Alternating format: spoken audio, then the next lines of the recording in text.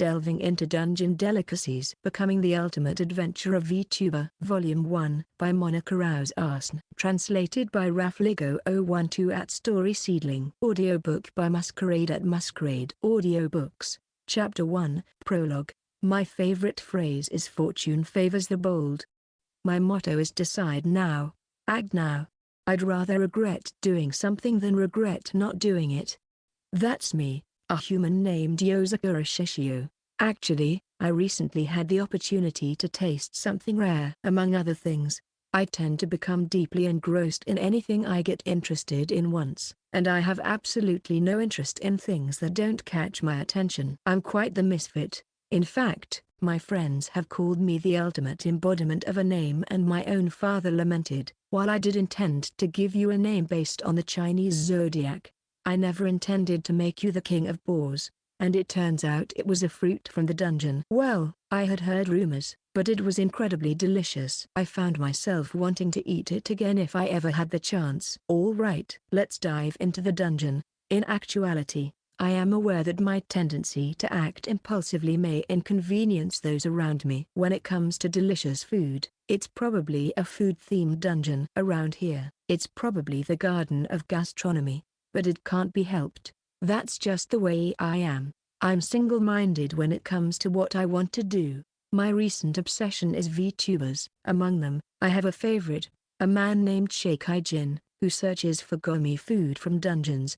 As a fan, I can't help but want to help him fulfill his desires. Fortunately, I've already experienced dungeons. Specifically, I obtained my explorer's license upon entering high school. Defeating monsters to obtain mysterious items and awakening to special powers known as skills in a mysterious space. There's no way I, in the midst of puberty at the time, wouldn't be interested in such a romantic thing. Well, I got tired of diving into dungeons during high school. And now that I'm 20, I'm currently sinking into the VTuber swamp.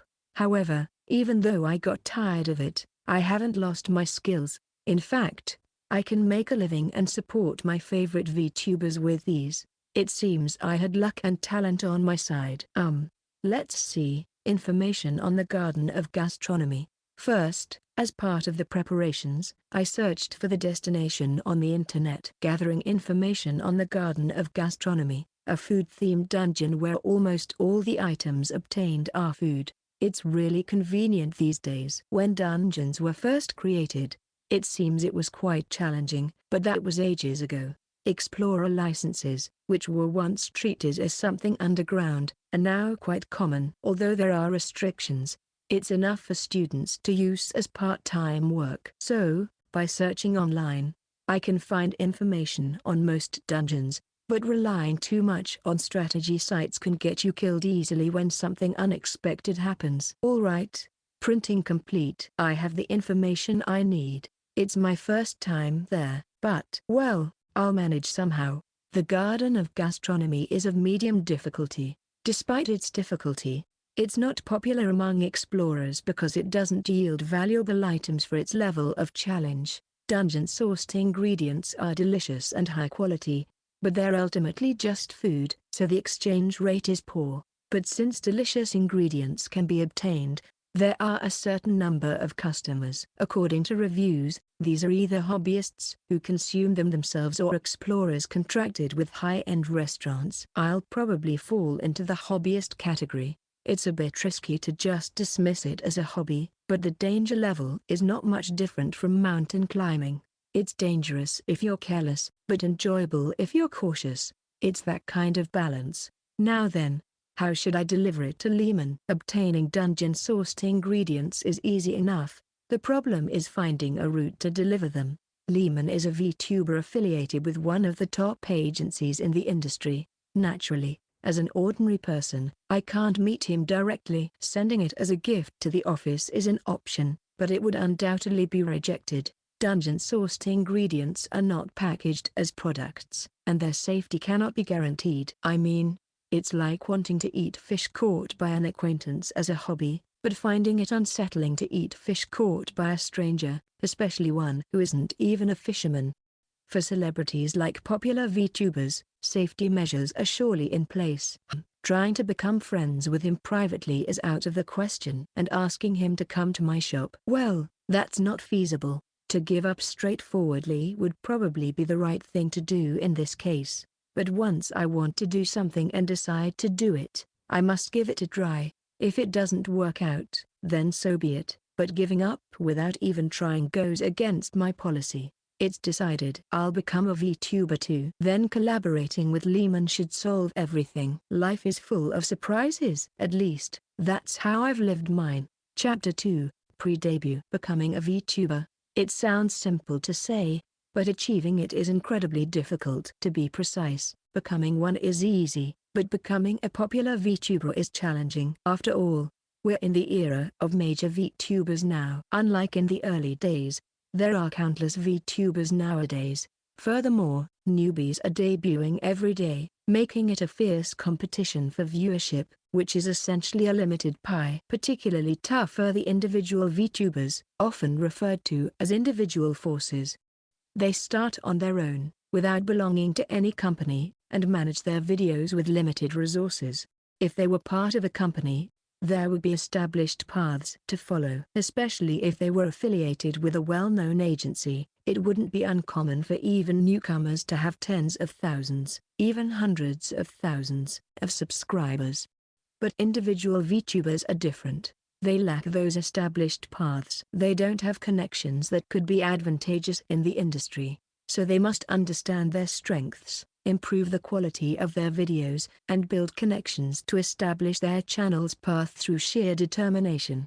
Even after all that effort, it's common for individual VTubers to have only single-digit subscriber counts. Everyone is working hard, but over 90% don't see results and eventually give up and fade away. It's truly a cutthroat world for individual VTubers. It's almost time, Bot-san. Are you nervous? Therefore, it was inevitable that I aimed to become part of a company. After all, my goal is to present dungeon-sourced ingredients to my favorite popular VTuber. To achieve that, what I need is numbers, specifically, channel subscribers. My favorite, Lehman, is a popular VTuber affiliated with the top agency, Bachical. He boasts over 500,000 channel subscribers, ranking high among male streamers in the industry.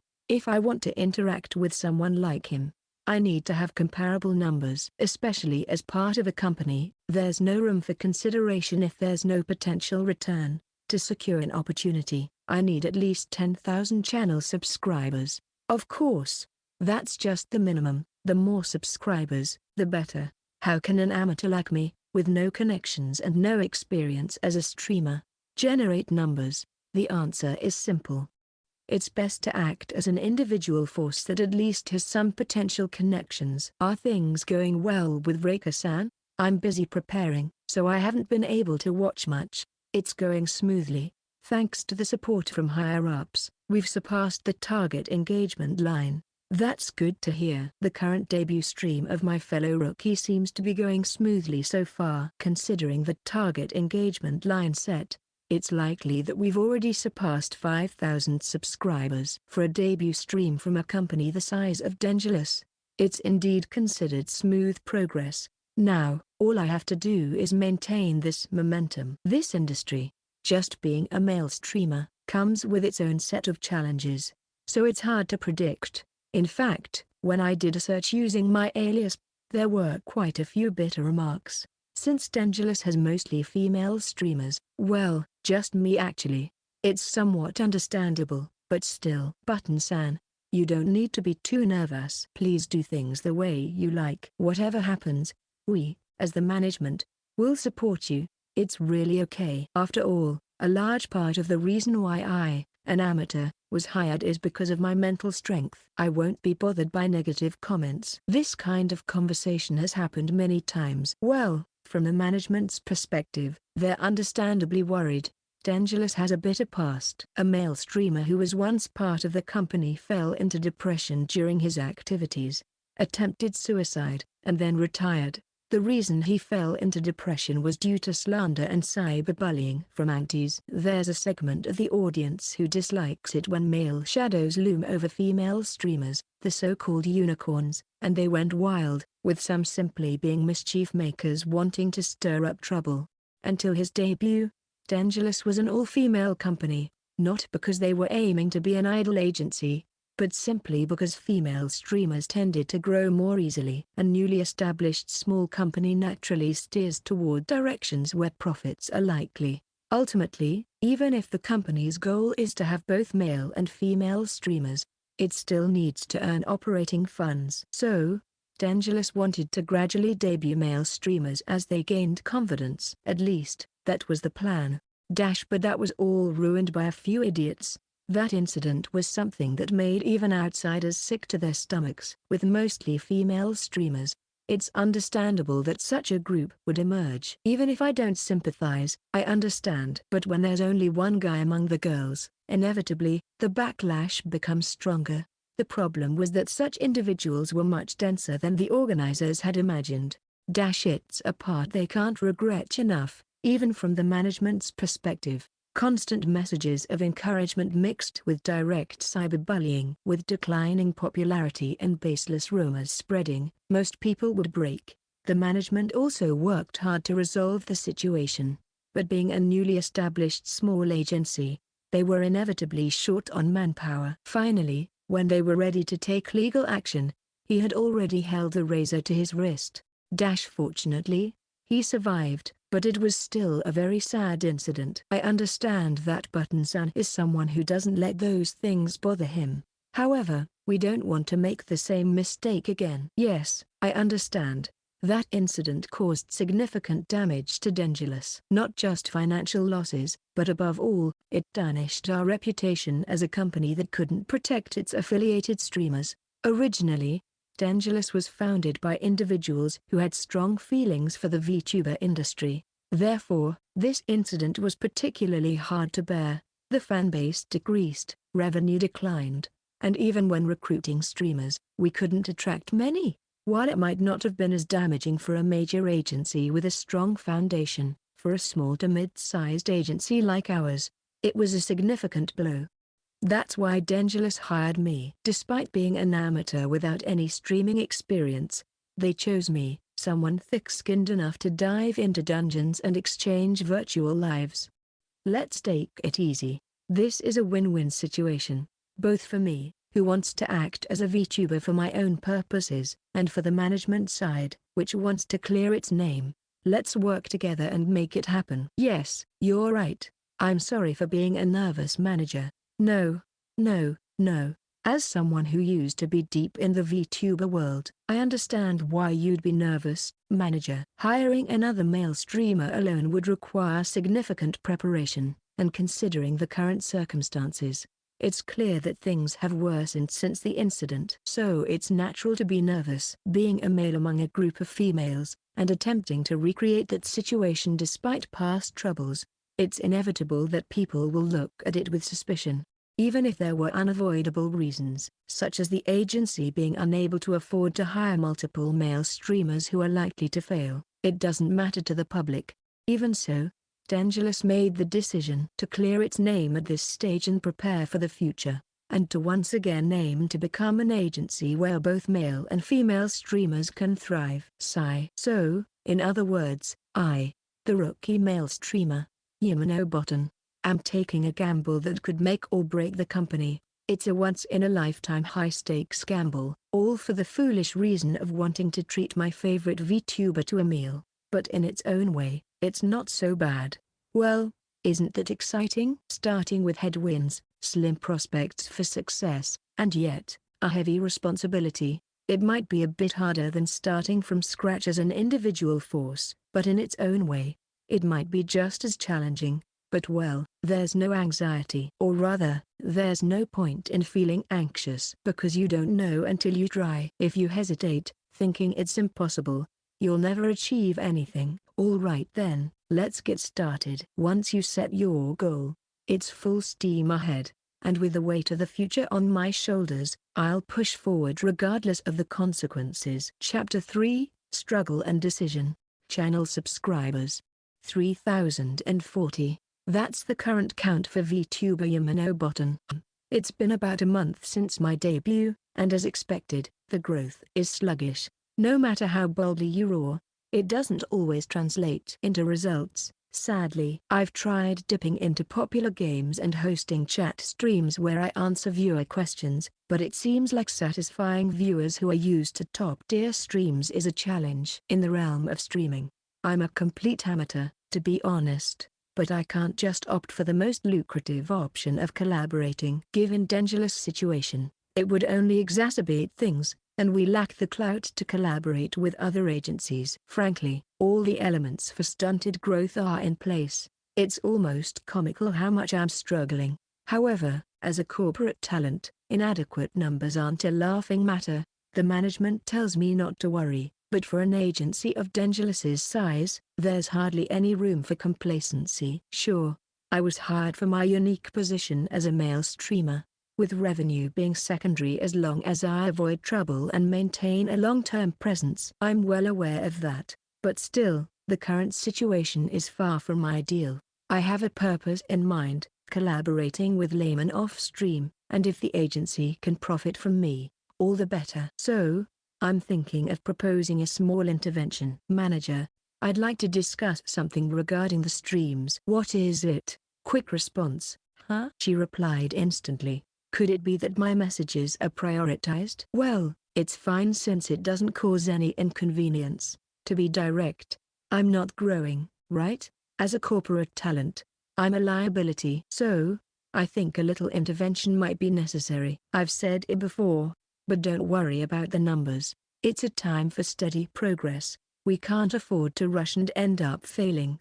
Well, there's a limit to that, you know. Hanabi Raker, my contemporary, is steadily growing, and that's becoming a noticeable difference that everyone sees. Well, I won't deny that. As expected, her response is bitter. It seems like she acknowledges that a new issue is brewing. My contemporary, Hanabi Raker, has about 32,000 subscribers at this stage. Considering Dangelous's size, that's quite a promising start. In corporate settings, subscriber counts tend to increase with each wave of new hires. The main reason is the increase in leads for new talents, and Hanabi Raker is making the most of it. Of course, leads are just leads. It's up to the individual's qualities to convert them into fans, but Hanabi Raker has the qualities required. She's an energetic junior character.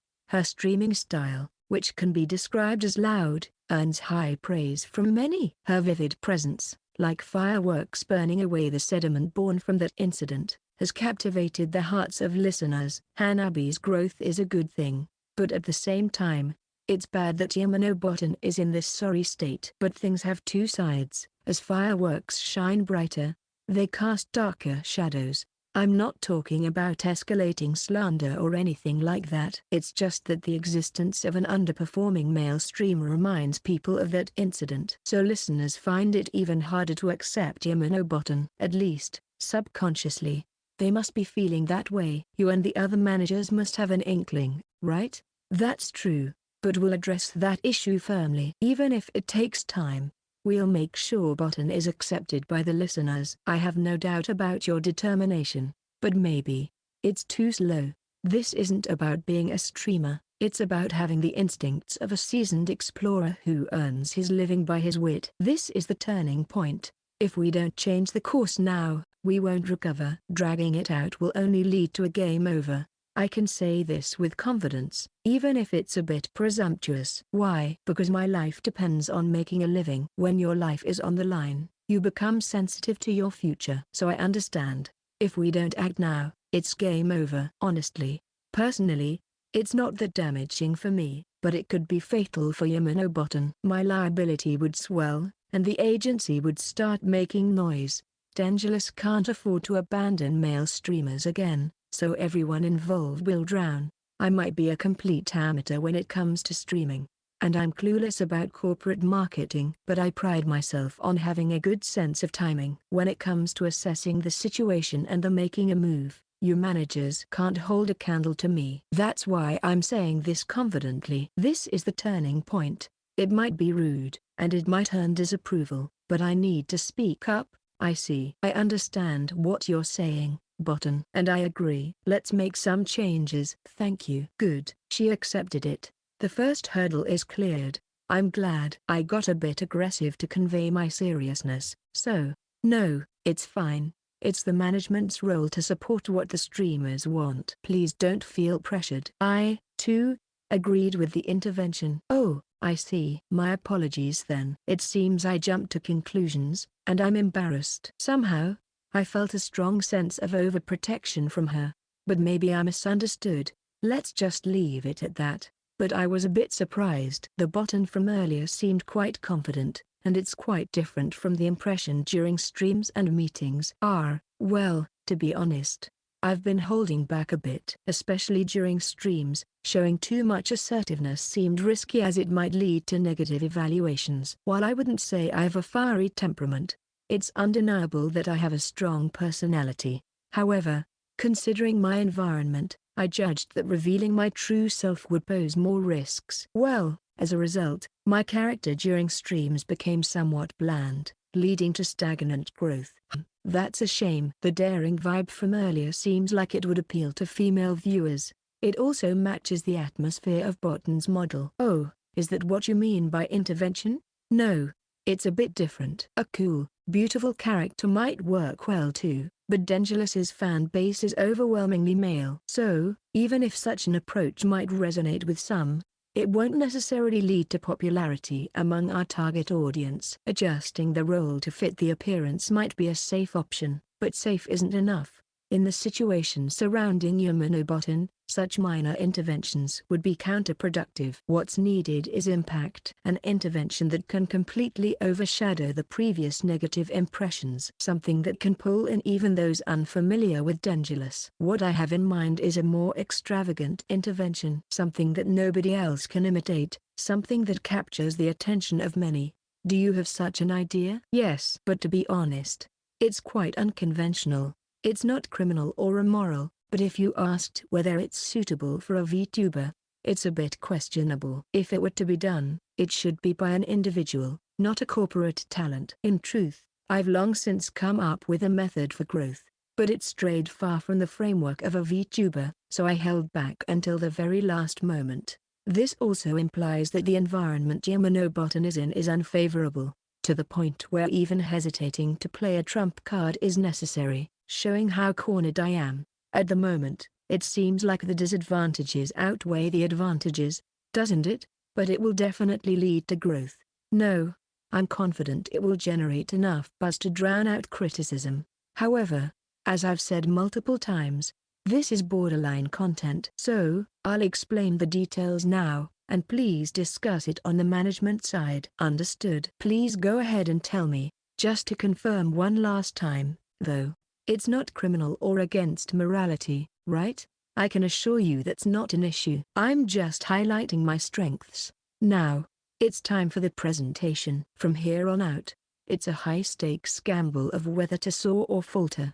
Let's show the shortest route to our goal. Chapter 4, Intervention Stream Part 1. 2 days had passed since the discussion with the manager about the intervention. It seems they had raised it as an agenda in the management, and today I received their response. It's truly appreciated to be given such freedom. It seems interesting, so please go ahead and do it. I thought they might hesitate, but it seems the management is quite supportive.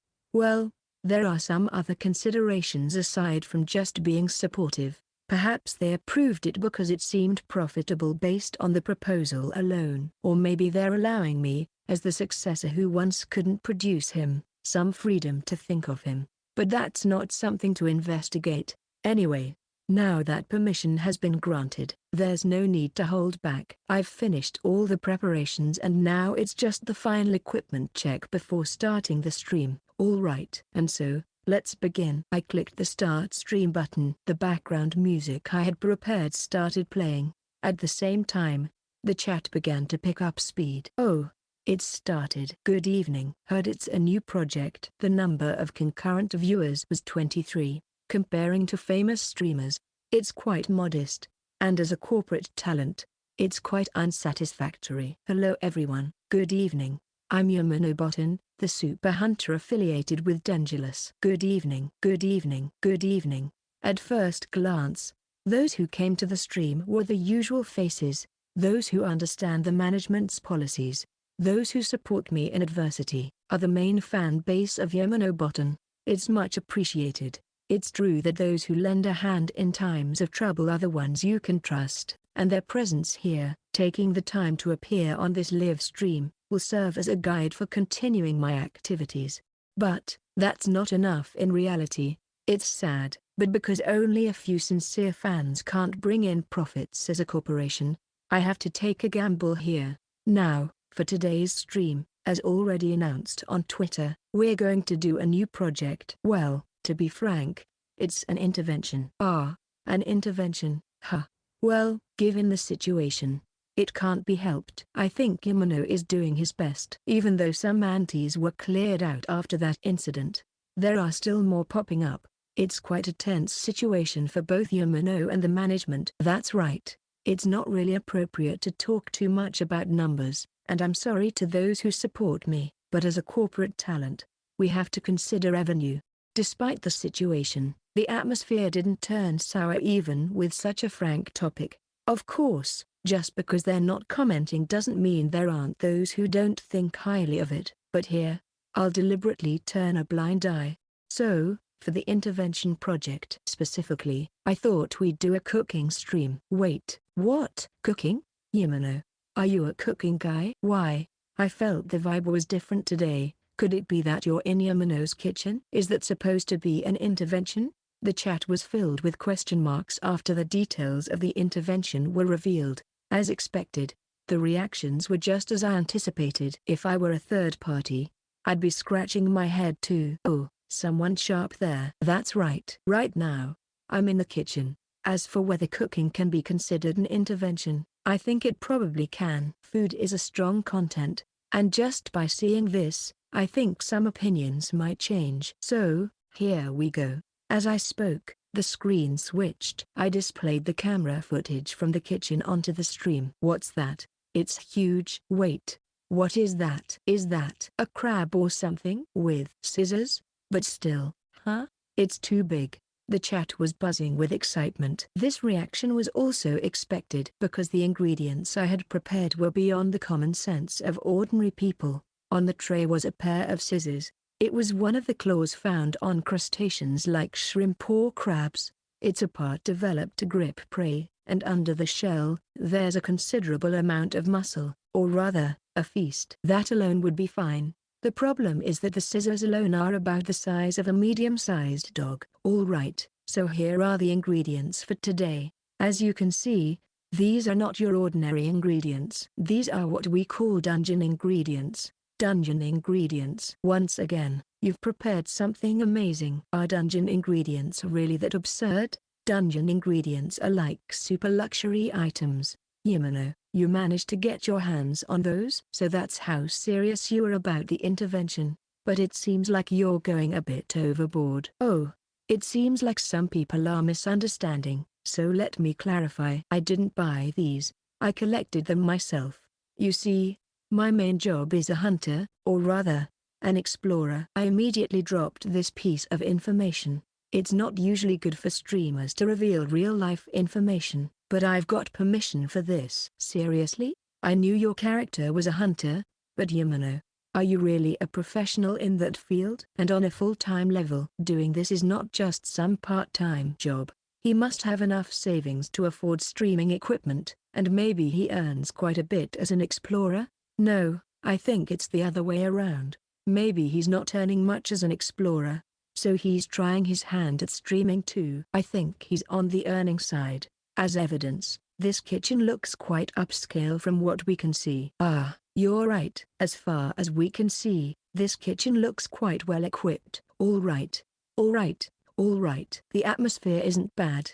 I'm feeling a good vibe, and the flow of comments in the chat is gradually picking up speed. Clearly, a noticeable impact is important. It's much more effective to attract listeners' attention than to somehow manage with amateur-level talk skills. If we cook this, sprinkle in some commentary here and there, and eat the finished dish in a mouth-watering way. I think it'll make for quite an interesting stream. What do you think? It'll definitely be interesting. Looks like a lot of fun, I think. Honestly, I can't wait to see it. Cooking high-end ingredients or exotic delicacies. There's definitely demand for that. I think it's a good idea. Why didn't you do this sooner? It seems to be quite well received. Why didn't I try this before? Well, it's because it's somewhat more focused on real-life content. I've been holding back until the last minute because I didn't want any misunderstandings or controversies. If I could have just grown steadily without resorting to unusual strategies,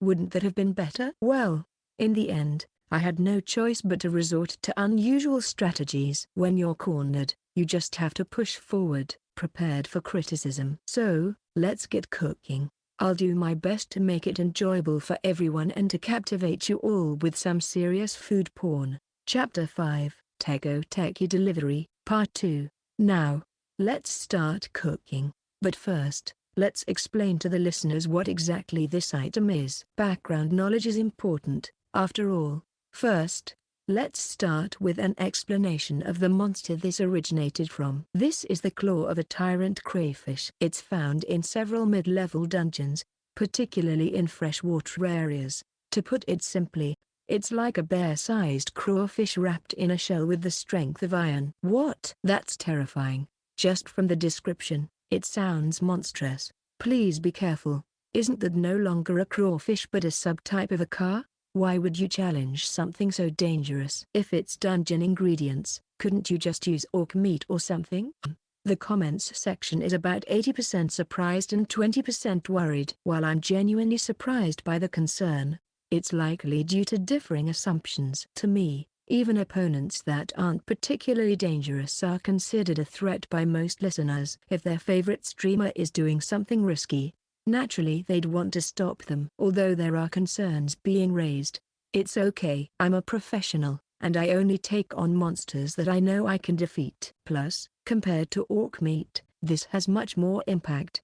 Don't you think? Orc meat is readily available in the market. After all, I agree that it has a big impact. Well, orc meat is also treated like a premium product, so it's quite rare. Well, the crayfish does seem rarer. No, it's probably even rarer than that. It's practically non-existent. I tried searching online, but I couldn't find anything. This is my first time here. I was recommended by a friend who just met you. Can I ask the channel owner a question? That crayfish, does it shoot that water cutter? Oh, we have an expert here? Someone who seems quite knowledgeable just commented. Exactly right. To explain it in simpler terms for others, this crayfish is what we call a high-level mob. When it's in water or moving around, it can unexpectedly shoot a powerful water cutter that can knock down trees. As it can knock down trees with its attacks, even grazing by it would likely be fatal to most humans. Wait, isn't that dangerous? It's not just a car, it's a tank. Thank you for the answer. Can he hunt that? This person is amazing. And that monster, is that really its name? Hey, expert, can you explain it in a way that ordinary people can understand? How skilled do you have to be as an explorer to handle that? If he managed to hunt that crayfish himself, then he's undoubtedly at the top level in Japan. Mid-level explorers, as I would describe myself, are at a level where they can live comfortably as professionals. And that crayfish, it would easily wipe out a party composed of those kinds of people. Yikes. In reality, that crayfish is disliked by mid-level adventurers, almost like the plague. It's what we call a landmine-level monster. Although it can appear in food-related dungeons, once it's discovered to be present, no one will dare approach the water's edge on that floor. The tyrant crayfish is classified as a high-level mob, notorious for being lethal to first-time encounters. Even among monsters in the same rank, it stands out for its extraordinary specs. Searching for it as an ingredient wouldn't yield any results precisely for that reason. It can't be hunted by mid-level explorers, so it doesn't become an ingredient in the first place. Of course, even mid-level explorers would be able to defeat it if they were well prepared and determined to challenge it, but unlike in games, there's no continue button in real life. Just getting injured could potentially ruin your entire life. Almost all explorers operate with multiple layers of safety margins and never dare to engage in anything dangerous. Monsters like the tyrant crayfish are universally ignored. So, if you want it, you'll have to go get it yourself or pay a fortune to a top-tier explorer to request it. That's why it's a zero availability, super rare ingredient. And that's precisely why cooking it becomes entertainment. It'll overshadow any bad reputation and attract widespread interest. Well, there are cooking channels run by explorers that specialize in dungeon ingredients. So if you want to call me a copycat, that's fine. Even though there are similar streamers out there, none of them handle ingredients at this level. Most of them stick to orc meat or other ingredients that are barely in circulation. When it comes to ingredients that aren't in circulation, you need a certain level of skill to procure them yourself, and it costs too much to acquire them through requests. In short, it's a blue ocean. Since there are hardly any streamers doing the same thing, I can monopolize the demand itself. Well, let's first check out the meat inside. Although this is classified as a drop item among dungeon ingredients, it's packed with goodies inside. See? While talking, I swiftly flash my knife horizontally. The blade effortlessly penetrates the shell, ignoring even its thickness, and cleanly slices the giant claw in two. And from inside the split shell emerges the glistening, succulent meat, shimmering like pearls. Yeah, the meat looks good. And since I handled it properly, it's still fresh. This should be fine as sashimi, right? Yes? Wait, what? Hold on a second. What did you just do? Did he just casually do something incomprehensible? What's going on? Did you really just cut that crayfish in half with a knife? This guy's a monster. Why is he doing VTuber stuff? Why are you slicing something bigger than the knife? The comments section is buzzing. Some are questioning if it's staged. Well, I get that it's an unfamiliar sight and phenomenon, but explaining this, it's really hard to do, and even if I explain it, it's in a realm that's almost impossible to understand. Regarding what just happened, let's go with no comment. It's impossible to explain properly, and even if I could, you probably wouldn't understand it anyway, so just take it as that's how it is. If you're an explorer, some people can do it, probably.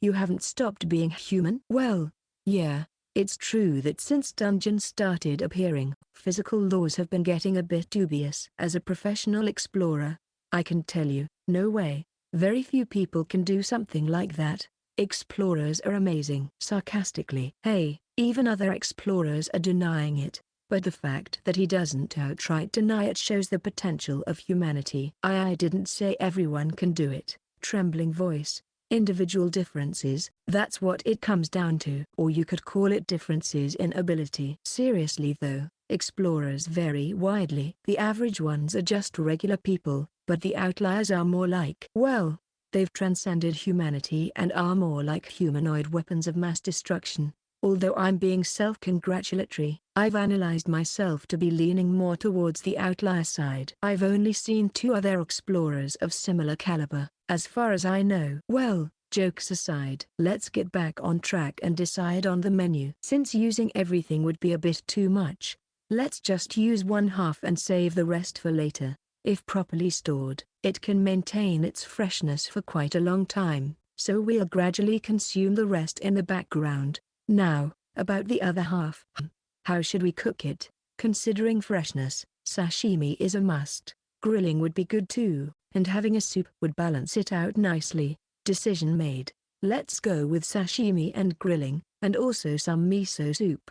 For the sashimi, I'll slice it out to look like large sweet shrimp, and for the grilling, leaving it with the shell intact and searing it on a table grill should make it look good, right? And for the miso soup, just throw in the leftovers, and it should have a rich flavor. Alright, let's get cooking. Chapter 6, Tekosai Distribution, Part 3, Episode 6, Enhancement Streaming Part 3. Alright, here it is. Tyrant crayfish claw meat sashimi, grilled, and soup.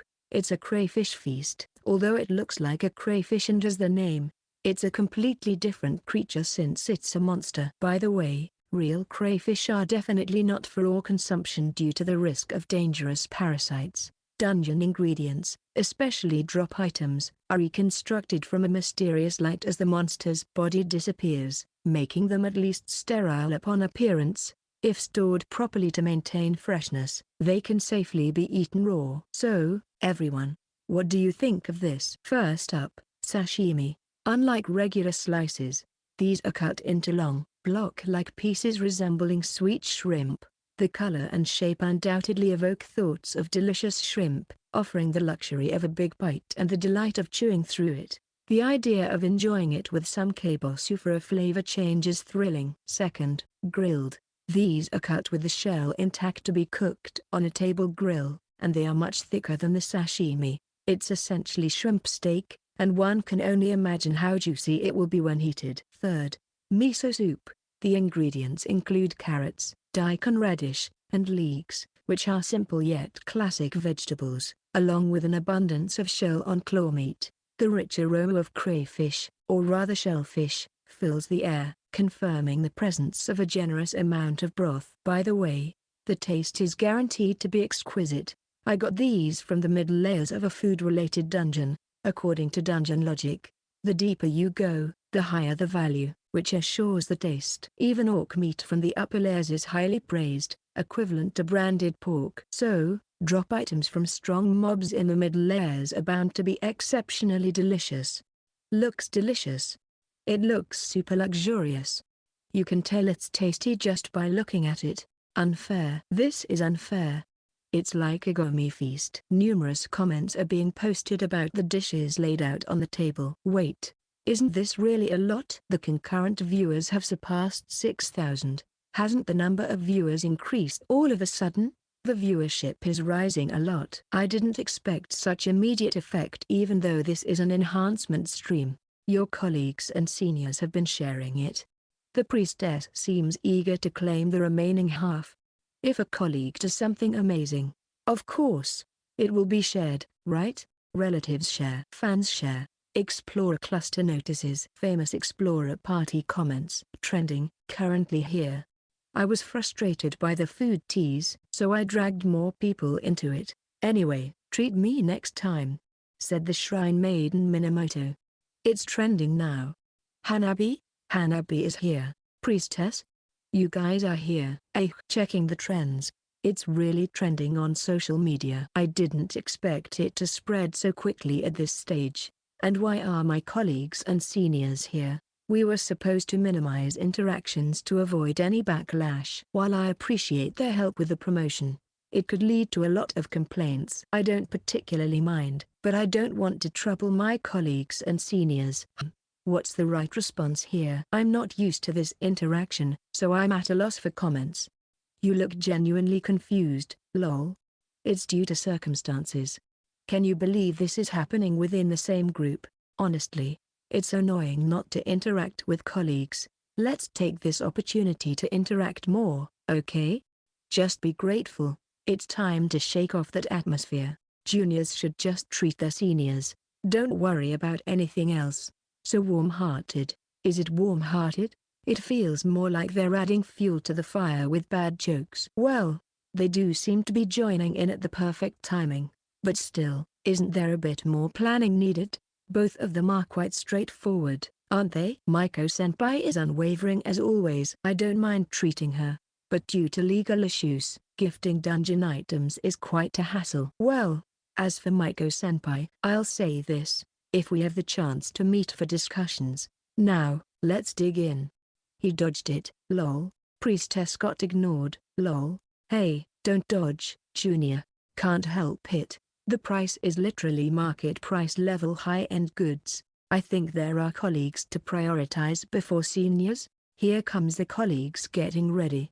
Okay, let's eat. This is a case of not stirring up trouble. Even if it's the usual flow, there's no need to risk a misstep by making it a joke. Alright, let's start with the sashimi. But before that, let's get the grilled ones on the fire. This shell is highly heat resistant, so it needs to be cooked thoroughly. Despite being tough, its heat conductivity isn't great, which means fire-based attacks are reduced to less than half. This can be a problem depending on the build of the rearguard. What's that? A creature's shell shouldn't have such good specs. How do you even defeat that? Judging by the way they handle the knife, they probably just cut it in half normally. The occasional outrageous episodes keep me excited. Don't think of top-tier explorers as human. I've seen them casually send out slashes before. I have no idea what you're talking about. Okay, all set. Now, let's dive into the sashimi while the grilled ones are cooking. Here we go, without any seasoning first. Lifting a piece of sashimi with chopsticks, they hold it up to the camera, showing it off before taking a bite. They look really happy. You can tell it's delicious without words. It's funny seeing them so excited. The smile is incredible. Hey, give me some of that, Junior. Yes, it's effective enough that a sweet, animated face is more impactful than live action. At least tell us what it tastes like. Phew. Okay, taste review. Well, the surface is creamy like sweet shrimp, but the core is firm and bouncy. When you bite into it, the rich flavor that's a perfect blend of shrimp and crab fills your mouth. Now, I'll try it with some kabosu. This is just information overload. That sounds amazing. What kind of ultimate shellfish food is that? Yes, I want some too. They've suddenly started making a lot of noise after having no interaction before. It can't be helped. That must be absolutely delicious. Kabosu makes this even more amazing. This alone is a winner. With the flavor change, it's different again. The rich umami combined with the citrusy tang makes my mouth feel like it's in heaven. I could eat this endlessly. This is now a complete tease. They're using the connoisseur's way to eat. Are they focusing on bringing out the natural flavor of the ingredients? I feel like becoming a VTuber just to collaborate with Yamano. If I keep going, I might be satisfied with just the sashimi. Since it's looking good, let's move on to the grilled ones. Yamano isn't looking at the comments, is he? The fact that he's forgetting everything else shows how delicious it must be. I think he's serious. If I were Yamano, I'd definitely focus on eating. How does it feel to eat and flaunt the best ingredients? It feels absolutely amazing in every sense. Now, for the grilled one. Wait a moment. Here's a little trick. I'll use the chopsticks to separate the meat from the shell and drizzle some soy sauce into the gap. Ah, the sound and aroma of happiness. He's definitely looking at the comments. Then stop for a moment. Grilled soy sauce is too much. That's just too much. That looks seriously delicious, Junior. Let's do an offline collaboration at the office next time. I'll DM you later, so let me know when you're free. The priestess is getting wild. Lol. Wait a minute, Maiko-senpai. I should be first since we haven't even collaborated as a group yet. Hanabi's joining in too. This is inevitable chaos. Look at this. This is like a seafood steak. The soy sauce aroma is incredible. That little trick really makes a difference. All right, a big bite. This is too much. The sweetness has increased with the heat. The texture is amazing. You can feel each fiber of the meat and the soy sauce aroma that wafts through the nose. Meanwhile, the person is completely engrossed in eating. Tease a heartwarming scene. But what they're doing is insane. A luxurious dinner with the highest quality ingredients is enviable. That would easily cost tens of thousands at a restaurant. Collab. It's such a high-end meal that I can't even feel jealous anymore. They're risking their lives to procure it. Hanabi begging for a collab is hilarious, but strangely, I don't feel the urge to criticize, because it's all about the food. Also, the power of this food tease is too strong for cynicism. At this point, meeting offline seems inevitable. With a normal sense, everyone would unanimously agree they want to eat this. Now for the miso soup. To calm down a bit from the excitement. Having some soup, a sip. No, that's impossible. I can't calm down with this. It actually increases my appetite. Because, despite the strong and gentle flavor of miso, the crayfish broth is so delicious that it doesn't get overshadowed at all. It makes the miso's flavor a perfect supporting role. They complement and elevate each other so perfectly. Ah, this is bliss. The meat crumbling in the soup is the best. When you eat it with the softened vegetables, it has a different taste again. Wow, You can tell they're in ecstasy just from the voice. Their avatar is also smiling broadly. The happiness meter is off the charts. Their brain seems completely melted. When you eat something delicious at home, you either eat quietly or talk to yourself a lot. I get that. Next is more sashimi. Chapter 7, Thread Discussing Dangerous. Thread Discussing Dangerous. 201 Anonymous Viewer. Breaking news. Mountain Master, the hero in adversity, is finally going viral. Link. 202 Anonymous Viewer. Can you elaborate? 203 Anonymous Viewer. To 201. Are you okay? Is something burning? 204 Anonymous Viewer. Click the link. The buzz itself is legitimate. Here's a brief summary. As part of a revamp, a new project, live cooking streams, with a focus on hands-on cooking, has been launched. Featuring dungeon ingredients with zero circulation. Revealed as a real explorer, acquiring ingredients through personal efforts. Believed to be one of the top explorers based on personal testimony and analysis by experts, almost confirmed. At this point, Dangerous members started spreading the word. It spread and trended. Moreover, according to the Explorer cluster, the ingredients handled during the stream are valued at over yen 1,000,000. 205 Anonymous Viewer. Information overload. Seriously. 206 Anonymous Viewer. Why would a top explorer want to become a VTuber? 207 Anonymous Viewer. Seems suspicious. Ingredients worth over 1,000,000 in top explorers? That harem guy couldn't be all that. 208 Anonymous Viewer. To 207. Nice try. But it's legit. I watched the stream myself. The monster ingredients were definitely dangerous, and the knife skills were manga level. 209 Anonymous Viewer. To 207. No slander allowed. Haven't you learned from that incident? Also, it was trending on Twitter. Members of Frontier were seriously trying to recruit him through retweets. 210 Anonymous Viewer. Checked it out, and it's legit. 211 Anonymous Viewer. Wasn't Frontier considered one of Japan's top explorer parties? 212 Anonymous Viewer. As a Mountain Master fan, I'm thrilled to see him getting attention. But his direction is so unconventional, it's kind of off-putting. 213 Anonymous Viewer. To 211. No, they're not. They get misunderstood because of their frequent media exposure, but they're more like above average as explorers, not the top. This is a consensus among professional explorers. Of course, within the whole spectrum, they're still in the top tier, and they're undeniably a competent party.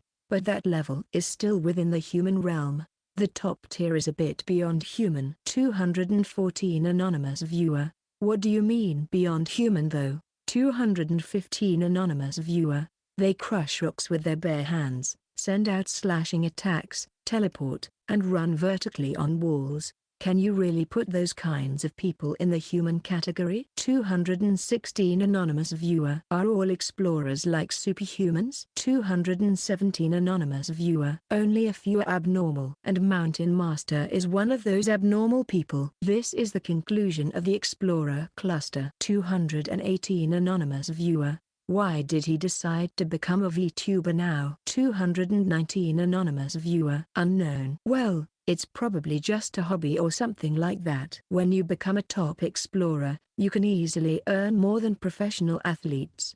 For instance, the Dungeon General in the Middle East was appointed as an honorary general of a nation and even got involved in national politics.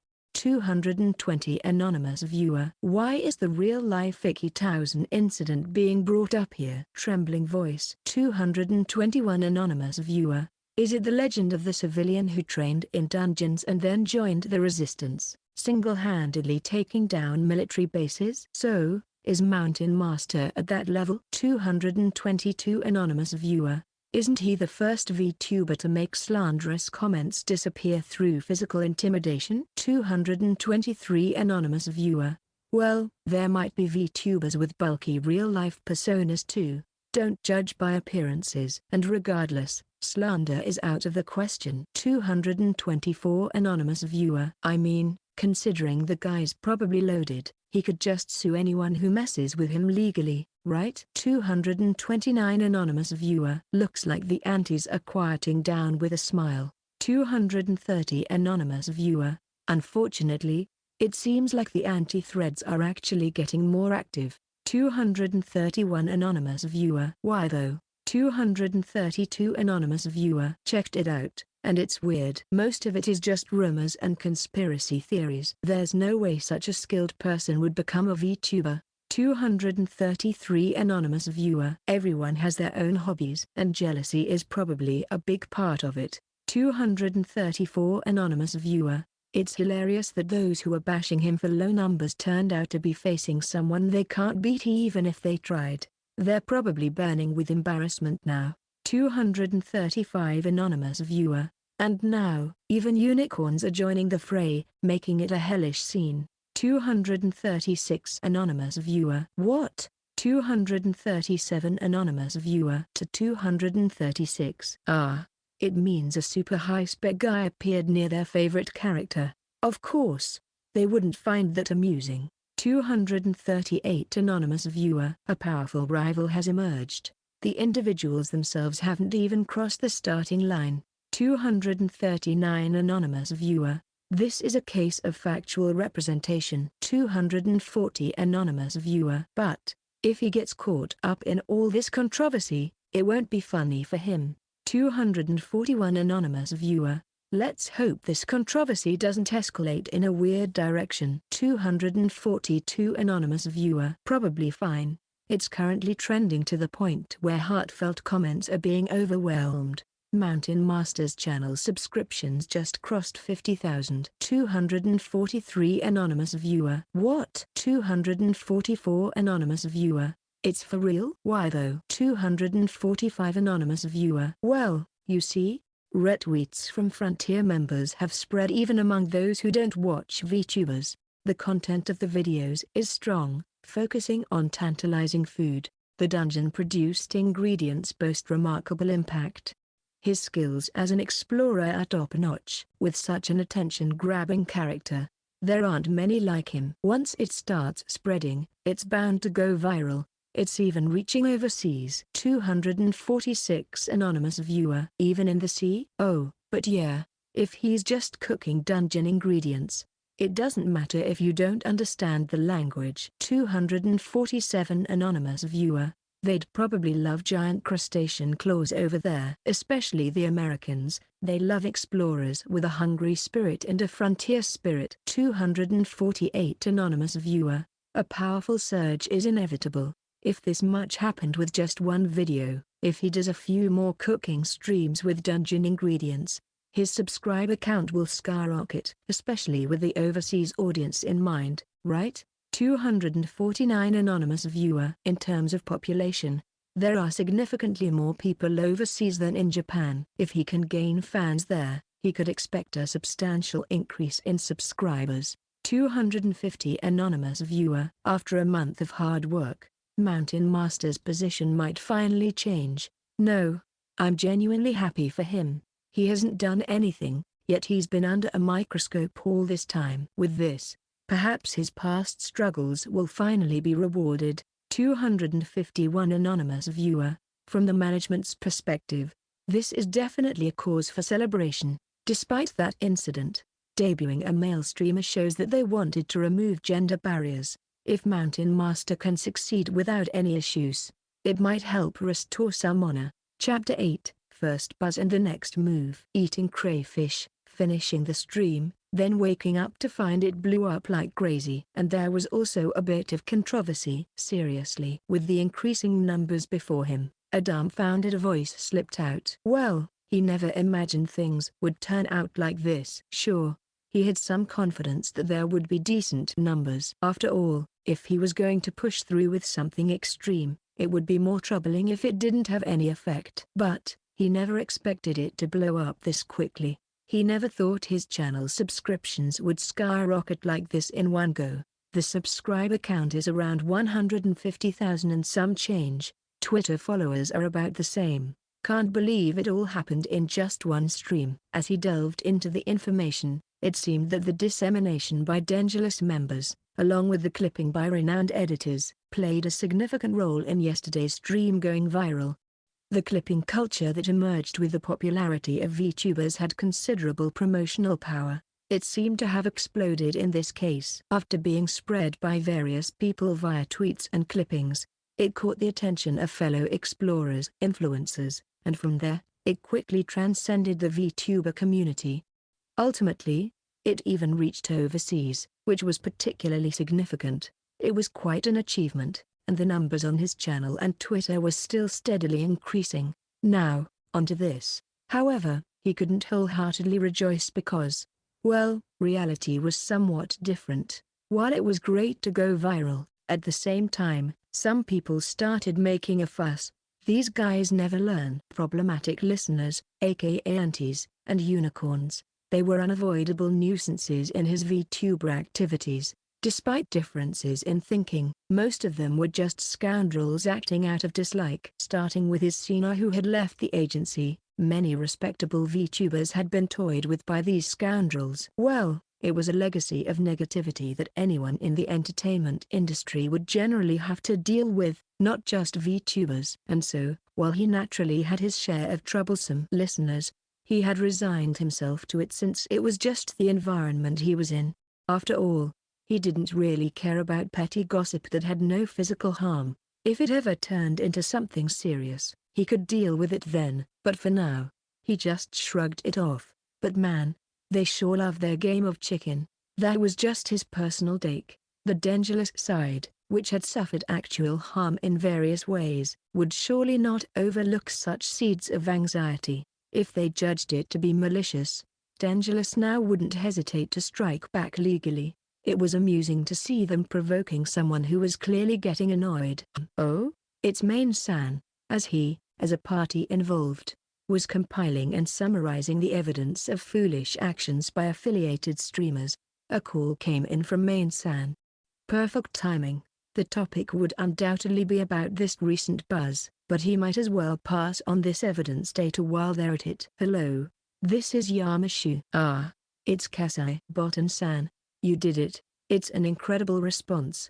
A high-pitched voice came from the speaker, and he couldn't help but chuckle. Main-san, who was usually a competent career woman, seemed unable to contain her excitement this time. It's good that the turnaround was successful. Successful? It's more than that. Over 150,000 subscribers in just one night? You're almost catching up to Iakika-san, the top of the agency. Well, mentioning Iakika-san is a bit. I feel it's inappropriate regardless of the numbers. Oh, sorry. That was quite rude of me. Iakika-san. She was adored like a mother or sister by fellow streamers and was practically the founder of Dangerous as a first-generation member. She shouldn't even be compared to anyone, but it's truly incredible. Honestly, I never thought we'd see results like this.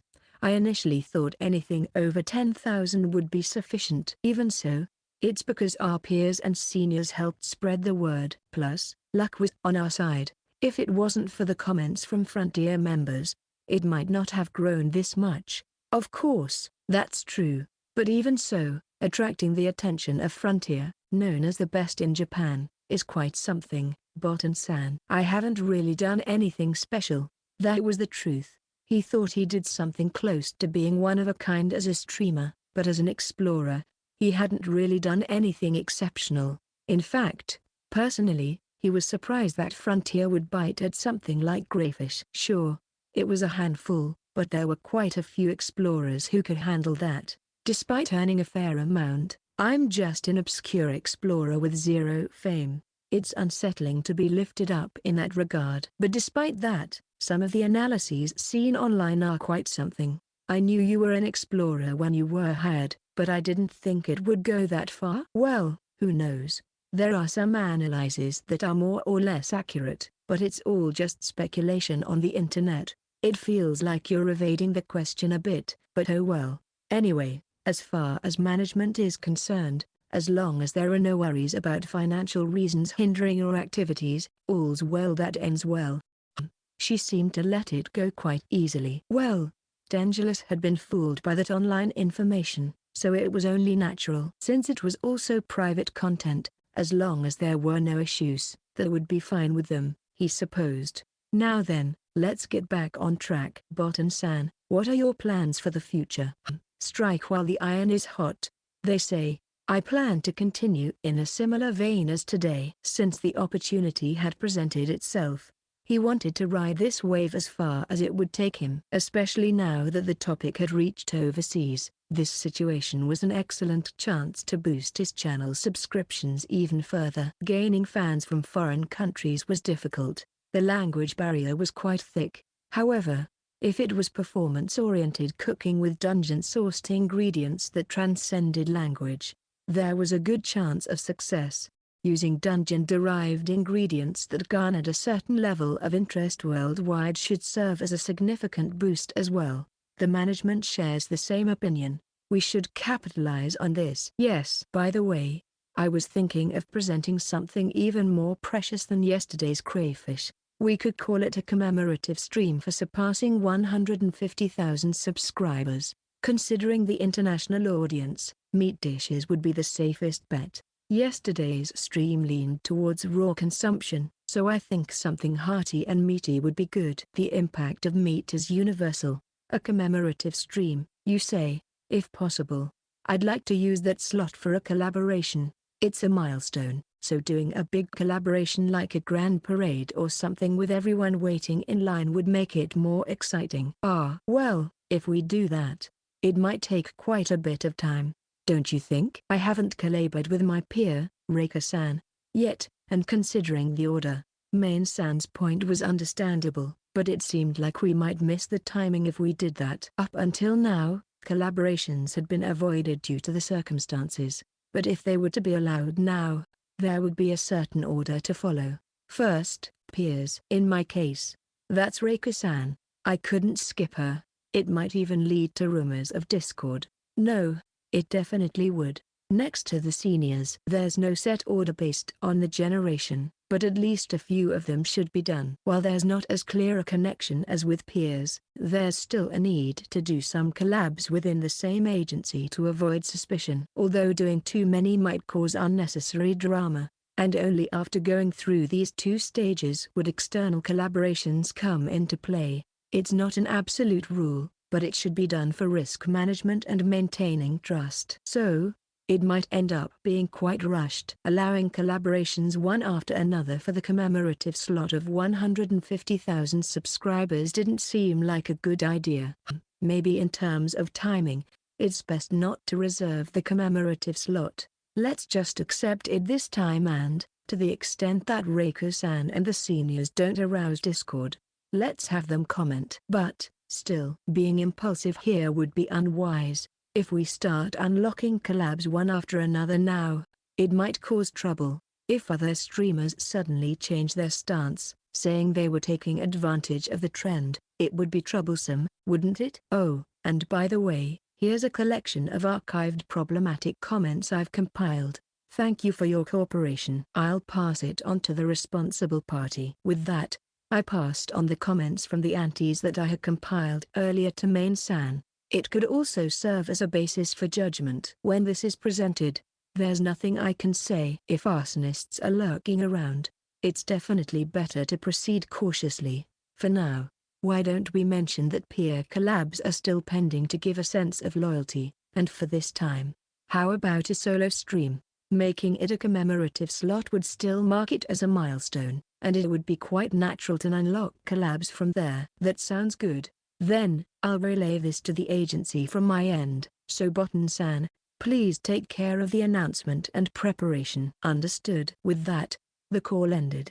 Well then, let's get started on the stream preparations right away. Chapter 9.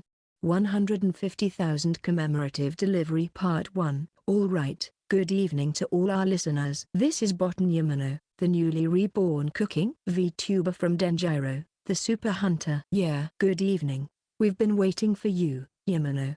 Congratulations on reaching 160,000 subscribers. So, here we are, celebrating our 150,000 subscriber milestone. Well, technically, after I tweeted about it, we hit 160,000. The momentum just doesn't seem to stop, and honestly, it's a bit overwhelming. The comments are coming in fast. It's hard to believe that just a while ago, Our interactions were sparse, and now, the number of concurrent viewers is increasing. Foreign language comments are especially noticeable. In terms of attention, it seems like there's more interest from overseas than domestically. Otherwise, we wouldn't be seeing so many foreign comments. While cooking might be one thing, I doubt the talk segment resonates much since it's mostly in Japanese. Well, waking up to this madness is just hilarious.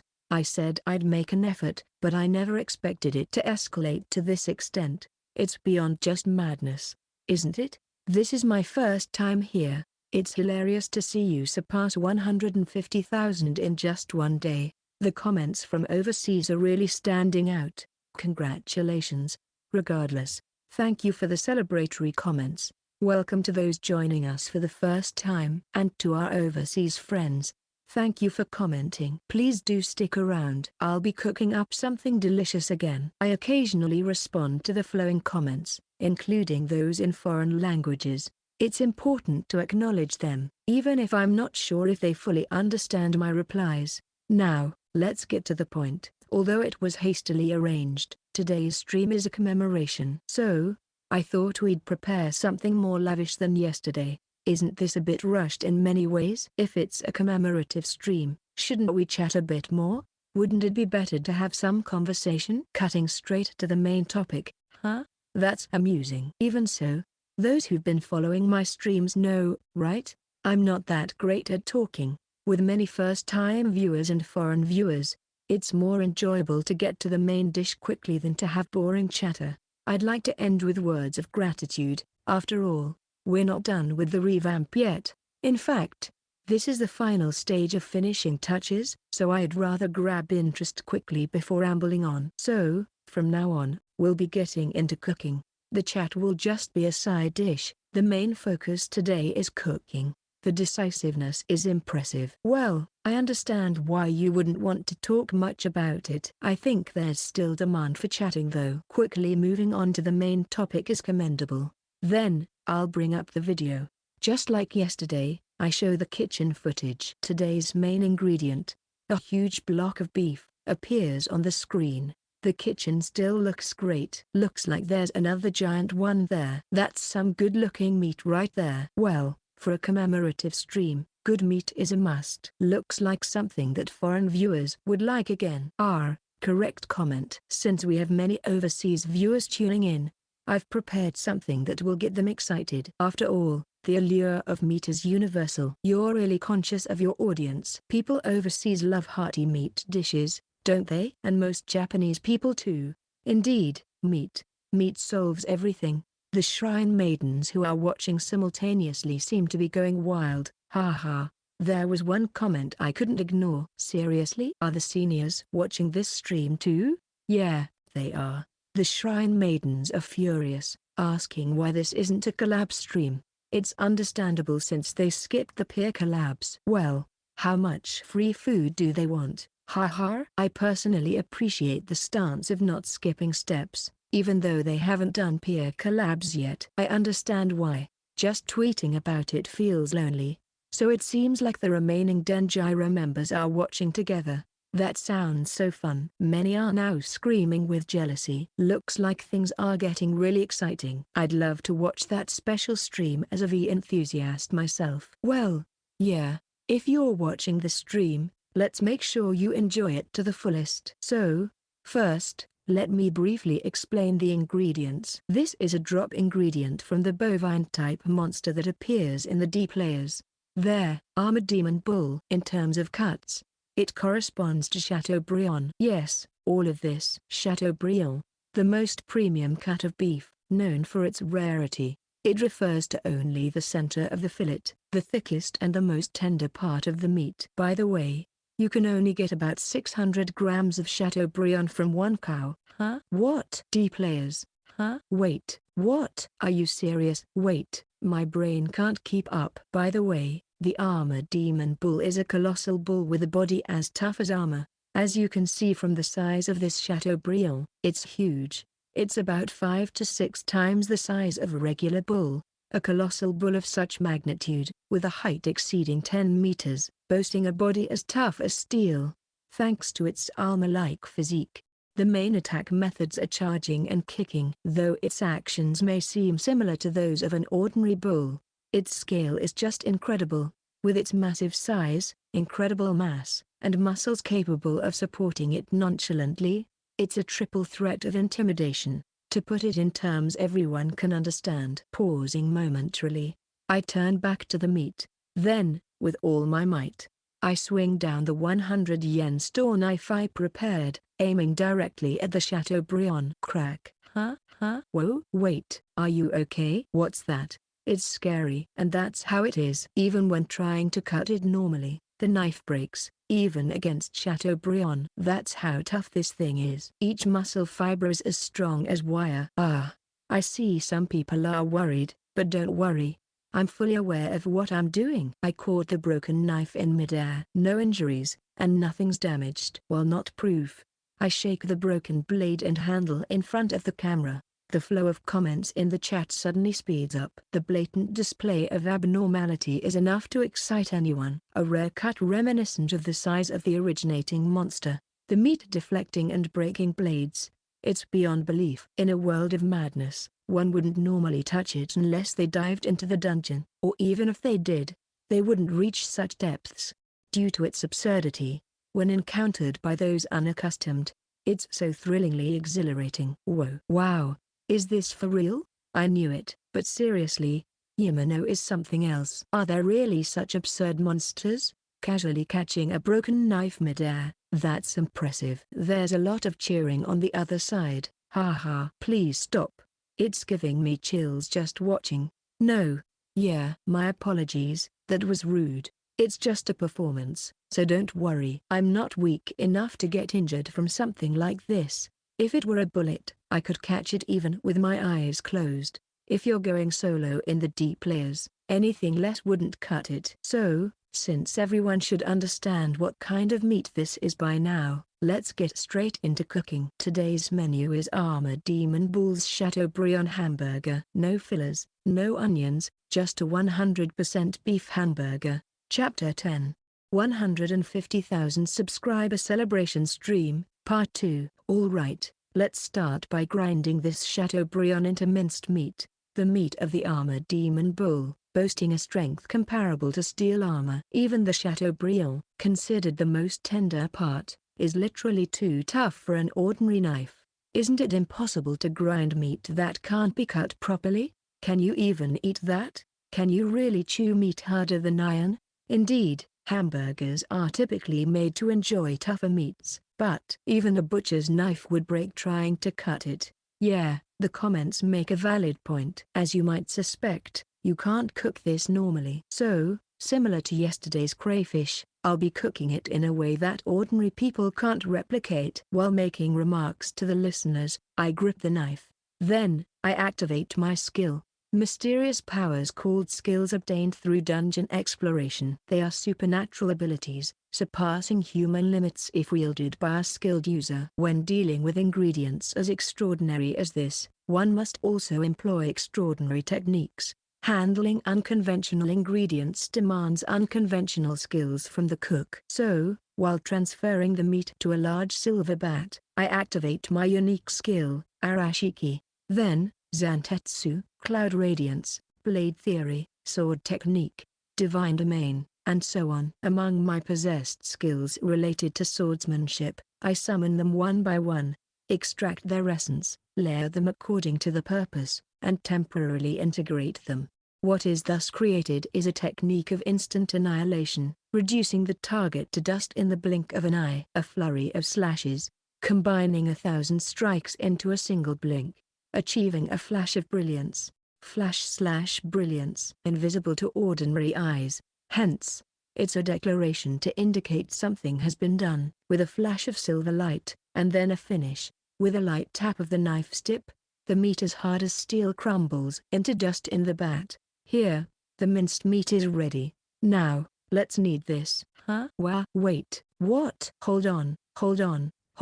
I don't understand. What does that mean? Is it a skill? No, even if it is, I've never heard of such a skill. What they're doing is too much like an anime. Satisfied with the rapidly flowing comments, I proceed to knead the minced meat piled up in the bat. Oh, by the way, at this stage, the minced meat is still quite dangerous.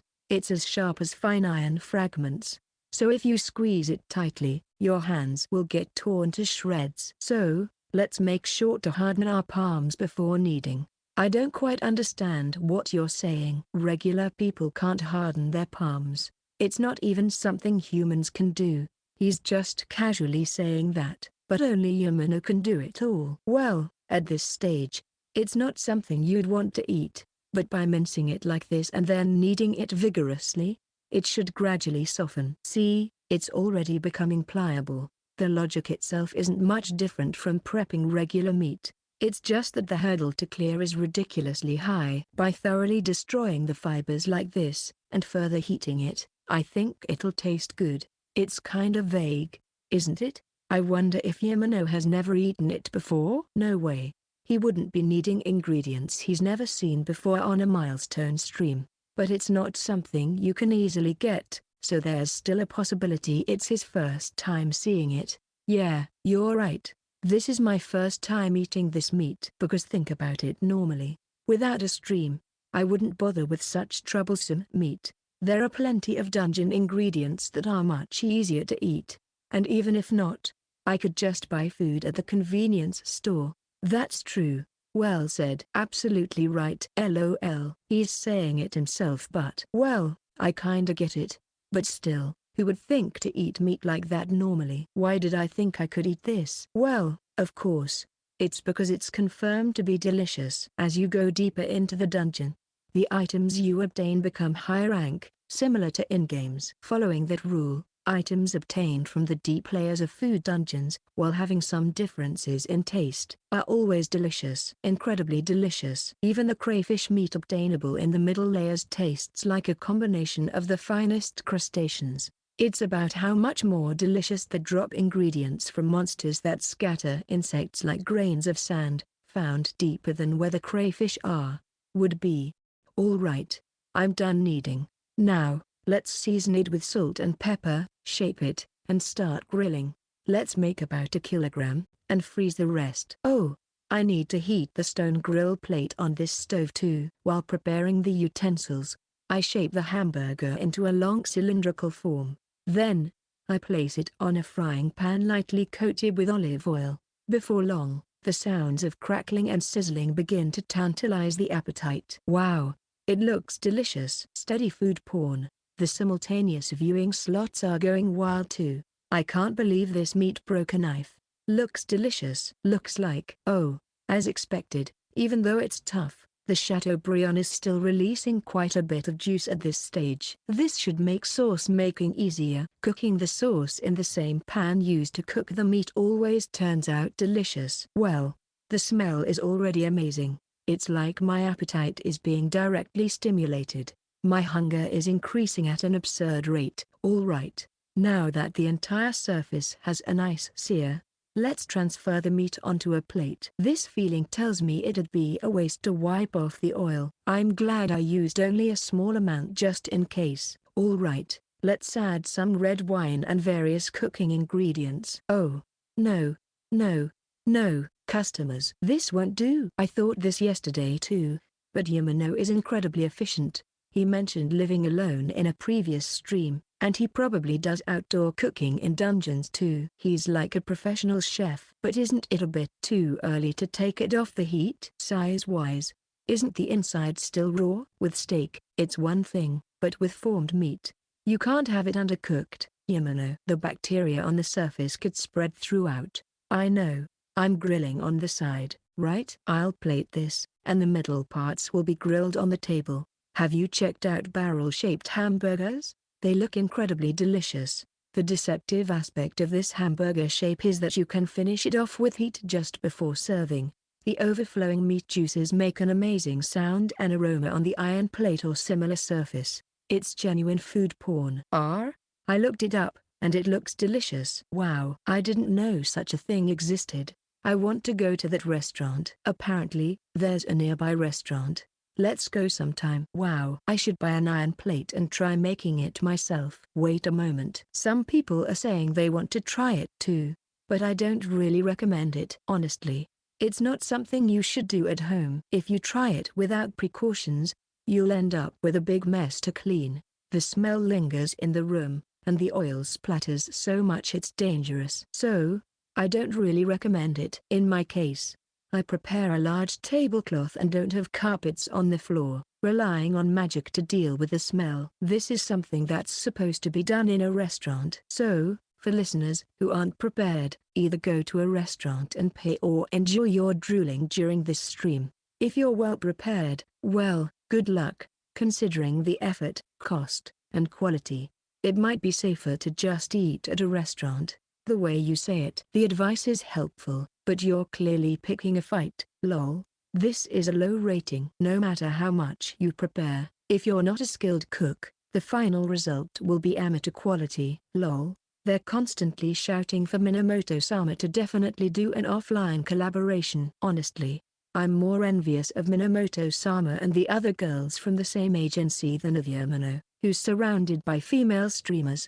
The female streamers are the ones who seem likely to be jealous. Lol. Sometimes comments pop up describing what's happening on the other side, and it's so interesting that I feel tempted to take a peek. Just with occasional comments, it's already so amusing, so please stop, alright?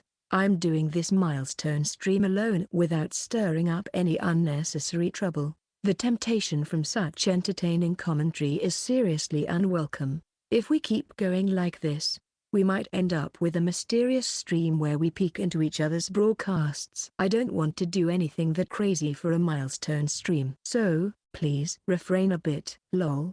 Don't do it. It's against the rules. Sorry. Got it. But honestly, I kinda want to see that crazy stream. In that case, it would lead to discussions about collaborating. If we're going to do something like that, we might as well just connect via voice chat. Well, some people might meet face-to-face at the agency before even considering a voice chat.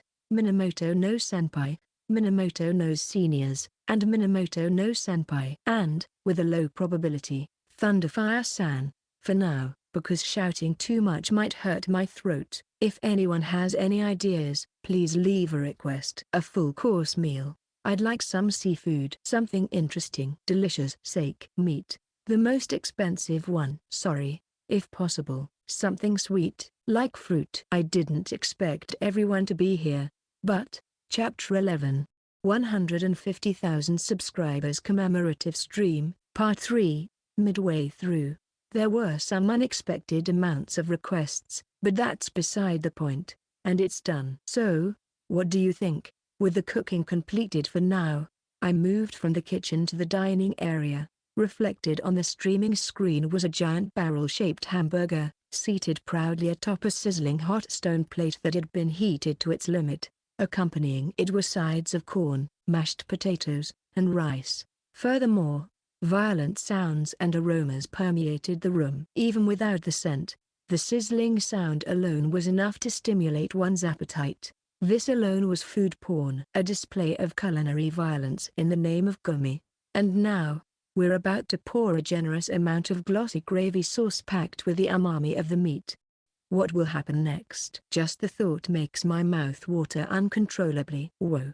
Looks delicious. This is food porn. Restricted content. Do you think it's okay to do this? Indeed, the comments section was bustling, particularly with the fervor of overseas viewers. Those folks really love their meat dishes. And now, here's the main event. We're going to slice this massive chunk of meat in half and grill it thoroughly on the piping hot plate. This is the highlight of today's show. Now, everyone, take a look. See what this meat, with the strength to repel even iron, has become. Words ceased. It's not something as a streamer to be commended for, but I couldn't speak properly due to astonishment. The knife effortlessly pierced through the meat, and then, the overflowing juices. Wait, whoa. It was like a fountain, the moisture trapped inside their robust meat. They were liberated by being sliced, kneaded, and heated. What I used was Chateaubriand prime red meat with finely marbled fat. Its freshness was unparalleled. Despite its steel-like strength, it felt moist and clung to the hands. That's why the overflowing juices were immense. Along with the flavor that resided within the meat, they spilled out like a flood. The sheer intensity of the meat juices that sizzle, evaporate, but still remain, along with the sauce, is astounding. It's a culinary violence to a degree where even the splattering of the meat juices boiling doesn't bother me. Impressive. Looks delicious. Whoa. Wow. Even the comment section is in this state, though the flow is accelerating. Most of it lacks vocabulary. Even though the scent doesn't reach them, just the sight and sound are enough to captivate their thoughts with this spectacle of gourmet. As a streamer, my thoughts and composure vanished in an instant. This is no good. Seriously, this is no good. Even describing it as tantalizing the appetite feels inadequate. This is pure hunger. Just watching it makes my stomach ache with hunger. I'll add the sauce now. I'm going to eat. Decision made. I couldn't even see the comments section anymore. That's how overpowering this hamburger was. There's no way I can resist. Whether it's undercooked or not doesn't matter. If I, with a body trained to the level of a superhuman, were to ingest poison, I'd probably endure it. So, I grab the gravy sauce I prepared and pour it all over the meat in one go. There's no time to savor the taste of the ingredients or anything fancy like that. Right now, all I want to do is make this meat in front of me the best it can be and take a big bite. Sizzle. Ha ha. Ha ha ha. A strange laughter escapes me. What is this?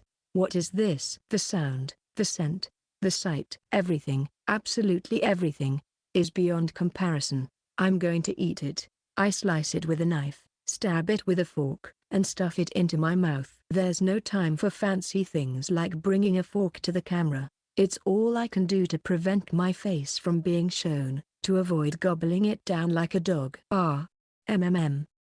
So good. But I can't articulate it. I can't put it into words. The richness of the meat's flavor hits me like a punch to the head, making it hard to organize my thoughts. No, that's not it. I can think of comments like, the initial firmness was soft as can be, or it melts on the tongue, or the meat juices are overflowing from my mouth, or because of its robust meat texture, it's both tender and has the weightiness of a steak. If I wanted to, I could write a food review. That's the level of potential it has. Phew. Delicious, but it's tasteless. In front of this dish, there's no need for poor comments. If I'm going to move my mouth for anything, it's better to keep stuffing the meat into it.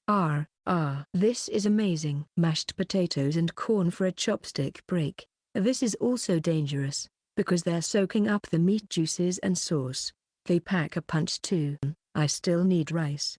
And when it comes to being Japanese, it's rice. Plain, white rice. The greatness of devouring a ridiculously delicious hamburger along with a spoonful of rice. This is just phew. Before I knew it, everything was gone.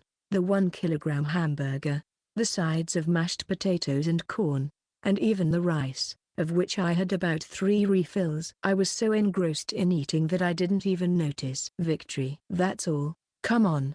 Give us your thoughts. You just ate without even giving a food review. But I get it. Words are unnecessary for something like that. Couldn't think of any comment except looks delicious. What a food porn. We were all just mesmerized. Just kept eating without any small talk. If it was boring, the viewer count would have decreased. But instead, it's increased. That's proof that it was quite a stream. Getting hungry now. Once I took a breather, I noticed that the comments section was in a similar state. Actually, the number of listeners has increased again. If put into words, it was just a stream of me devouring food. Even so, there are no dislikes at the moment. So it must have been enjoyable content. Or rather, overseas viewers are praising it, perhaps because they didn't understand the words. They enjoyed content where I was just engrossed in eating. To all the listeners, I apologize for abandoning the stream, but I hope you understand that this is how my cooking streams are. I often can't keep up with the comments. LOL. Bold move lol. Apologizing and being bold at the same time lol. Well, yeah, can't be helped. It's fine. Let the host do as he pleases. Good. It seems they've accepted the apology. Considering the current situation with aunties, I felt a bit nervous saying this. But it seems my worries were unfounded. For now, no negative comments. It's possible that the moderators are doing a good job, but for now, they're not noticeable. In that case, Let's just settle for the listeners being understanding. Well, thanks for the warm comments. So, I'll continue doing as I like. So, that's it for today's commemorative stream. Let me end with words of gratitude. LOL. Is this really the end? Oh right. It was a commemorative stream. You said do as you like, but even though it's a commemorative stream, he basically skipped the talk. Too dignified. It's hilarious. I want to learn from this mental strength. Too strong in many ways. Well, it can't be helped. I felt like we've reached a good stopping point. It would be pointless to ramble on by myself, so it's better to wrap it up quickly. Choosing what to keep and what to discard is crucial. It's about discerning the flow and avoiding boredom, which is the key to long-term acceptance, I think, as an amateur. So, let's get to the closing words. Thank you, everyone, for joining my 150,000 subscribers commemorative stream. I'm truly delighted to have had the opportunity to reach not only the listeners who have been watching since the beginning but also to reach a large number of people with the help of many stakeholders. Congratulations. I didn't do much, though. Don't worry about it. Food is our thanks. Until the day before yesterday, the growth was stagnant. It's both happy and sad that my favorite has suddenly become so popular. I'm new here, but I'll support you from now on. We didn't do much. So, this result is all thanks to your skills. Well, thank you for the warm comments. Now, finally, let me talk about the outlook for the future. Although the increase in subscribers has been significant, I personally believe it's more of a temporary boost and hasn't led to acquiring a solid fan base. For now, we're riding the wave from yesterday. If we slack off now, we'll create a group of subscribers who have registered but don't watch the streams. We'd like to avoid that if possible. Also, regarding recognition, the push from various elements in the dungeon is strong, and the recognition is probably higher overseas than domestically. So, in the future, I'd like to aim for acquiring a solid fan base and increasing domestic recognition, so I hope everyone will continue to support me. And with a bow, the main goal remains the same. An offline collaboration with my favorite.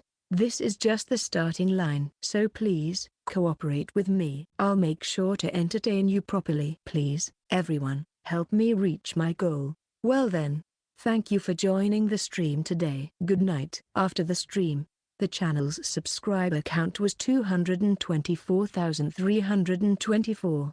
It seems it has also been shared overseas again. In particular, there's talk that the clippings from Flash/Co surpassed 1 million views at lightning speed. Why though? Chapter 12, Dissatisfaction with the Cohort. I, Akari Hinami, am a VTuber working for a certain company. My VTuber name is Hanabi Reika, and I belong to the agency called Dengulus. I've always loved VTubers, so I auditioned on a whim, and I somehow made it. Both of my parents were strong in performance and computers, which helped me, a novice streamer, to somehow pass the audition. However, my recognition as a VTuber is still low. I'm still new to the scene, and my agency is also relatively new and small in the industry. Especially when it comes to the agency, there are some tough circumstances. We used to have momentum, being called an up-and-coming agency, but we lost it all at once due to a certain incident. As a result, the agency couldn't expand. Still, personally, I think I'm doing my best. In just over a month since my debut, my channel's subscribers are about to reach almost 33,000.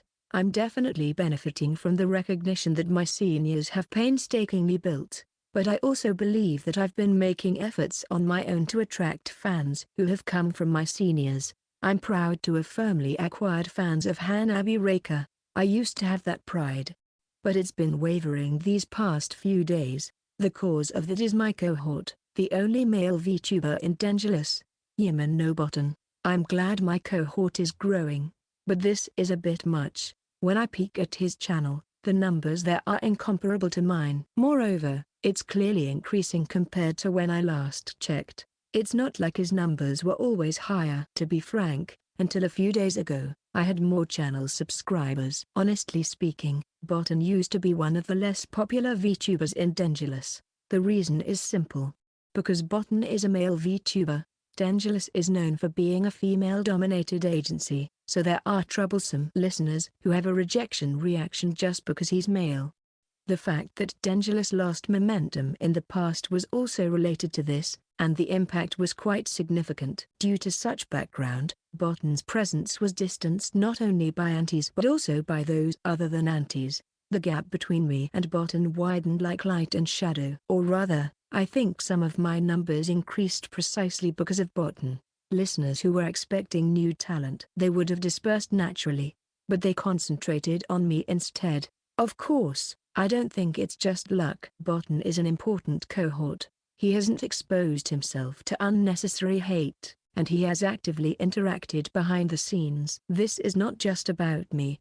The seniors have done the same. Or rather, the seniors were more actively involved, probably to avoid repeating the past incident. Well, anyway, with such circumstances, both I and the seniors were concerned about Botton. Because it's just not fair. It's not fair for someone who hasn't caused any problems, and who doesn't have a bad personality, to be disliked for unjust reasons. Sure, being a VTuber is a popularity business, and whether you rise or fall is your responsibility, but in Botton's case, his starting line was already off. It's not right to unilaterally apply debuffs and then dismiss it as self-responsibility. At the very least, as fellow members of the same agency, as the only cohorts, I couldn't accept it. I was emotionally supportive to the point where if it were to come out, it would be a level of uproar. Yet, in just a few days, the tables have been completely turned, so I'm all over the place emotionally. Of course, as a premise, I'm happy that my cohort is growing, and there's no sense of rating that bigger numbers are better, right? But this is different. I was worried about a cohort who was in an unfortunate position, but in reality, he's a bundle of potential that can even repel debuffs. It feels like I've been pushed off the ladder. Sure, there were some changes, but this is way beyond unexpected. I don't care about the slander from antis, and he's constantly streaming at a professional level, and yet he didn't show any financial worries at all. But when you open the lid, it makes sense. He's a super winner in real life. Of course, he wouldn't feel anxious. I still don't fully understand that he was completely unscathed by the anti-slander because it wasn't physically harmful. Sigh. Why didn't you tell me? Well, I commented on various things, but in the end, it comes down to this feeling. People were worried. So if there were reassuring elements, they should have been mentioned earlier. Well, I get it, you know. Even if we're cohorts, we're not in a relationship where we talk about private matters, right? It's the same in a normal company, so even VTubers who operate virtually wouldn't have those conversations unless they were very close, right? But still, couldn't you have hinted at it a bit? Looking back on it now, there were some moments where I thought, huh? But I wish you had made it a bit clearer. I was genuinely worried, because there have been terrible precedents, and because I had a vague understanding of the agency's situation. I wonder what this unsatisfactory feeling is all about. The situation has improved. Botton's channel subscribers have surpassed the 200,000 mark, and as a result, the negative image that the agency had been carrying is starting to dissipate. What Botton did was simple. It was a super play streaming in his genre by a genuine genius. In a sense, it was straightforward yet only reachable by a limited number of people, a blue ocean.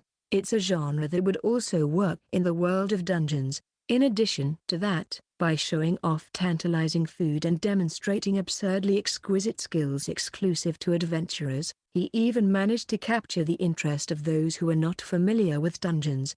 Perhaps now, this momentum won't stop. The topicality is just too outstanding. Botton will keep growing like this.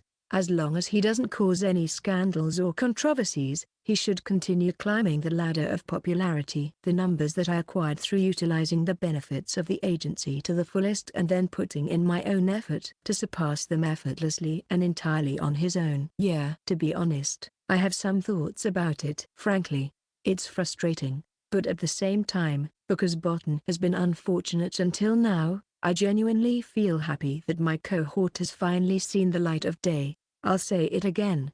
But big numbers don't equate to being superior. I dislike that kind of thinking because it's the source of envy.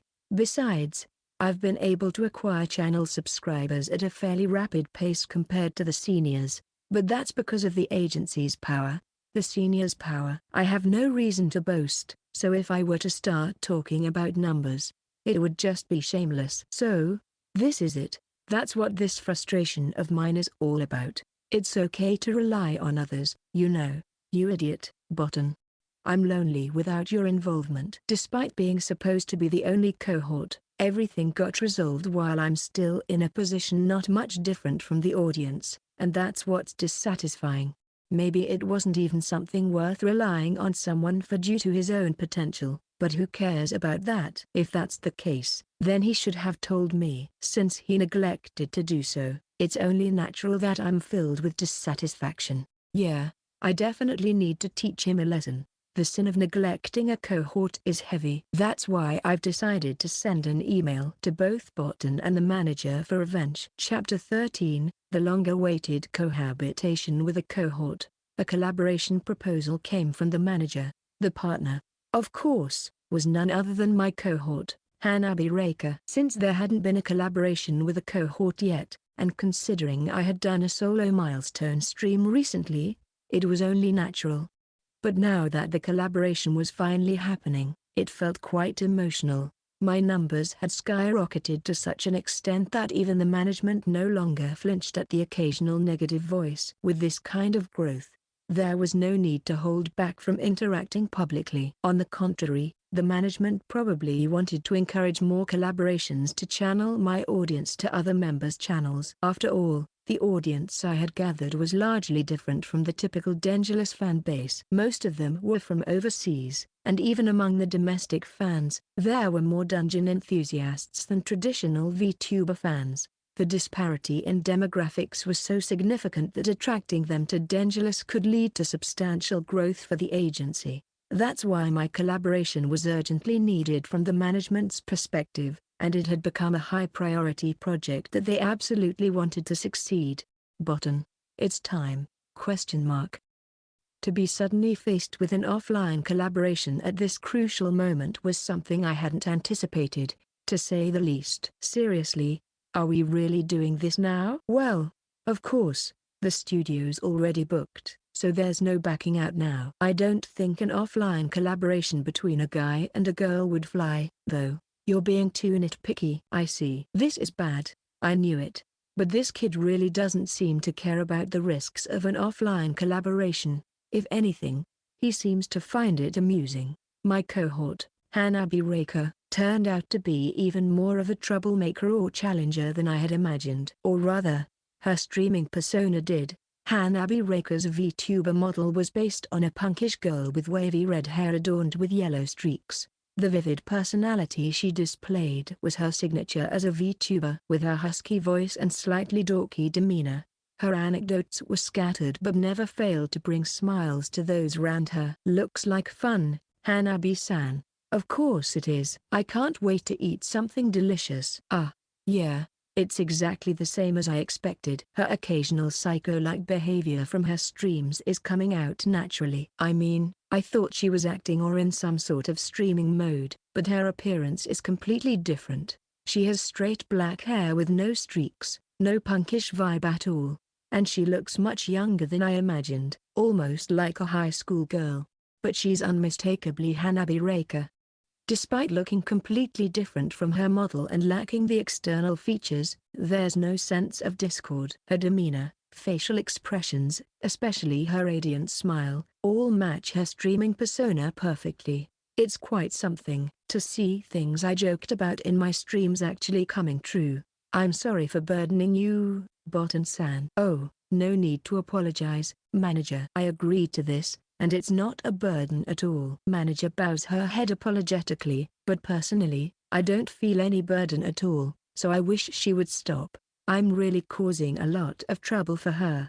Not only did I make a big mistake at the start, but she also did a lot of groundwork for the recovery stream. She's already busy managing multiple managers, including Hanabi-san, who is quite busy herself, being a university student. So, I really feel sorry for her. And as I mentioned earlier, I agreed to the offline collaboration, and Hanabi-san proposed it. So, manager is not at fault at all. In reality, my popularity is due to my dungeon-related content. So, trying to satisfy the audience with casual chat collaborations might not work. Rather, it might just add fuel to the fire, considering the presence of arsonists like aunties. So, instead of chatting with Hanabi-san over the speaker, it would be more interesting to show off a food terror stream tailored to the audience's needs, taking into account the risk of meeting offline.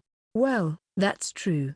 Hanabi Reiko exploded in popularity due to dungeon ingredient food terror and dungeon trivia streams. In other words, what the audience is looking for isn't casual banter, but rather witty laughs, conversation. In that case, a casual chat collaboration would be a bad move. While having Hanabi-san might improve the quality of the conversation, considering the presence of aunties and the risk of setting them off, it would be more interesting to showcase a food terror stream tailored to the audience's needs, taking into account the risk of meeting offline.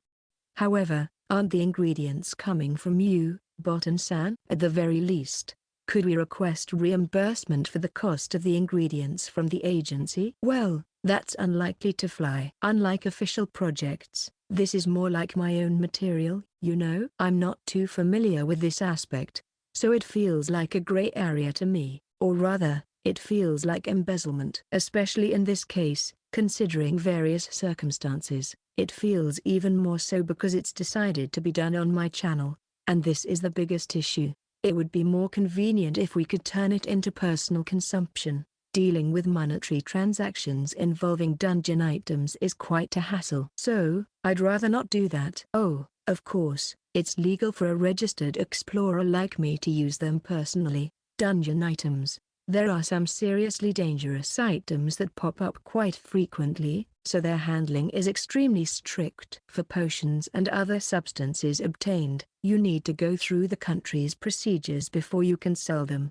And even for other material type items, when conducting transactions outside the country's purview, you need to submit various documents to the Explorers Association. So, when it comes to ingredients, it's much easier to just treat it as a favor and serve it as a treat. Plus, there's the issue of cost. I can't really say this out loud, but, probably, even if I apply for reimbursement, Dangerous won't be able to pay it. Maybe they've forgotten because I use them so freely, but the ingredients I use in my streams easily reach 6 or 7 figures in terms of cost. Of course, sometimes even more. So, regardless of the size of the agency or anything else, even if I apply, there's absolutely no way they'd approve it. Well, please don't worry about it. I participated in this stream for my own reasons. From manager's perspective, this might be hard to believe, but my ultimate goal is to treat my favorite Lehman with dungeon-themed dishes. So, this isn't a burden for me at all.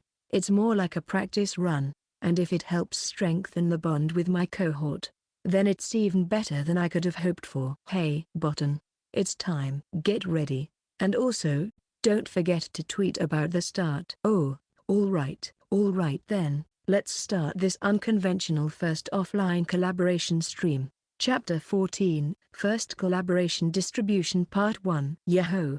It's Hanabi Reiko, the 4th generation member of Dangerous. Today's the long-awaited collaboration stream. So, let's get pumped up with Botan. Isn't your energy level a bit too high? Hello everyone, I'm Botan Yamano, the super hunter from Dangerous. Sorry for the delay in many ways. Here we go. Been waiting for this. Finally, the long-awaited collaboration between the cohort members is happening. It's been a while. You can tell they're close just by looking at them. Hanabi's excitement is adorable. Is she calling Botan? The stream begins, and simultaneously, the comments section starts buzzing. Especially today, with Hanabi present, the comments have a slightly different vibe, with remarks about cuteness and such being more prevalent. Man, as the comments say, it really took forever. We've been eagerly waiting for this collaboration with our cohort, and it's finally happening. We used to talk about it behind the scenes, but now we don't have to keep it a secret anymore. And that's awesome. Do we really need to talk about what goes on behind the scenes? Please don't drop anything that could stir up trouble. LOL. She's being so straightforward right from the start. LOL. Seems like they're even closer than I imagined, which is nice. Can't help but feel sorry for Botan if things go wrong.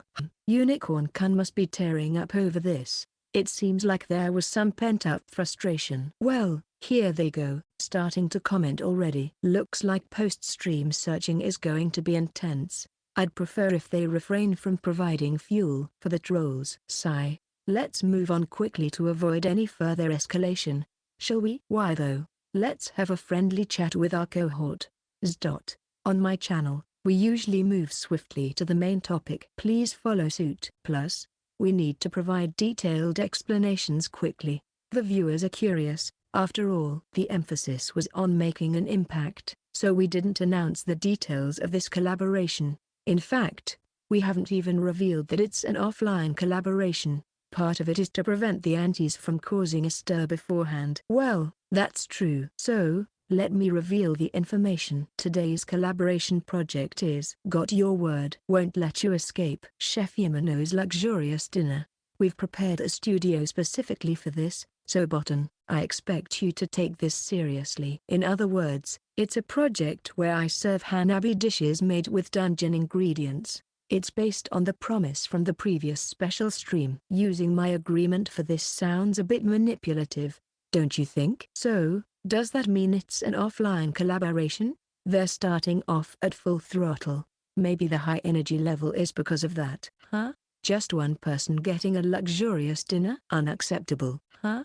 They've been avoiding each other until now, and suddenly they're meeting for the first time in a collaboration. Here comes Minamoto-sama again. Looks like they're here to eradicate Unicorn. It's probably officially approved since it's happening in the studio, but still, it's quite bold. Well, the management is probably fed up with the antis, and they want to quickly eliminate them now that Yamano is popular. Seems like it's borderline acceptable judging by the comments. While there are concerns voiced, overall it seems to be accepted. Still, I'm amazed by how lively it is considering comments are being deleted left and right. With a slight nod to Hanabi, I'll let her proceed without touching upon the more negative comments and such. Now that we've wrapped up the brief explanation of the project, here's a question for Chef Botan. You didn't tell us the surprise for today, but can you tell us what's on the menu? As requested, it'll be seafood themed. Since we're at it, I'll serve something extravagant. Extravagant? Can you be more specific about that? It's market price, you know, but I recall some high-end sushi restaurant once bought dungeon caught fish for around 2 million. So, if I were to put it up for sale, it would easily go for twice that, wouldn't it? What? Wow. Hanabi's speechless. LOL. Twice as much would be 4 million. Is your sense of money malfunctioning? So, she brought ingredients from the lower and deeper levels again. Seriously, she's a monster. I don't really understand what's being said. The comments are speeding up, as usual. Meanwhile, the studio, led by Hanabi, seems frozen stiff. Quite an interesting contrast. Wait, Botan. That's not what I meant to ask.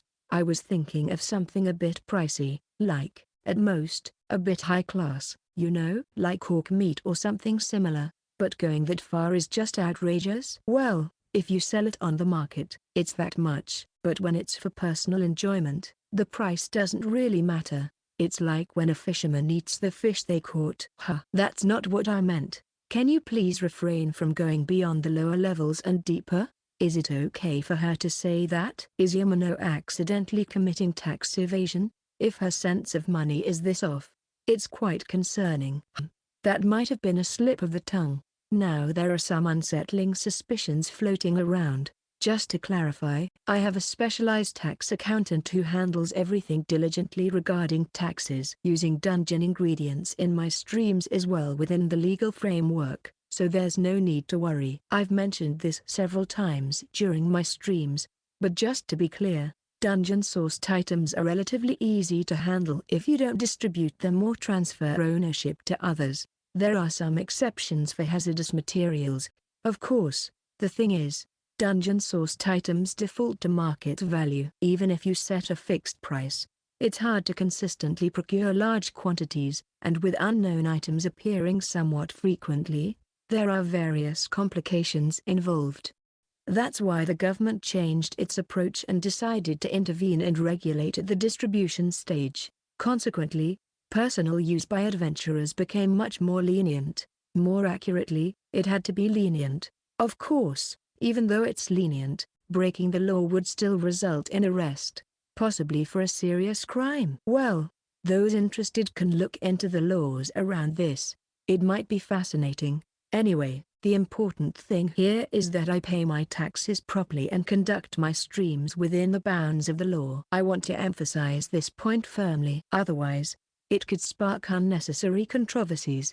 There are still many arsonists out there aiming to set me on fire. Actually, it's a fundamental difference in perception. Even without doing anything like that, I can earn as much money as I want. Just pack some preserved food and water in a backpack with a set of commercially available adventurer gear, take a stroll in the dungeon for 2 or 3 days, and if you get the items back, you can earn 10 times the average salary of a salaryman. At this point, there's absolutely no benefit in committing crimes or tax evasion. Wow, that sounds casually impressive. Do adventurers really earn that much? Assuming the conditions of being able to explore without any assistance and solo in the lower levels, yes. Anyone who meets these conditions should be able to earn this much easily. But by the time you reach that level, most people have said goodbye to both dungeons and life itself. So I absolutely do not recommend it. Huh. Are you seriously saying you can earn 8 figures from one exploration? Adventurers can earn that much? Trembling voice. From their previous streams, it seems like it's not a lie. Stop talking about exceptional things as if they're common sense. Don't be fooled, regular listeners. The lower levels of the dungeon are like a hellish realm where special forces of the self-defense forces go fully equipped. It's a realm that only a handful of geniuses can reach, and others simply can't make it to the lower levels. It's a pointless gamble with a 90% chance of losing. And as Yamano said, betting involves your life and your future. It's not much different from suicide. Looks like some listeners from the adventurer community are warning. Well, I suppose from the perspective of those involved in dungeon activities, it's all well-intentioned advice. Well, I understand that button is unbelievably rich, but still, I can't accept something too expensive. That would ruin the plan. Besides, dungeon ingredients are generally expensive. You should have realized that high-priced items were bound to appear. Well, I knew they would be expensive, but I didn't expect it to be this much. I thought it would be around tens of thousands at most. Even then, I felt bad and planned to pay for it quietly behind the scenes. I'm not cutting any corners when it comes to treating others. And while I appreciate the sentiment, I won't accept anything that involves monetary transactions because it's more troublesome for me. Now, sit down quietly, but I don't want to cause a firestorm by taking something super high class. Well, it's a bit late for that. Since it's already an offline collaboration, it's filled with elements that could ignite controversy. So just accept it and move on. Chapter 15, First Collaboration Distribution Part 2. The classmate turned out to be crazier than I expected. I thought they had some common sense. Let's leave that aside. Oh, I'm going to start cooking now, so I'll leave the hosting to you. Just handle it however you want. But seriously, that's not something we can just brush off. Button, are you sure you're alright in the head? LOL. Hanabi is absolutely right. As a matter of principle, anyone who dives solo into the lower levels of a dungeon is insane. For Yamano, a 3-digit million yen item probably doesn't make much of a difference compared to catching fish as a hobby. It's amusing to see Hanabi, who usually throws others around, getting tossed around herself. Lol. There's a barrier that even those with a psychopathic tendency and genuine madness cannot surpass. It can't be helped. There are some harsh comments flowing in. Even though I've started cooking, I can still check the comments on my phone for the stream. Today's collaboration format is different from usual, without the handheld footage, but the process is the same. Well, it's too much trouble to address their criticisms. Even if I did, it wouldn't stop them anyway. Anyway, let's quickly get started with the cooking. First, I'll take out the ingredients from the bag. Stop right there. Button. Where did you get that from just now, huh? What's wrong? It's not just what's wrong. If my eyes aren't deceiving me, did something come out of that small pouch? Isn't that the leftover from the first teaser stream? Yeah, indeed. What I just took out was the half shell of the crayfish we used before. Since seafood was requested, I thought I'd dispose of the leftovers as well. Ah, could it be that you're concerned about the freshness? Don't worry, it's fine. Time is frozen properly, so it's still fresh. That's not it. And could you please stop giving me more material to comment on? Clearly, it doesn't fit in that size bag, right? It's not supposed to be in a bag of that size, right? It's a spatial pouch, you know. It's like an item box, where you can put various things in a subspace. Plus, it comes with a time-stopping function, so it's quite a remarkable item. Is that even a thing? Is it okay for an item box to exist? Wait, so you even had a spatial pouch? That's something the government should be in possession of. Why do you have it? Junior? How much was it again from that news a while back, the one America bought? I think it was around 40 billion yen when converted to Japanese yen. Adventurer-like listeners are screaming in excitement. 40 billion? Thinking about it from a fiction standpoint, it does make sense, but scary, scary, scary, scary. The comments section is in chaos. By the way, the atmosphere in the studio is also freezing at an uncomfortable level. Bottom? There are some really scary comments popping up. Is that casually thrown into your pocket something you shouldn't mention in the stream? Oh, that's fine. Don't worry about it. While handling the crayfish with a knife, I reassure worried viewers in the comments. I can handle myself no matter what happens, and my family and friends seem to have some form of protection around them, so there's really nothing to worry about. Whenever I visit them, I usually sense familiar presence lurking nearby. Well, to begin with, according to some acquaintances in the public security sector and similar fields, there are hardly any organizations left in this day and age that would pick a fight with top-tier adventurers. Because once you've become invincible out of a desire for revenge, the ones who made you like that are completely screwed. Considering cases like the Dungeon General in the Middle East, it's understandable. With no chance of winning through force, and yet engaging in daily battles with monsters, the fear of being attacked right after making up one's mind is easily imaginable. This is the epitome of deterrence. In fact, those accustomed to violence, like lawless individuals, tend to find such scenarios easy to imagine. Well, leaving that aside for now. Here you go. Sashimi and grilled appetizers. You can season the sashimi with these condiments to your liking. As for the grilled ones, use this gas stove. Since seafood was requested, it means shellfish are also on the menu, right? Oh, yeah, that's fine. No, wait.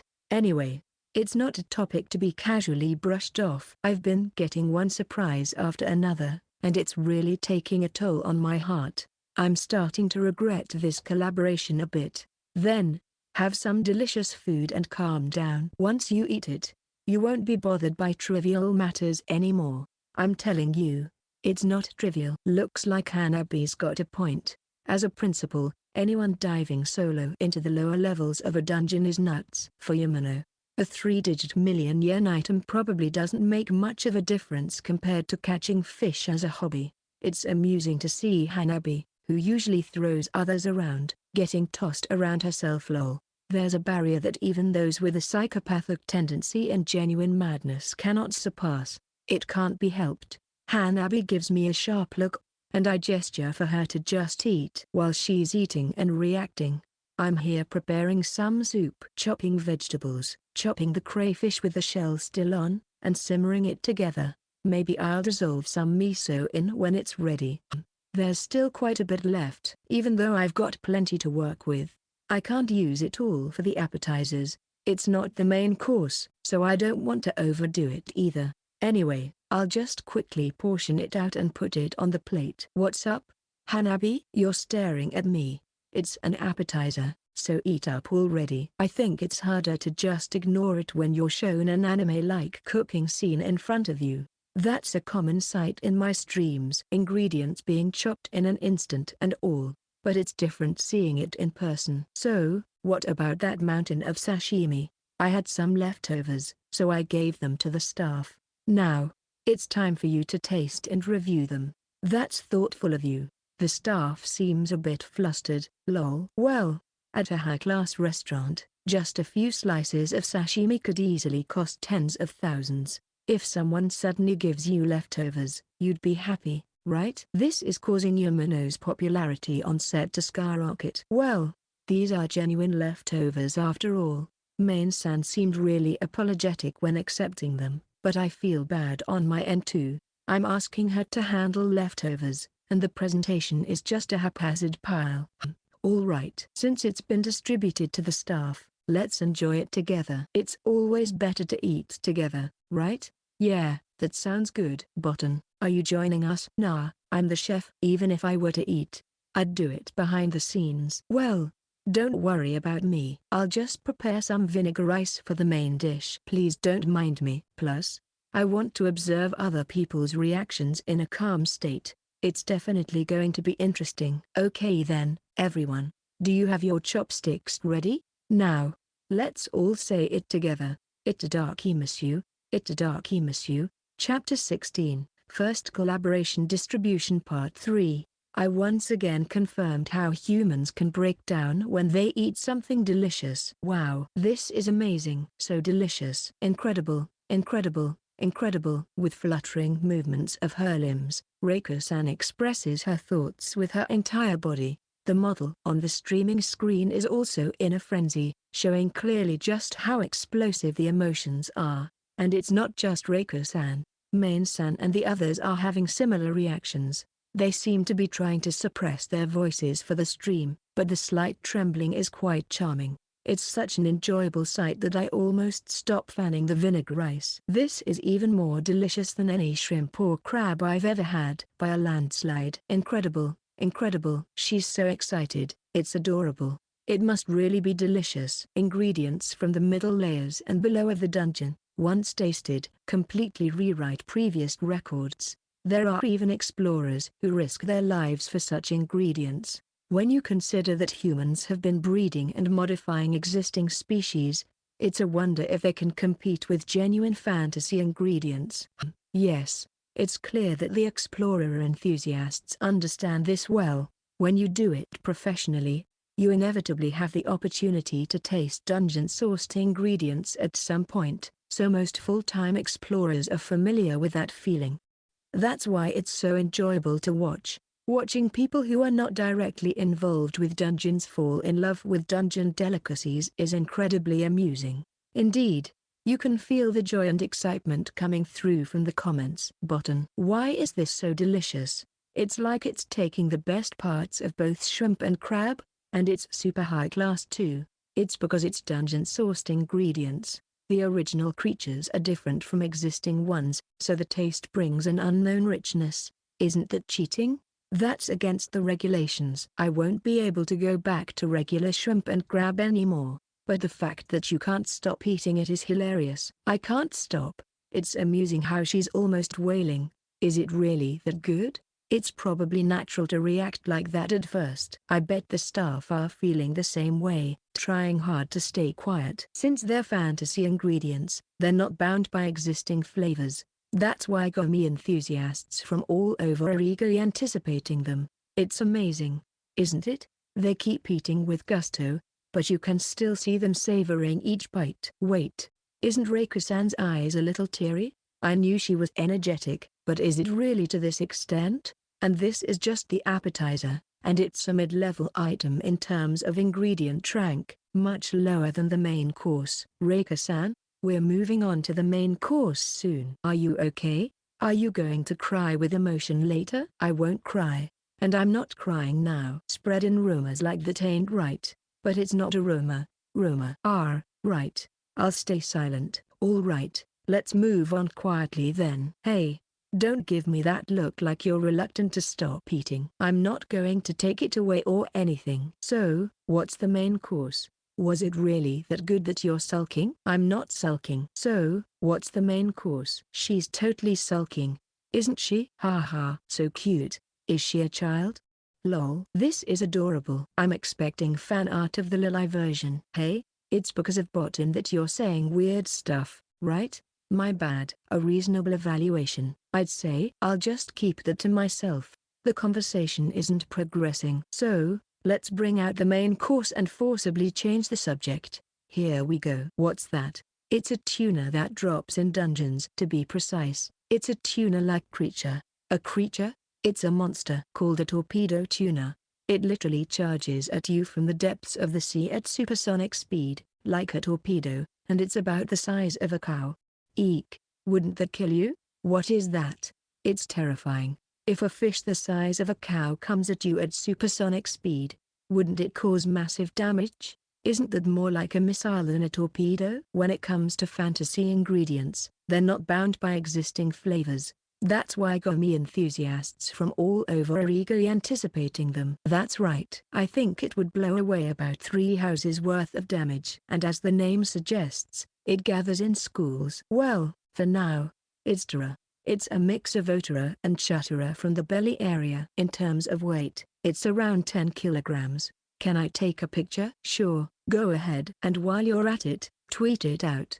Okay. Since we can't share the video due to the collaboration, taking photos and spreading them on Twitter would be greatly appreciated.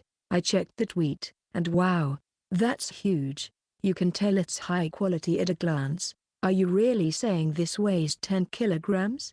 How many servings is this? Wow, this is incredible. You rarely see such fresh red meat. And the gradient up to Otara is too vivid. This is easily worth at least 4 million. No, even twice that wouldn't be unreasonable. I looked it up, but the highest grade bluefin tuna goes for around 70,000 yen per kilogram. There have been cases where it goes for billions at auctions. When it comes to dungeon-sourced tuna, the price must be insane, right? Ah, I see. Bluefin tuna goes for that much, so it might be even more valuable. It's only the belly meat, not the whole body, and it's around 10 kilograms. I feel like it could easily fetch 8 digits at an auction. Without the festival price, it's about 30 million yen. Wait, did I just hear something terrifying? Did you mutter something scary? All right, calm down. Let's not talk about the price. Here, have some vinegar rice and seaweed and some crayfish miso soup, but we need to talk about it. So, vinegar rice means, it's sushi, right? Is it sushi? You're close. It's more like hand-rolled sushi for home. I can't exactly make nigiri sushi. Handling things like this is fine, thanks to combat in the dungeon, but when it comes to making sushi, it's a different story. Artisan techniques that don't involve using blades or similar tools are impossible without training, but sushi is considered the king of seafood dishes, so I settled for hand-rolled sushi. I think it's fun to put rice and toppings on seaweed yourself, so please forgive me for that. So, are we using all of this as toppings? Just the tuna? Yeah, there are packs of sushi with only tuna available in supermarkets, so it's an extension of that. I'll keep cutting, so feel free to eat as much as you want. Of course, the staff can too. I wonder if it's better not to think about the details and just enjoy it. I can assure you, you'll stop worrying about the details anyway. This is far tastier than the mid-level crayfish. I don't like the sound of that assurance. Alright, then, let's start cutting.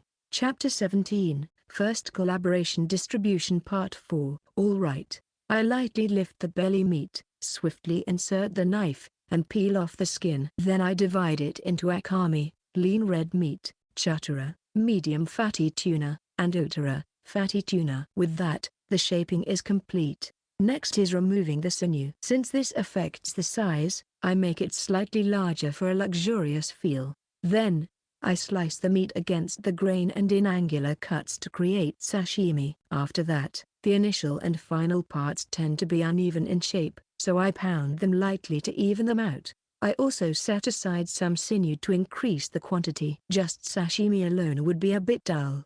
Then, I mix the pounded meat with miso and wasabi, and pound it again. Then I knead it. Once it becomes sticky, it's done.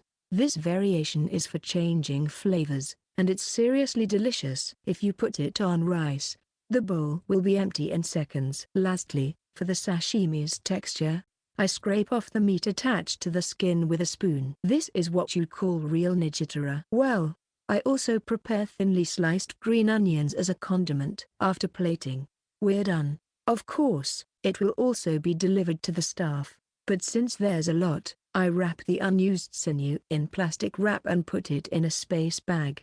Having a time-stop function really comes in handy at times like this. Alright. So, here we have a luxurious tuna feast. It's a hand-rolled sushi set. No, it's not. I've just found more points to nitpick at this very moment. What's that supposed to mean? While I was dumbfounded, the dish was completed. I'm going to take a photo, so the listeners can see this too. And I'm also preparing an extra batch for the staff. I saw it, and it's hilariously huge. Really? Hasn't it been too short since the cooking started? Huh? Isn't this supposed to be the classic cooking show moment where they reveal the finished product? Still sticking to the fantasy cooking theme, I see. By the way, the cooking time is about 3 minutes.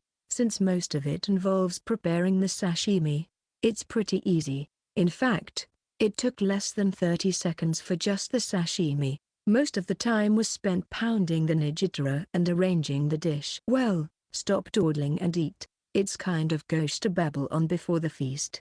It's frustrating that I can't argue back. While sporting a sulky expression, I couldn't help but smile at Thunderfire's restraint. It's kind of like a performance, but I wonder how long she can keep up that attitude. I'm really looking forward to it. Don't smirk at me. Honestly. Alright. Here, we have Otara, Chatara, and Akami from left to right. And this one is Nijitara, and that one is a pseudo-Nijitara. Okay, I'll start with the Otara. I take a sheet of seaweed, place the Otara on top, add a small amount of vinegar ice, then dip it in soy sauce and take a bite. How does it taste? Hey, Thunderfire? Oh dear. I expected this, but it seems like it's not to your liking. Silence. No reaction. Haha. The model isn't even flinching. Lol. Say something. Lol. It's so delicious that she can't even speak. Expected. If someone who's not used to dungeon-sourced ingredients suddenly eats something from the deep layers, this is bound to happen. Thunderfire remains silent, simply moving her mouth as she continues to savor the Otara. Indeed, when humans eat something delicious, they break. More accurately, they freeze in response to the overwhelming sensation transmitted from their taste buds. Then they become like machines, silently consuming. Thunderfire, you've only eaten one piece so far. You don't need to savor it like that. Now, go ahead and eat. Okay. Eek. Wait. I just got a really creepy vibe. Don't fall for it, Hanabi. Go back. This is like making a choice where you can't turn back. It's demonic. Wait, Mountain Lord. Are you perhaps an S? What's with that eerie line just now? I'm feeling a bit of an M vibe from myself. Clearly, he's the villain who manipulates and controls the protagonist's side. Thank you very much. We can expect some interesting voices in the future. Mountain Lord is trying to be polite in his streams, but his actions and words hint at something shady. He can't hide his true intentions. Hanabi's hardcore shipping fans are probably raging right now. Should I light the torches just in case? There seems to be quite a disrespectful misunderstanding in the comments. I just made a little joke, like saying, let's eat soon. And that's it. Hey, listeners, can you refrain from calling people S? I'm not like that. I'm just doing the stream with my collaboration partner and doing some casual performances. Really? Is that true? Doubtful. The vibe felt genuine. Well, true sadists are usually unaware. He sounded genuinely amused, so I don't think he can deny it. If you think so, then that's how it is in your world. Huh? I think there's a genuine demand for it, so at least release some voice clips. Mountain Lord is trying to speak politely during his streams, but his behavior and speech reveal a mischievous aura. He can't completely hide his true self. Hanabi's hardcore shipping fans will be furious, I think. Shall I light the torches just in case? I wonder what they're going to say next. It seems like they think I'm really an S. And please don't just randomly ignite sparks. Please stop. It was just now in the comments that I remembered the existence of unicorns. I wonder if it'll actually catch fire. But, isn't it inevitable? I mean, Thunderfire has been silently eating since that one comment earlier, right? Making hand-rolled sushi and turning into a mere doll for eating. It's understandable to feel compelled to push her a bit. It's like flipping a robot's switch. Watch your words. You're definitely an S. Just having that thought makes you a genuine one. It's like pushing someone who's on the edge of a cliff. Pass the torch. What a jerk. Lol. Pass the gasoline. So, I'm not trying to set anything on fire. Obviously, it's just a joke. And you know, we kinda have to make a joke out of it. It's really chaotic in the studio right now. Not just Thunderfire, but even the staff are silently devouring the tuna. It's like when they're eating crab, you can probably imagine. Yeah. It's completely silent now. Earlier, there was some buzzing going on. Hanabi was leading the Let's Eat chant earlier, so it wouldn't be weird if there were some cheers. Remember when we had the appetizers? It was like that. Crab, huh? They silently eat it.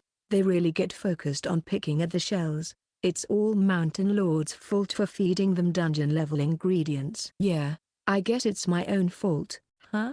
I was really looking forward to Thunderfire's reaction and all, but since I'm the streamer, I guess I have to avoid any broadcasting accidents. Well, it's understandable that Thunderfire and the others are like this. The bomb tuna is just so delicious that it's no joke. Let me briefly explain as someone who tasted it beforehand.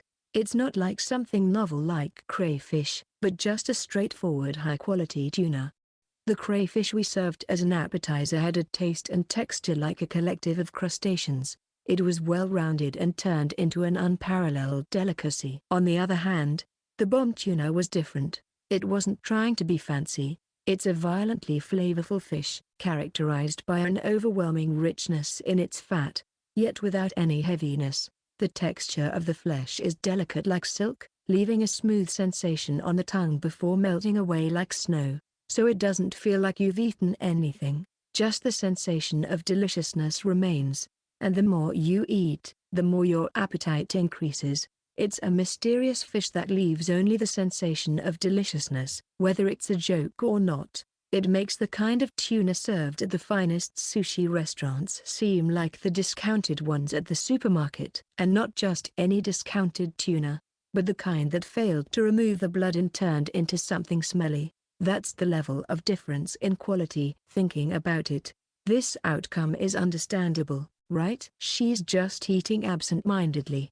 That analogy is all over the place. He's giving off a sigh. Here we go again vibe, but he's the root of all evil. I know about tuna, but I can't even imagine. Looks so delicious. I really want to try it. I envy the staff. But, don't they ever give each other dirty looks? If I were a staff member, I'd probably seriously express my jealousy. That's right. Comments. Don't make pesky observations. Anyway, I'll inform them that the dinner type of collaboration will become a regular program. The management side will handle the adjustments. Depending on the ingredients, there might be no need for extras. You can just blame it on bad luck, right? Well, aside from that, what should we do with the stream? It's kinda rude to interrupt her while she's eating so earnestly. Until Thunderfire comes back to consciousness, I think we should kill time with some casual chat. By the way, we unofficially dubbed our collab tag behind the scenes as Gunner Squad, given my hunter setting and Thunderfire's name being Hanabi. Hunters use guns, and fireworks involve gunpowder. So, it's gun-related and plural. You just casually dropped that bomb. I'm fine with the streaming tag. I think it's not bad. It's a somewhat dangerous stage name, but both of them have a bit of danger in them, so I think it's good. Give me more, give me more. Give me more of that. This collab stream with one person chatting feels like a what kind of frame is this? Haha. Chapter 18, Future Plans. Despite some minor troubles, the collaboration with Reiko-san ended smoothly. Thus, I was able to collaborate with other seniors with confidence, but management scolded me to ease up a bit, so collaborations involving cooking are temporarily banned. I'm Yamanobotan, the super hunter from Dengulus. LOL. LOL from the start. Got scolded, huh? Well, can't blame them. Even though it's a collaboration, about half of it turned into a solo chat session. Sadly, our strongest weapon has been sealed. It seems tuna was too expensive. Legally there was no issue, but the psychological burden on the collaborating side was too much. In reality, after the stream, Reiko-san kept apologizing incessantly. It was like, "I'm really sorry for missing the stream," and just eating silently. "Thank you for preparing expensive food, it was delicious." I was surprised by how serious she was, honestly. Well, anyway, it seems the image of luxury goods prevails, causing considerable burden to the other party. Unless it's put on the market, it's practically worthless, just a thing stored in a vacuum bag until I feel like using it. But I guess that's just a difference in perception. I thought they'd be happy about it. They don't need to be so apologetic. I have permission to talk about it. But not just Reiko-san, even the seniors bombarded me with chat comments. When I said I'd prepare something suitable for the request, there was a big chorus of "Please stop." LOL, seriously. It's kind of expected, though. A gift worth 4 digits is heavy, beyond heavy. It's weird if they're not puzzled. By the way, the one who was most serious and earnest in refusing was Senior Minamoto. She disappeared from the comments section during the stream, apparently because she was intimidated by the price of the items being provided and was thinking about writing an apology. She may come across as a rough and domineering character during streams, but she's really very reliable behind the scenes. Friendly, but the type to put her foot down when needed. With Senior Minamoto at the forefront, if they're so strongly hesitant, it feels wrong to push them. It's like pushing goodwill onto them. Well, there's no helping it if they say no, right? For now, until everyone gets used to my sense, I'll stop serving food. Even if we collaborate, it'll just be a normal call. Anyway, Reiko-san was just an exception, and offline collaborations aren't something we do often. That's true. It shouldn't be that big of a deal. But it's still like that. Haven't given up, have you? It's become quite troublesome recently, hasn't it? Ever since Libra became successful with the idol sales of female streamers, things have really changed. Even if they're not selling the idol image, troublesome people still emerge. There are many new listeners entering from overseas, among others, into our channel, but there are still many who are familiar with the VTuber scene. When it comes to topics like controversies and such, although there may be some thoughts, the majority of comments are understanding. Especially the comments from fans of Dangerous, led by long-standing listeners here, are weighty. It's like bitter emotions are conveyed through just the words alone. So, with that long preface out of the way, today, as announced, it's been a while since we had a casual chat. Since our biggest weapon has been regulated, I'd like to discuss what other cards we can use. It's been a while since we had a casual chat. I like the relaxed atmosphere from before, so I'm quietly happy about it. But still, when it's a casual chat, there are slightly fewer people than usual, right? Especially noticeable with the comments from overseas listeners. Because the thumbnail has "Don't Cooking" written big, we won't see any foreign language comments today. Cooking that transcends language barriers is indeed powerful. Yeah, that's right. Since I became a VTuber who exploded in popularity with cooking, the demand naturally leans in that direction. So, if I deviate from that, the audience retention rate drops drastically, especially with overseas listeners who mostly don't speak the language. It's even more evident. That's why I went out of my way to do an offline collaboration with Reiko-san, because cooking was still the best way to steer my listeners toward her. But, in the end, management put a stop to it. Dangerous must have agonized over it, but ultimately, they must have decided that being too hasty wasn't good. The pathway with me was already established. There was no need to force it. First of all, as a basic premise, this issue isn't some kind of tense situation. Even management's reaction was somewhat dry, and to be honest, I'm a bit grateful too. I was thinking of reducing the frequency of cooking streams a bit. It was getting quite difficult. Oh, difficult, huh? Kind of unexpected. Well, considering the difficulty of sourcing ingredients. Most of what I've been using seems like it would be difficult to source. So, yeah, there's definitely a burden. Yeah. The atmosphere in the comments section seems to be somewhat understanding, but it's subtly different.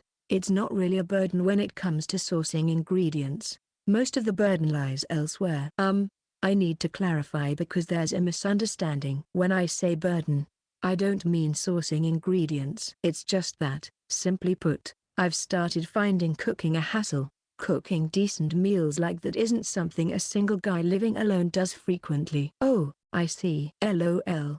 It's kind of uncharacteristic for a cooking streamer to say cooking is a hassle, but I kinda get it. Homemade cooking can be a hassle. There's a difference between being able to cook and continuing to cook. So there are people who empathize, right? That's exactly it. Cooking is actually quite a hassle. Except for when it's a hobby. I prefer to get by with it as casually as possible, as long as the taste is decent enough. Personally, that's how I've been living day to day. While I can cook, I don't particularly enjoy it as a hobby. So it's mostly cup noodles and bachelor meals for me, and sometimes I even order delivery quite frequently. For someone like that, is it possible to frequently make decent, presentable meals that are suitable for streaming?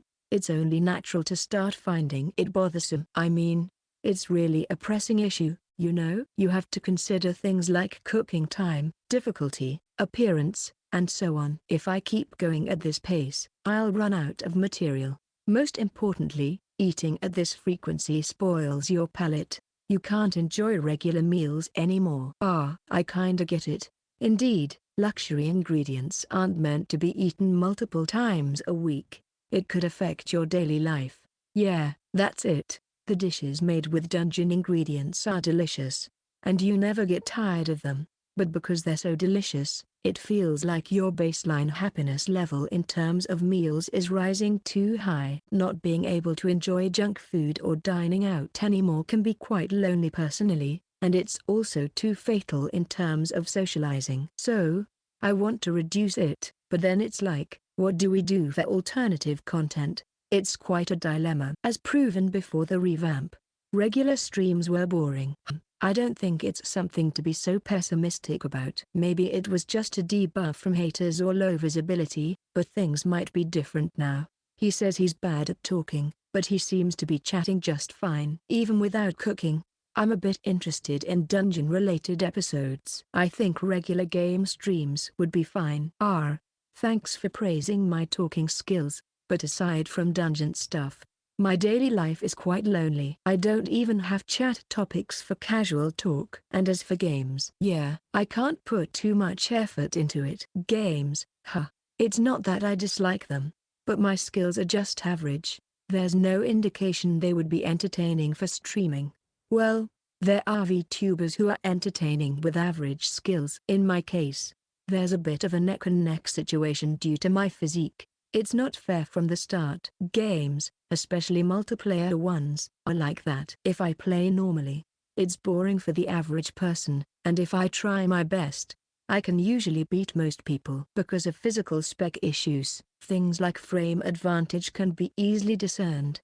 So that's the problem as an explorer. So, it's difficult to dip into games outside of a certain genre. Is this the thing that became a problem in the early days of dungeon emergence, in the sports and esports world? That's no good. It'll just cause trouble. When you reach the level of a mountain master, your reaction speed is different from that of ordinary people. Even pros can't keep up. That's it, right? The ground for explorers and ordinary people is different from the start. What happens when an explorer with fundamentally raised specs participates in a game designed for ordinary people? To make it clear, using myself as an example, I can easily perceive bullets and evade them comfortably. That's how different my dynamic vision and reaction speed are. In fact, in the sports industry, people who are registered as explorers are turned away. It's okay if it's for personal enjoyment, but standing on a proper stage is a no-go.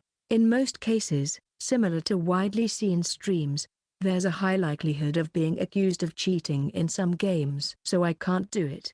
Maybe that's it. When considering entertainment value, maybe I should stick to dungeon-related chats. If I present videos or photos and explain with them, it might be well received by general listeners. That sounds interesting. I'm really curious about the monsters that were the ingredients for the food. Casually saying something amazing. LOL. Could that include deep information too? It's the Explorer's scream. Are you serious? Listeners who seem to be fans of Explorers are getting excited. Oh, this is going to be important too. Surprisingly, the response isn't bad. Huh? I thought it would be a secondary topic for when cooking didn't work out, but it seems like there might be more demand than I thought. Okay, then I'll explore the dungeon again soon. First, I need to buy a camera that can withstand exploration, and preferably one with good image quality. Chapter 19, Discussion Thread on Yamano Button. Super Hunter Dangerous, Discussion Thread about Yamano. 301 Anonymous Viewer. By the way, speaking of which, is Yamano still in the dungeon? 302 Anonymous Viewer. That's the plan. He tweeted about diving for about a week to gather material for future videos. 303 Anonymous Viewer. It's not something he does for streaming content, though. 304 Anonymous Viewer. Yeah, really. I hope he tweets to confirm his safety when he returns. 305 Anonymous Viewer. Exactly. Especially with the unpleasant news this week, it would be too sad if Yamano didn't come back now. 306 Anonymous Viewer. I can't believe Utah fell down the stairs and became unconscious while out. 307 Anonymous Viewer. As a Utah, I still believe that tweet is a rumor. 308 Anonymous Viewer. It's information from the official website. I understand your feelings, but accept it. 309 Anonymous Listener. After successfully completing the spring's major project, to have this happen, it's too sad. 310 Anonymous Listener. I'm worried about Tenten too. They seem to be hanging out together, right? 311 Anonymous Listener. Probably. Official announcements wouldn't be made immediately after the accident, and there should be some lag. So, based on the schedule inferred from Utah and Tenten's streams, and from Utah's last tweet, 312 Anonymous Listener. And Tenten hasn't tweeted at all since the day he went out. So it's almost confirmed. 313 Anonymous Listener. It's just terrible to have such a traumatic experience on what seemed like a fun day. 314 Anonymous Listener. On such a fun day, it's too much to have a close friend fall down the stairs right in front of your eyes and not wake up. 315 Anonymous Listener. Well, it's been quite a few days since the accident, so I want to believe the worst is over. 316 Anonymous Listener. But even that's hopeless. The fact that there's no information from the official side means the situation hasn't improved. It could still be unconsciousness leading to brain death, vegetative state, or even partial paralysis. Even if it's slightly better. 317 Anonymous Listener. Stop it. I'll really cry if it ends like that. 318 Anonymous Listener. Please show us the moments when everyone from Libra was laughing again. Tears. 319 Anonymous Listener. I understand your feelings, but let's calm down. It's getting unbearable. Anything more is off topic. This is a thread about Yamano. 320 Anonymous Listener. I really understand your feelings. It's about the future of the popular V from the largest agency, but off topic is a breach of etiquette. If you're concerned about Utah's condition, go to a dedicated board. 321 Anonymous Listener. Sorry. I was leaning towards a negative mindset. 322 Anonymous Listener. Sorry. We shouldn't bring in gloomy air by talking about unrelated streamers. 323 Anonymous Listener. Just understand.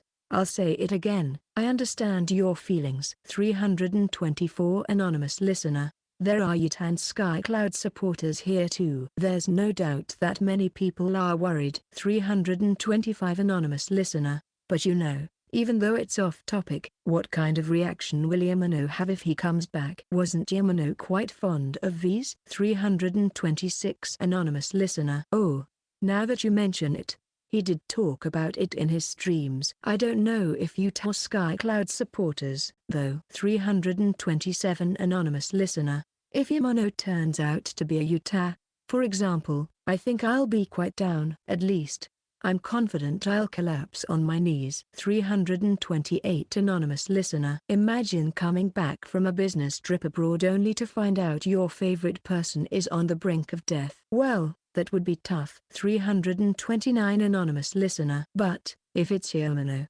wouldn't he do something? He generously provides high-quality ingredients and even donates dungeon-produced potions. 330 Anonymous Listener. Ah, I see what you mean. Yamano's impression is more of a mediator in situations like this. 331 Anonymous Listener.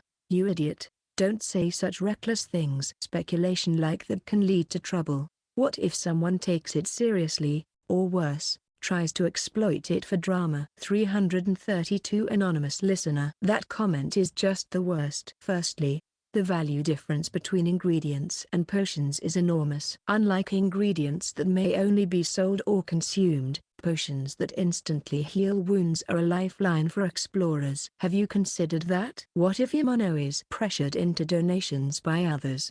Ultimately, it could impact Yamano's own life. 333 Anonymous Listener. Firstly, it's uncertain if Yamano even possesses those potions. Well, even if he does, the value of those assets is in the billions. Regardless of your admiration, donating them to others seems a bit harsh. 334 Anonymous Listener. The rapid-fire responses are hilarious. Well, I agree that we should refrain from making reckless comments on this matter. 335 Anonymous Listener. I don't think Yamano would worry about money in this case. 336 Anonymous Listener. No. In this case, Utah's side should be concerned, right? I recall that donations, crowdfunding, and such are subject to gift tax. If Yamano were to receive donations worth billions of items, could he afford the taxes on them? 337 Anonymous Listener. Ah, so it's a tax issue.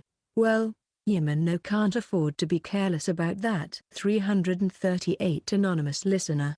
For donations related to medical treatment, depending on how they're made, they could be exempt from taxation, right? 339 Anonymous Listener. Taxes can be complicated. Well, at Utah's level, maybe he could afford them. He has over 1 million subscribers, and if they all contribute through super chats or memberships. Impossible. 340 Anonymous Listener.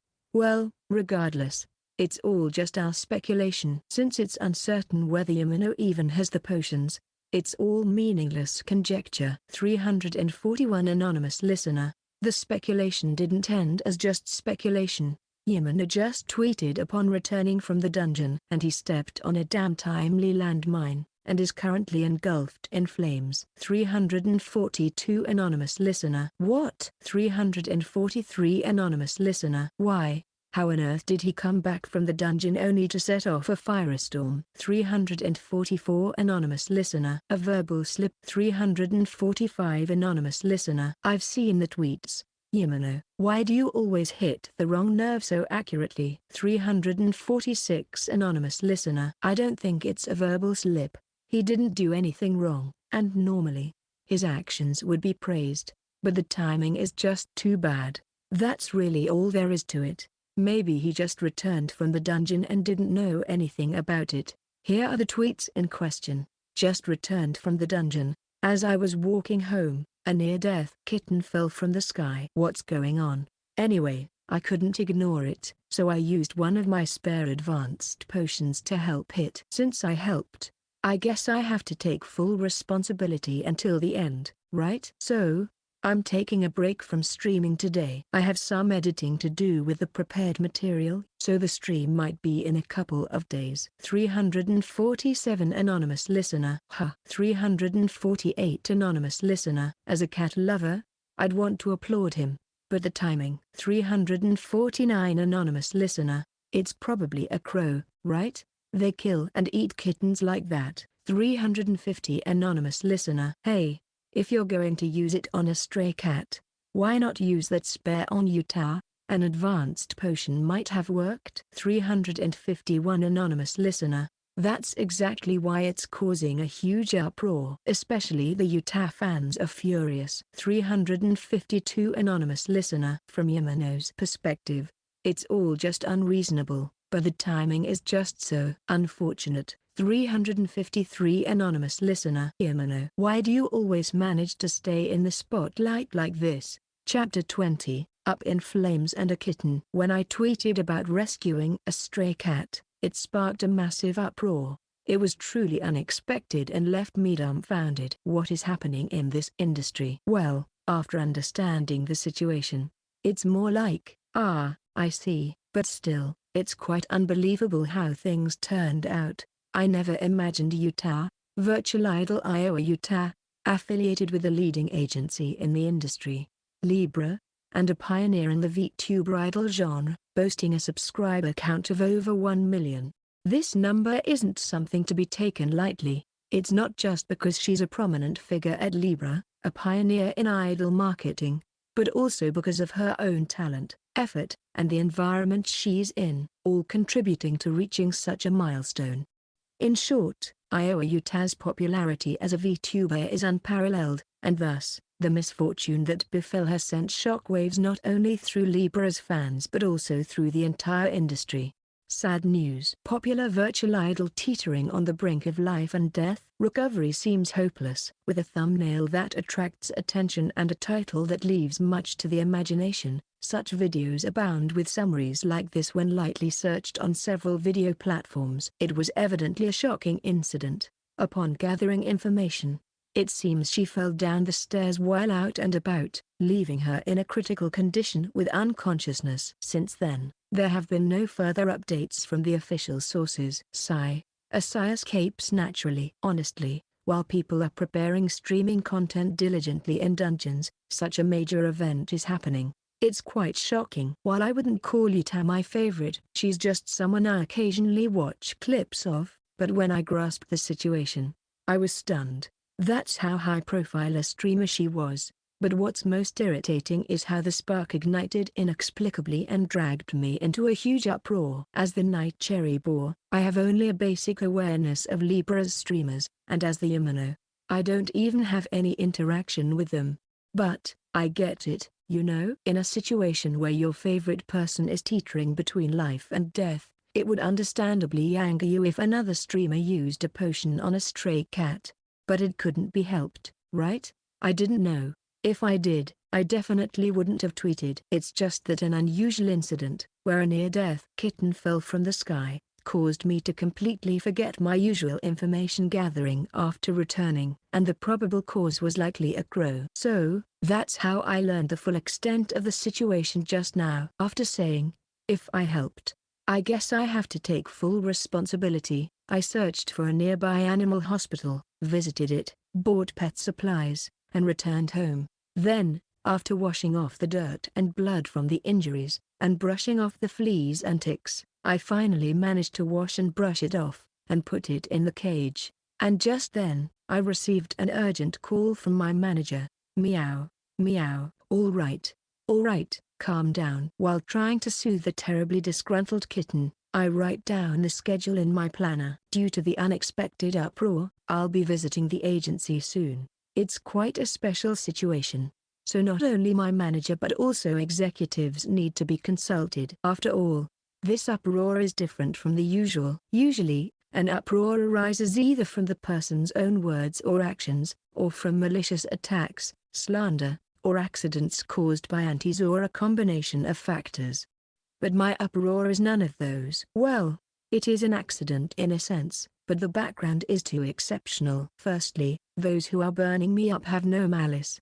Not none at all, but only a very small part. The majority are running wild out of goodwill and a sense of justice towards their favorite streamer. For Utan Libra fans, I represent one of the few possibilities to save their favorite streamer who is teetering between life and death. Moreover, I'm the kind person who uses expensive medicine on stray cats, or the kind-hearted person.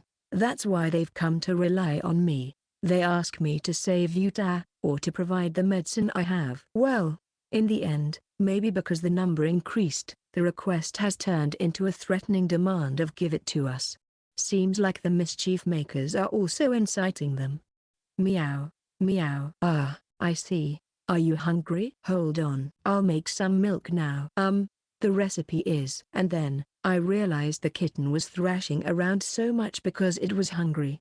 Hold on a second. I'm making milk now, so don't thrash around. Meow. I stopped. I couldn't focus on serious matters because the kitten inside the cage was thrashing around endlessly. Calming down the hungry child in front of me was more urgent than anything else. Well, since there's nothing I can do until tomorrow's meeting, prioritizing the kitten is not a problem at all. Tweets and streams have been completely stopped to avoid making the situation worse. So, I completely switched my focus. Lured by the smell of milk, I pulled out the struggling kitten from the cage and placed it on my lap, ready to feed it with a bottle. Meow, meow. Don't knock over the bottle. Hold still and drink. Don't thrash around so much. Meow. Hey, hey, hey. Why is this kitten spilling so much milk? Just because it's a kitten doesn't mean it's terrible at eating. And seriously, this kitten is really thrashing around. Maybe it's hungry because it went from being on the brink of death to being healthy all at once. Even though its body has recovered to the point where it's not hindered by potions, the hunger it has accumulated so far hasn't disappeared. Maybe it feels even hungrier because it's healthier now. And then, after thrashing around, it couldn't drink the milk properly, which makes it feel extremely counterproductive. Meow, meow. For goodness sake, calm down. Huh? What's this? Meow. Naya. As I struggled with the bottle, a call came in on the smartphone I had placed beside me. I thought it might be additional information from my manager, but when I glanced at it, I saw the name Reika on the screen. I wonder if there's something she needs. Yes, it's here main. Oh, Botan? Are you okay now? I'm fine. Oh, I said don't thrash around. Thrash around? Are you in the middle of something? No, it's not that. I'm feeding milk to the kitten I rescued. It's my first time, so I'm struggling a bit. Actually, struggling doesn't even begin to describe it. What a little monster. It's clawing at me trying to take the bottle, and if I didn't have the ability to harden my skin, my hands would be shredded. It was a stray cat just a moment ago. So if it gets infected, well, it can heal itself, so there shouldn't be any problem. Oh, all right. It seems like you're doing fine despite all the commotion. Well, worrying about a backlash from a tweet is pointless unless it's something serious like a slip of the tongue. Monster attacks are a million times scarier than online defamation. Your values are a bit too geared towards combat, you know? Well, if my worries were unfounded, then that's okay. After the incident, it's been quite difficult. Really? Yeah. Not just for the listeners, but for the VTubers too, especially those affiliated with companies. One Hana-senpai was particularly shaken up. She didn't show it publicly, but she was pretty shaken up behind the scenes. In fact, she's still affected by it. One Hana-senpai? Yeah. It's not something I should talk about loudly, but it seems she was friends with her in a past life. Oh, I forgot about that. Right, a past life. That's referring to the time before a person becomes a VTuber, an industry term for their previous life or identity. It's also referred to as the person behind the character or soul. Being a streamer is quite challenging, especially for companies operating as businesses. Hiring complete amateurs is risky, so it's quite common to pull in experienced streamers. Actually, me and Thunder were quite unusual cases, being complete amateurs. So, there are quite a few VTubers who have a past life. And this time, it seems there was a connection between their past lives. Information like that didn't interest me, so I didn't know, but their debut times were around the same year, so their past lives might have overlapped. I see. Well, if a friend became like that, it must be tough. Yeah. Honestly, it's sad to see her putting up a brave front even through chat. With the state she's in, and with all the commotion. Oh, well, yeah, I feel kinda bad. Well, it's not my fault though. Maybe one Hana-senpai will be caught between a rock and a hard place. She wants to help her friend, but it's tough to push that burden onto her junior. So, I thought I'd check on Botan's safety and ask about that. This is my own decision, okay? I see. Understood. Thunder is really kind, huh? Right? Be proud to have such a junior? I feel like being proud of that is a bit off. Yeah, probably. Anyway, I've confirmed everything is okay and asked what I wanted to. So, I'll hang up now. You seem busy too. Good luck taking care of the kitten, and give me some photos or videos. Oh, got it. Thank you so much for worrying. And thanks for the advice. Well then, bye bye. The call ends. At the same time, I managed to jam the bottle into the kitten's mouth, now wrapped up like a sushi roll. Meow, meow. Hi. I seriously screamed loud enough to be glad the call ended. Chapter 21, Crisis Management Meeting. Oh, Manager-san. Good morning, Botan-san. 2 days after the uproar with the management's strategy finalized, a full-fledged discussion took place at Denjaris's office. It's quite fast, isn't it? While it's true that the speed and effectiveness of such measures are proportional, seeing the industry giant Libro involved in this incident, the speed of decision-making shown here is remarkable. At its core is probably regret. The efficiency stemming from bitter experiences in the past is both reliable and somewhat sad. Well, I shouldn't dwell on that. It's the right choice as a professional to quietly follow Manager-san's lead. There are things in the world that shouldn't be discussed. Please wait here. Others will be joining us soon. Understood. What about this one? Is it okay to leave it in the corner of the room? Meow. And then, there are things that need to be addressed. In this case, it's about the kitten squirming inside the pet carrier I'm holding. Oh, is that the one? Yes, he's the kitten, in a sense, who became the catalyst for all the commotion. In a gesture of introduction, I raised the carrier, and Manager-san peered with interest through the mesh, confirming the movement of the kitten inside.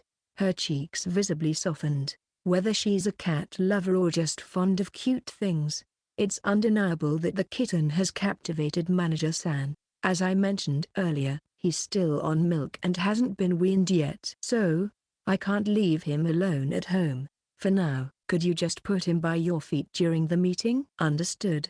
I'm sorry for the trouble. It's okay.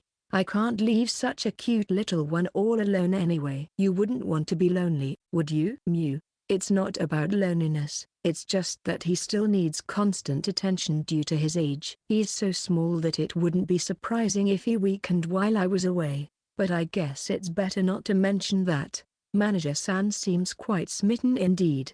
Well, objectively speaking, the kitten is a striking tabby, so anyone who likes cats would surely adore him. Still, it's a bit different from what I expected to have Manager-san call him my family. I understand that's how he's generally perceived, but hearing it directly like this feels strange. I occasionally watch videos of rescued cats, but I never thought I'd end up actually keeping one. I like animals, but I always felt that admiring a friend's pet from afar was just right. Well, it's said that cats can feel stressed if they're given too much attention, and at his young age, it's not good for him. So, I thought this level of interaction might be just right. It's unforgivable that such a small kitten is being attacked online, isn't it? Yes. Even though I don't feel it as strongly, the fact remains that the kitten is under my protection. So, I strongly agree with Manager-san's murmur. More than cats that have nothing to do with us, I wish they had used their potions on our favorites. I understand how you feel, so I wouldn't mind if you just laughed it off. But, oops,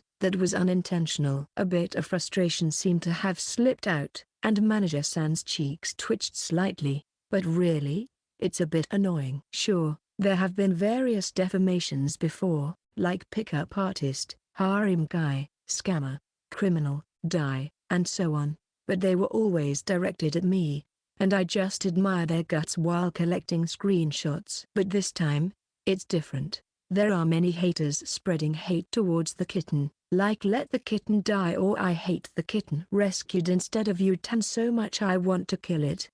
That's crossing the line, isn't it? Regardless of the circumstances, it's unbelievable how people can spit venom towards a life that someone saved. That's something I can't just overlook. Saving a life means taking responsibility until the end. At least, that's how I see it, and I've been demonstrating that even in my tweets. Yet, there are so many idiots out there making aggressive comments towards the kitten. Some of them are even saying things like I want to kill the cat. Taking responsibility means protecting them firmly. As a guardian, I have an obligation, but do they even understand that? It's just plain unpleasant. What kind of nonsense are they saying about someone else's pet? Maybe because the defamation against me was ignored before, they think they can say anything they want? Just because I calmly took appropriate measures doesn't mean I'm defenseless, despite the management clearly stating their stance on defamation. Also, I don't like how those idiots are using Utan's name, and by extension, Libra's name. We're more than ready to take action without you shouting about it. Yet, they still cause unnecessary commotion. They're irresponsibly causing trouble by putting someone who may not even be conscious, let alone capable of dealing with it, on a palanquin. They're causing trouble for our favorites. We're sorry to keep you waiting. Yamano-sa. The door opens, and the three who entered gasp. The young woman even lets out a short scream. Oh no, that's not good. The growing discomfort seemed to naturally show on my face. Despite not having a particularly intimidating appearance, I seem to exude a strange sense of intimidation when my mood sours, perhaps due to my background of fighting monsters. I've been trying to be more careful since a friend pointed it out, but I seem to have been a bit careless this time. Keep calm, keep calm. Good morning. Nice to meet you today. Yeah, nice to meet you.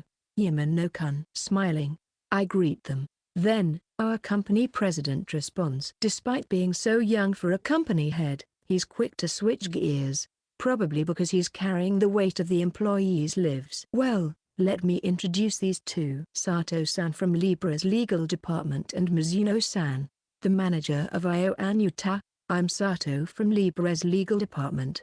We apologize for the trouble caused by one of our affiliated VTubers. I'm Mizuno, Utah's manager from ION. I'm deeply sorry for causing trouble.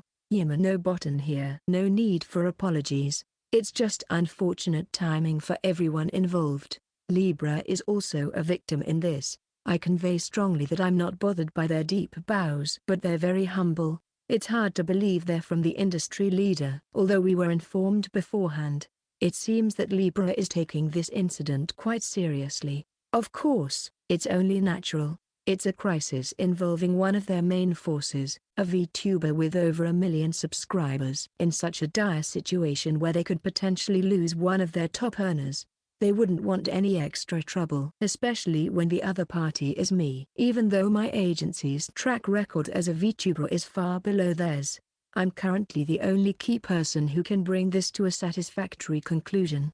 Given that our relationship with them is on the verge of being strained due to an outsider's rampage, it must be tough for Libra. So, Libra is on our side. At least, they should be able to synchronize with us. Anyway, let's discuss this properly. Let's carefully consider our future actions. Why yes, please, let's work together. Despite trying to convey a sense of alliance and smiling as gently as possible, why does Libra seem a bit hesitant? Also, the president and the manager sent to Kitten. Am I really that scary? Mew. Did he just nod? Chapter 22, Important Announcement, Part 1. Official statements from Dangerous and Libra regarding the current situation have been announced on their official website, Twitter, and other platforms.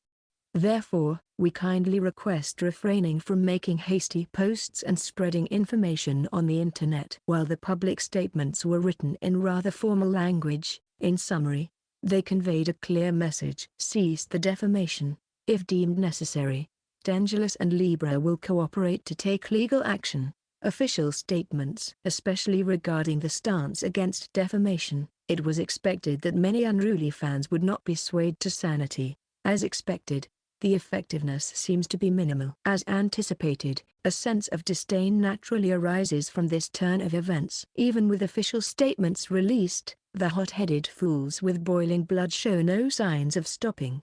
Of course, it's not to say that the effect is entirely futile. It's likely that a considerable number of individuals have regained their senses.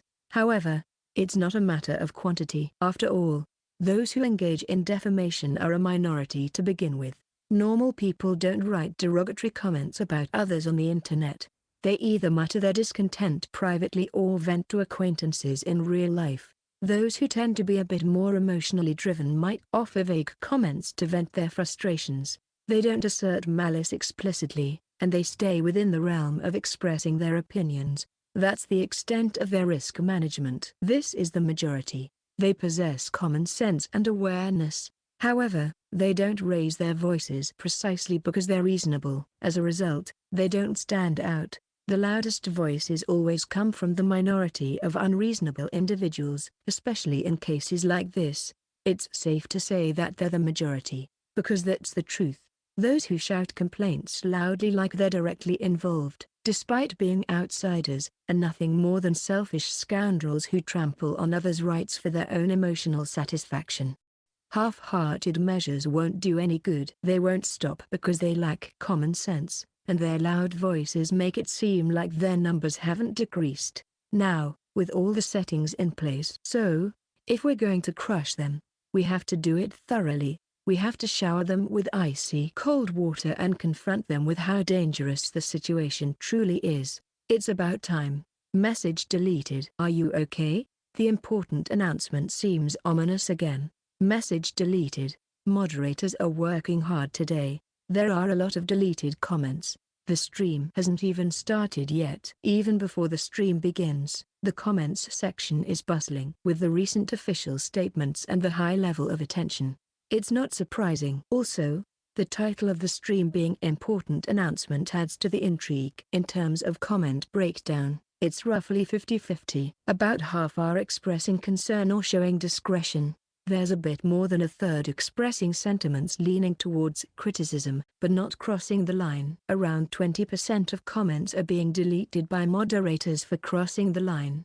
To the sensible listeners, I want to assure them that despite the cryptic title, there's no bad news. We're just discussing our future plans. All right, let's start the stream. And, you foolish troublemakers, be prepared. I'll teach you the consequences of misjudging when to quit. Keep fearing the possibility of ruining your lives. Hello, everyone. It's Button, the ever-talkative super hunter of Dangerous. Today, I've taken this slot to make an important announcement. It's happening.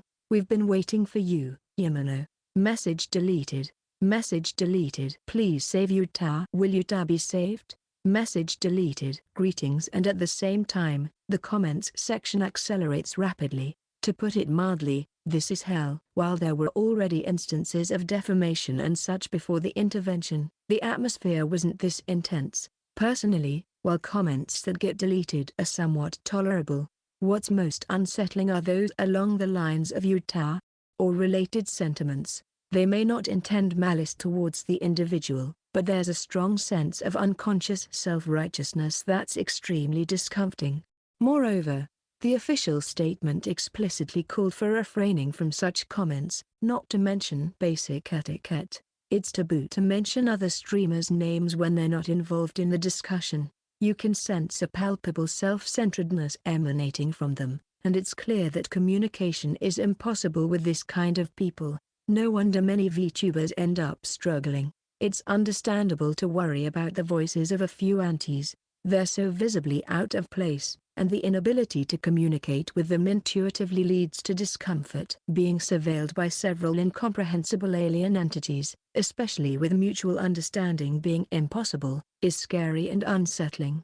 Even for someone like me who's used to rough situations, it gave me goosebumps. So it's understandable how regular streamers would feel. Now, regarding the important announcement, as you might have guessed, it's about the commotion sparked by my tweets. Well, I have to keep pushing forward regardless. I started doing VTuber work because I wanted to treat my favorites to something nice. Once I pledged responsibility for Konko-kun's life, I knew I couldn't turn a blind eye to the sparks flying around. First and foremost, there have been numerous comments online that cannot be overlooked in relation to this incident. Not only defamation against me but also numerous harmful tweets directed at Konko-kun, who has become my pet. Particularly those directed at Konko-kun are atrocious. Expressing personal displeasure is one thing, but implying or outright declaring harm is unforgivable. That's right. That's beyond ridiculous. Message deleted. Instead of that, I'd like an explanation about Utah. Come on, antis. Message deleted. To be able to post comments that get deleted even after all this, the flow and content ratio in the comments section remain unchanged. As expected, Those who continue to cause a ruckus even after official legal threats have a different level of determination. Simply put, they're hopeless idiots. All right. Understood. I apologize to those who haven't done anything wrong, but please bear with me for a bit. I understand that the ones causing chaos are only a small minority among all the fans, not even a handful. Still, this is something that needs to be done. First, an apology to the regular listeners who will suffer consequences. I sincerely apologize from the bottom of my heart, but this is a form of public order maintenance. Considering future events, a demonstration is absolutely necessary. Regardless of the debate, or rather, it seems like it might ignite again for different reasons, but it's quicker to confront it head-on. With that said, we've issued disclosure requests to multiple accounts. Additionally, regarding content hinting at harm, we've submitted complaints to the police, and they've been accepted. To those who have a guilty conscience, tremble in your sleep, you fools. Now, there's no need to hold back. Switch your consciousness. Infuse anger into your presence. Infuse hostility into your voice. Shall we serve a fist of law to those idiots who mistakenly believe they're in a safe zone and causing a ruckus? Chapter 23. Important Notice Part 2. In a calm but unmistakably disdainful manner, a declaration of war is issued to the foolish ones. So, you thought you could get away with it because people were ignoring you? You thought no one noticed? Idiots. We just didn't bother to address it. I'm not gentle enough to deal with tantrum-throwing toddlers who only whine when things don't go their way. Yeah. Wait. He's really pissed. Hold on. This is scary. The contrast from his usual self might freeze me. Well, this is well deserved. Aunties are getting riled up too. The listeners seem unsettled, which is understandable. It may be evident from the tone and attitude I usually don't employ in my streams, but right now, I'm genuinely in battle mode. My weapon is words. It's a different arena from my usual battles, but that's all. There's no need to be scared. I won't be bothered if this ignites a firestorm. Legally and morally, we hold the upper hand. Plus, we've got permission from the management. So, let's do this. From this point on, it's not VTuber Yamanobotan, but I'll behave as the explorer Yosakurino. Let me tell you something. Since my debut until today, I've archived all the comments that crossed the line. I've reported them to the management, and we've been working on it for a while now. What do you all think Dangerous is? You didn't forget, did you? My agency has been through a lot because of people like you. We've had our backs against the wall until the very end. There's no way we wouldn't take action. If anything, we're more energetic than I am. They're cooperating with me like they want to eradicate the problem completely. On this matter, I'll thoroughly investigate with the cooperation of the management. Those who clearly made threats will be pursued, as well as those deemed malicious through discussion with the management. Lawyers are already involved. This is like preparing for a full-fledged resistance. This is probably the time for aunties to pay up. I'd like to support this. A firm response benefits other streamers too. Dangerous will come at them full force for sure. Hopeless. Even after such a warning, they still drop comments that get deleted by the moderators. But well, I'm curious about their psychology. Are they convinced they're safe and don't feel the urgency? Or are they getting agitated because they don't like my tone? Or maybe they understand the danger but can't back down. There's also the possibility that they see this declaration of war as a bluff. Well, regardless of the reason, it doesn't matter. The task at hand is simple. We'll thoroughly corner them and leave an indelible stain on their lives. If you receive a letter, brace yourself. Whether it puts me in the red or not, I don't care. Money isn't an issue for me. I'll settle it properly without reconciliation. You're all a lesson. The consequences of mischief online will affect your future lives. This is game over. From criminal prosecution to a criminal record course. I'm sorry. Please forgive me. Usually, those who don't get angry easily are the scariest. When they do, those who pick a fight with someone who has time and money are in for it. Streamers are human too. They're not punching bags. Even if they retaliate, they can't complain. Setting aside the antis, the reactions of the listeners with normal sensibilities are favorable. At least, there are no negative opinions. As listeners, they must have something to say. Also, It seems like some have understood my seriousness, as there are occasional apology comments now. And it feels like the number of comments being deleted has decreased slightly, but honestly, I don't care about those apologies. Those who engage in defamation will only take advantage of forgiveness, and they won't learn until they face consequences. Plus, I have no way of knowing whether those apologizing are the same accounts we've targeted for disclosure requests. Although apologizing implies they have some awareness of their actions, it was all just a mechanical process for me. I can't really distinguish between familiar faces and other antis. It's fine to just wipe them all out at once. It's truly powerful to have no worries about money, as I'm realizing again. It becomes the strongest weapon in situations like this. Usually, you consider costs and limit the number of people, but when you can eradicate them all at once, it's powerful. Personally, I hope that this will reduce the antis in the VTuber industry. You know how sometimes people hang crows in the fields, right? I hope my antis turn into those crows. The crows in the field, lol.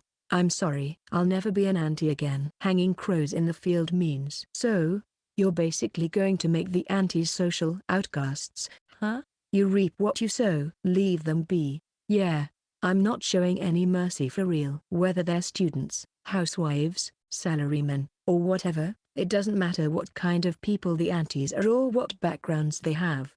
Attacking others means you should expect retaliation. And if that retaliation is in accordance with the law, then they have no right to complain. And the outcome will be determined by the judiciary. Personally, I'd like to leave a mark on their records, but if that doesn't happen, so be it. Well, according to the lawyer, it's a winning game anyway. So, from now on, please wait for information from the official channels. If there are any developments, I might also announce them in my streams. Maybe? It depends on the permission from the management. Got it. Looking forward to updates. Hey, why are you ignoring me even though I'm apologizing? Say something. I'm rooting for you. That's right. With that, the discussion is concluded. Well, I kinda reflexively responded, but seriously, these antis, man, this headache is real. It's no wonder most people would be demoralized if they were harassed by such people. I can understand why that senior ended up taking the razor, even though they didn't want to. Sigh. Well, that's why I'm done talking about defamation and such. Let's move on to the next topic, or rather, the main topic. Temporarily deactivating combat mode. Putting on the facade of your monobotan and relaxing a bit. Man, I'm really tired all of a sudden. But, this is still just the preamble, you know? The main topic is going to cause even more chaos than this, so I wanted to set the tone before diving into it. Now that we've talked about that, assuming everyone will handle the main topic with decorum, I'd like to discuss the matter of Yuta-san, a member of Libra. Wait, are you going to talk about that too? Not just defamation? Are you going to help Yuta? Hey, are you okay with that? Well, it's definitely intriguing, but is it okay to talk about it in the stream? I mean, since it's you, you've probably gotten proper permission from the management, but still. I thought you wouldn't touch that subject. As expected, the comments section is getting agitated. Even though it's the root of everything, they probably didn't expect it to be mentioned. Even if there was a lot of noise about it, there's no connection between me and Yuta. But, not mentioning it won't end this commotion. This matter has spread too far to let it naturally die down without addressing it publicly. First, please understand that what I'm about to discuss regarding Yuta is with the permission of both Dangerous and Libra. Please keep that in mind. This isn't a personal opinion. It's an official response that has been confirmed with the other party. Huh? Sorry, just a moment. My kitten seems to be meowing for something. Probably wants milk. I'm sorry, but let's take a break for now. Deactivating serious mode. Wait, what? Are you putting it on hold now? This is hilarious. Hey, don't mess around. Hurry up and talk about Yuta kittens. Well, it can't be helped. This is the righteous move of a cat owner. Yamano, are you going to let the cat distract you again? Well, there's no point in complaining about it. Animals don't understand human affairs. After all. Chapter 24, Important Announcement Part 3. Taking a break to feed the kitten some milk. Unlike a restroom break, This break depends entirely on the kitten, especially in this case, as I also need to take care of its elimination before giving it milk, so it might take a while. However, as a streamer, I can't help but think about the implications of a long interruption. Plus, given the nature of the topic at hand, delaying too much might incite a riot. Meow, meow. All right, I'll give it to you in a moment. So calm down. You're still as greedy as ever, aren't you? They're really getting rowdy, huh?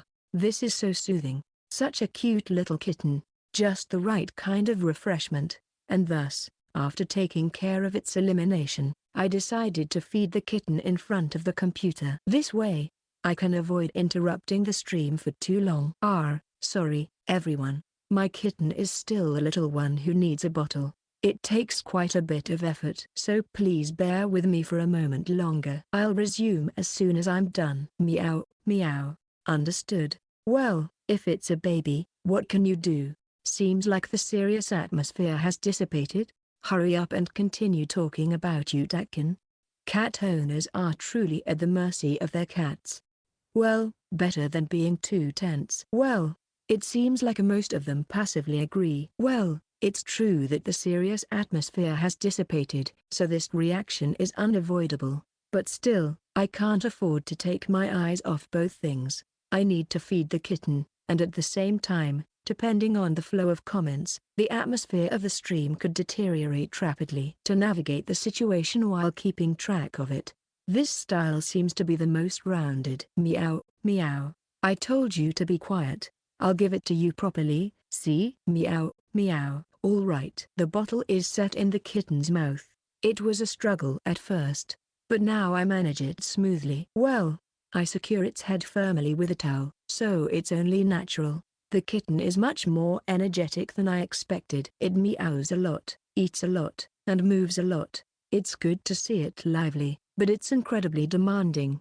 But at the same time, since it's still like a baby, as long as I feed it milk, it stays focused on that. Phew. The kitten has finally settled down. All right, shall we get back to talking?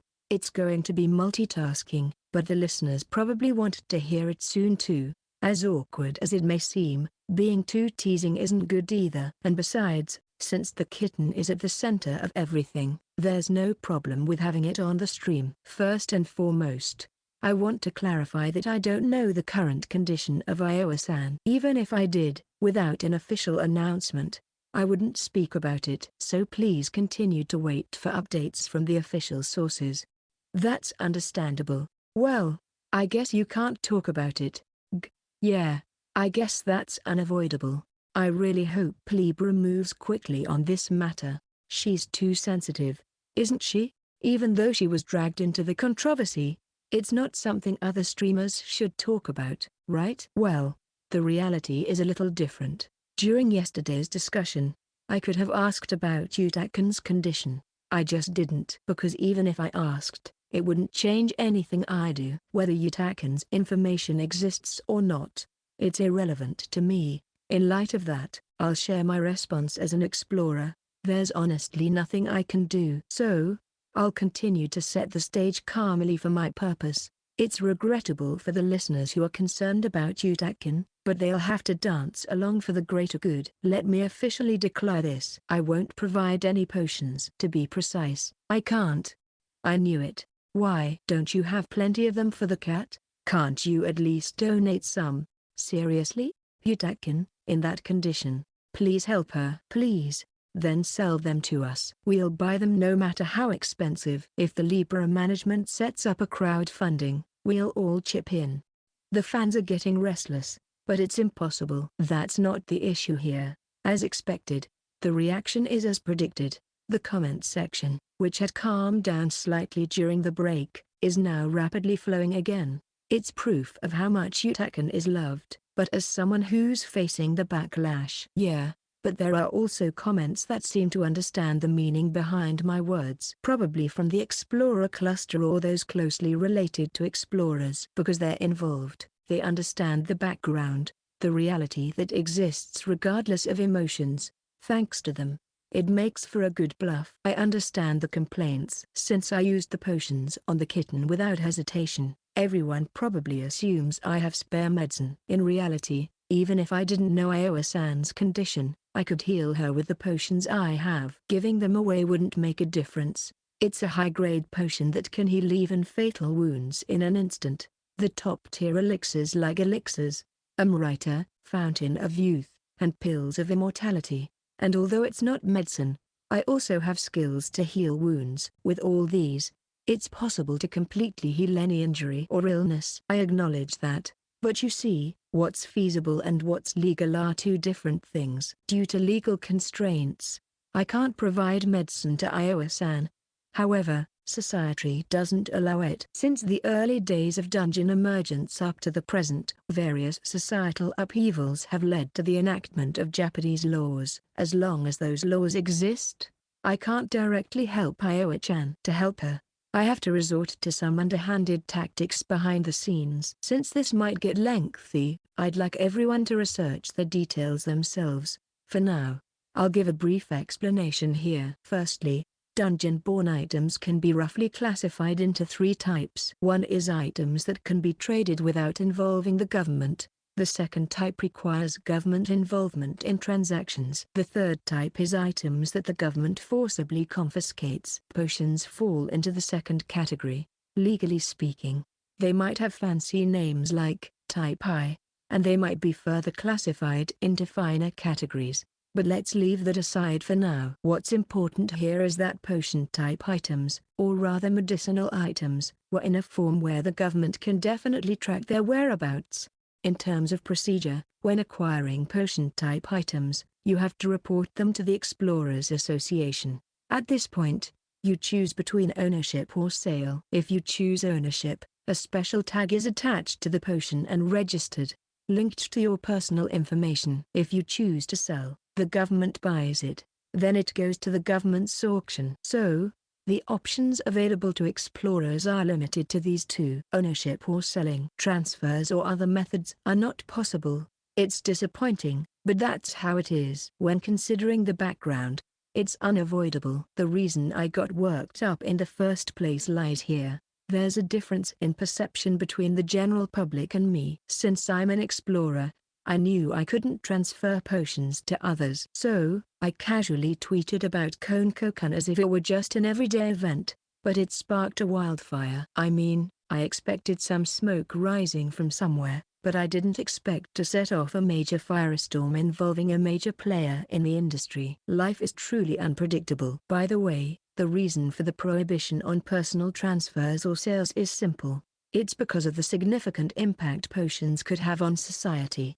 If magic healing potions, which can instantly heal wounds, were exchanged freely outside the government's control. Well, you can imagine, right? Potions are expensive, and if people knew they were available, they'd go to any lengths to acquire them. Not just direct robbery, but also pressuring others, leveraging positions, and trying to obtain them through donations. Such incidents have actually occurred in the past.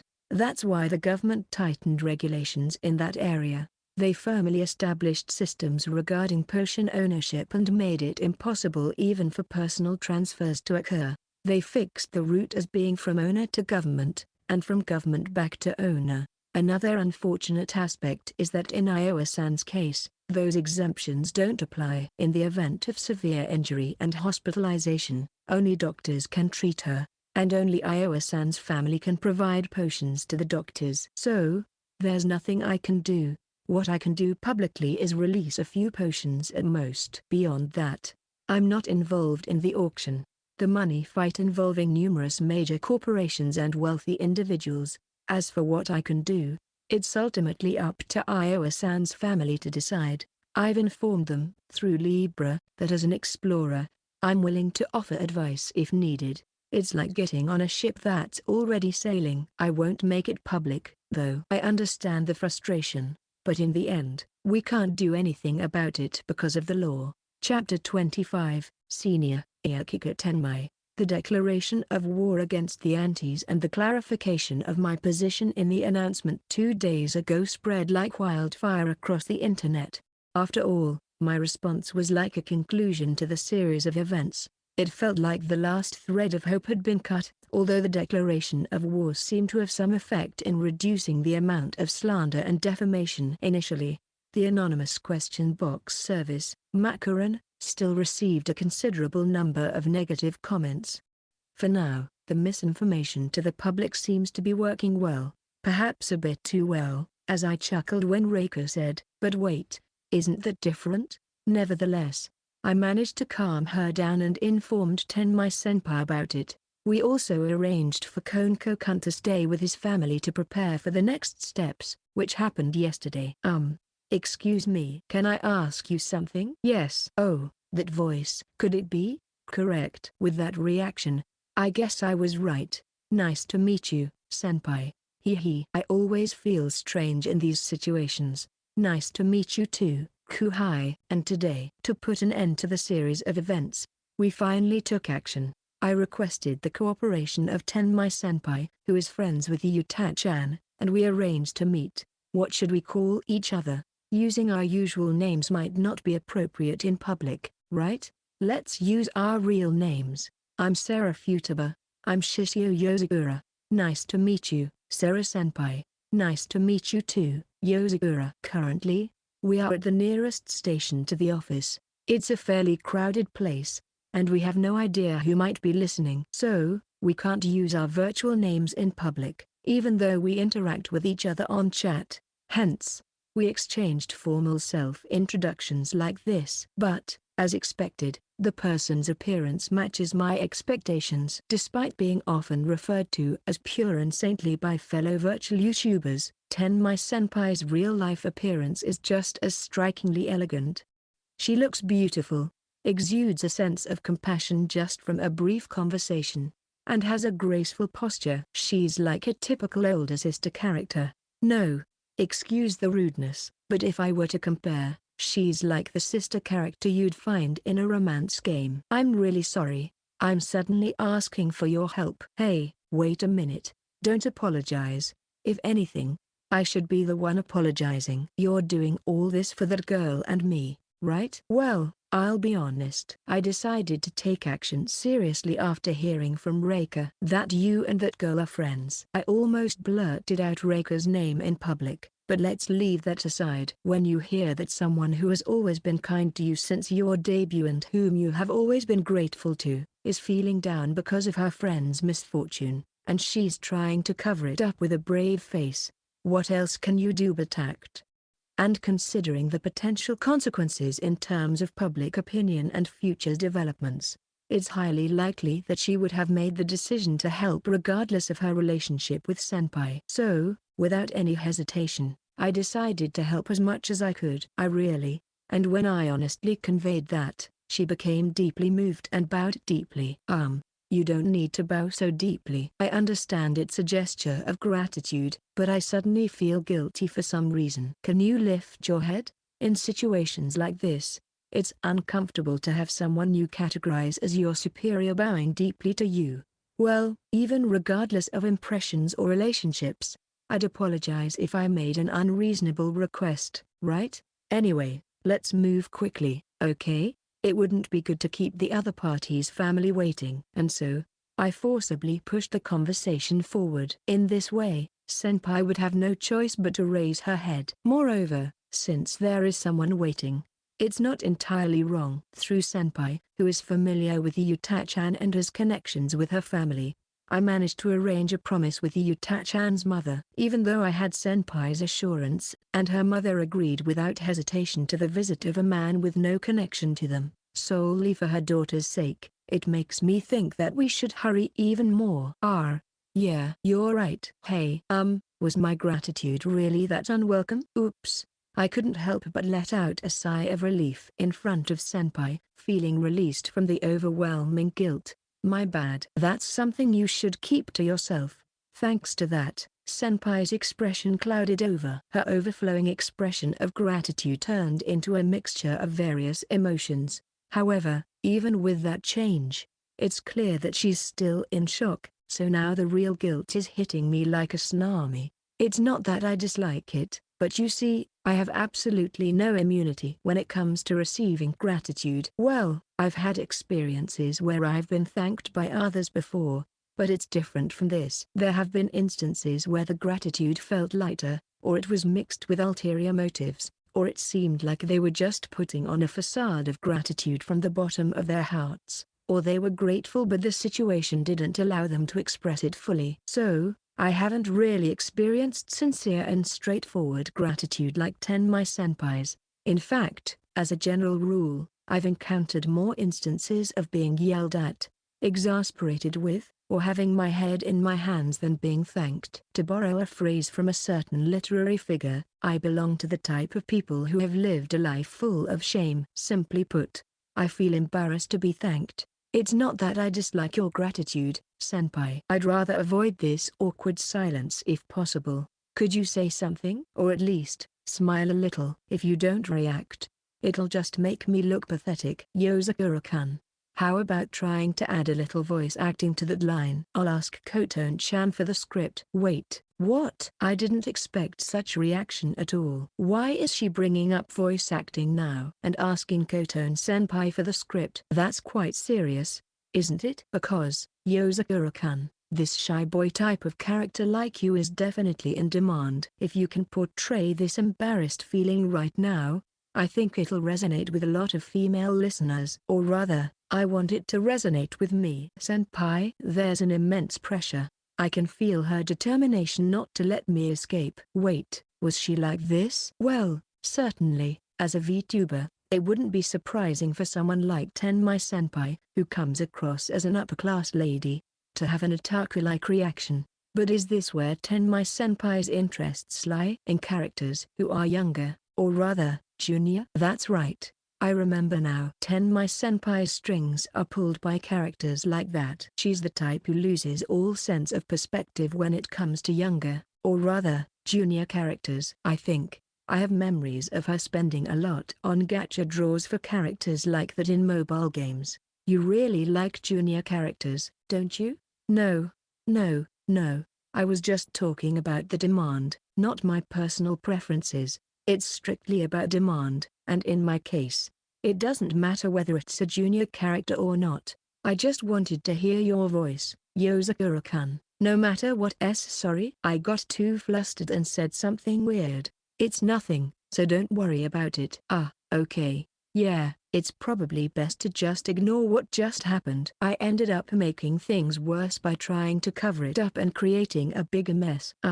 Anyway, shall we go faster? The sooner, the better in these situations. Yes, that's right. We don't know the exact situation, but when it comes to health-related matters, early resolution is the only option. Will she get better? It's a pretty serious condition, to the point where it seems hopeless without a miracle. Who knows? But if we have to rely on a miracle, then I'm the kind of person who can make miracles happen. At least, I'm confident that my chances are many times higher than praying to a shrine or to the heavens. I see. Then let's hurry. Whoa. While I agree that we should hurry, there's no need to grab my hand like that. I can run on my own, and besides, we're taking the train, aren't we? She's surprisingly strong. Chapter 26, Helping People, Devious Schemes, Part 1. Being pulled along by Senpai Sarah, we arrived at our destination amidst various discussions. It was what you would call a university hospital, according to Senpai Sarah, where Yutakan was hospitalized. Huh? Didn't we agree to meet at a cafe near the hospital? No, you're not wrong. There's a cafe right here on the hospital grounds. Really? While it's not unusual to find convenience stores inside facilities like this, having a cafe attached to a large hospital was something I hadn't known about. I always thought hospitals had a more modest, simple design. Unless you have a major injury or illness, you probably wouldn't end up in a big hospital like this. But still, the impression is that they have everything you might need, don't you think? Well, to be honest, I've had very little to do with hospitals in my life. I've only ever thought of hospitals' interiors and facilities as backgrounds in dramas. Fortunately, my family is healthy, and I never had any major injuries or illnesses until junior high. Then, I started my activities as an explorer in high school, and since then, with skills and potions. I've ensured a life completely unrelated to hospitals. If there's any connection, it might be when I get married and my wife gets pregnant. At that point, my information about hospitals might need updating, but until then, it's unlikely. I see. So you didn't have any major injuries when you started exploring? That's right. What's with that pause just now? It's nothing. It's nothing, really. I just made a little mistake early on and almost died. Well, I probably did die for real. That thing definitely broke me. Well, anyway, it's convenient to have a space for chatting within the hospital grounds. That's right. Although, hospital cafes mainly cater to visitors. There she is, Yozakura-kun. Senpai Sarah interrupted our conversation and hurried over to the entrance of the cafe we had designated as the meeting place. There stood a woman. She looked well-groomed, but even from a distance, it was evident that she lacked energy. Let me introduce you, Yozakura-kun. This is Mrs. Mido Kaneko. She's the mother of Sano Yutakin, the girl who had the accident. Mrs. Mido. This is Yozakura-kun, my junior. He's a current explorer who is helping us out this time. You might have heard something about him from Sa's company. Yes, VTuber-chan. I'm Mrs. Mido, Sa's mother. I'm truly grateful for your help, even though we've caused you so much trouble. Nice to meet you. I'm Yozakura. Please don't lower your head like that, Mrs. Mido. This is just a stroke of luck brought about by fate. Sa happened to be friends with my greatly indebted senior. So, it's just a coincidence. Anyway, let's not stand around. Let's go inside for now. Accepting gratitude gracefully, I smoothly transitioned the conversation towards the main topic as we entered the cafe. First, let's briefly summarize the situation. Your daughter is hospitalized, but there's no immediate danger to her life, correct? Yes. According to her friend who was with her, she collapsed while going down the stairs. She had been busy until recently, so it's likely she collapsed from overwork. I see. Listening to the explanation, it made sense. Indeed, there was a large gaming event going on in Libra before the accident. Yutakan was involved in the planning side of things, so she must have been tired. And then, the accident happened at the worst possible time during her descent down the stairs. Fortunately, thanks to the swift response of the paramedics and the efforts of the doctors, my daughter has survived. It was also a stroke of luck that potions were available. That's incredible luck. Potions are always intermediated by the government during transactions. After they are collected, a certain percentage of them are not auctioned off but are allocated to public institutions. Especially potions of lower grades can be used as emergency measures even if they don't fully heal, so they are supplied to emergency services. However, the quantity available is very limited, so it's a matter of luck whether they are available in the ambulance that arrives, and if they are used, the billing can be outrageously expensive. Still, life is the most precious thing. In this case, Yutakan was undoubtedly fortunate, though if it were real luck, she wouldn't have been on the verge of death in the first place. Despite all these factors, my daughter's condition has stabilized for now, but unfortunately, she can't move properly. She's paralyzed from the neck down. That's according to her mother. Yutakan can communicate despite not being very smooth. She can even eat, though it has to be liquid food. But her body just won't move. The prospects for recovery are, unfortunately, low. Mrs. Mido. Tears fell from Mrs. Mido's eyes. Senpai Sarah held her hand to comfort her, but her shoulders continued to tremble. Well, it's only natural. As a parent, it's heartbreaking to see your child become bedridden due to an accident. Considering Mrs. Mido's age and the fact that she's a friend of Senpai Sarah, Yutakan is likely quite young. If my daughter were to recover, the only potions available would be those found in dungeons. That's what I thought and researched everything about potions. What I found was despair. To fully cure my daughter, we would need at least a high-grade potion, and those are not something easily obtained. That's true. High-grade potions, the top-tier potions that can instantly heal even missing body parts. Their healing effects are immense, to the point where as long as you're not dead, it's not a problem. That's why they're almost like mythical items, falling into a category beyond mere medicinal herbs due to their additional effects, known as elixirs. And precisely because of that, High-grade potions rarely appear on the market. There are already few explorers who can obtain them, and even if they do, there are none who would willingly part with them. Well, it's not impossible, but legally, you have to win them at auctions, and if a high-grade potion were to be put up for auction, wealthy individuals from around the country, or even the world, would spare no effort to participate in the auction and secure it. Especially those who have experienced danger firsthand would be particularly eager, because they feel the imminent threat to their lives. Their fervor in this regard would be unmatched. We also considered crowdfunding. Of course, we discussed it with Daughter's agency, but even then, it's unknown whether we can raise enough funds. The amount of money needed is simply enormous.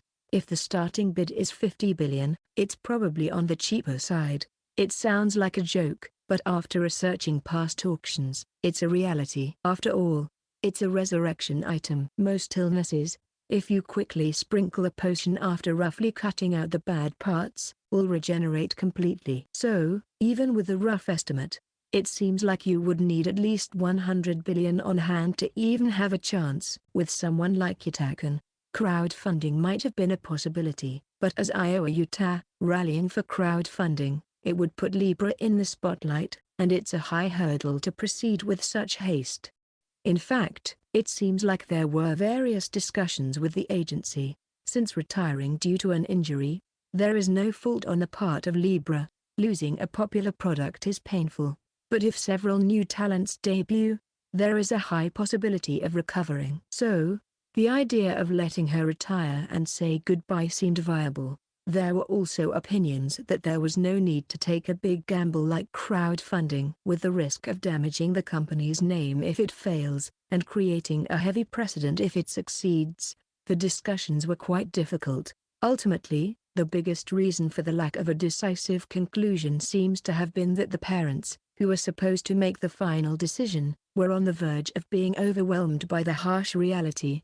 I see. I understand Mrs. Mido's situation now. It must have been very difficult. I'm not sure how much help I can offer, but I'll do my utmost to assist. However, adversity sometimes leads to blessings.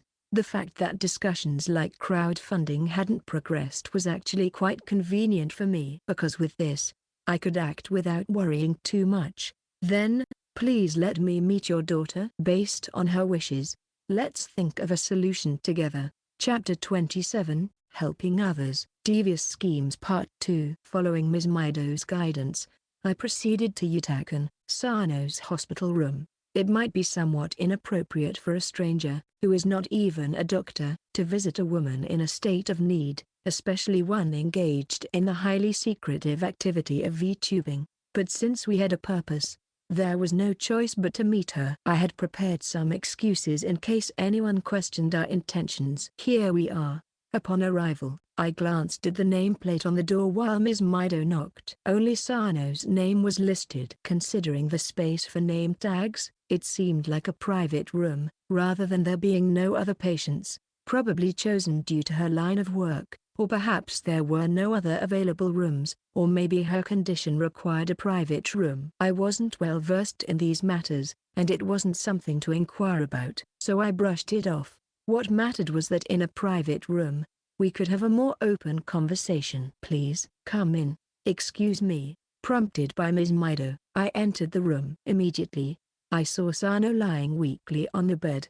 It was a pitiful sight. Connected to and for, with a neck brace and bandages wrapped around various parts of her body. Her recovery had been accelerated with potions, and her condition was said to have stabilized faster than usual, but still, it was only a potion supplied by the emergency medical team. Its effectiveness had its limits. Sano, as I mentioned yesterday, a guest has arrived to see you. Perhaps due to her injury, her response was hesitant and lacked vigor. The injuries and the neck brace seemed to hinder her ability to move her mouth properly, and there was a sense of despair about her own future. It was quite sad. VTuber Iowa Utah was known for her powerful singing voice. Even I, who only watched her streams occasionally, had heard her singing videos a few times. For someone who possessed such a wonderful talent, to be in such a state now, it really highlighted how fragile human bodies could be. Come on, Futaba-chan and her junior, Yozakura-san. Let's greet them properly.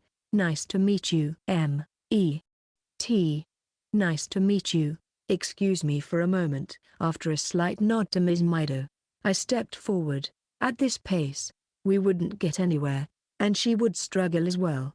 I'm Yozakura. You might have heard about me. I'm active as a mountain lord button. Oh, pardon my familiarity, but I'll address you as Sano-san! Exclamation mark.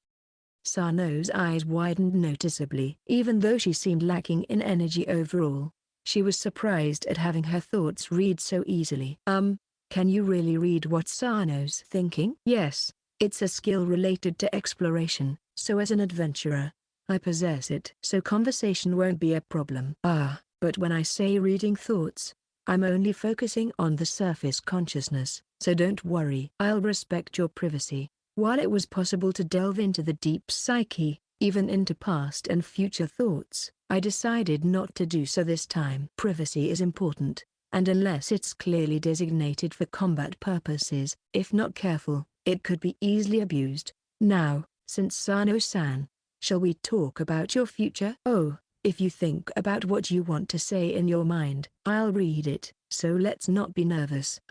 Like this? Yes, exactly like that. It might feel a bit awkward at first, but don't worry about it, and I'll say it again, I won't delve into your inner thoughts, so feel free to think about it. While we were meeting for the first time, I tried to be as polite and friendly as possible. Especially now, when she might be sensitive due to her injury, it was important to be considerate. Sniff. Why is she crying so suddenly? And it's quite a serious cry too. It's not just in her head. There are tears welling up in the corners of her eyes. Did I step on a landmine or something? Oh, no, it's not that. It's just, I'm really happy that we could have a proper conversation after so long. Oh, it seems like she got overwhelmed after finally being able to have a conversation. Well, yeah, I get it. Suddenly not being able to do what you used to do easily can mess with your head. I don't know the details of her injury and its aftermath, but it's certain that having conversations will be difficult for a while. Being an active VTuber, communication skills are practically part of her identity, so it's not surprising that the stress would pile up even more. Sorry for interrupting the flow of the conversation. I'm fine now, so, no, don't worry about it. It's only natural to feel anxious about things. I've experienced having parts of my body disappear due to injuries, so I can understand how it messes with your mental state. Parts of your body disappearing, huh? Actually, getting seriously injured does make you anxious, right? Like when your arm completely charred, even though you know drinking a potion would heal it, you might still cut off the unaffected part just in case. Oh, even though using a high-grade potion would make your limbs grow back even if they were completely charred, it's still unsettling, you know? It's easier to accept growing something from nothing than going from charred to flesh, even if you know the effects. Oh, but that's different during battles. Of course, you don't waste resources on useless emotions like that. You just heal normally or even attack without healing if you're in the right state of mind. Well, explaining this to ordinary people might not be easy to understand. Anyway, if you understand that I've experienced similar injuries to you, it should give you some hope, right? Even if you lose limbs or have a huge hole in your abdomen frequently, and even getting your lower body ripped apart from your chest, you still recover stubbornly and live with all your limbs intact. A little pain in the neck area is nothing compared to that, but that's because you could use potions and stuff, which doesn't apply to me. Well, it's not necessarily the case. Dungeon items are really random, so you can manage without being fixated on potions. She seems to be taking comfort in that. But that's just jumping to conclusions as an amateur, and it's a shame. It's precisely because she doesn't know about the randomness of dungeons that she can easily give up reaching out. Even if I were in the same situation as her, as long as there's a dungeon, I wouldn't be able to give up. It's not that I wouldn't, it's that I couldn't. There are recovery ingredients like the fake immortal peaches I brought, scrolls that grant special powers called skills, and equipment that causes strange things to happen just by wearing them. There's probably anything in the dungeon. The items obtained from dungeons are mysterious things that deviate from existing science. Because they deviate, they're not bound by frameworks, and their potential is infinite. At the very least, countless items beyond human imagination are sleeping. Nonsense like it's impossible because of the law doesn't apply here. Do you know? Laws are made by important people, but exceptions always come up in dungeon-related matters, so they often have headaches. Laws are frameworks and boundaries. They set limits on who's on which side, and the important people desperately try to set those boundaries. However, even physical laws are easily deviated in dungeon-related matters, let alone trying to completely bind them with laws. Since the beginning of dungeon emergence, and even now, irregularities, and even unknown things, occur frequently. Well, when I say frequently, it's like once a year or something. But still, the fact that holes in laws used for decades are discovered once a year shows how impossible it is. Of course, even if you have no connections, hoping won't make things happen. Luckily, you have me as a connection, so giving up might be a bit premature. Is that so? Yeah, it's a cliché line. But if you don't give up, dreams will come true. Well, maybe that's not quite right. Maybe if you don't give up, miracles will happen is closer in this case. Because if the person hoping you isn't serious, my motivation, the one making it happen, will decrease. It's natural to prefer those who are reaching out with all their might when lending a hand. If the person being helped is giving up, it's not even worth talking about in the first place. Hee. Yeah, that's true. Right? So, believe in miracles. Oh, sorry for interrupting. But it looks like the peach has finished grating. Shall we take a break and eat it? It'll be easier on your body too. I confirm that the plate held by Mido-san is filled with a pale pink color, so I interrupt the conversation for now. It was like a highlight scene in a manga, but unfortunately, this is reality. Prioritizing the injured person's body over delivering a punchline takes precedence. In many ways, Mido-san, please let me feed her. Yes, sir.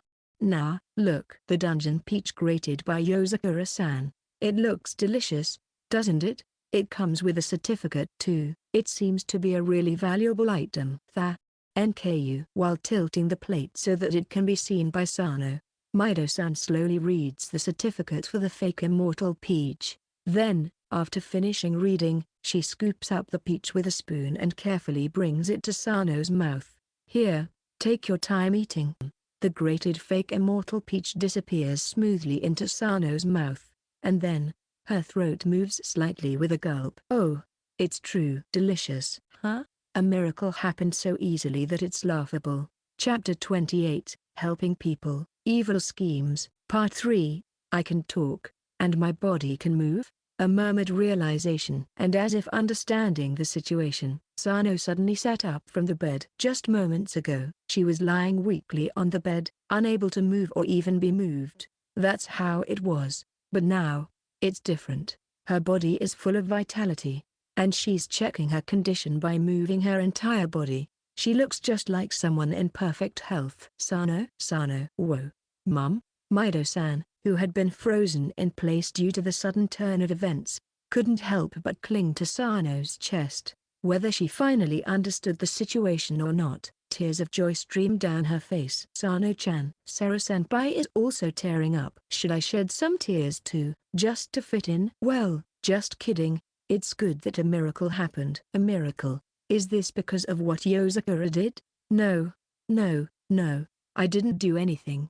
I just came to visit with some get-well gifts. Yes, so I'm genuinely surprised by the current situation. You're shameless. Ha ha ha. But even if you say that, it's true, isn't it? What I brought is the fake immortal peach, known as a dungeon-produced ingredient to the extent that it can be found through a search. This is guaranteed by the certificate issued by a holder of the appraisal skill. The appraisal skill is a skill that reads information about the target as text. The information that can be read depends on the level of the skill. If the level of the skill is lower than the target, it may be impossible to determine or only partial information may be obtained. If the levels of the target and the appraisal skill are equal, basic information can be obtained. And if the level of the appraisal skill exceeds that of the target, more detailed information can be obtained. So the fact that a certificate has been issued means that at least information confirming it as the fake Immortal Peach has been read.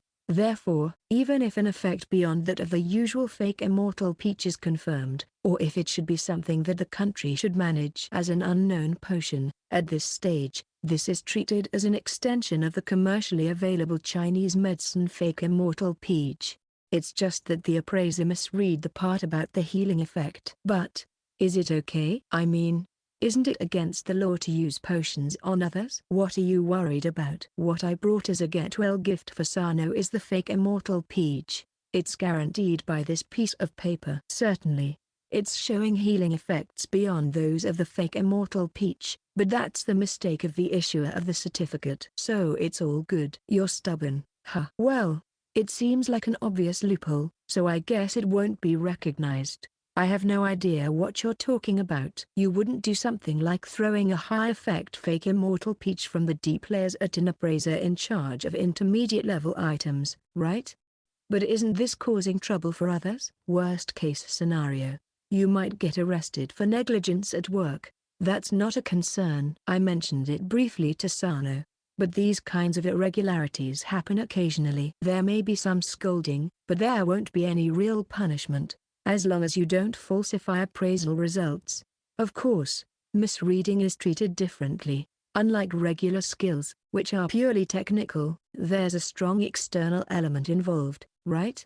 It's like saying, the software installed is different from the technology. If the level of the appraisal skill is lower than that of the target, it's impossible to appraise it, or only partial information can be obtained. If the level of the skill matches that of the target, you can get general information. And if the level of the appraisal skill exceeds that of the target, you can get more detailed information. In other words, the fact that a certificate has been issued means that at least information confirming it as the fake Immortal Peach has been read. So even if it's confirmed to have effects far beyond those of the usual fake Immortal Peach, or even if it should be something that the country should manage as an unknown potion, at this stage, it's treated as an extension of the commercially available Chinese medicine fake Immortal Peach.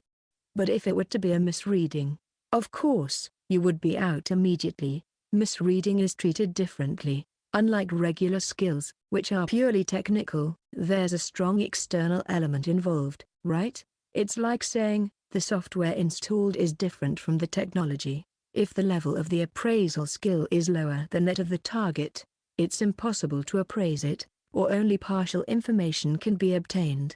If the level of the skill matches that of the target, you can get general information. And if the level of the appraisal skill exceeds that of the target, you can get more detailed information. In other words, the fact that a certificate has been issued means that at least information confirming it as the fake Immortal Peach has been read.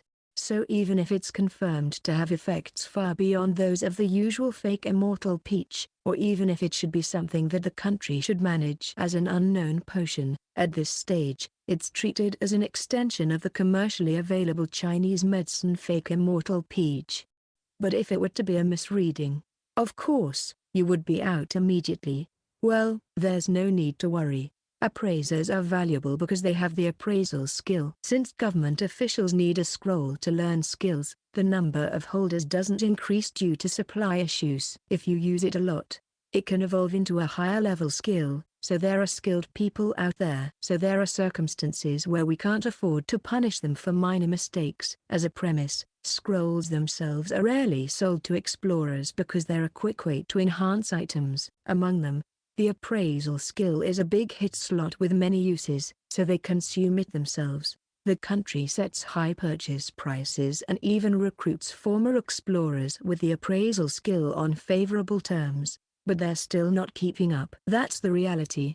In this case, as long as I don't file any financial damages, they'll probably just brush it off. If we overlook that aspect, it's a heartwarming story of a bedridden woman miraculously recovering and finding happiness. The person in charge probably won't dig deeper. You seem oddly well informed about the inner workings of the bureaucracy. Have you perhaps experienced these occasional irregularities yourself? Yozakura-kun? Well, who knows? Well, more like I've been involved in about half of the past cases. The remaining 40% involves acquaintances, and the rest is miscellaneous. But since suspicions are arising this time, I'll keep it to myself. Anyway, it's rather gauche to pry into miracles. Let's just be happy about Sano's recovery. Wouldn't you agree, Sara-senpai? Well, true. Sano-chan is my best friend, but it would be rather gauche to intrude on their touching family moment. I'll give her a hug once things settle down.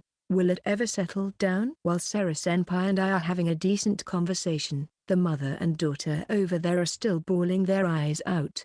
At first, it was just Mido-san crying, but now Sano is crying too. I understand the urge to cry, so I have no intention of interrupting, but it seems like it'll take some time for things to calm down. Well, never mind that. I'll contact the association about the irregularity and arrange for a doctor to come. In the meantime, Sara-senpai, could you please discuss the future with them? Are you implying that I should intervene between them? And by future, you mean? Yes, it's not really a crime, so there's no need to worry about that.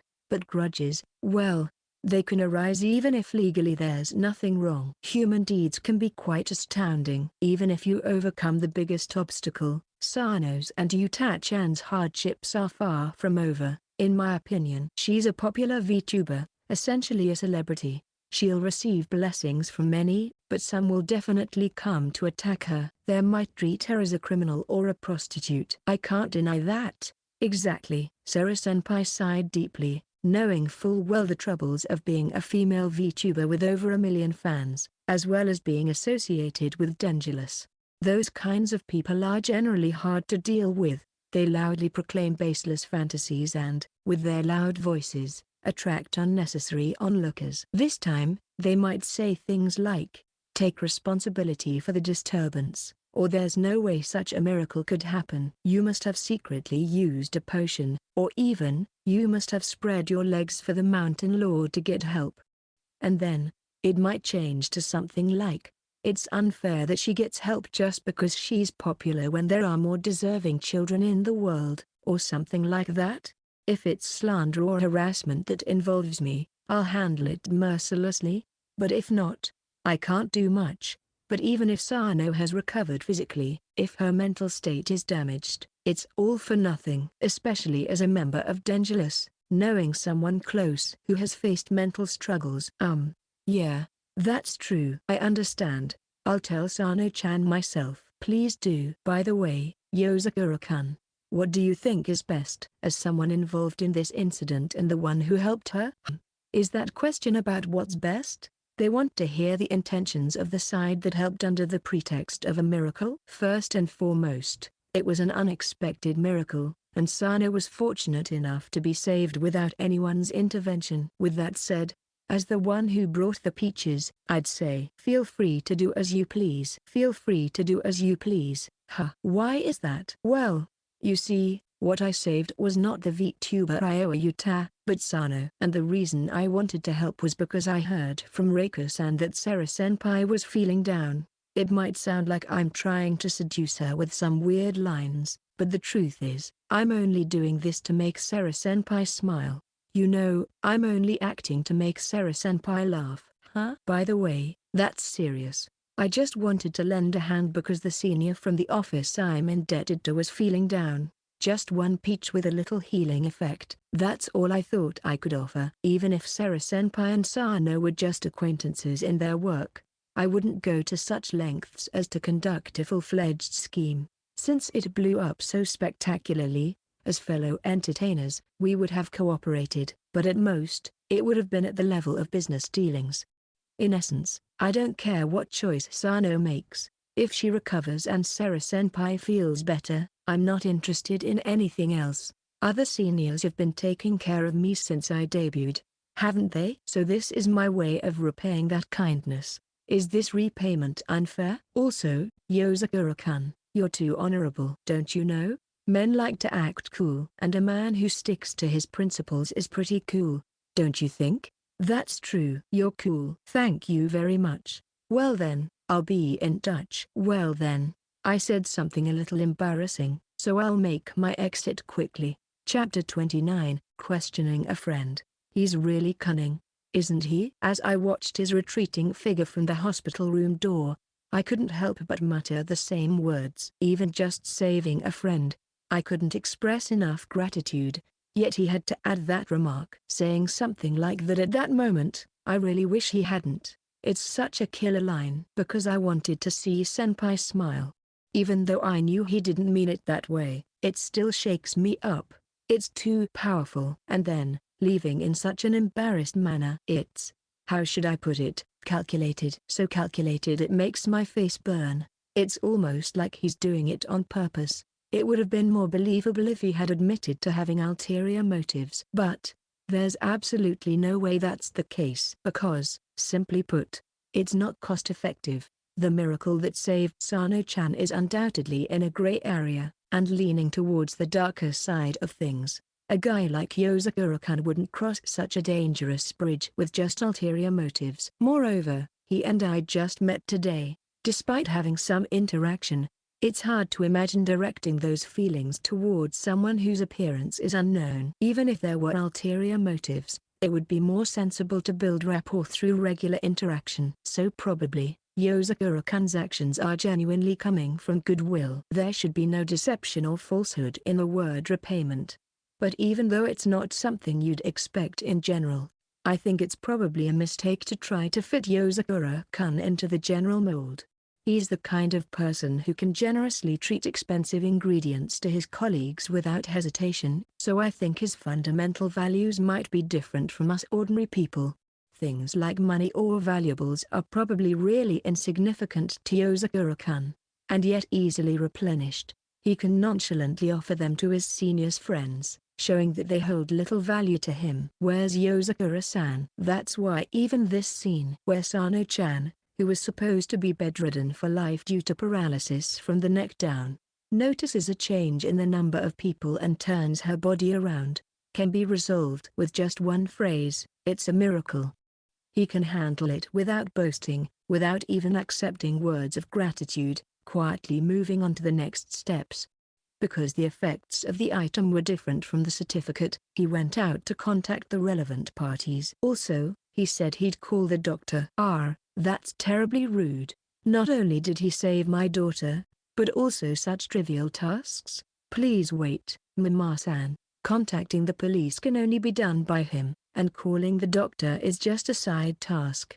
More importantly, they want you to discuss future matters now. Holding back Mama-san, who was about to chase after Yozakura-kun, I guide her back to the bed once more. As Yozakura-kun said, this is something that should be discussed with the family, so I have to inform them as soon as possible. Since the hospital's doctor will come soon, at least we need to raise the issue. After all, he asked me to. Contacting the relevant parties. Hey VTuber, Yozakura-san will be okay, right? He won't get caught by the police or anything, will he? I think he'll be okay. He said so himself, and I don't think he'll be arrested or anything. He's so cautious, even declaring miracles repeatedly, maintaining that facade of chance even in front of us. Although our private interaction has been short, I'm confident he wouldn't take reckless actions like getting arrested. The part that gave me the impression of being overly meticulous, I'll leave untouched for now. I see. That's a relief.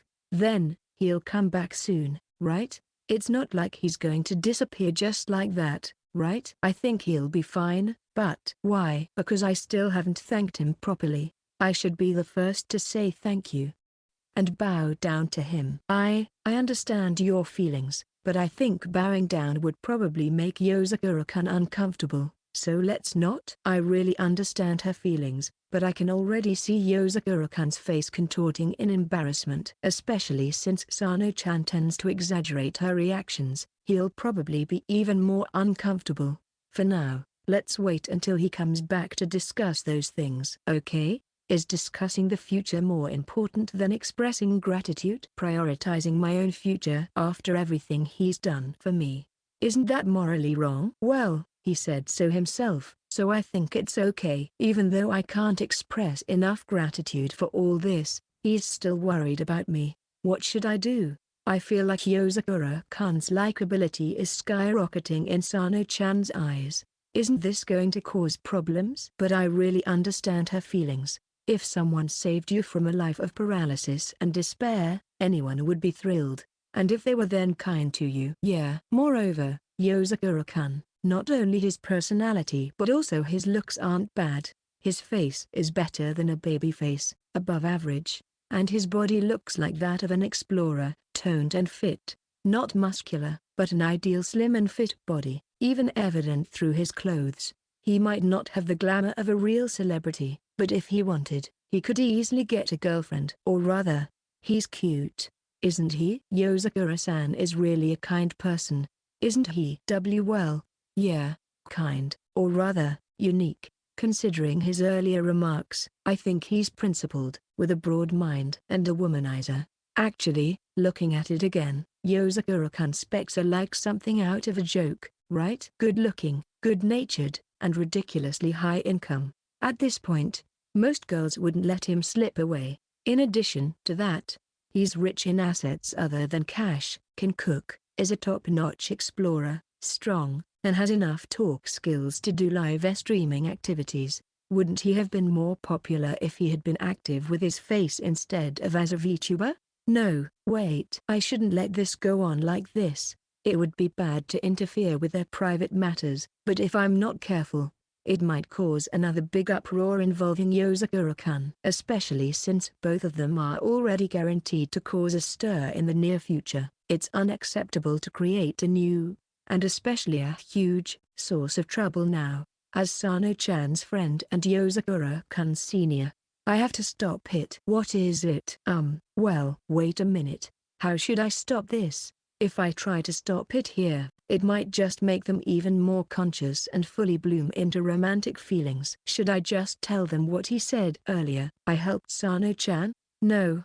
That would just be a nasty jab. VTuber? What's wrong? You look serious. Sano-chan, what are your plans for after this? Will you return to your live streaming activities? Will you retire or take a break for a while? Huh? In the end, I could only forcibly steer the conversation to the main topic. It's always like this, but my lack of wit, or rather, my dullness, is getting annoying. But this shouldn't be a bad move either. By making her aware of the imminent uproar, if she realizes it's not the time to be immersed in romance. Why are you asking me that? There are still many things I want to do as a live streamer, and of course, I plan to return as soon as possible. Actually, I talked to Yozakura-kun earlier. Sano-chan, or rather, I mean, if Yuta Hyoa returns, there will definitely be a huge uproar. Why? I mean, I have aunties, but I don't think I'm hated that much. All right. Well, not all right to say that, but she took the bait. Her thoughts, which were leaning towards Yozakura-kun, suddenly shifted to her live streaming activities. Well, if someone told you something like this, you'd be surprised, right? It's an incredible miracle, something to be celebrated. Blessings should be received, not burned. Yeah, you're not hated, Sano-chan. You'll definitely be welcomed back by many people. But, you know, you're not just someone who can accept miracles straightforwardly. Especially since this time it's like a trick. There will definitely be people who will deny it. Sano-chan's face darkened at my words. Mama-san, who had been listening beside us, also had a stern expression. Sigh. It's still uncomfortable to ruin the happy mood, but Yozakura-kun asked me to, and I think it's better for me too. I have to do my best to accept it. I think various speculations will arise. There will definitely be slanderous remarks like criminal or something like that. Above all, I think you'll be unjustly resented by people in similar situations to yours or those around them. Why are you the only one who gets to be saved? Even so, can Sano-chan still insist on returning to being a VTuber right away? Exclamation mark.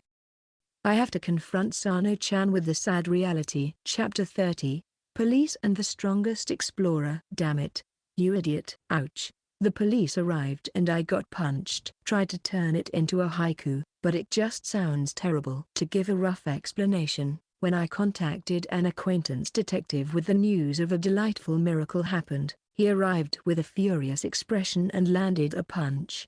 Then, After exchanging a few words with Sarah-senpai and the others, I was grabbed by the collar in front of everyone, dragged away, and thrown into a car.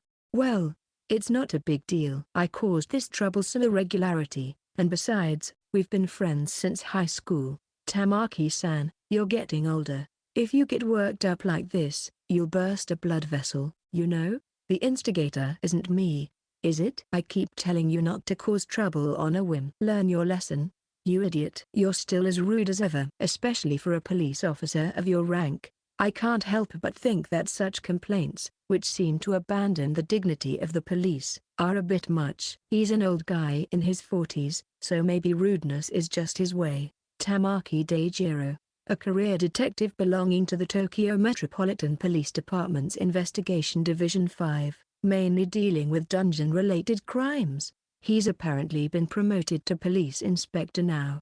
I forgot his exact position. His actions and words are clearly those of a non-career, on-the-ground type, like the inspectors you see in dramas, but in reality, he's a strict high-ranking officer, which makes it interesting. Actually, he's not the type to rush to the scene first, but because he's been assigned to oversee my case from above, he's called in at times like this. He says he's called Cherry Blossom Liaison within the Metropolitan Police Department. Geez, I'm always running around trying to coordinate with the dungeon administration for your sake. But thanks to me, you got promoted, right? I was promoted as a figurehead for a time of crisis. I didn't want this kind of promotion. It was a bitter cry from the career detective who was promoted to police inspector just to handle my case. I can't say anything because I'm aware that I'm burdening him with troublesome work. So, why did you mess up this time? I didn't mess up. It was just an unexpected miracle, you know? That's ridiculous. It's your usual trick to cause chaos out of nowhere. You must have some sort of identification skill, right? And it's probably top tier. You're as suspicious as ever. He does have it, though. Strictly speaking, the identification skill is just included in the all-knowing awareness, but if I were to admit that, I wouldn't be able to use these kinds of tricks anymore. So I'm evading the question. Due to the difference in abilities, the identification skill doesn't work on me. So it's a convenient excuse. It's not a big deal. An unfortunate woman suffering from after effects was saved, and the truth about the fake immortal peaches came to light. As the former owner, I have no intention of complaining to the association. It's a happy ending without anyone suffering, right? It's a big problem that fake immortal peaches that were being circulated through regular online sales might become substitutes for high-grade potions. Various parties are probably in an uproar by now. Just because it came to light in a non-problematic way doesn't mean it's far from the worst-case scenario, you know? I bought them for tens of thousands of yen, but if it turned out they were worth tens of billions, well, it wouldn't just be a matter of complaints. Since I intentionally caused this incident, there are no complaints, and potential future troubles have been prevented. From the government's perspective, it's all good, right? But still, items that might rival high-grade potions were being bought and sold for the price of luxury ingredients. It's obvious that many explorers who have sold fake immortal peaches in the past will cause a fuss. Oh, it's okay. It's okay. The acquired flaw and the recovery effect are proportional. If it's below the level of potions on the middle floors, most complaints can be silenced. Dungeons are roughly classified into 6 stages: upper, middle, lower, deep, super deep, and abyss. The upper floors are mainly for amateurs on a part-time basis. In the middle floors, it's mostly professionals. On the lower floors, it's professionals, including top-tier ones, or specialized units of the police or the self-defense forces. In the deep floors, it's some explorers who have begun to give up being human, or members of the self-defense forces. In the super deep floors, it's people like me. The abyss, let's just say it's immeasurable. The important thing here is that there are hardly any explorers active below the lower floors. With this fact in mind, there's nothing to fear about complaints. If they're going to treat it as a substitute for potions, it is to be something obtained at least in the lower floors. Even then, Its efficacy is on par with lower grade potions, and it's actually inferior because it doesn't last long. There's no way explorers active below the lower floors would bother bringing back peaches. Those who complain are just fools. In a case like this, where it's equivalent to high-grade potions, where did you find it? I got it in the super deep floors. I'd say it's around intermediate to high-grade in the deep floors. Either way, it's treated as trash even if it's obtained. Even if you get it, most likely, you'll either eat it on the spot or throw it away. Well, in the first place, fake immortal peaches hardly ever appear unless it's a food-based dungeon, although you can collect them in normal dungeons depending on the location, or get them as drops from monster races like the Yao Immortals. Well, it's a long shot. It's much more profitable to aim for other things. If that's the case, it's still better. But hey, you definitely have the identification skill, don't you? How can you confidently assert that the floor level and recovery effects are proportional? I can make an educated guess even without the identification skill. You know, it's a rule to list information obtained through skills in the remarks section of certificates, right?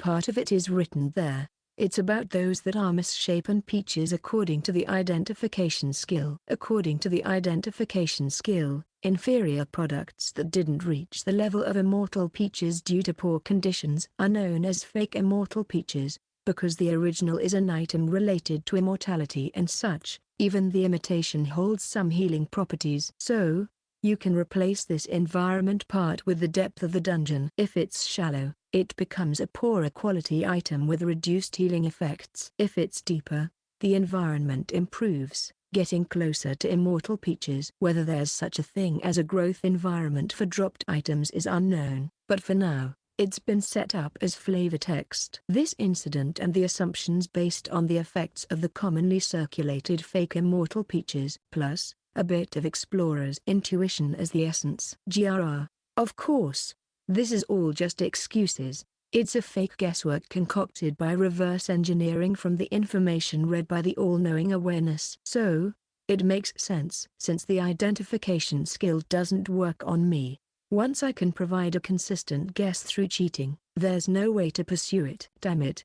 What's your intention in doing all this? I don't have any intention. A senior I'm indebted to was in trouble, so I picked some nearby peaches for her. That's all I did. Ah, I see. That's how it is for you. Just sharing fruits growing in the garden. That's your level of understanding, huh? But, the world won't accept that, you know? The world, not the country, but the world. Quite ambiguous, and yet bringing up quite a troublesome issue. Even though it's legal this time, if the world decides not to accept it, you'll face a storm of criticism, especially you. Now doing something like a VTuber, right? Oh? Did I tell you about that, Tamaki-san? You're so shameless. You may be anonymous, but after appearing on stage, you think we didn't get hit hard enough, and you're even selling yourself as an explorer. If possible, I'd like to make you quit right away. That doesn't sound like something a police officer would say. He's outright denying the freedom of occupation. Surprisingly, he seems to have a good grasp of it, though he's probably doing it for his job.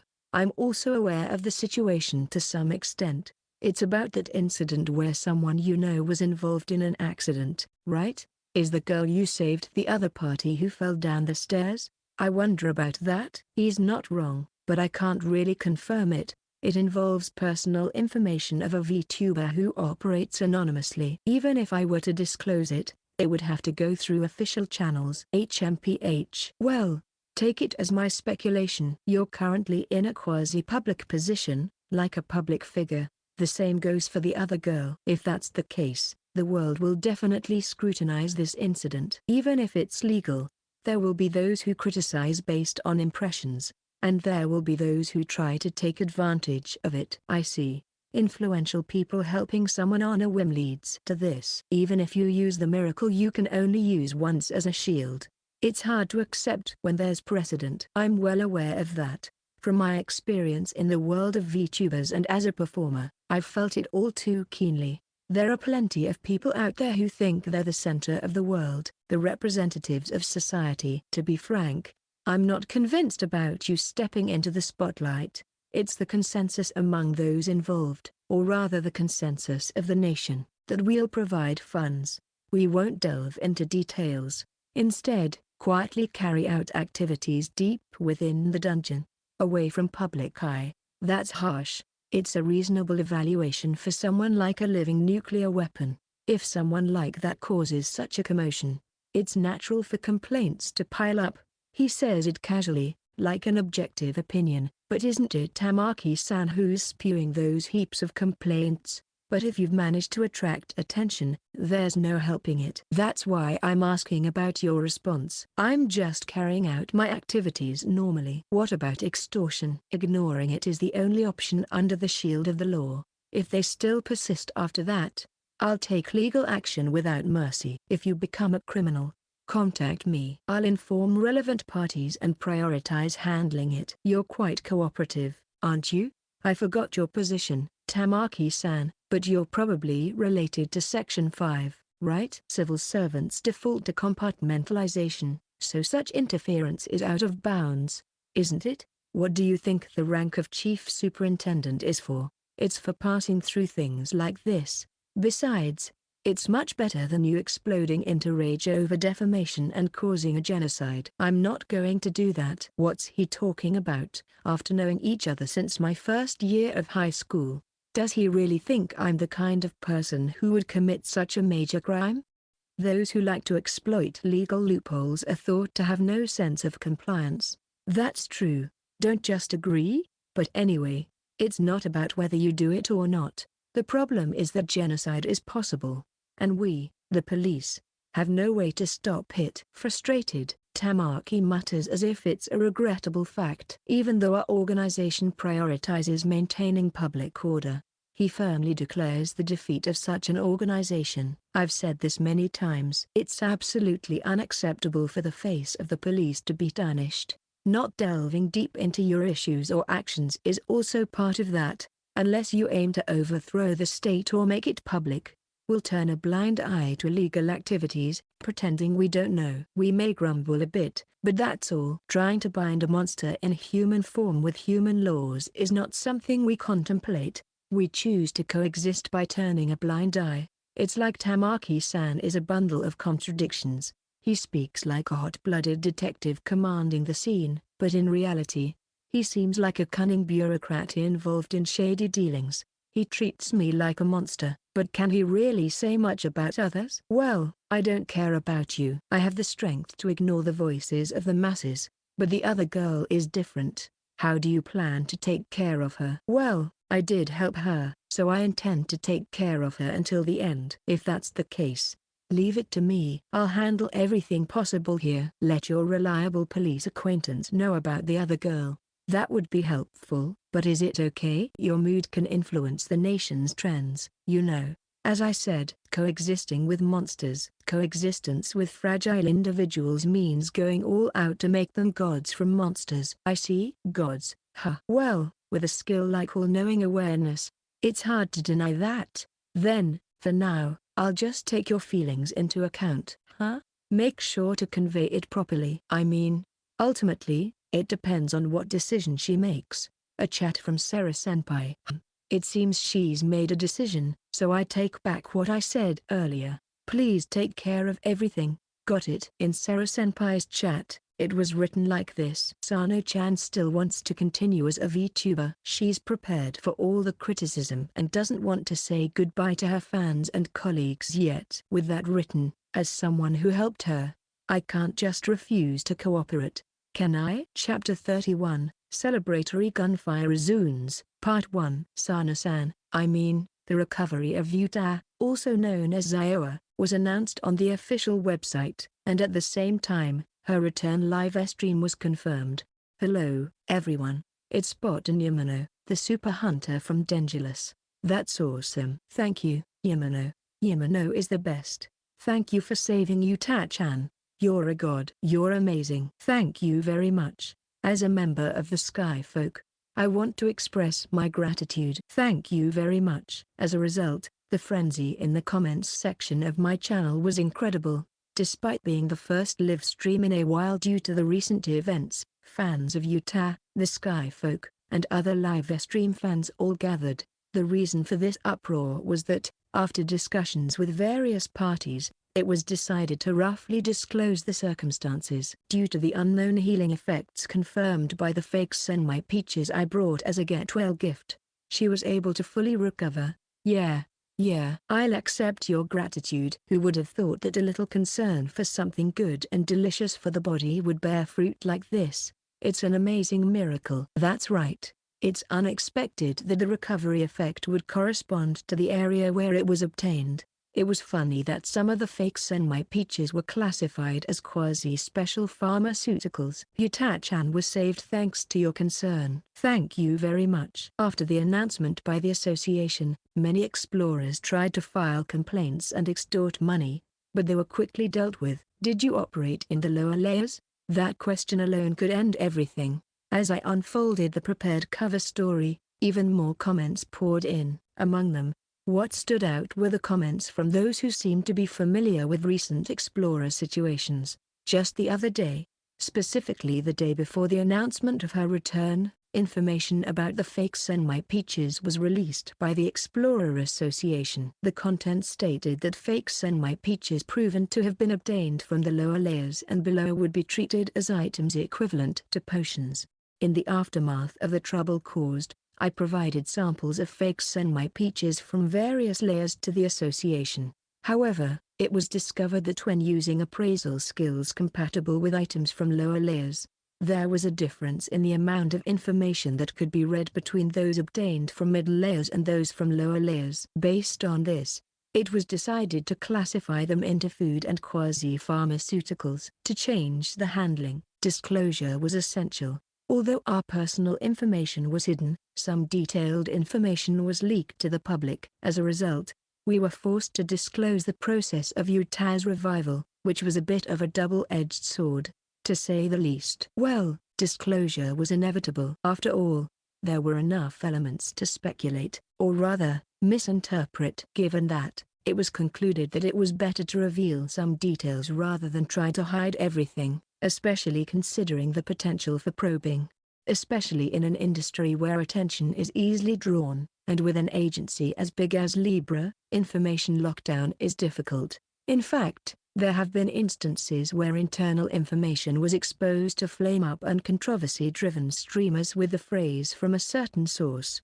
Considering that, hiding the facts was not a viable option. If it were to be revealed for some reason, the damage would be considerable. After all, most people perceive hiding something as suspicious. So, it was unanimously agreed among all parties involved that it was better to openly address the miracle and legality and directly confront criticism. It was a kind of damage control. Honestly, it's rare to have such a happy ending. Yuta-chan's revival, the joyous celebration of the Libra faction, and my skyrocketing fame and channel subscriptions. I never thought it would be covered in mainstream media. That's right. That day, Yuta-chan and Yamano were the talk of the town. It's a level of happy ending rarely seen even in stories. It's like real-life convenience. Actually, I wouldn't be surprised if Yamano was pulling the strings behind the scenes. Anyway, a happy ending is the best. Thank you very much. Thanks to this incident, my channel became a hot topic just for the storyline alone, and we needed to emphasize the miracle to some extent. So it's no wonder the festival atmosphere continued to unfold. Especially on the day of the official announcement. It was insane. That day, notifications were flying around non-stop, and the reactions were overwhelming. On social media, there were so many thank you tweets that you couldn't keep up with the ego search, and in private, there was an influx of thank you chats and DMs, especially from the Libra members and other streamers who were close to Yuta. Among them, the Libra members were particularly enthusiastic.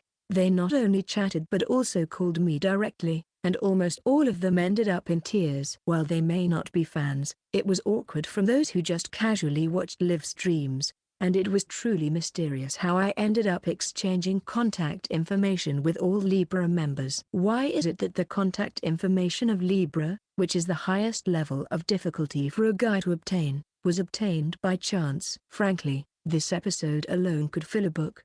It started with an accidental acquisition and a backlash, then went through twists and turns to a miracle and a happy ending. But it seems like there's a hint of an ominous atmosphere for the second part. That's right. As a Libra fan myself, a thank you and apology are inevitable. I want to send a super chat as a thank you and apology. Seriously, the possibility of a second part is not funny. Those idiots who caused the commotion are unforgivable. The embers are already smoldering. It's regrettable that the super chat function is turned off. Please let us send super chats. It's all we can do. As I lightly reflected on the series of events, the comments section was filled with apologies and gratitude.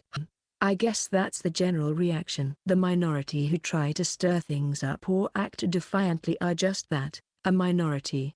Well, there are some really bad ones out there. It's predictable, but still. Besides the expected antis, there were some real monsters popping up. For example, there were those who developed super theories like, we created a bond between me and Yuta-chan because of the commotion we caused, and as a result, I saved her.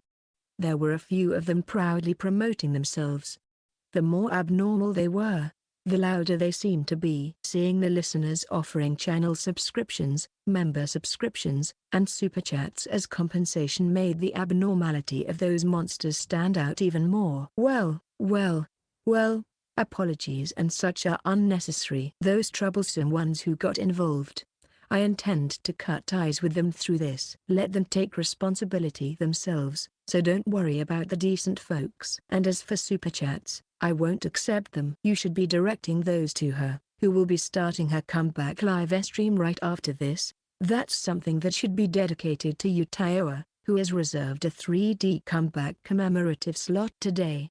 No, in 10 minutes from now. If you're a fan, you shouldn't get that wrong. I'm not in need of money, and just when I was about to lend a hand in various ways, a mysterious miracle happened and left me feeling let down. Yutaoa was saved on her own. I haven't done anything. So don't give me a single penny. If you have money to spare, pour it all into her instead.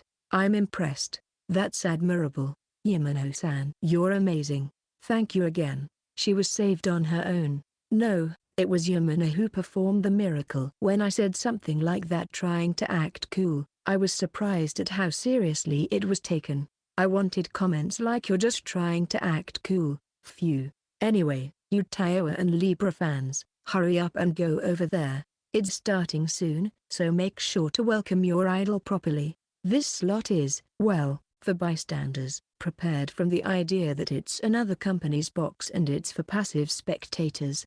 Think about why I took the trouble to reserve a slot 15 minutes before the comeback celebration stream. Proper fans aren't invited here. This is more for, like, my listeners and those observing from a distance. It's not even a simultaneous viewing slot. It's just a slot where I'll be watching Yuta's stream and making snacks. It's a slot where I occasionally share my thoughts while holding a drink. It's not a place for fans to be. Only those with the feeling of mere onlookers are welcome. Frankly, I reserved it just to dispel any unnecessary doubts. So that's why you scheduled it to overlap with the celebration stream. So it's a decoy. It's really commendable that you're going to such lengths for aftercare. He turned out to be even kinder and more caring than I initially thought. Let me call you Big Bro. Even though the comments section is getting lively again on its own, it's not really a big deal. I'll cooperate to this extent since I helped out. This slot was prepared to crush baseless rumors like there being a rift between me and Yuta caused by being caught up in the controversy or accidentally consuming an ultra-high-class item.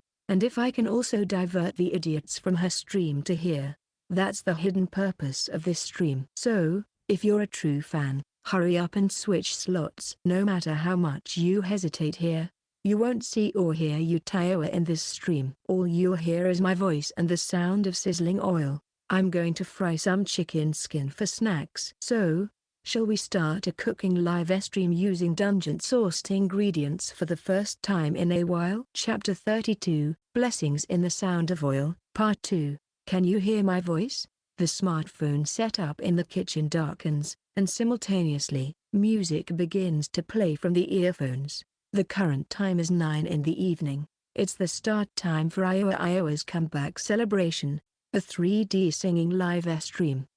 Starting with a song, huh? Sounds like an anime song, but which one could it be? Impressive. Starting with a song right away. Is it to emphasize her complete comeback? It's the insert song from Song of the Siren.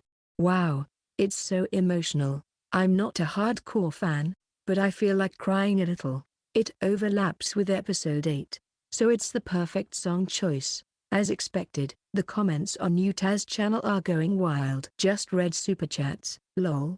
The powerful singing voice flowing from the earphones, accompanied by lyrics that are both fleeting and somewhat greedy. According to experts, it's the insert song from a famous scene where the Shinto spirit of the protagonist's forgotten heroine, Biscadil, miraculously resurrects after being defeated by the enemy and erased from the protagonist's memory. Dancing on the battlefield as if to the rhythm of war, continuing to sing loudly the cries of love. The monologue, "Don't forget, I've returned. I'm here, look at me, watch me." Imprint my singing figure on this stage. Shook the hearts of many viewers. Unfortunately, I haven't watched the anime, so the impact is somewhat lost on me, but I can still understand. It's a fitting choice for the opening of this comeback live stream. Indeed, the comments section of her channel is bustling. A variety of colored boards, or so-called super chats, are flowing incessantly, and the regular comments are impossible to read with normal visual acuity. This just shows how much Yutaoa, the VTuber, is loved, and how many people are enthralled by her performance as a singer. Well, seeing it again, it's truly amazing, isn't it?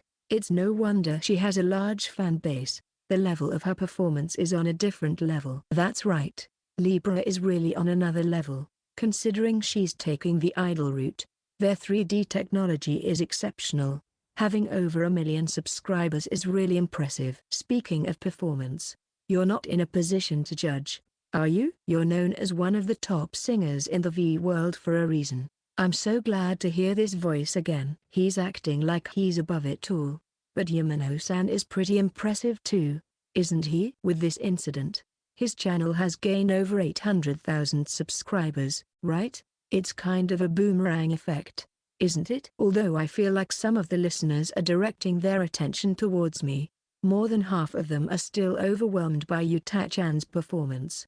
Since it's not displayed on the streaming screen, everyone must be watching simultaneously in their own environments, but they're still completely captivated by it. Well, that's understandable. After all, Yuta-chan's energy is incredible. Every move, every word is filled with soul. Resurrecting from the brink of despair and hopelessness in life, her performance seems to burn away all the accumulated sediment of the soul.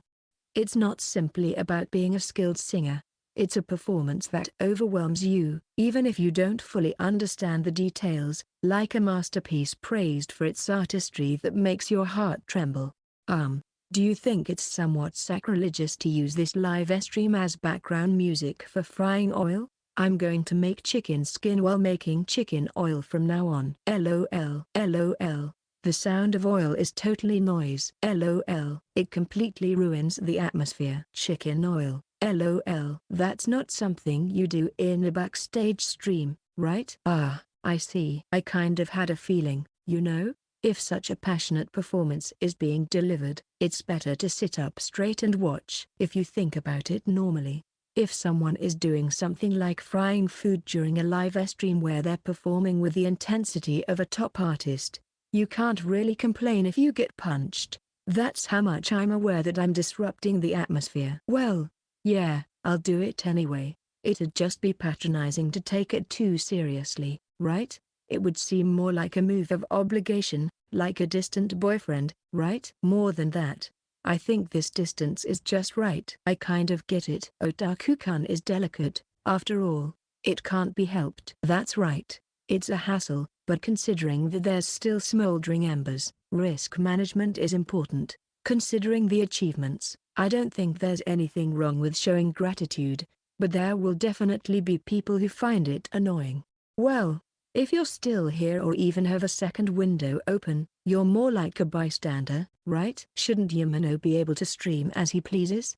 It seems like there are mostly positive opinions. There don't seem to be any complaints about it being disruptive. Well, as some comments pointed out, Just being here means you're more of a bystander, so let's proceed with the original plan without hesitation.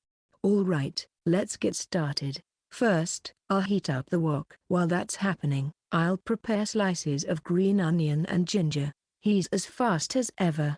The moment he takes it out, it's already sliced. Lol. Wow. This super cook. The whole knife going shing and thud thing is only allowed in the world of manga. Huh. Even though he's on the idol route, Libra's performance is different. But in terms of performance, Yamano is also on another level. Or rather, in another dimension. At least among streamers, only Yamano-san can pull it off. Huh? Takata just sliced green onions and ginger in less than a second, right? Is this really something worth reacting to so strongly? Well, I do realize that it's not something normal, and I won't say something like, "Are you surprised by this level?"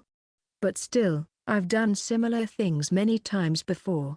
I guess it's time to get used to it. Alright, next up. Today's main ingredient is chicken skin. It dropped from a lower tier monster called Supreme Army Chicken Shamo. I made a slight mistake when obtaining it, so I'll give it a quick rinse to clean it up. After showing it to the camera once, I rinse it under the tap. It got a bit sandy when it dropped in a sandy area. When ingredients drop, they are reconstructed either on a plate or on a large leaf. But such considerations from the dungeon? They're powerless against sandstorms. Alright, it's cleaned up. Normally, it would be correct to wipe it with damp kitchen paper. But let's forgive me for calling it manly cooking. I can't be bothered to wipe something this big every time. That's right. It would be difficult at that size. What's with that chicken skin? Wasn't there something as big as a doormat? It's not the size of just one piece. Did you defeat another giant creature? Yamano? He's still as tactless as ever. Is it even okay to call a chicken that size a chicken? Because it came up as a military chicken with the appraisal skill. So it's a military chicken. Even if it's the size of an adult man. By the way, since I have footage and photos from the dungeon this time, I'll post a photo of the Supreme Army chicken on Twitter. The video isn't edited yet, so please forgive me. I saw the photo, but what's with that? It's a real monster, not something to laugh about. It's too impactful for the behind the scenes of the Miracle Comeback live stream, right? Wait, isn't this photoshopped? Isn't it dangerous? Compared to the background, it's just a normal-sized man. Isn't the moment when he's breaking a huge rock with a kick the best shot? Seriously, the champion of chickens, lol. But I think Yamano calmly holding the camera in front of this is the scariest. I tentatively posted a photo to see the reaction, but judging by the response, it seems quite positive. The comments section and the tweets seem to be spreading rapidly. Visual impact is indeed important. With this, the live stream itself should garner quite a response. It could become a new weapon for future use. However, I do have some regrets about the timing. It's spreading faster than I expected, so it might conflict with Yuta-chan's comeback live stream. I'll apologize to her later. Well then, I think all of you listeners have understood what kind of creature this chicken skin is, so let's quickly proceed with the cooking. Even though I said that, after chopping it into manageable sizes, I just toss it into the blazing hot wok and leave it there. Alright, and now, I'll add the aromatic vegetables prepared on top. Then, we just wait until the oil is completely extracted. Wait, is that it? It's so simple, lol. Ah, this is bad. This is the one where the chicken skin is fried in the extracted oil until it's crispy. I do it occasionally, but this chicken oil residue is seriously delicious. This is the type of appetizer that makes steak residue shed tears of blood. You can tell it's delicious just from the sound. Looks delicious. Just a simple sprinkle of salt is enough. Chicken oil is the best seasoning. As expected, only those who come specifically to watch cooking streams are here. There are quite a few understanding listeners. Even though it's so simple to make, it's incredibly delicious. It's a snack that makes you crave steak because it's fried in the midst of frying. It's chicken oil that enhances the quality of dishes like fried rice or ramen. Well then, let's relax and watch Yuta-chan's live stream while waiting for it to cook nicely. Looks like the other members of Libra are also appearing, so maybe they'll do a duet medley from here. Above all, because the cooking process is too simple. I can leisurely watch Yuta-chan's live stream during the waiting time. Honestly, I could say that I chose this menu just for this purpose. Chapter 33, Blessing in the Sound of Oil, Part 3. Wow, it's amazing. That's the only thing that comes to mind. Alongside the cooking, there's a live viewing party in the kitchen. Despite the slight noise of sizzling oil, an incredible quality live performance is unfolding on the screen of my smartphone. Starting with Yuta-chan's solo medley, followed by a brief break for talk. Then, one after another, other Liviera members appear as guests, showcasing songs and dances together. It's a scene straight out of a popular idol concert, yet, it emphasizes the strength of VTuber culture, showcasing what can't be achieved in reality. Moved? No, that's not it. Overwhelmed? Yes, overwhelmed. I've seen snippets before, but in this area, the Liviera members are truly amazing. From the performers to the modeling technology, visuals, and sound, the quality is top-notch. That's absolutely right. Honestly, they're completely dominant in this area. Every time, I'm overwhelmed by the live performances. The movement of the clothes is incredibly smooth. There's no discomfort with the 3D models, so the immersion is insane. Even though I'm overwhelmed, Yamano-san has started collecting chicken skin. The duet with Tenten was seriously moving. Everyone was crying in the middle of the song.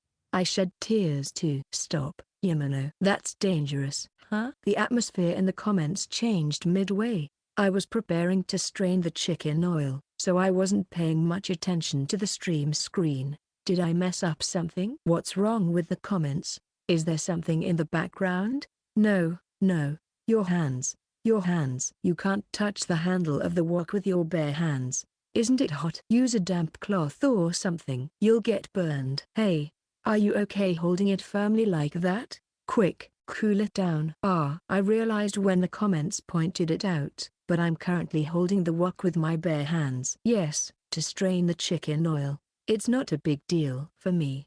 But if an ordinary person were to grab a hot wok with their bare hands, they'd get serious burns. If you do something like that with a handheld camera, of course there would be a commotion. Sorry if I surprised you. I don't get burned at this level. It just feels warm to me. My body is quite sturdy due to skills and such. Isn't that hot? No, that's weird, right?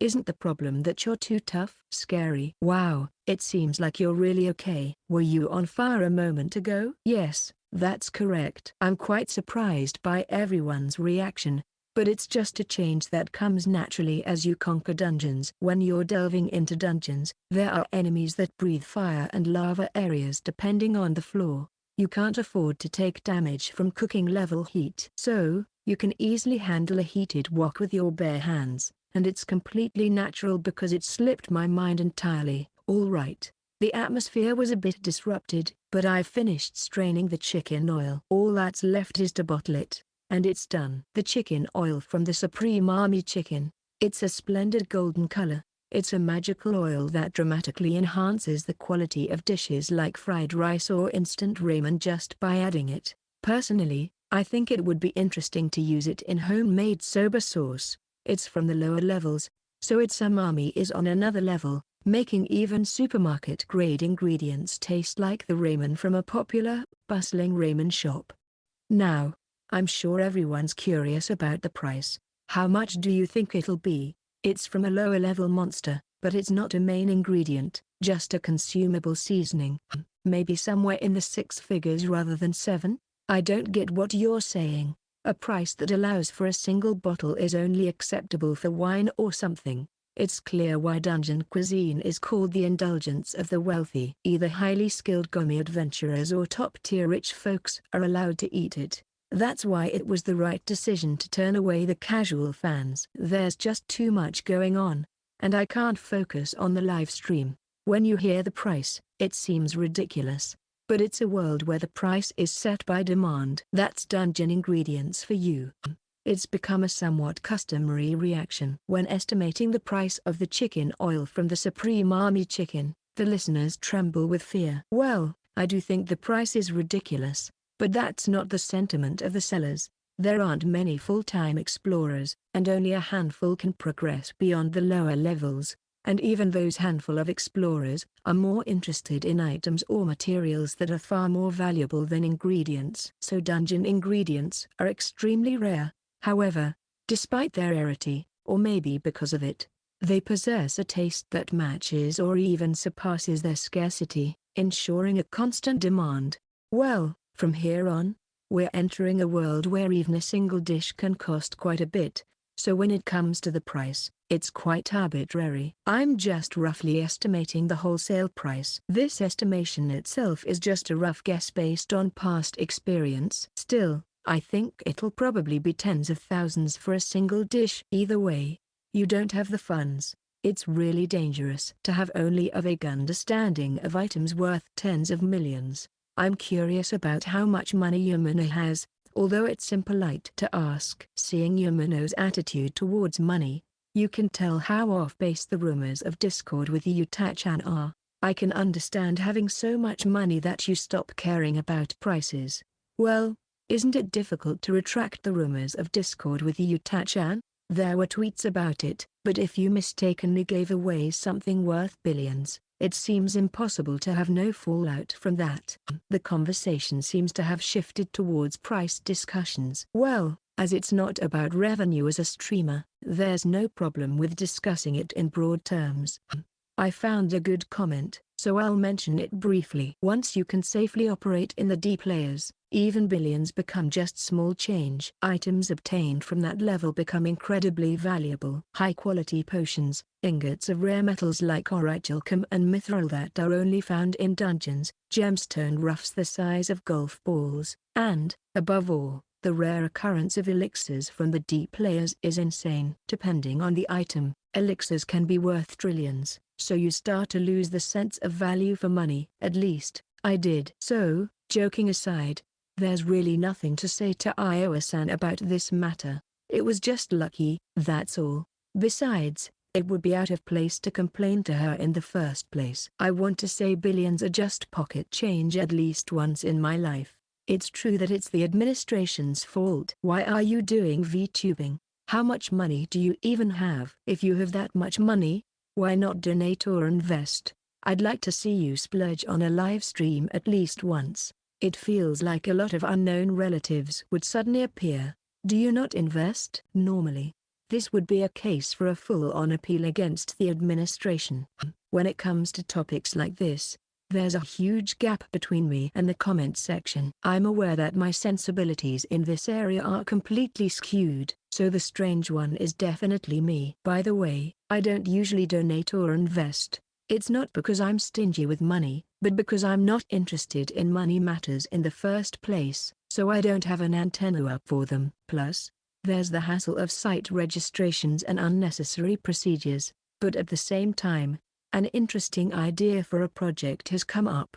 A spending spree stream might be fun. It wouldn't be something I'd do frequently, but trying it out as a novelty sounds enjoyable. Well, let's leave the money talk here for now. Those who scream about Discord can't understand what real sophistication is. The lovely girls are laughing happily on the screen. With this scene and delicious snacks, there's nothing more to ask for at a drinking party. Well then, since cooking is done, let's switch to the standby screen for now. Now, let's move on. The live stream has also entered a casual chat phase during the break, so let's move on to the tasting phase here. Chapter 34, Blessing in the Sound of Oil, Part 4. Alright, so finally, a light sprinkle of salt all over, and the chicken skin fry is complete. For dipping sauce, I've prepared green onion salt, ponzu sauce, lemon, and yangnam sauce. Looks delicious. Looks delicious. This is the one.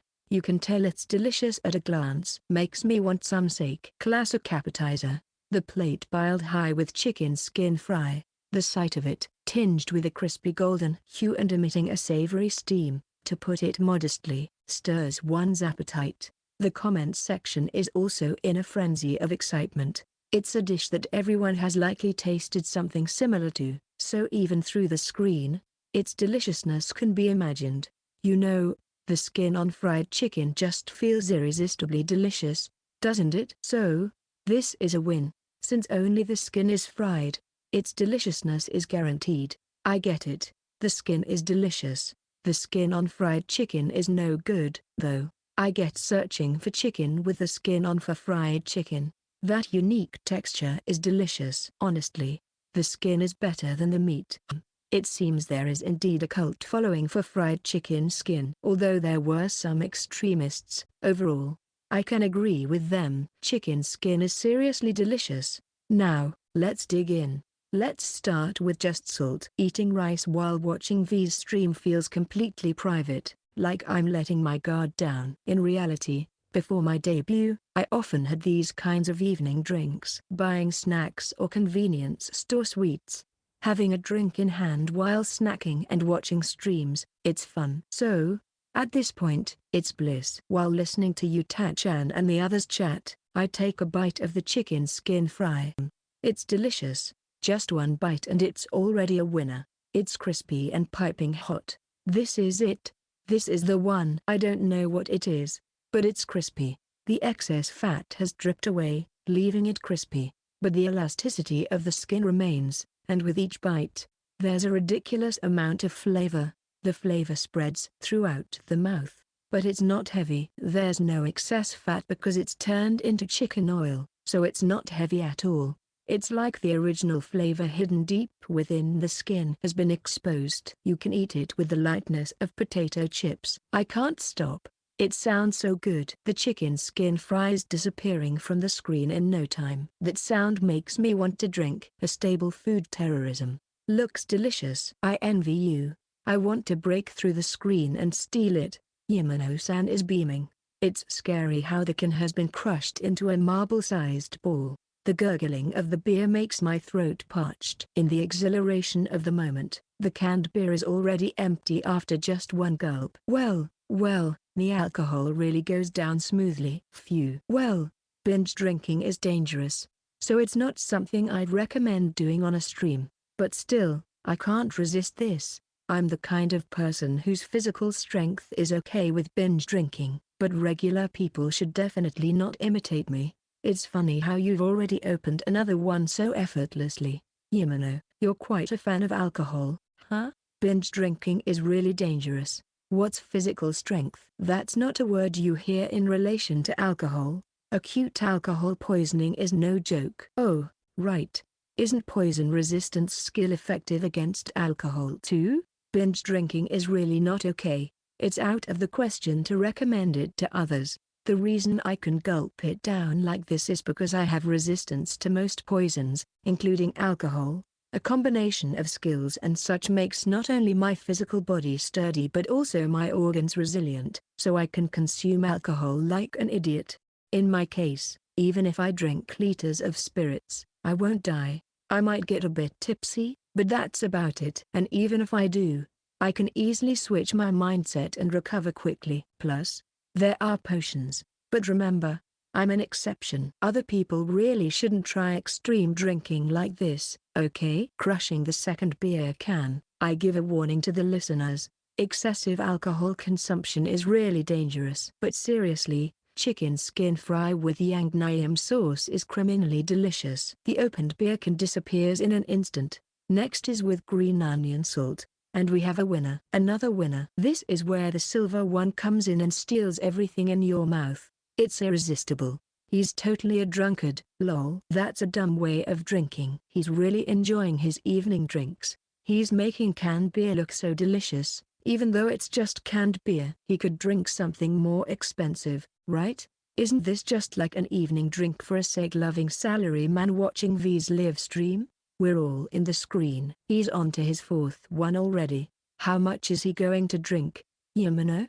The man who said 100 million is chump change isn't drinking like one. Ponzu sauce is also light and delicious. It has a different, Japanese-style feeling compared to lemon. But, there are some things that people don't seem to understand from the comments. I'll have to address that.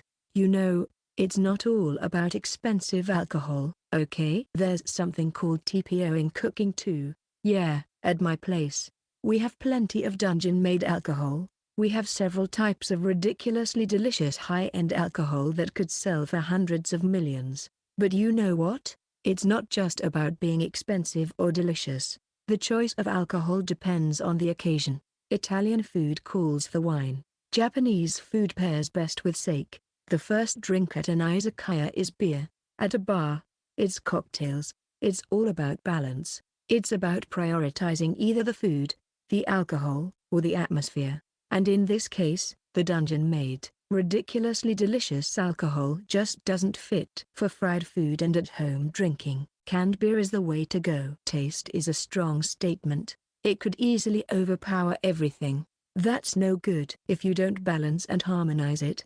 It's a waste of the dish. In that regard, canned beer like this is the best. Especially the ones from this company. It's just right. The canned beer from here is deliciously balanced. Its taste is relatively average, but its sharpness stands out even more. Like a supporting actor, it doesn't interfere with the dish, but it doesn't lag behind either. And yet, it confidently asserts its presence on a slightly different stage than the dish. Frankly, as long as beer goes down smoothly, isn't that enough? As long as it tastes good enough to be a marketable product, it won't interfere with the dish, so it's not that important. What's more important is the throat feel. This refreshing feeling is great. It cleanly carries away the lingering flavor in your mouth and refreshes you. This is the epitome of brewing. I guarantee you, even the high-end alcohol from the dungeon can't beat it in this aspect. I get it. It's all about the throat feel. Beer is meant to be enjoyed through the throat. He's more talkative than ever. Lol. Is he saying that canned beer is better than dungeon alcohol? Wasn't this supposed to be an incident stream? Their beer really has a sharpness to it. Isn't Yamano's endorsement more effective than any regular commercial? No. It's not about advertising or pandering. I genuinely believe this. Dungeon-made alcohol is either the main focus, or the dish should also be made with dungeon ingredients of the same rank, or it completely dominates everything. It's that delicious and has such a strong taste. So, for a balanced enjoyment, commercial products are just right. All in all, human technology shouldn't be underestimated. In the end, it's all about enjoying yourself. Enjoy the food, enjoy the drinks, enjoy the atmosphere. That's all that matters. Bringing up anything else at a drinking session is nonsense. That's true. A lot of people don't seem to get that. He's saying some good stuff, but I can't help but be bothered by the mass-produced aluminum balls. His wise words are turning into drunk nonsense because of his drinking quantity. Lol. Could you stop drinking for a moment and focus on the live stream? This is a good part, isn't it? Truth. Continuing to crush empty cans while drinking is modestly the behavior of a fellow drinker. Meanwhile, while we're discussing alcohol, it seems Yuta-chan's live stream has become quite serious. Chapter 35, Thread for Reflection. Discussion about Yamano-san and Yuta-chan, 411 anonymous viewer. So, just how dangerous is Yamano-san as an explorer? I'm a newbie who just learned about him from this incident, so can someone please explain? 412 anonymous viewer. He's probably one of the top few in humanity. I'd say he's likely in the single digits. 413 anonymous viewer. Clearly, being a VTuber doesn't mean he's a good guy. 414 anonymous viewer. According to military clusters, it's been analyzed that if Yamano-san wanted to, he could do the same things in advanced countries as the dungeon generals in the Middle East. 415 anonymous viewer. So, that means a military coup? 416 anonymous viewer. 417 anonymous viewer. People in those circles have said that he's definitely being monitored by public security. If Bot and Nikki were to go berserk by some mistake, the self-defense force would have to intervene urgently. Whether they could suppress him is also uncertain. 418 anonymous viewer. So, the current situation is serious? I've seen some people saying things like donate or help others from time to time. 419 anonymous viewer. Yeah, there's no confirmation, but it's serious. Anyone who's currently challenging Yamano-san or trying to burn him down could easily end up on public security's blacklist. 420 anonymous viewer. The deference shown to explorers who surpass a certain level, like the dungeon general in the Middle East, is rumored to exist all over the world. It wouldn't be strange for Japan to be like that too. 421 Anonymous Viewer. For now, if you're a rational fan of Yamano-san, or just a resident of this thread, it's best to quietly watch. Touching on troubles related to Yamano-san could seriously backfire, so it's best to keep your distance. 422 Anonymous Viewer. Well, even without those conspiracy theories, the man himself can legally hit you with his excessive wealth, so it's best to just ignore it. 423 Anonymous Viewer. 424 Anonymous Viewer. Just don't worry about it, as long as you don't do anything weird. Yamano-san is a nice guy. That's why Yuta-chan was saved, after all. 425 Anonymous Viewer. I was surprised when the information was released, but being bedridden for life would have been like ruining her life, not just her streaming activities. 426 Anonymous Viewer. And yet, she managed to recover enough to do a live stream like that. Botan Nikki really is something. 427 Anonymous Viewer. Not only fans, but all the members and staff at Liver have to bow to Yamano-san for life. They set up a complete happy ending after causing a huge uproar, all thanks to him. 428 Anonymous Viewer. Just thinking about not causing trouble is more than enough. Seriously, Yamano-san is like a savior to Liver. 429 Anonymous Viewer.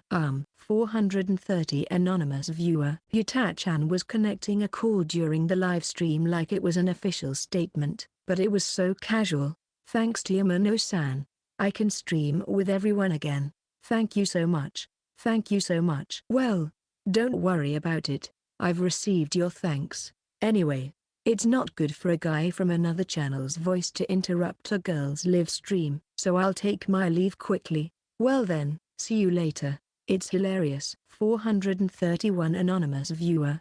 The reaction is like a casual business announcement. 432 Anonymous Viewer. Yuta-chan and the others were surprised by how mild it was, and Yamano resumed his evening drink like nothing had happened. 433 Anonymous Viewer. It's more like nonchalant or indifferent, but there were also opinions that it was. Well, without any attachment. 434 Anonymous Viewer. As usual, the antis are going all out with negative campaigning. But come on, did you hear that voice? It was so gentle, and he continued to warmly watch over his own stream afterward. 435 Anonymous Viewer. Well, it's just risk hedging. No matter how much of a benefactor he is, that's still a unicorn thing. Those guys will go berserk at the slightest hint of a man's shadow. 436 Anonymous Viewer. Corn-kun. 437 Anonymous Viewer. I wish Yamano-san would openly date Yuta-chan and completely destroy the brains of those troublesome corns. 438 Anonymous Viewer.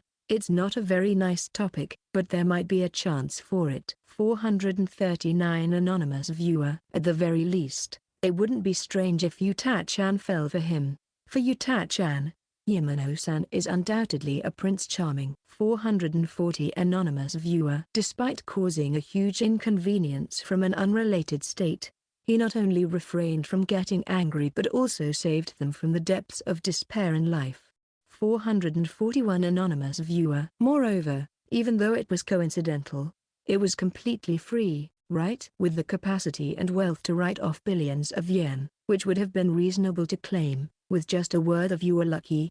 It's not strange at all to fall for him, or rather, even men would fall for someone like this. 442 Anonymous Viewer. In fact, even without this incident, it wouldn't be strange for a considerable number of V-related individuals to have their sights set on Yamano-san. It's not even at the level of reverse harem. 443 Anonymous Viewer. His total assets are estimated to be top class in Japan.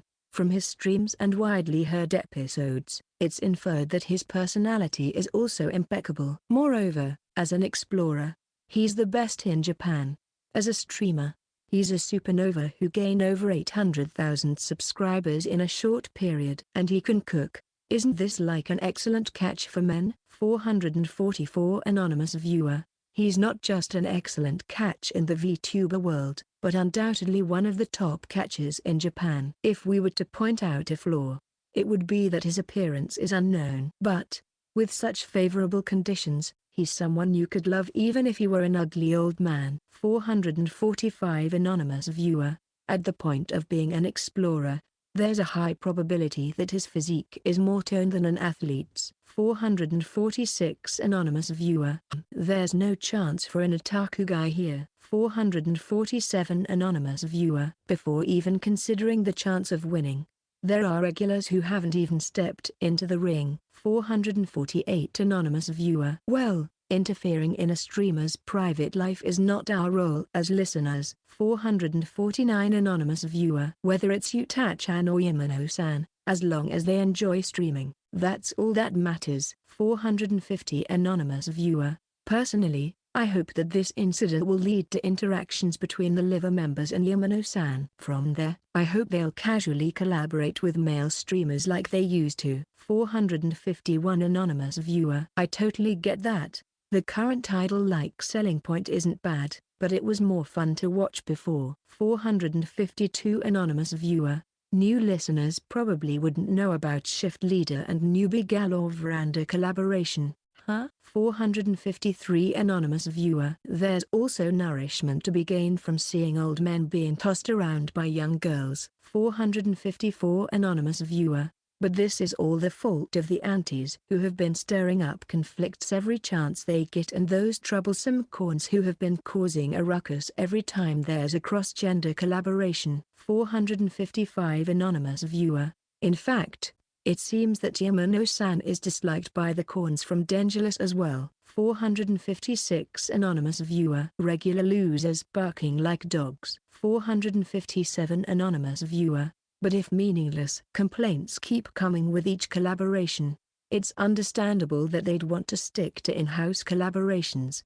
458 Anonymous viewer. Girls having fun together, and the scene itself is amusing enough, but it's accelerating Galapagosization. 459 Anonymous viewer. It would be great if Yamano-san could break the gender barriers. 460 Anonymous viewer. As a corporate entity, there may be limits to what he can do recklessly, but he's exceptional in many ways, so it's okay to have expectations. 461 Anonymous viewer. Well, let's look forward to the future, including those aspects. Let's enjoy watching and supporting. 462 Anonymous viewer. It's about time he collaborated with outsiders, so let's expect great things from Yamano-san's future endeavors. Chapter 36, Casual Chat. By the way, did I mention we've officially decided on the name for the kitten? His name is now officially Konko. Meow. Wait, did I miss something? What kind of name is that? It's just a kitten, but isn't it cute to call him Neko-chan? Is it really okay to give a cat a name that literally means cat? Isn't it kind of sad in its simplicity? While names are the owner's choice, this one seems a bit much. Due to various circumstances, the frequency of cooking streams has been reduced, and instead, regular casual chat streams have become more common. During one such stream, while holding the newly introduced kitten, Konko, who had entered with a loud meow, I suddenly remembered and brought up the topic. Well, yes, as expected, the comments section immediately filled with skepticism. Even though I'm personally not entirely sold on the name myself, there's no real argument against it. Just so you know, I'm not entirely thrilled about this either. It's more of an explanation than a defense. Basically, after calling him kitten a few times as a placeholder, our kitten started responding to it. Meow. Yes, he replied energetically, as if to prove my point. Good boy. Good boy. Because you're such a good boy, let's just stop trying to climb into my shirt, okay? Well, excuse me. Anyway, that's how our kitten came to be recognized by his name. It's difficult for a layperson like me to educate him, and whenever I call him kitten, he either meows loudly or comes running over. Meow. Okay, I get it. Stop trying to climb into my collar and stop licking my skin raw.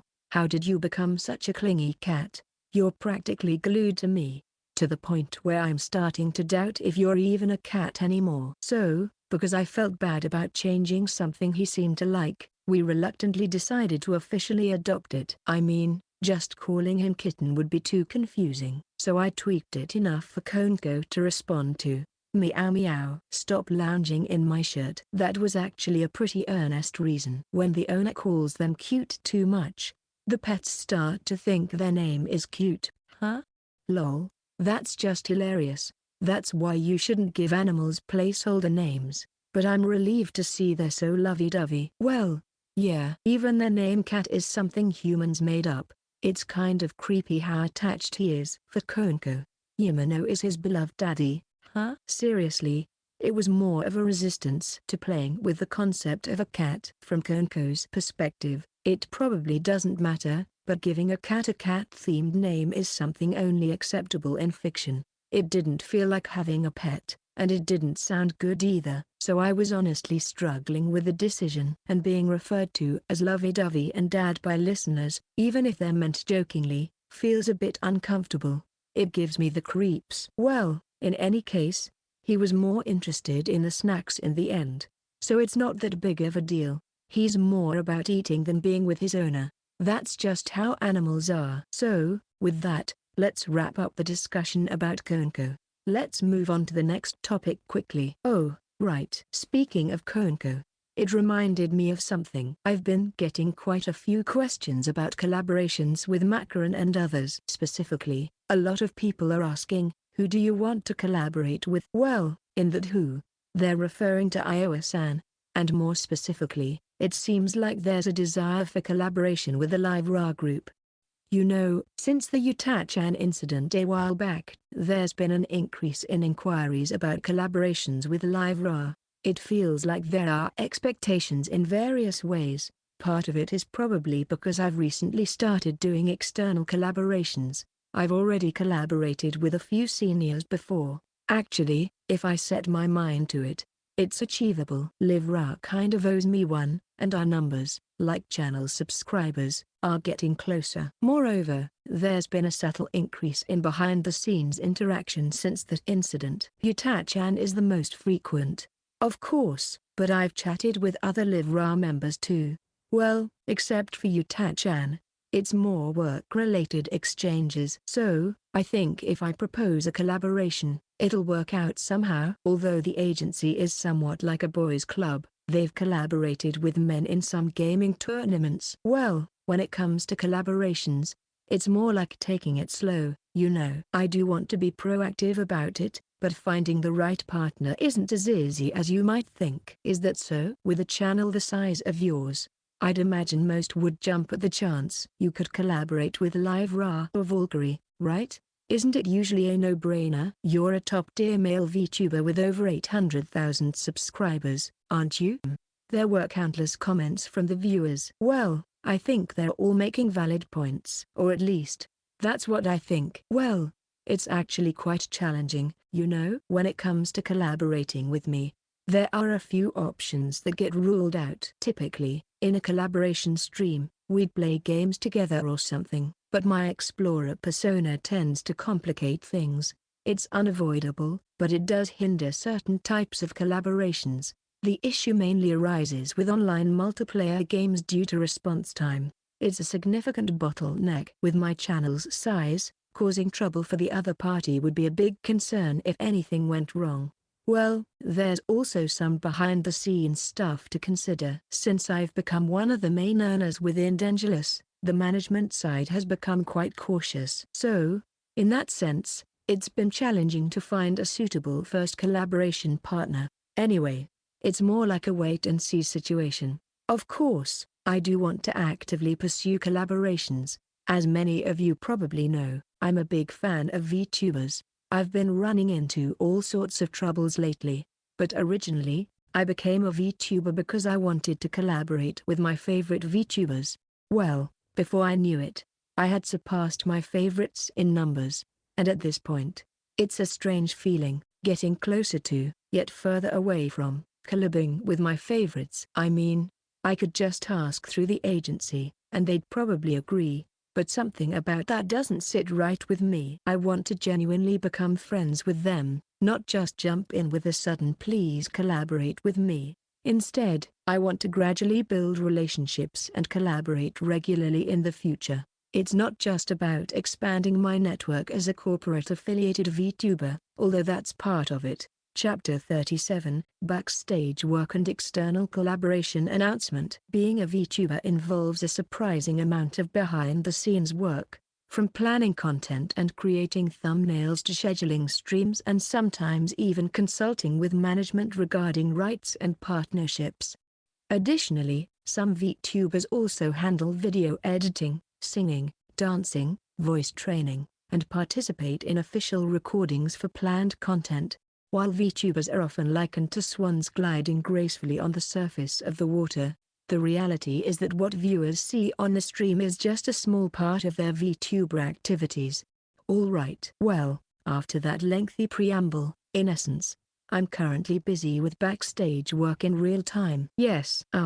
Here's the streaming schedule. I've also created thumbnails for the next week. Now, well, being a VTuber certainly comes with its share of challenges. Even for someone like me who tends to take a relaxed approach, these tasks add up. When it comes to the unique nature of streaming content, even I have to handle these responsibilities. So, I can only imagine how tough it must be for more established VTubers. Seriously. Phew. Finally done. Maybe I should hire someone. Scheduling is managed by the management, and some tasks involve sensitive information, so that's a bit tricky. But for things like thumbnails, I feel like I could delegate. You see, I'm not particularly fond of these kinds of mundane tasks.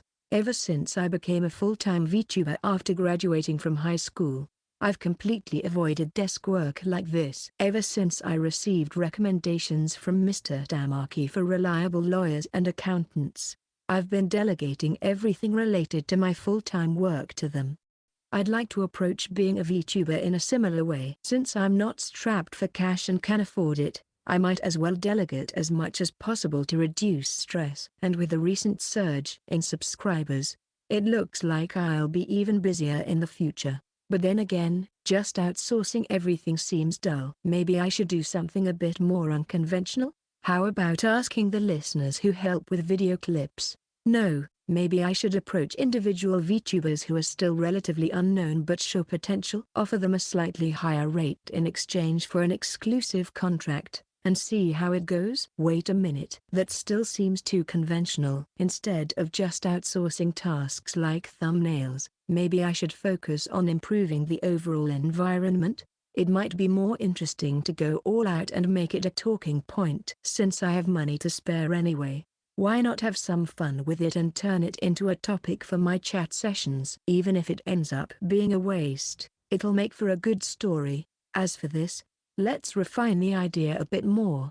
Now, let's see. Just as I was about to dive into my work, my phone rang. It was a call from my manager. Hello, this is Yamano. Ah, it's Kasai. Is this a good time for you, Botan-san? It's fine. What's up? Yes, I have some updates regarding external collaborations, so I thought I'd inform you about that. Oh, has it been finalized? That's great news. So, it seems like I'll finally be able to collaborate with an external VTuber. It feels like it's been both a long and short journey since my debut.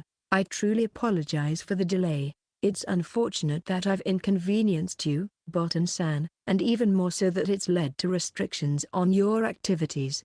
I sincerely apologize. Oh, no need to apologize. As someone representing the company, it's only natural to consider profits. So, please don't worry about it. Even though they say it's a restriction on activities, it's not really a big deal. It just took a bit longer since I asked the management for help in selecting a collaboration partner. As one of Dengela's promising newcomers, it's only natural for the company to want my first external collaboration to be a success. Selecting collaboration partners and content based on numbers is standard practice, unless the management starts being too picky about collaboration partners in the future. I'll just follow their lead. Especially in this case, it's just about choosing the first partner, and there won't be a need for management intervention every time. They've assured me they'll respect my wishes as much as possible in the future. Well, that's just the company's policy regarding collaborations with Dengela's. Still, it's a bit regrettable for me,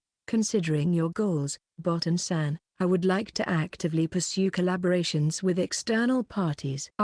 Yes, that's true. My goal to collaborate with my favorite VTuber, Lehman, and cook dungeon ingredients together. Naturally, the management, including Ms. Kasai, is aware of this goal. After all, I mentioned it during the audition. Back then, they laughed and said, "That's a great goal."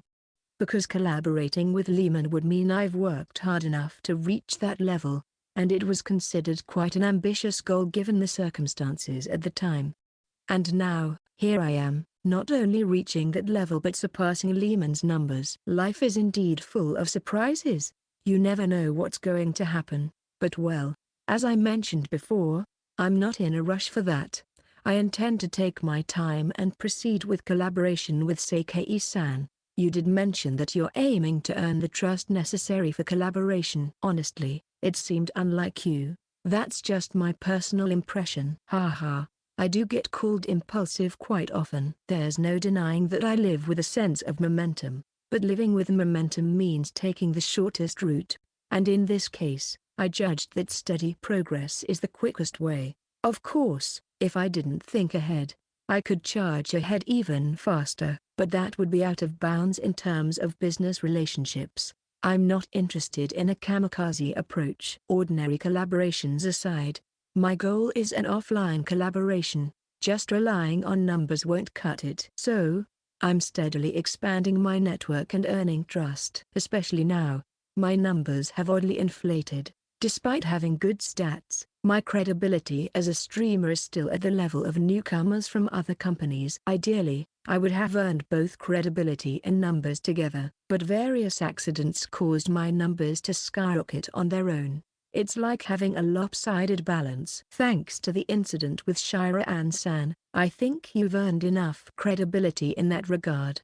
Well, personal trust and compliance-related trust are different matters. Currently, I've only collaborated with insiders, and even among streamers, I'm considered quite out there. So, instead of awkwardly charging in and creating distance, it's closer to my final goal to earn the minimum amount of trust. Slow and steady wins the race. It's also just part of my obligation as a corporate streamer. Connections with other streamers are essential, and since I'm representing a company, I need to give back.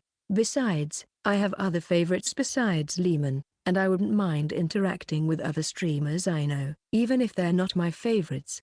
Well, I'll just continue to enjoy my streamer activities, combining hobbies and benefits. So, please don't worry about it. Understood. Well then, I'll send you the collaboration documents now, so please check them. Got it? Oh, an email just arrived. Let's see. Sonata's Palace, roundtable discussion of eccentric men. Ah, this must be one of Sonata's regular joint projects. Chapter 38. External Collaboration. Sonata's Palace Part 1.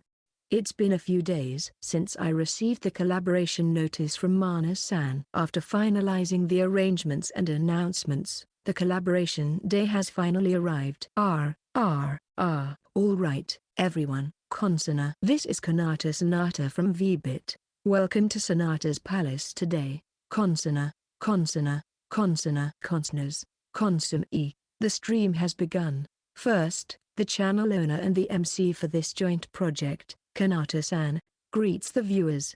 Then comes the explanation of the project. Though, to be honest, Sonata's Palace is her regular program, so the explanation is quite brief, gathering various streamers to chatter and stir up some excitement based on the questions sent in beforehand. And today, our guests are four men known for their strong personalities in the VTuber world. During the pre-meeting, it was mentioned that the mute would be lifted here. So, we proceed with introductions as planned. Is it okay for me to speak now? Kanata-chan, are you alright? Yes, I'm fine. Where are the other two? Yamano-san's here. Nezu-chin. Good evening. Oh? Aren't we missing two people? Is it muted? But right from the start, trouble arises. It's a minor issue, but two of the collaborators are silent. The comments section on the shared screen is buzzing with confusion. Just a moment. Hey, Taba Iron-kun, is your mic muted? However, Kanata-san remains calm and proceeds with the confirmation process without panicking. Well, initial mutes are quite common, so it's not something to get worked up about. Still, Her actions are swift, as expected. Although she belongs to VBit, a mid-tier company, Kanata-san herself has been active as a veteran VTuber for quite some time. With a wealth of experience as an MC, she wields her adaptability and conversational skills honed through various projects. She calmly proceeds, not making a fuss. While appearing composed on the streaming screen, she's actively coordinating behind the scenes in the project group chat. You can feel the difference in experience, which honestly impresses me. Sorry, my mouse ran out of battery at the worst timing, but I'm okay. Okay. Iron-kun seems fine. What about Tuba? What's he doing? Sorry about that. My delivery just arrived. I was dealing with that. What are you doing, Tuba? You're already a veteran. Don't order deliveries during stream time. I'm sorry. Seems like it was delayed due to traffic. You're next, you know. LOL. Same old sisterly tone. Too domineering. Iron-kun. Tuba is way too nonchalant. This is quite eccentric. Iron's consistent pitifulness. Even though Iron might still be considered a rookie, Tuba is practically one of the oldest members. Is he a beginner in streaming? This chaotic feeling of a collaboration involving multiple people, it's quite touching. The realization that I'm part of the world I used to watch through a screen. Especially with the collaborators for this collaboration. Kanata's Nata, Nezumichiu, and Tabakaru, who are well-known VTubers that I've seen in joint projects like this even without following them closely. Being able to collaborate with such people makes me feel like my debut was worth it, even without considering my final goal. Alright, let's move on. Despite the little hiccup, let's move on to introducing our guests. First up, this person, known for being cuter than girls, a bewitching Bishon who even confuses other streamers, Nezumichiu, the individual streamer. Hi everyone. Good evening, I'm Nezumichiu, the virtual pretty boy. Let's have a lot of fun talking today. He's cute. This is a girl, a lalai who calls themselves an old man. I know this. Nezuchin calls himself a pretty boy to avoid being seriously courted by fans. Chiu-chan is cute as always. The comments section when Nezumi-san appears is always, well, not derogatory, but in a good way, I guess. Actually, Nezumi-san in the stream is seriously cute. He has higher femininity than many female streamers and is a full-fledged beautiful boy. It's understandable that he claims to be a pretty boy openly, considering there are serious fans despite it. By the way, I casually checked during the meeting, but he's actually an adult man. It was confirmed by testimonies from Kanata-san and Tuba-san, who have known him for a long time. Next up is this person. Also an individual streamer, joining in the useless men category, a true gambler who ends up broke every month due to gacha, horse racing, and pachinko. The purebred gambler, Tabakaru. Hello, everyone. Good evening. A lone crow blending into the darkness to avoid debt collection. It's Tabakaru, who believes in not carrying over a single coin to the next day. Useless men is hilarious. He's being called a pachinko addict. Taba, the fact that I can't deny it is really funny. What a terrible introduction. Even though he blends into the darkness, he still gets caught because he regularly indulges in grilled chicken. Oh well, should we light a fire to find him? How's that? Did the flames brighten up? The comments section remains as lively as ever. As a veteran streamer, the vibe has been well established. VTuber Tabakaru, who openly admits to being a gambling addict, to the extent of including gambling in his name. He frequently wins outside of streams but mostly loses during streams. Occasionally, he has big wins, making him a natural entertainer. Therefore, Tuba-san is popular amidst many other VTubers struggling. He has remained at the forefront since the dawn of VTubing. Despite the inherent instability of VTuber activities, he manages to gamble large sums of money. Next up, we have a corporate representative. He always shouts whenever he streams. The perennially unlucky member who encounters trouble from the get-go. Representing Pachi Girl, it's Science Centimeter-kun. I'm really sorry about earlier. I debuted at the beginning of last month. I'm Iron Centimeter. Nice to meet you all. Hang in there, Iron. We're rooting for you. You can tell he's a pitiful one just by looking. He's the leftover. Iron is really unlucky, but it's still entertaining.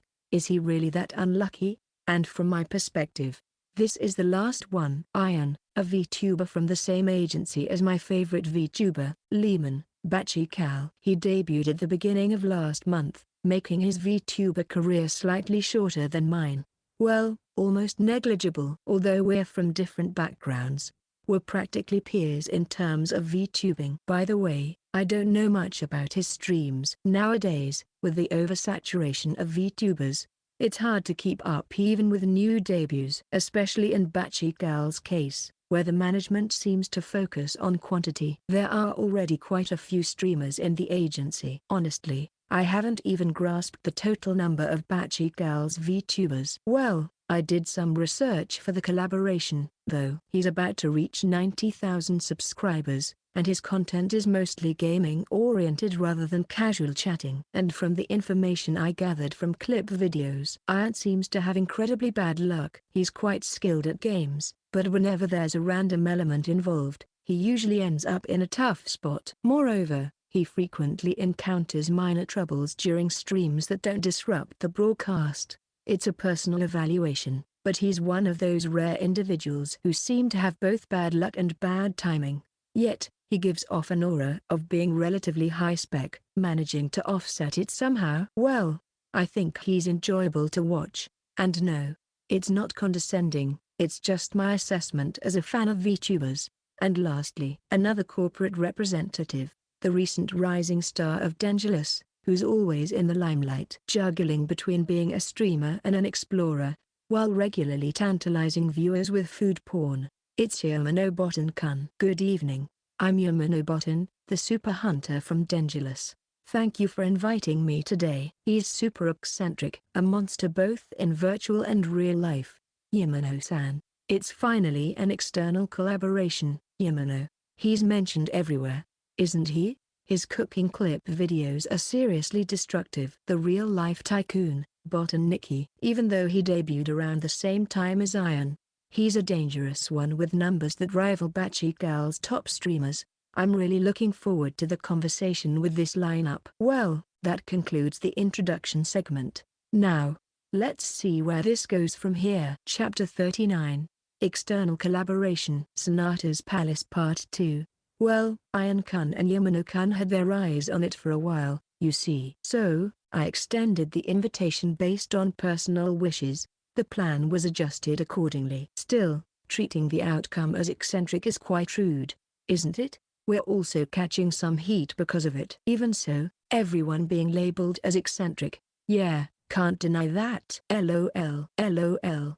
Can't deny it, or rather, can't avoid it. Eccentric evaluations are leftovers. LOL. Right from the start of the talk, being stabbed by the greatness of the predecessors is just unreasonable. Well, I don't deny it either. As for Ian-san, am I really that eccentric? The lack of conviction in that statement is palpable. It's more of a simple question than a complaint. Well, you know, Sonata, I've watched Ian-kun's streams a few times, and I think he's quite different. You know, even though they're edited clips, there are quite a few occasions where things get rough. Oops, I misspoke. Events that make for entertaining streams occur frequently, and I think he has a natural talent for it. Don't worry about it. In this industry, being unlucky is also a splendid weapon. Want to aim to be my successor? It's a gamble, you know. Is that so? LOL. At the onslaught of retorts. Ian-kun was born under an unlucky star, so it's definitely innate. Hey, what are you suggesting to Ian-kun? That's enough. Ian-kun is delicate.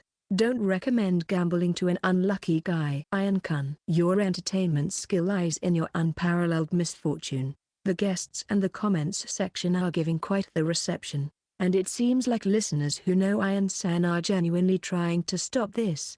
Well, suggesting gambling to someone with a streak of bad luck is indeed a cruel act. Did you dislike it, by any chance? No, I don't mind being called eccentric at all. It's just that, I'm more concerned about being lumped together with Yamano-san. It's kind of bothering me to be compared to him. Suddenly passing me the ball over here. And please don't just nod along with I like that. Whether consciously or not, It's neither modesty nor anything like that. It's just stating that the other side is more outrageous while I'm more sensible. But, indeed, Yamano-kun is. If you look at the answers he gave to the questions he received recently, there's no doubt he's the most outrageous. You can't tell if it's a joke or serious. It's really something. I answered all of them seriously, though. Huh? Wait, were all of those answers serious? There were some answers that weren't even remotely funny, right? Probably because of that question. Well, they're serious. Huh. Sonata-chan is completely appalled. What kind of answers were not funny? What did Yamano-san write? I'm really curious now. What kind of question was it? I'm looking forward to this. The comments section is eagerly anticipating it, but I think you'll also be appalled. Since it's going to be brought up as a topic for sure, I'll prepare some evidence. I'm pretty sure I took a photo as a memento. Okay, well, Yamano-kun basically acts as the main presenter. It's the first time we've had a guest whose hosting skills are tested this much by their overwhelming impact. Sonata-chan, is it really that much? It really is. You'll understand right away, so let's get started right away. With that said, let's start the talk. The first question is here. What's the biggest purchase you've made recently? Future plans are also acceptable. By the way, Yamano-kun will be the one to answer this. Just how outrageous it is. Everyone, please realize it. I'd prefer if you didn't mention that. I don't remember writing something that would necessitate such emphasis. At least not for this question. First up is Chiu-chan. She says it's a microphone. Did you replace it? That's right. I bought a new microphone for ASMR streams. It's a bit more expensive than before. Oh wow, can you tell us how much? Well, it was around 200,000 yen. Wow, that's quite an investment. So does this mean there will be more ASMR streams? Chiu-chan's ear-cleaning voice? A microphone that expensive? Is it really that pricey? Seems like live streamers really invest in equipment. I want to hear the sound of a heartbeat again. Second time, but the comments section is still unsettling. Anyway, is Yamano-san using a binaural microphone? That equipment is quite a wide range in terms of pricing. You can get an affordable one for a reasonable price, but if you aim higher, it can exceed 1 million yen. Well, audio equipment in general tends to have that trend. As for me, I don't have one. That equipment occupies a rather special position among live streaming gear.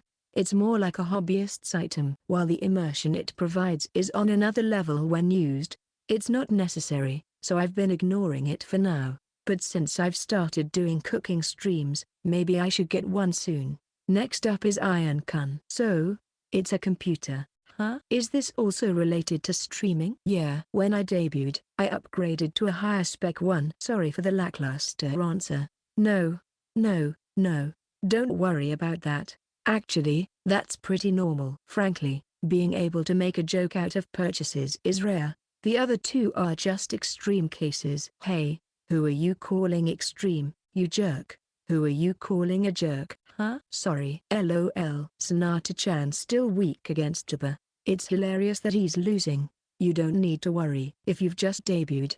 That's normal. LOL. As expected of the big sister. Tuba-san is too weak, isn't he? Yeah, Tuba-san, hang in there. You're the only one who can counter back against being treated as extreme. Tuba-san, it's impossible for me career-wise. Now, next is the first of the extreme ones. Tuba. Here it is. 200,000 yen on a lucky bag of gaming god. That's clearly extreme. Good job. I used it for a stream at the beginning of the year. It's the same as the other two before me. It's clearly for your hobby. And seriously, are you saying you spent 200,000 yen on cards? TCG is like that. I've even pulled cards worth tens of thousands for a single piece. Isn't that insane? LOL. Ah, that stream. Well, considering the company is referred to as the Mint. LOL. The recent rise in card prices is insane. Huh?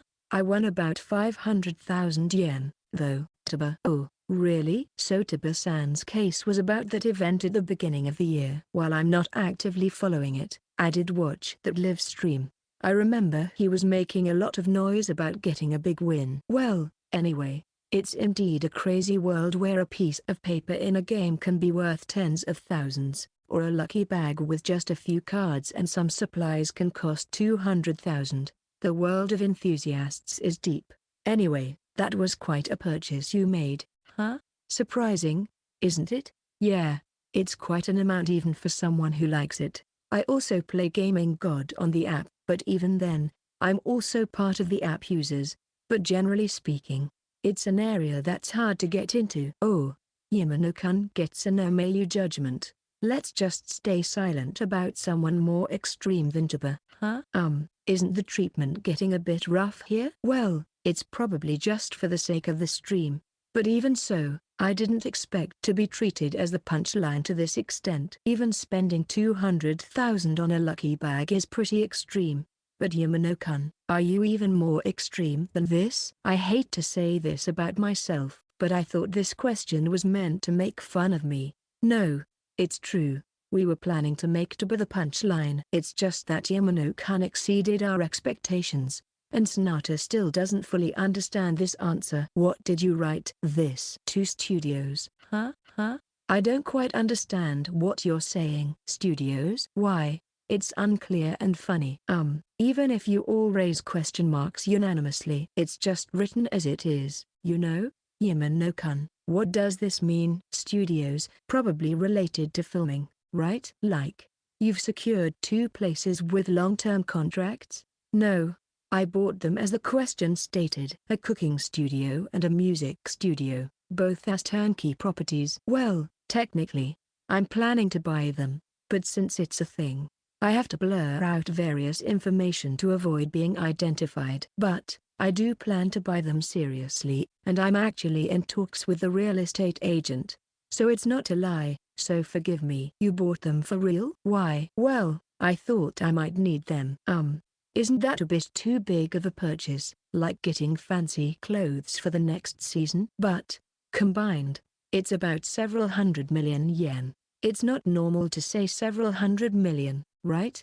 And why did you buy them in the first place? What are you planning to do with studios? Well, it's about looking ahead to the future. You see, it can be inconvenient to have schedule restrictions due to studio bookings for things like singing or voice recording. So, I thought it would be convenient to have my own studio that I can use freely whenever I want. Yamano-san, I'll say this despite being rude, but you're quite an idiot, aren't you? Iron-kun? Because I have money. But seriously, are you the kind of character who throws such straightforward insults? Chapter 40. External Collaboration. Sonata's Palace Part 3. Being called an idiot even by Aoi-kun was quite something. I interpreted it as him no longer holding back, but regardless, it was a merciless assessment. It's just a large sum of money. But what I'm doing is a form of investment in facilities. Well, we're not blaming you or anything. It's just way beyond the norm, isn't it? Billions are something only found in fiction. That's not a price you casually throw out. Yeah, when you become a popular streamer, it might not be strange income-wise, but still. There's a limit to everything. Shouldn't that be something the management should do? Why do affiliated streamers need to prepare their own studios? It's not that surprising. I bought time with money, you know. But anyway, aside from joking around, various reactions are coming out. But this is simply a matter of differing financial sensibilities, so frankly, there's nothing that can be done about it. Even if I'm asked why, I don't think I could come up with a satisfactory answer. If I may risk inviting censure, it's because the national budget is essentially like an account. You just need to submit dungeon items instead of a pin, and amounts that couldn't be consumed by an individual are easily dispensed. For me, amounts that talented individuals can earn if they work their butts off are no different from pocket change. And the reason the amount is vague, it's not that I'm hiding it. I simply don't remember the exact number. I just felt like it was in the billions. Anyway, a fundamental question. In terms of your streams, I get why you'd have a cooking studio, but why a music studio? You haven't done singing or voice yet, right? Are you planning to do a lot in the future? I don't have plans for that. It just came up when I was looking into cooking studios, so I thought, why not buy it too? Just like that. Yamano-san, you're really something. just like that is hilarious. What? Simply nonsensical. I completely agree with Oikan on this. Isn't this the epitome of waste? I'm sweating blood to earn tens of thousands, you know? I want to say and do that once in my life. While his actions and words make him seem like an arrogant rich guy, the fact is he earned every penny with his life on the line. Well, you see, everyone has a chance with money. If you can casually take down monsters that can level buildings, you won't make a fuss over zeros. Well, I think most people wouldn't make a fuss even if they could. So what do you do when you're not using the studio? Do you rent it out? No, that's too much of a hassle, so I just leave it alone. But if my senpai or colleagues ask, I might lend it to them personally. All right. Then lend it to me too. Well, as long as it's within reason, I don't mind. Currently, I can only provide the space, though. If you can handle the equipment, please prepare it yourself. Why only the space? Because it was kind of an impulse buy. Considering it carefully, I didn't really buy it. I just bought it because it was being sold, so I completely overlooked the need for management and operation. Well, I do intend to hire someone eventually. I'm aware this is a breach of etiquette, but how much money do you have, Yaman-no-kun? Of course, if you don't want to answer, you don't have to, but if it's okay, could you tell us in the chat, something like an estimate? Well, sure. Are you sure about that? The reaction is light. Total amount of possessions isn't something you should casually talk about. Aren't you afraid of attracting attention by bragging about being rich?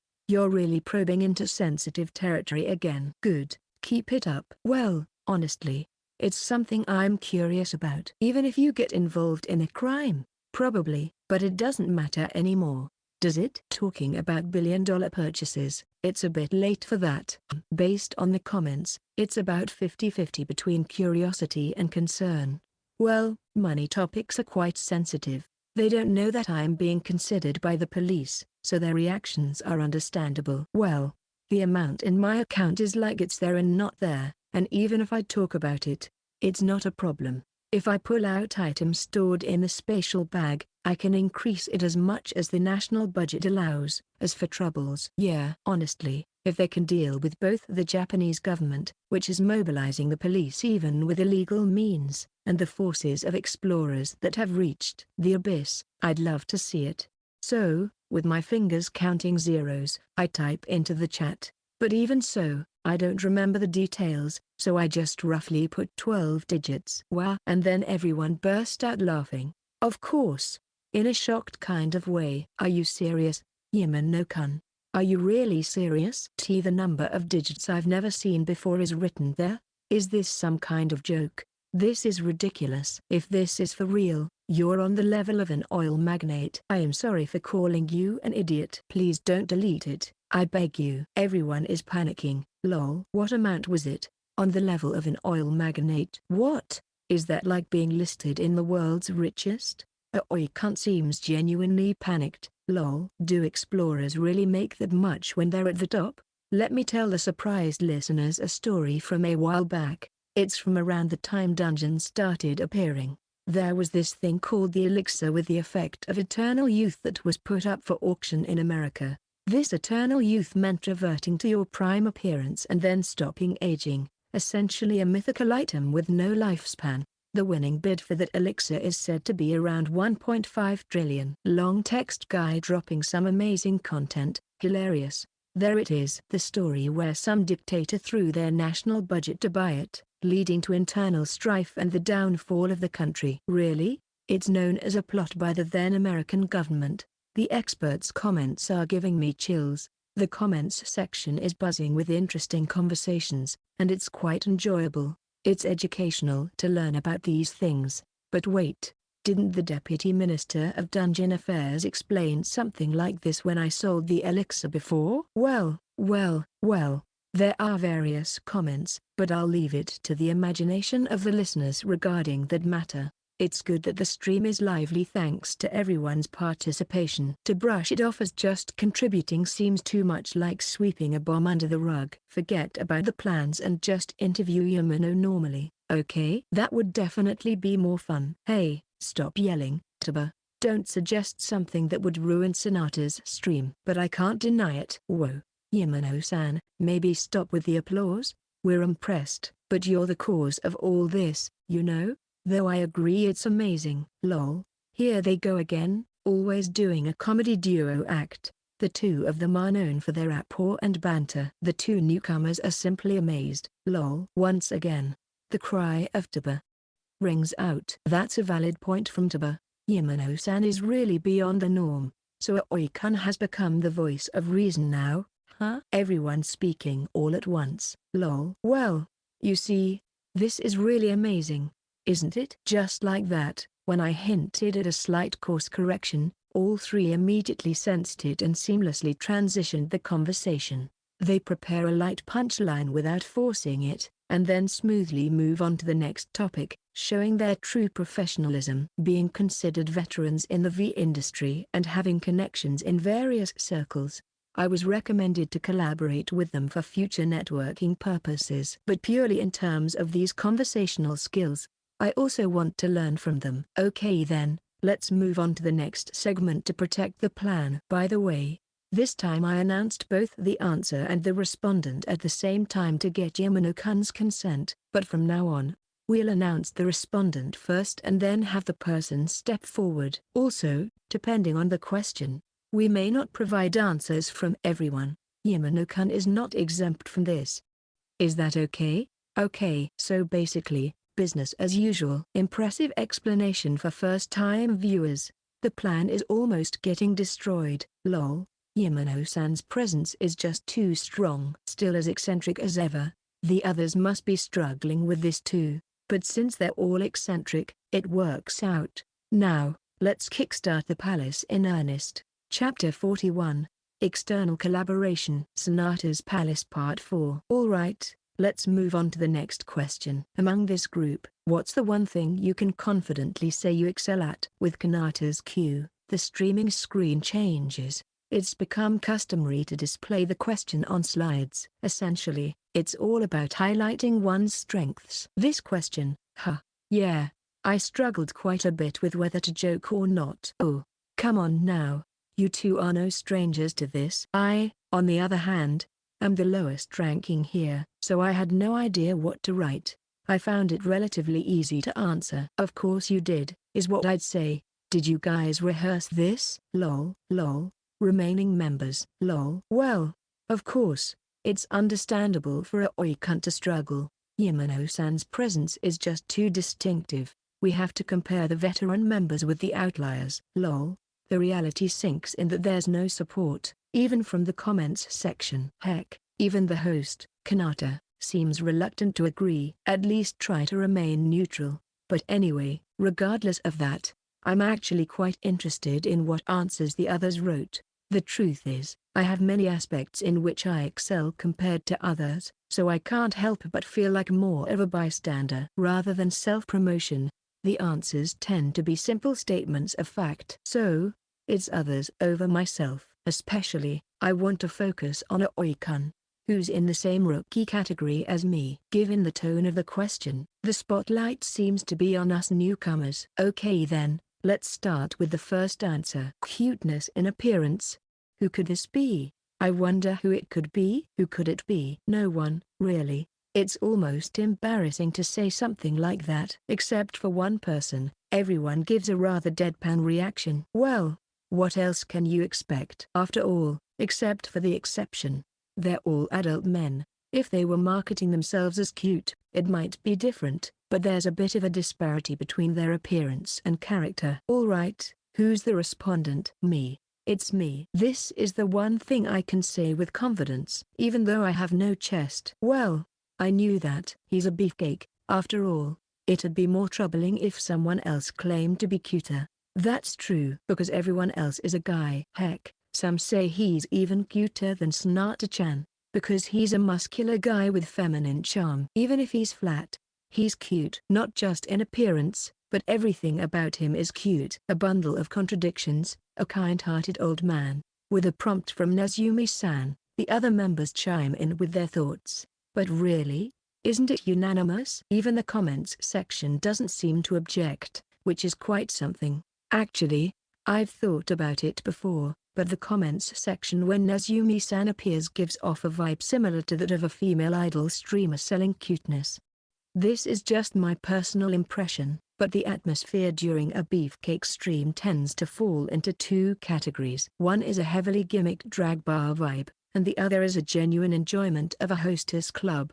In Nezumi-san's case, it's definitely the latter. Despite openly admitting to being a beefcake and using it as a gag, the feeling of the latter never fades. It's like a hostess club where all the hosts happen to be men. Of course, I'm not expressing this in a negative way, and I would never say it out loud because it could spark controversy, but I genuinely think it's amazing. Even jumping from a female streamer like Kanata to Nezumi-san, it's not considered trolling but rather accepted. Normally, if you were to compare streamers, it wouldn't be surprising if it caused more controversy.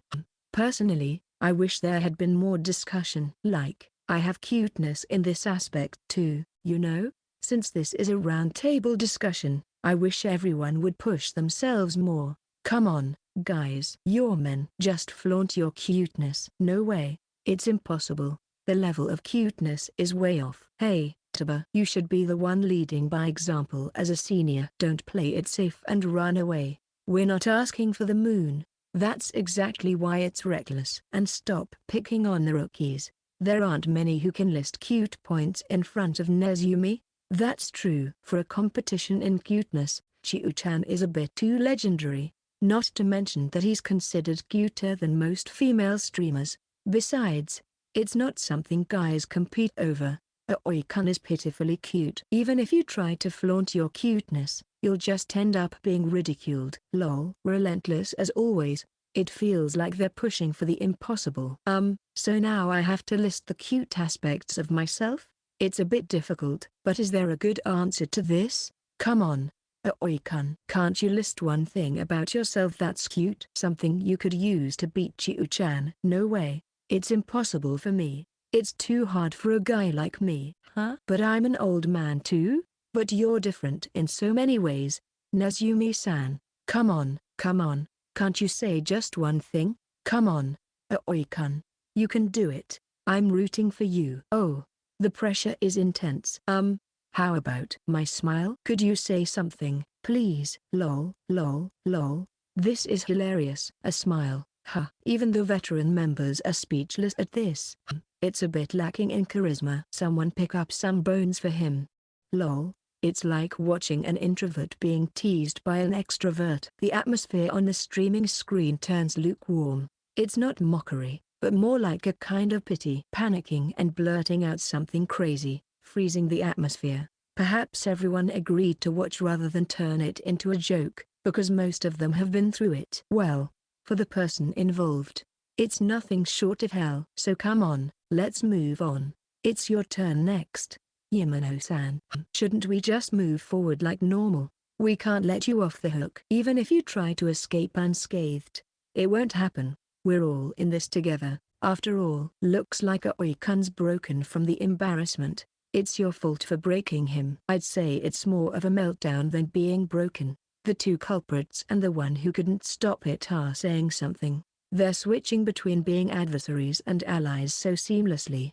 It's really impressive. Come on already. Show us your cute side and then crash and burn together. That's a strong curse. Humans lose all sense of decency when they're broken. Huh? Just a while ago, Aoi-kun seemed to be keeping his distance, and now, well, I guess there's no helping it. If you're going to push it that far, I'll play along. Just wait a moment. Oh, are you ready to commit? Oh, unexpectedly bold. Aoi-kun seems excited. Yamano-san is just a little off. As usual, my cute point is.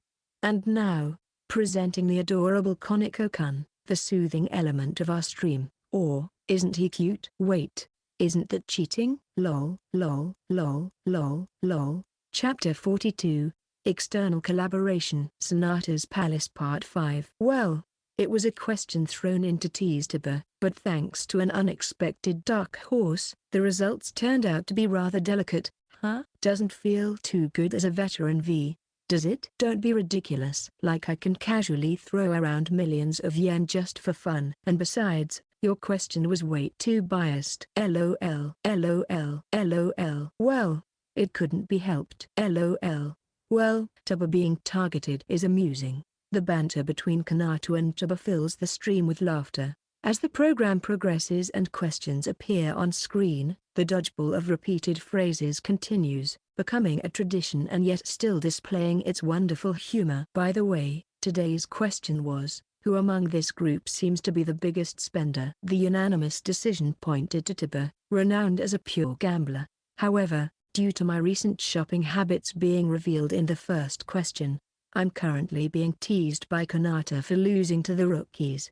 It's natural for the questions to be biased, right? With two newbies just making their debut, it's the host's duty to come up with easy-to-answer questions. Don't give me that. You're just making excuses, leading me on to target me. And to top it off, the result is just so-so. I apologize for that. It's all your fault, Yamano-kun. That's true. The collateral damage is severe. LOL. LOL. Poor Yamano-san got dragged into it. But honestly, it's true. They effortlessly transcend the realm of jokes. LOL. Because of his random behavior, all the potential punchlines are misfiring. The collateral damage is indeed severe and quite disheartening.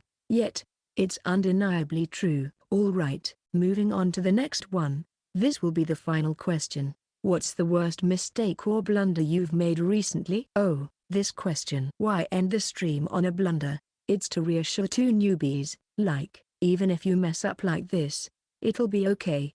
It's like encouragement from industry seniors. Well, thank you for your concern, even if it's a lie. Well, that's a lie. We just changed the order hastily because Yamano-kun's answer was too impactful. Feels like I'm being treated similarly to Tuba-san. Well, I think I'm just being teased as a single guest. Evidence of this is that Iron-san, who thanked them, was promptly cut off. With the newbies being relatively new acquaintances, it's natural that their pre-existing information and behavior on stream are being used as fodder for conversation. But I'm not really being lumped into Tuba-san's rough category, right? So, let's start announcing the answers. Just like before, Yamano-kun's answer is so impactful that we'll skip any further discussion. Yamano-kun, did you really say that? To be honest, I'm aware that what I wrote might be a bit stimulating. Even though I think my answer fits within the category of blunders, it seems like it might have exceeded that boundary a bit. It's something that can be laughed off later during the stream. It's not okay to brush off what I wrote as a bit stimulating, or to count it as an accident in the first place. Sonata-chan cannot accept that. What did you write that's got everyone so worked up? We'll find out soon. Let's all investigate together. There are too many points to nitpick. LOL, serious tone, hilarious. What did you write, Yamano? Could it be something surpassing the opening declaration of buying a studio? An accident that's not really an accident? Are you sure about this? Is it something that can be mentioned on stream? Could it be related to the recent incident, like accidentally tweeting about rescuing a cat and causing a huge uproar? Why is everyone so apprehensive? Also, the speculations in the comments are incorrect. While I did consider briefly mentioning Yutakun's incident, it's not something that can be joked about, especially since it involves another agency. All right, let's start with this one. Oversleeping during a project streaming meeting. This one's not really funny, is it? In a sense, it's the worst one you could do. Although oversleeping or being late is a common occurrence among streamers, it could seriously affect trust. I need to be more careful too. Streamers do give off an impression of being lax with time. As the three veterans lament, it seems to be a deeply rooted issue in the industry. Even Ian, who is still relatively new, seems apprehensive, suggesting there might be something he's concerned about. For the record, I'm the type who's pretty punctual when it comes to time-related matters, so I don't have to worry about that. I've never overslept in my life. All right, next up. Accidentally tweeting while asleep due to forgetting to charge my phone, resulting in the alarm not going off. Wait, that's you. Isn't that you? The one who said it's unacceptable is the one who did it. That's not it. The charger came off while I was sleeping, and my phone died, so the alarm didn't go off. Quite unexpected, huh? I thought it would be Tuba-san. Same here. You guys have no mercy. LOL, LOL. But honestly, I get it. This kind of blunder is what I'd expect from Tuba. Chiu-san's is quite surprising. It's rare for Chiu-san to oversleep. From the details I've heard, it seems like quite an unfortunate accident. It's a relatable situation, so it's interesting how the slight chill seems to spread to those around. However, it seems that the collaborating company laughed it off and forgave them. Okay, moving on. Dropped my wallet. This one's also simple but scary. Huh? I wonder who it could be? I feel like I know who it is. Same here. Senpais are amazing. Huh? I have no idea at all. You're trembling, Ian-san. Chiu-chan's out. Yamano-san's done. Only 2 left. Sigh. This taste. It's pitiful. There's always someone with an inevitable streak of misfortune. Huh? It's amusing how shaken they are. They instantly figured out who it is. It's quite sad that everyone sees through it instantly. Let's just get this over with. Yeah, let's. Okay, who's next? It's me. We knew that. A resounding chorus. At this point, it's truly pitiful. But even so, Ian-san managed to keep it from becoming a joke, since it turns out the wallet was returned safely. Okay, next up is the finale. It's finally Yamano-kun's turn. Huh, me? I always answered the last question. Didn't I? That's true. But this time it's obvious it's Tuba, just from the elimination. Plus, the content is, well, accidentally marked the wrong horse on the betting slip during a horse race. Understandable only to those in the know.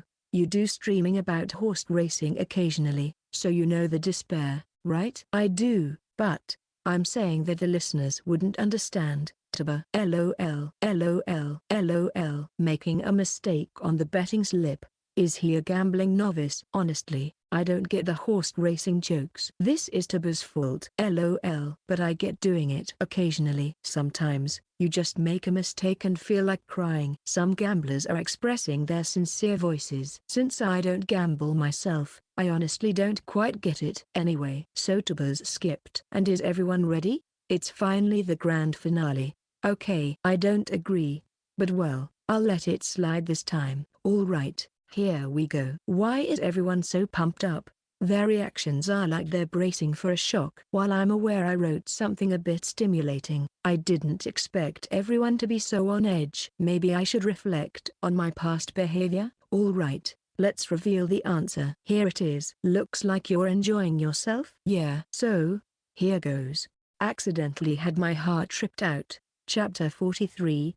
External Collaboration. Sonata's Palace Part 6. Huh? I mean, right? It's got to be the expected reaction, right? What? LOL. What? Accidentally had my heart tripped out? Haha, that's a funny joke, right? I have no idea what's being said. The text displayed on the screen perfectly matches the bewildered atmosphere in the stream. Both the streamers and the comments section are showing a unanimous incomprehensible reaction. Hey, can I ask something? Yamano-kun. What is it, Nazumi-san? Isn't this more of a joking thing? Like, a little playful joke to liven up the stream? I hope that's what it is. Well, unfortunately, it's serious. I even have evidence. It's a photo of the extracted heart. Would you like to see it if you're okay with gore? Why do you even have a photo like that? Oh, just as a keepsake. You don't often get a chance to see your own heart, you know? It was quite neatly done, so I thought I'd keep a record of it. Is he a psycho? It's rude. While there's certainly an element of novelty, there's also an aspect of using one's own mistakes as a reminder. It's not as if I have eccentric tastes that would make me unable to face others, but still, from a layperson's perspective, it's probably too stimulating. Indeed, the reaction to mentioning the heart is intense. Even a photo of a not-so-gory heart didn't garner any volunteers to see it. It was politely declined with a sense of repulsion. I don't think there's a need to be so apprehensive. I'm not showing a wound or acting like it hurts. It's not much different from a preserved organ specimen in formalin. Is Sonata-chan okay? I don't understand what she's saying. Don't worry. Neither do I. Me neither. It's definitely traumatizing. The comments are too psycho to laugh at. Treating your own heart like a specimen. Really? That's a ban-worthy level of out there. If it's just organs, there's a slim chance, I guess. I understand what Yamano is saying. Except for the part about his own heart, I wouldn't be able to eat meat anymore. That's something only a doctor can say. It's cruel to expect this from a layperson. That's probably it. Even though I haven't seen much of it lately, there used to be medical documentaries showing surgeries. So it's not something to be overly concerned about, I think. Well, this might be a generational thing, or just a difference in values. There are some comments leaning towards that here too. But seriously, isn't there a fundamental question here? Why did you end up having your heart ripped out? And why are you still alive? Yamano-kun. Oh, finally someone's bringing that up. Yeah, exactly. That should be the first thing to address, right? If you think about it normally, he shouldn't be here right now. And it's not something you can just brush off as an accident, right? Accidentally, fatal injury. That's true. We've touched on some fundamental questions, huh? If you think about it normally, he should be dead. Well, yeah, Yamano-san has potions, though. Heart catch. Physical. You can't just have that kind of accident. Injuries like that could happen if you're in a dungeon, though. It's a fatal injury, after all. Why? Oh why? What would be the appropriate response in this case? Well, I knew I'd be called out for this answer from the moment I prepared it, and I can explain it properly. The issue lies in whether the content is really significant enough and whether a third party would understand it. Well, actually, during a battle in the dungeon, I got tired of dodging the monsters' attacks. I figured they wouldn't do much damage anyway, so I tried to take it head-on to counterattack, but then my heart got cleanly ripped out. It was like something you'd see in a manga, where it just goes thud. Wait, wouldn't you die? Normally, you'd die, right? Well, surprisingly, not exactly. Humans can still function pretty well even without a heart. So, although it was unexpected, I went ahead and countered, then used a potion to heal. Is he a demon? Honestly, it's kind of similar, in various ways, but I don't mean to say anything strange. In the depths of a dungeon, monsters are usually no joke. After all, if you have a means of healing, it's often quicker to tolerate some damage and fight back. It's like collateral damage, but still, I didn't exactly plan on having my heart ripped out, so I did break into a bit of a cold sweat there. It was one of those moments where you go, uh-oh. No room for complacency, ever. You're laughing about it quite easily. Isn't that, like, a trauma-level incident for a regular person? Ha ha ha. If you flinch at this level, you can't survive as an explorer. You have to move like you're ready to die. Actually die once, then come back with sheer determination to be considered a full-fledged one. Isn't there a limit to how much resolve you can have? Are all explorers like that? Could you not come back to life with sheer willpower? I've seen some terrible rumors. Don't you think it's unfair to consider all explorers as monsters? What you're doing is the same as a certain religious figure, you know. That level of determination is just too much. You're not even human anymore if you can do that. So, does that mean Yamano has died once already? May he find peace and salvation. Let's just align our common sense a bit, please. Yeah. This is serious stuff, though. It's an analysis from the perspective of a successful explorer, so it doesn't really matter if others deny it. It's about whose words you trust, an expert's or a layperson's. But, as a matter of principle, if you're going to fight monsters that are beyond reason, you have to be able to perform at least one miracle on your own, or it's pointless. Well, I won't go off on a tangent any further on this. Right. So, in summary, it's safe to say that we regular folks can't quite grasp Yamano-kun's perspective. I immediately understood that it was getting out of hand, and took charge. Shut up, Tuba. If we delve any deeper, it'll just get out of control. We're short on time, and as the host, it's my duty to make that call. That's right. It's just past 10 p.m. now. We're slightly past the scheduled end time due to going overboard. So it's time to wrap up the project. Got it? So, before we close, let's hear the guests' impressions and any announcements they have.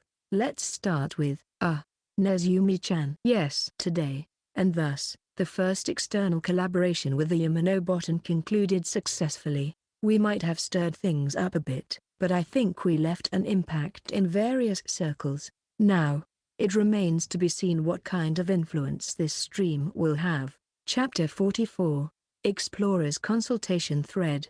Explorers Troubles Consultation Thread. 222 Anonymous Explorer. So, what does this mean, exactly? 223 Anonymous Explorer. If you encounter a water area in the mid-levels, you're toast. Unless you have a special reason, just turn around as soon as you see it. 224 Anonymous Explorer. Don't go near it. There might be a Grim Reaper. If you encounter one by bad luck, it's a total wipeout without a joke. 225 Anonymous Explorer. Yeah, those darn huge crustaceans. 226 Anonymous Explorer. 30. One of my acquaintances got his arm taken off by a surprise attack from that crayfish. He barely survived but had to retire without one arm. 227 Anonymous Explorer. In my home dungeon, their habitat is right in the middle of the route leading to the stairs, so we have to take a huge detour.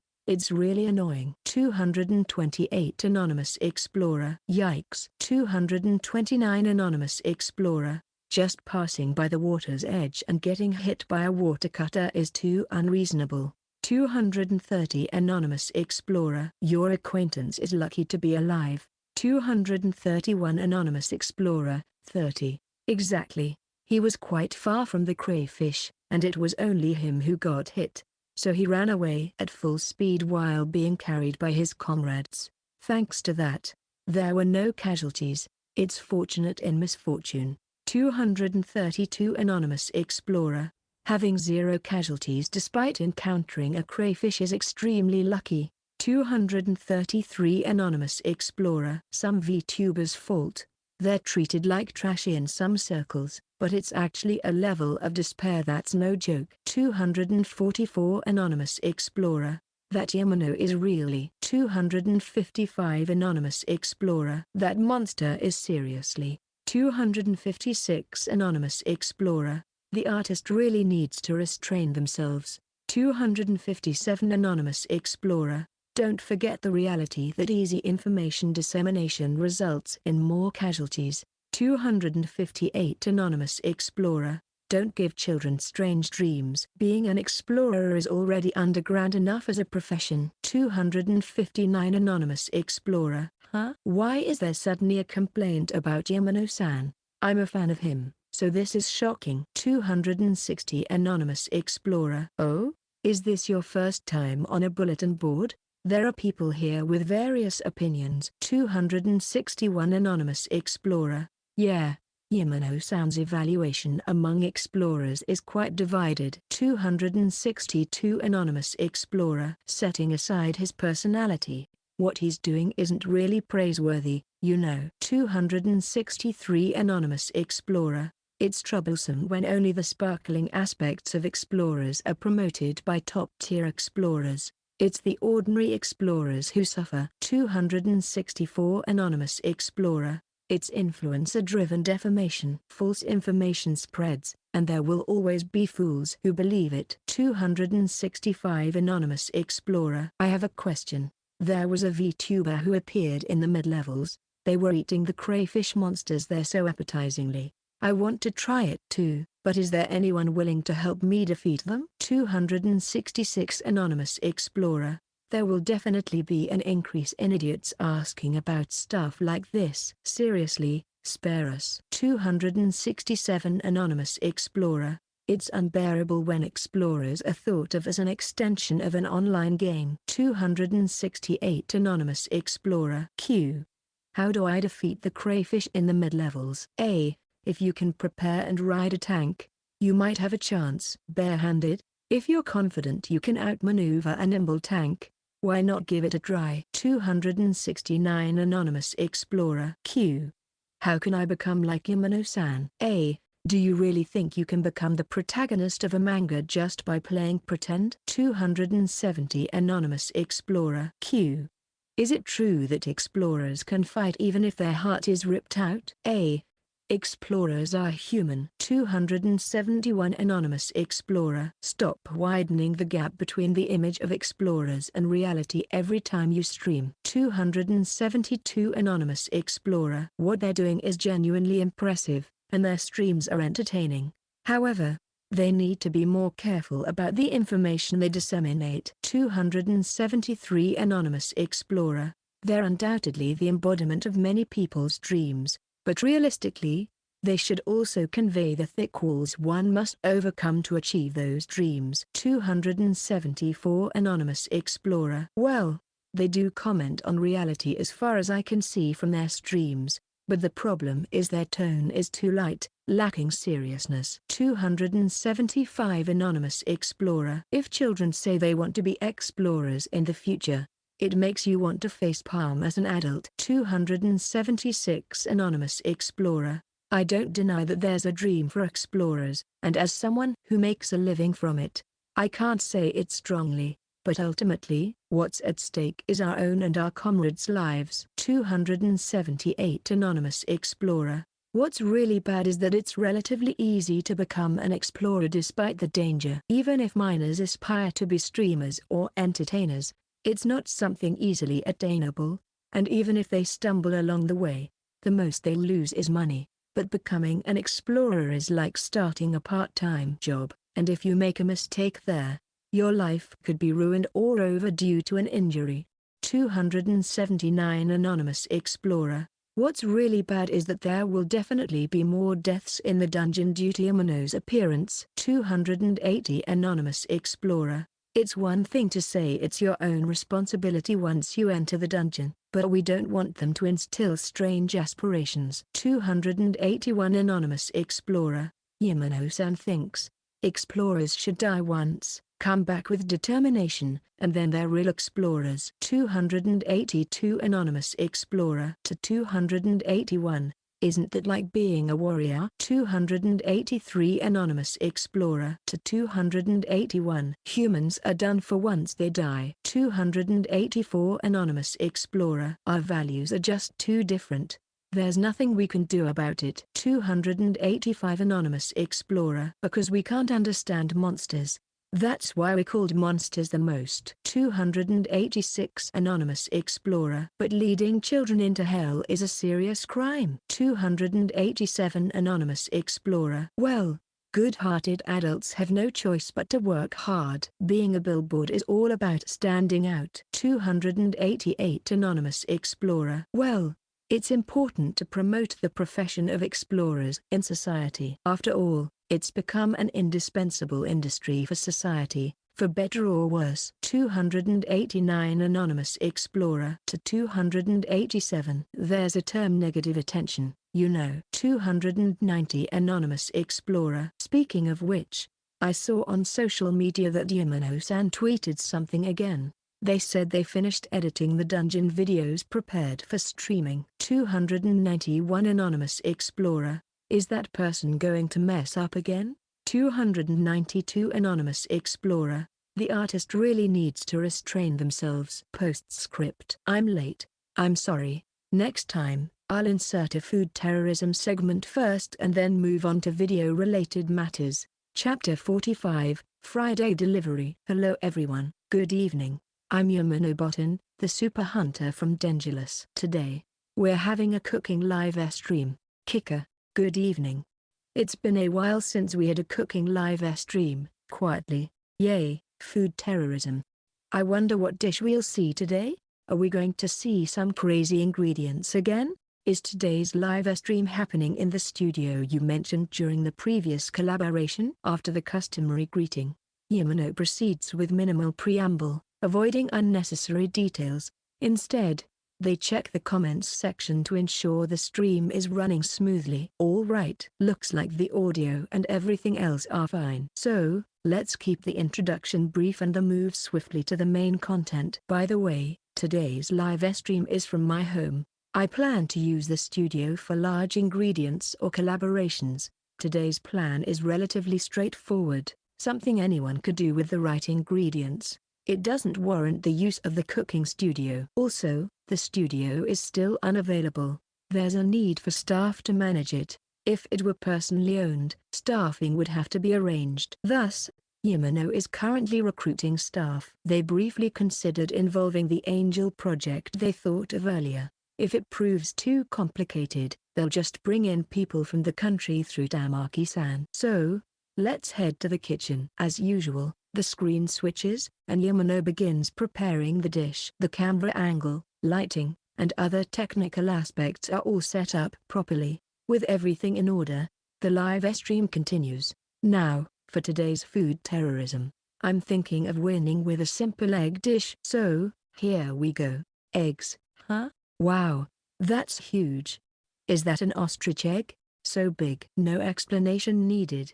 What kind of egg is that? It's probably about a size bigger than an ostrich egg. Is that even a bird? Could it be something else? The comments seem positive, despite the initial worry that the egg might lack impact compared to previous ingredients.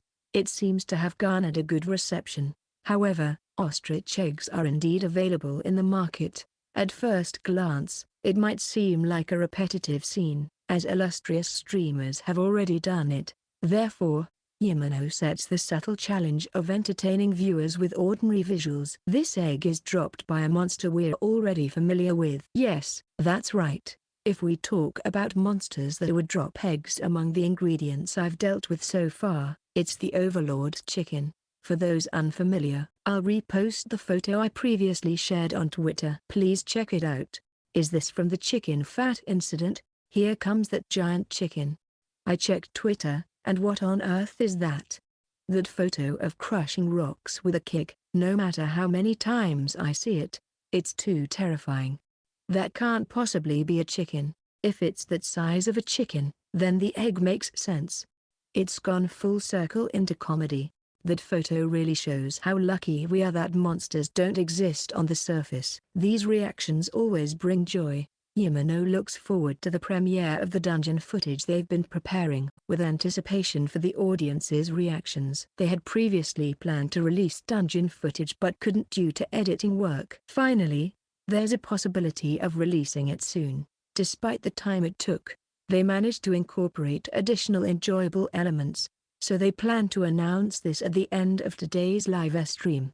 So, about eggs. What comes to mind when you think of eggs? For me, it's sunny side up eggs. I'll allow dissenting opinions, though. That kind of sensitivity is a personal preference, so feel free to think as you like. However, for today's stream, listing other dishes would be pointless, so please understand. So, today we'll be making sunny side up eggs with this huge egg. It's a classic breakfast menu, served with bread, sunny side up eggs and bread. That's a sure winner. It's simply delicious, isn't it? Isn't having a huge sunny side up egg with bread awesome? The best way to enjoy the flavor of eggs is with salt and pepper. Looks delicious. Sunny side up eggs are great, especially with sauce on top. Yeah, they're nice. Are we starting a war now? Soy sauce. Whispering. There are people who don't put anything on it. By the way, I'm also someone who doesn't put anything on salad. Are you the chairman? Playing with fire in someone else's live stream comments. By the way, I'm a sauce person. Right. Everyone has their own taste preferences. While it's okay to recommend, pushing or denying others' preferences isn't cool. Let's respect each other's likes. Oh, by the way, speaking of which, I love bamboo shoots. Don't plant new seeds of discord so quickly. LOL. Do you desire a larger war? That's it for you if you say that. LOL. LOL. You were saying something great until now. It seems like the strongest human is joining the fray. This might lead to an ongoing war. The collaboration between the strongest primate, joke, and the strongest human, serious, isn't funny. It's hopeless. It's over. I can see a future where mushrooms go extinct. Sorry about that. Chapter 46, Friday Delivery Part 2. Alright, let's get started with the cooking. Today, we have a very simple set of ingredients for sunny side up eggs and bread. Supreme chicken's egg. A loaf of bread bought on the go. Margarine. Salt and pepper. That's all we're using. No aromatic vegetables or side ingredients. By the way, about the margarine, It's just a matter of personal preference, so butter works just fine too. How many people actually think margarine tastes better? Team margarine. Personally, I prefer butter. Well, there are various opinions. Butter has a more luxurious image, right? It depends on the use. Team butter. Butter on bread, for sure. I use margarine because it's cheaper. It seems to be about half and half in terms of fractions. Well, things like price are certainly a factor, but whether you've been using it for years at home is also a big influence. People who are particular about food might pay attention to even the smallest details, but most people aren't like that. They usually stick with what they're familiar with, I'd imagine. Personally, I'm in the margarine camp. Well, anyway, let's start by roughly cutting this bread here.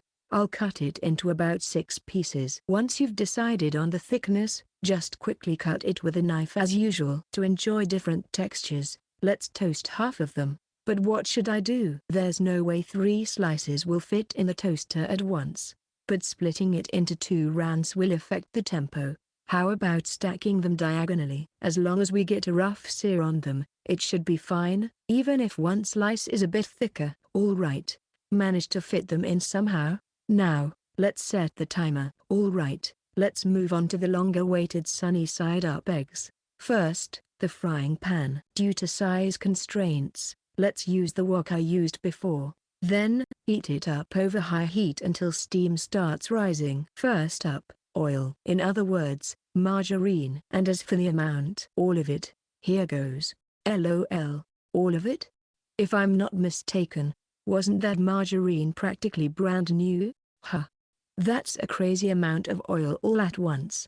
The calories. No. Well, I understand that the egg size probably requires quite a bit of oil, but wow, I can feel the comments section recoiling in horror. Well, if they say the footage looks extremely unhealthy, I can't really argue with that. But I want to make it clear that this wasn't some silly prank. There's a solid intention behind using such a large amount of margarine. Well, let me explain briefly. This is the cooking method for sunny-side-up eggs this time, where you use more oil than usual. I saw it on some cooking channel a while back and have been using this method for sunny-side-up eggs ever since.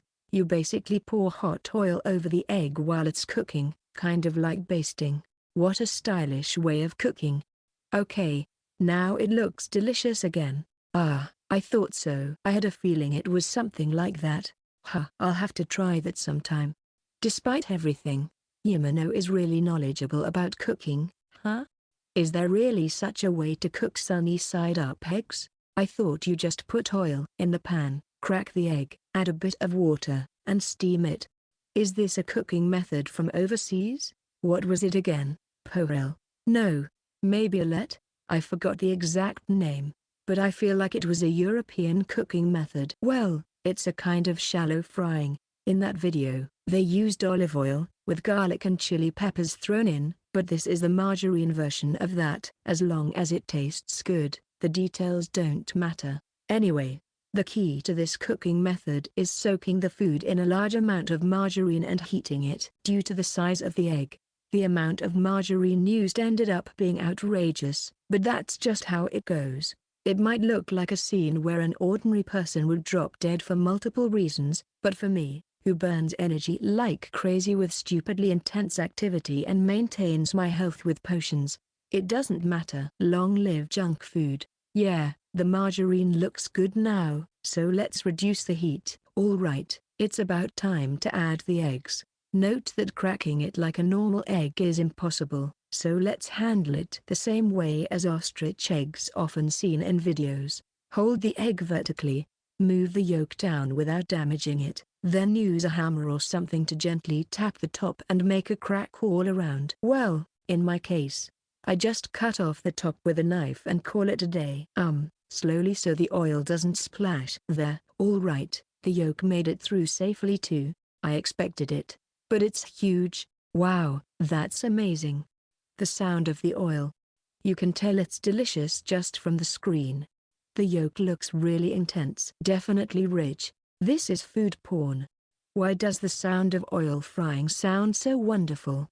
Clearly unhealthy and definitely delicious. Crackle, sizzle. I don't know. It's incredibly dumb when explained verbally or written down, but experiencing it firsthand is a whole different level of impact. You can tell it's delicious just from the sound of the oil. Your appetite is stirred just by seeing it. Your happiness increases rapidly just from the aroma. As it cooks, the egg white gradually turns color. Then, by repeatedly basting it with hot margarine using a spoon, the entire thing puffs up. The best thing about this cooking method is that the yolk turns out creamy without any hassle. By pouring heated oil over it, you can evenly cook the desired area, preventing overcooking. Especially with eggs this size, it's probably impossible to achieve a soft cooked texture without this method. I like my sunny side up eggs soft cooked, quite runny. Actually, there's nothing like dipping bread into the runny yolk. So, that's why I like this cooking method. It allows me to control the doneness with my own hands. I can ensure that the whites are thoroughly cooked while keeping the yolk soft cooked. All right, now, transfer this to a large plate, sprinkle with salt and coarse black pepper, and it's done. Well, shall we dig in? Chapter 47, Friday Delivery Part 3, The gigantic, quivering, half-cooked yolk, the spread of the egg white covering the large plate, the aroma of margarine filling the room. Alongside them, fluffy bread and crispy toast, toasted to a golden brown. Look at this, isn't it amazing? Yeah, it looks good. I won't deny that it looks delicious. The calories. It's definitely delicious, but definitely unhealthy. I can't believe you're not discarding all that melted margarine. Are you going to gain weight? Isn't that just junk food? Come on, it looks delicious. Well, I know the comments are more accurate in their reactions, but isn't it a waste to throw it away? It's not like it's salad oil, and just discarding it after shallow frying seems a bit wasteful, doesn't it? Well, fortunately, dealing with the large amount of margarine accumulated on the plate is easy. After all, we have a whole loaf of bread this time. It should be easy to finish it off by dipping it along with the yolk. I admit it's a calorie bomb, but rest assured, I'm an explorer who puts more strain on my body than an athlete does. I can't even gain weight with this much. Plus, if it comes to health, just use a potion. Are you seriously saying you can't gain weight eating that? You've just made enemies of women worldwide. That's a fat feast, isn't it? Don't joke around. Isn't it more about how you use the potion? Isn't that the perspective of a celestial being? I don't want it. So much criticism. I'm dying of laughter. I envy you, damn it. So, with a potion, you'll never fail a health checkup? When you're constantly fighting monsters day in and day out, you stop caring about gaining weight. In fact, you stop thinking about losing weight or even losing muscle. In reality, explorers, regardless of gender, tend to eat a lot. It's brutal out there, and enjoying good food stabilizes the mind. When you're engaged in a serious survival competition against monsters, your instincts shift towards storing energy. Many people misunderstand, but explorers aren't athletes. Athletes strive for the perfect physique for their sport, and some sports even have weight restrictions. In contrast, explorers are unrestricted. They wield weapons to kill. They tread where there are no paths to reach their destination. They keep moving for long periods of time towards their goals. There's no such thing as an optimal condition for them. Survival comes first. That's why they tend to store energy until their physical performance is on the brink of decline. So, in terms of health related to food, it's natural for explorers and ordinary people to have different perspectives. Honestly, apart from taste, explorers tend to deviate from the norm to some extent. Well, anyway, it's not like you guys are going to eat it. So, no need to worry. What's important is whether it's delicious or not, and whether the viewers find it appetizing. And the current reactions are mixed. Of course, they probably think it's delicious, but it's a bit more subdued compared to previous streams. They're probably put off because they're seeing margarine, a familiar ingredient, being used in quantities beyond their common sense. It's because it's familiar that they're imagining it in relation to themselves. Therefore, here we go. If that's the case, there's only one thing to do. Insert the knife into the semi-cooked, giant yolk, and visually eliminate the large amount of margarine. Isn't this crazy? Hey, isn't this crazy? It's crazy. Wow, that's a lot. It's like an orange flood. What is this? It's amazing. I knew it was big, but seeing it like this is really something. It's definitely rich. It looks delicious, though. How many eggs is this? The result is a great success. The torrent of egg yolk spreading across the large plate washed away the resistance the viewers had towards the margarine in an instant. And we mustn't miss this opportunity. Before they regain their composure, tear off a piece of bread and dip it into the runny yolk. First, let's prioritize the taste of the ingredients. Wow, this is amazing. This is so good. With just one bite, the rich flavor of the egg fills your mouth. Even the aroma of the margarine, which was used in such large quantities, is pushed aside, leaving the yolk as the star of the show. An impact that magnifies the egg tens of times. The faint presence of margarine and the sharpness of the black pepper added to it. Now for the toast. Let's add the egg white as well. Wow, wow. The bread is turning the color of French toast being cooked. Amazing. I want to eat it. Should I make sunny side up eggs for breakfast tomorrow? This is almost criminal. It's practically liquid egg. The violence on the screen is intense. This is unacceptable. Seriously, it's insane. It's the same every time, but dungeon-sourced ingredients are truly amazing. What's incredible is that even the egg white part tastes delicious. It's crispy and fluffy, with a hint of margarine flavor, but it still tastes like egg white. It feels like biting into a caramelized souffle, but it's not dessert, it's food. When you combine it with a weak concentrated the flavor of dozens of eggs kind of yolk, it's just perfect. I can't stop. I really can't stop. Before I knew it, both the bread and the sunny side up eggs were halfway gone. Phew. I almost ended up finishing it just based on the taste of the ingredients. That was close. If that happened, it would tarnish the name of the sauce enthusiasts. Now, it's time for a flavor change. Now, let's get ready for the familiar sauce. Adding a glossy black touch to the pool of yolk. This is it. This is how sunny side up eggs and bread should be. Let's dig in. Mixing the sauce and yolk generously, adding the egg white on top, and then taking a bite. Wow, the result. I ended up eating silently without any jokes. Why is the marriage of sunny side up eggs and sauce so delicious? Chapter 48, Monitoring the Tyranny of Colleagues, Part 1. Equipment check. Okay. All settings are good to go. Checking the streaming screen. No abnormalities, including in the comments section. Preparation complete. Well then, let's start the stream. Hey there, it's Hanabi, the 4th-year Dangerous member. As announced beforehand, today's stream is a simultaneous viewing session. Hey, hello, hello, hello. Been waiting for this. Looking forward to the simultaneous viewing. While giving the customary greeting, I glance at the comments section. For now, it seems like there are no trolls or troublemakers, which is a relief. Today's stream is different from the usual. It's kind of like an indirect collaboration, and the partner is Botan, who has been consistently in the spotlight for various reasons. So I was worried about any troublesome viewers popping up.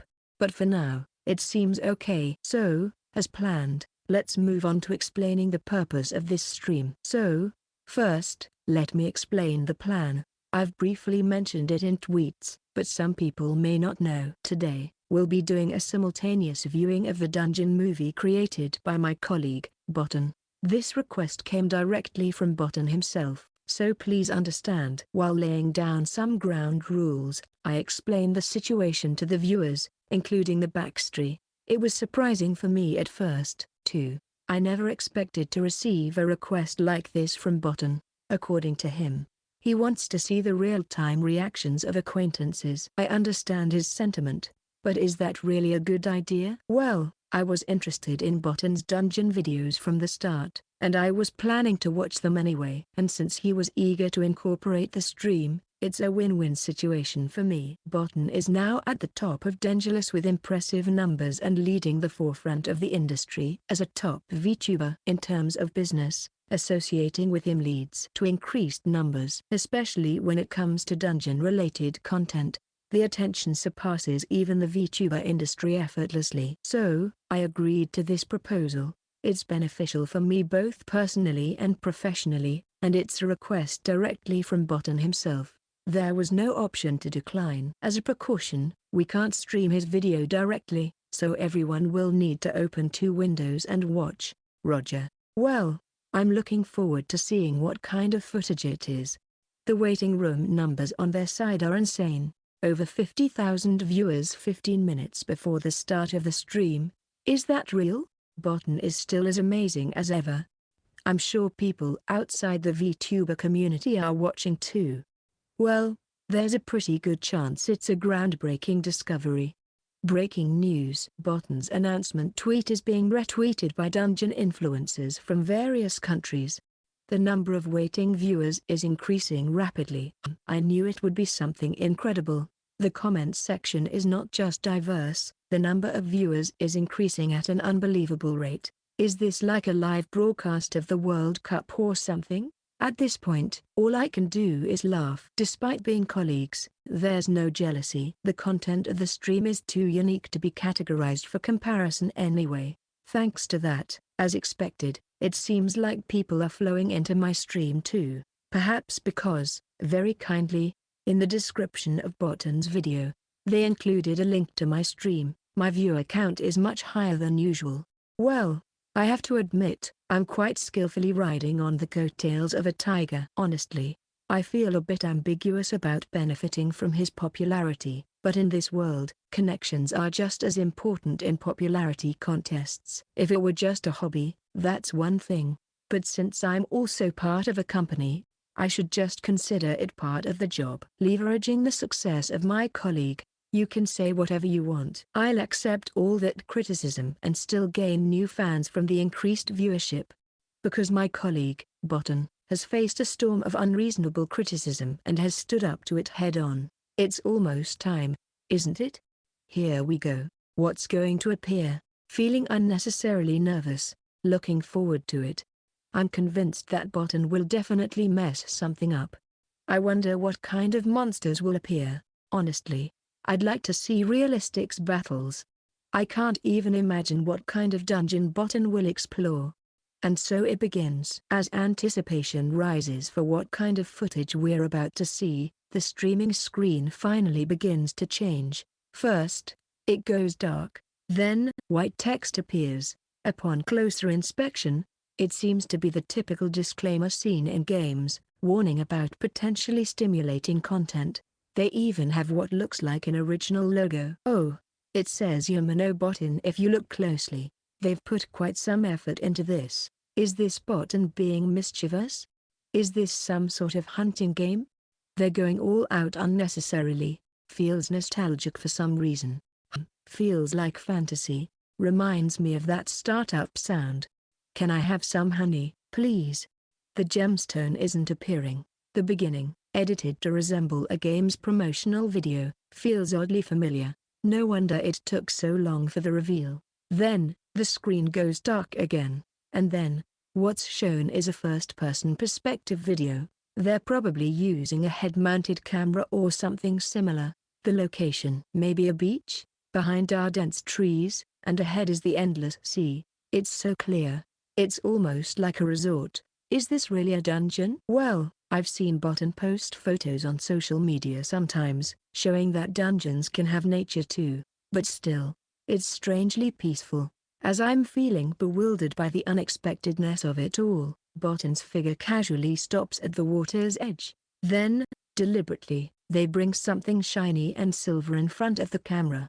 With a crisp sound like a bell, the sea in front of us splits all the way to the horizon. Chapter 49, Watching Over the Rampage of a Colleague, Part 2. A path appears in the sea. Not a metaphor or anything, that's just how you describe the scene before my eyes. It's so absurd, so detached from reality. I can't seem to find the right words to express it. I'm left dumbfounded, forgetting that I'm in the middle of a live stream. For a moment, the word fiction crosses my mind, but I quickly dismiss it because it feels too real. Despite being so far-fetched, There's a sense of undeniable realism, creating a contradiction. The imagery on the screen was simply staggering. There's none of the usual artificiality that comes with editing. It feels genuinely immersive. No, that's not it. It's even more definitive than that. Terrifying. The muttered words escape my lips unconsciously, sinking into the pit of my stomach. Yes, that's right. It's terrifying. I'm scared. I'm terrified by this footage. I get it now. This is like those disaster videos that occasionally pop up on Twitter. I understand. Exactly. This is actually a disaster. It's a major disaster if it's on land. It's unbelievable that this is human-made. We can't have a real-life Moses these days. It's as terrifying as that recent landslide disaster overseas. As the comments respond to my muttering, the stagnant chat once again starts to flow. The shock seems to have brought my consciousness back, triggered by the shared empathy. And once my mind starts moving, there's no stopping it. Various emotions and questions overflow, and before I know it, they're spilling out of my mouth. What was that just now? Can adventurers really do something like that? Can they do something so anime-like? That thing just now, with that sword-like thing that's been flashing on screen? It briefly glinted silver. It definitely sliced through the sea, right? I understand how you feel, but calm down. There's no way they could do that. Even as a non-adventurer, I know it's impossible. What do you think adventurers are, cutting through the sea like that? It's so manga-like. Ha ha ha. Even if it was just slicing, it shouldn't have turned out like that. What you're seeing is the work of your colleague. Let's ask the person themselves. Moses parted the sea with a magical miracle, not by slashing it with a sword. I knew nobody could answer my questions, even though I understood. If someone told me to ask the person directly, they'd be right. But honestly, in the current state of confusion, I didn't feel like I could digest their answer properly. Well then, the declaration of war ends here. Now, your enemies who will kill you are right here. Meanwhile, Bottom speaks on screen. It's a pretentious way of speaking, but I couldn't bring myself to laugh at it. It's not because I'm a VTuber. Sure, VTubers are a kind of actor, and I do pay attention to my wording during streams. But this time, it's different. The reason is simple. There was a significant change in the footage. The sea is rising. The sea, reminiscent of a resort, is now unrecognizable. Just the fact that Bottom split the sea is unbelievable. But now, an even more surreal scene unfolds, defying common sense. The sea rises, writhing like a living creature. And not just on a modest scale. It's as large as a mountain. That's just a rough estimate. But it's about 800 meters tall and 1.5 kilometers wide. This one's on the smaller side. I'm not quite sure what you're talking about. No, seriously. Hey, did you just say kilometers? Did Bottom just say kilometers? I'd like to think they meant the unit of weight. No way. Look at reality. At that size, it couldn't possibly weigh just a few kilos. Clearly, it's the size of a mountain. I've just realized something really scary. If a stampede happens, there's a chance creatures of that caliber will show up, right? It's no joke that they're bigger than tokusatsu monsters. I'm kind of freaked out. I really don't want to understand this anymore. But did Bottom just call that behemoth small? That thing shouldn't exist in reality. There was a really creepy comment just now. Don't joke about things like stampedes. Can we please stop with the comments? Imagining a disaster on the scale of human extinction is crossing a line. It's not about compliance, it's genuinely terrifying. Wait, hold on. Is this leading to that? Is it Bottom versus that thing? I mean, I guess that's what they're making a video about. But there's a limit to everything, right? It has to be a joke. Even if this footage is real. Well, it probably is real. But just because it is doesn't mean there aren't things you shouldn't do and things you should. In movies, that's clearly the final showdown, right? And it's usually about the fate of humanity. This is definitely not suitable content for a VTuber's premium stream. Now then, let's quickly explain the target of this video. Its name is Amafarashi. It has a body composed of seawater, classified as a spirit or something along those lines. Essentially, It's an astral body. Think of it as a supersized jellyfish made of seawater. Their attitude is so casual. Saying think of it as is not enough for that thing. By the way, the reason it's called Amafarashi, it's just started exhibiting the behavior that led to its name. So it's probably quicker to just show you. As soon as they say that, the camera points upwards, and in the sky revealed before us. Oh, another sea exists. And that's about it. Amafarashi manipulates vast amounts of seawater to literally make it rain from the sky. Simple, isn't it? No, that's not simple at all. Now, let's kick off with a massive opening attack, followed by the extermination of this supersized monster. Here we go. Chapter 50, The Frame That Watches Over the Tyranny of Its Synchronizer Part 3. What was displayed on the screen was nothing less than the end of the world. First things first. What we should do is escape from this situation. As you can see, it's a hopeless situation. A direct hit means instant death. Defense is futile against that mass, and evading is impossible with the level of map-wide attacks. Well, this sucks. If this were a game, it definitely needs some balancing. The approach must be unconventional. That's why Botan, despite the impending death approaching with tremendous force, remained nonchalant. They proceeded with what they called an unconventional approach. First, we'll slice through the sea in the sky just like before. There, sliced. Then, once a fissure like that appears, we'll jump towards it. The footage suddenly switches. It's an abrupt change that would typically make you suspect a filming mistake or editing. But it's probably not that. Most likely, it's instantaneous teleportation or high-speed movement too fast for the camera to capture. It sounds like a wild speculation, but with the sea being split in the footage, there's no semblance of normalcy. Botan even called it an unconventional approach, so they definitely did something out of the ordinary. If there's no path, make one. That's how the world were. The sound cuts off mid-sentence. More accurately, it's drowned out by a roar that drowns out all other sounds in the footage. Instead, the camera moves from a clear blue sky. No. It's more like, how are they even jumping from that height? Anyway, the footage switches to the scene below. Oh. This is hell. Is that an island? This is too awkward to laugh at. No. It's not funny. Was Noah's Ark like this? Everything is disappearing.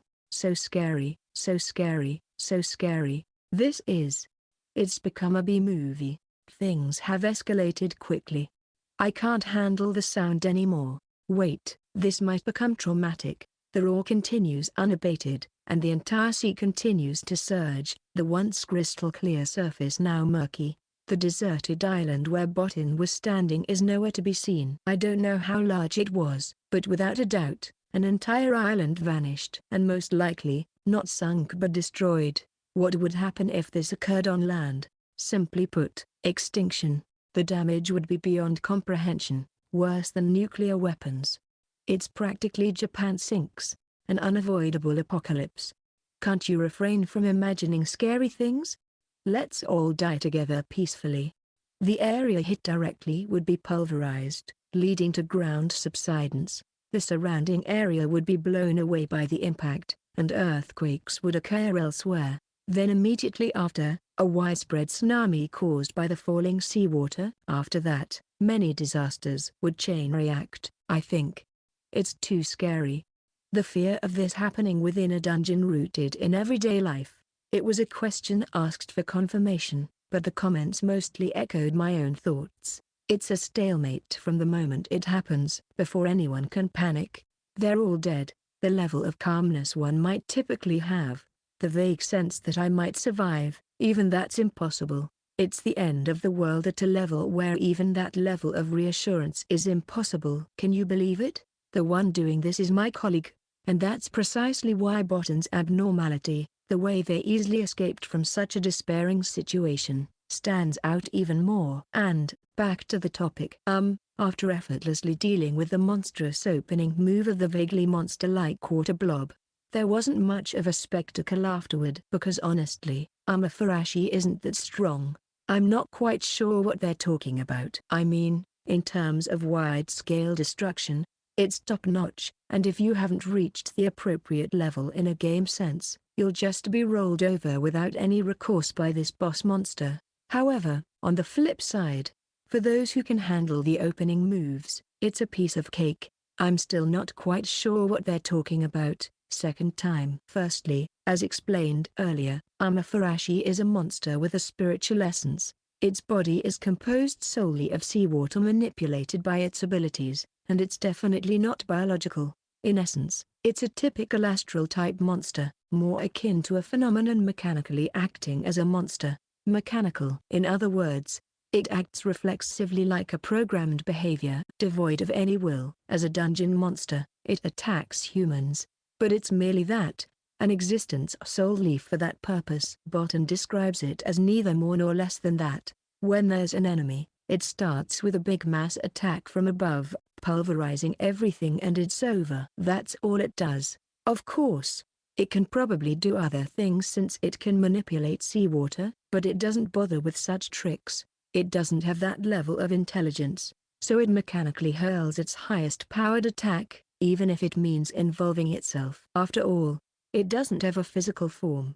Isn't that a bit too much murderous intent? That's why once you surpass a certain level, Amaterasu becomes just a small fry. After all, it only delivers one-dimensional attacks, and since Amaterasu lacks any scouting ability, humans are like grains of sand to it, and an attack is just an attack. If you can withstand it, it inevitably loses sight of you.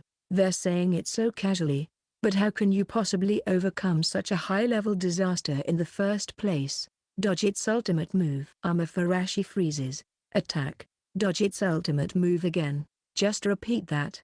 Of course, the prerequisite is that you must also be able to damage its astral form. Well, by the time you can get to this point, it's natural to be able to do that. I'm not quite sure what they're talking about in many ways. Third time. So, let's finish this quickly. Well, once you're at my level, you can easily slice through something of that size, right? It doesn't matter if it's an astral body, right? They're probably joking, but the content is too nonsensical to be neutralized by humor. All right, that's it. And with that, a sound like shan shan resonated, as if drawing the curtains on a stage. At the same time, the distant Amaterasu was split into four. Afterward, apologies for the delay. I fell asleep while writing, and I was also adding some unnecessary stuff. So, from here on is the unnecessary stuff. Monster name: Amaterasu. Overview: astral type gigantic monster appearing in the depths of dungeons, possessing the power to manipulate the sea. Its body appears to be formed by vast amounts of seawater, but in reality, it simply attaches seawater to its main spiritual body using its abilities. In other words, it's like wearing a suit of seawater. The reason for this is unknown. Danger level: like other astral-type monsters, it lacks any semblance of biological sensation. Therefore, its reactions are mechanical, and it speaks in a straightforward manner. However, its danger level is extremely high, making it a boss monster that even a group of average humans cannot match. Its attack method is solely through mass manipulation of seawater, but its scale is extraordinary, making it lethal. With the force to dry up the sea where it stands and create a new sea high above, it then drops it all down at once, leaving you with no chance of survival unless you can overcome it somehow. On the other hand, since its attack methods are limited to this, if you can withstand it, it's easily defeatable. Once you surpass a certain threshold, the treatment of Amaterasu by explorers changes drastically, making it an interesting monster. Moreover, the ability to manipulate seawater is proportional to the size of its astral body, and at a larger size, it can cause floods on the scale of drowning the Kanto Plain. The individual in the story is on the smaller end for its species, so it doesn't possess such extensive seawater manipulation abilities. Additional notes: it appears in the early stages of the ultra-deep dungeons, typically in environments such as open seas and uninhabited islands. The reason for its appearance in the early stages is that Amaterasu serves as a stepping stone for creatures transitioning from deep to ultra-deep layers. Its evaluation varies widely for this reason. In other words, what I'm trying to say is that Amaterasu is the weakest among the monsters in the Ultra Deep layers. Additionally, although there are different species, typically only one exists per layer as they represent the embodiment of a major disaster. If defeated, they respawn after a certain amount of time. In summary, it's a boss rush from the Ultra Deep layers. Some exceptions apply. Chapter 51, Thread after the Lord's mishap. Thread discussing the Lord. 251 Anonymous viewer. Breaking news. The Lord's channel has surpassed 20 million subscribers, and it's still increasing. 252 Anonymous viewer. Wow. 253 Anonymous viewer. Isn't this going beyond the realm of VTubers? 254 Anonymous viewer. Actually, it's strange for someone with such abilities to be doing VTuber stuff. 255 Anonymous viewer. I never thought one video alone could have such an impact. Even with Libe eyes. 256 Anonymous viewer. It's obvious, isn't it? 257 Anonymous viewer. I mean, the Lord could conquer the world if he wanted to. 258 Anonymous viewer. Various countries are seriously paying attention, for defensive purposes. 259 Anonymous viewer. Because, in all seriousness, he's more of a decisive weapon than any conventional armament. 260 Anonymous viewer. Some are arguing that he should be forcibly managed by governments, even if he reveals his identity. 261 Anonymous viewer. Ever heard of human rights? 262 Anonymous viewer. It's not about evaluating VTubers, though. 263 Anonymous viewer. Frankly, it's not about evaluating individuals, either. 264 Anonymous viewer. Seriously?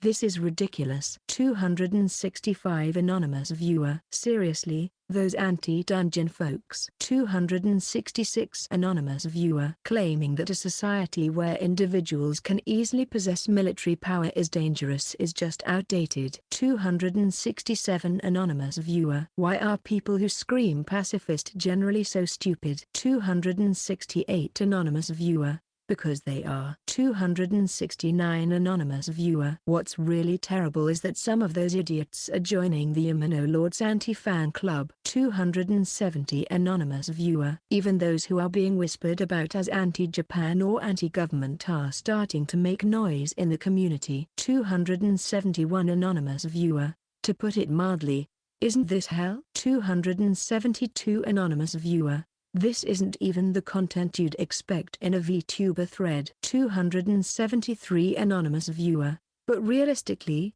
it's not wrong to say that the Lord's existence is an international issue. 274 Anonymous viewer. With the Lord around, 1 or 2 countries could be taken over in a day, and the items he provides are likely beyond standard. His existence is already a powerful diplomatic card. 275 Anonymous viewer. Huh, what? You guys actually believe that video? It's obviously fake, you gullible fools. 276 Anonymous viewer to 275. Oh, it's our anti-friend.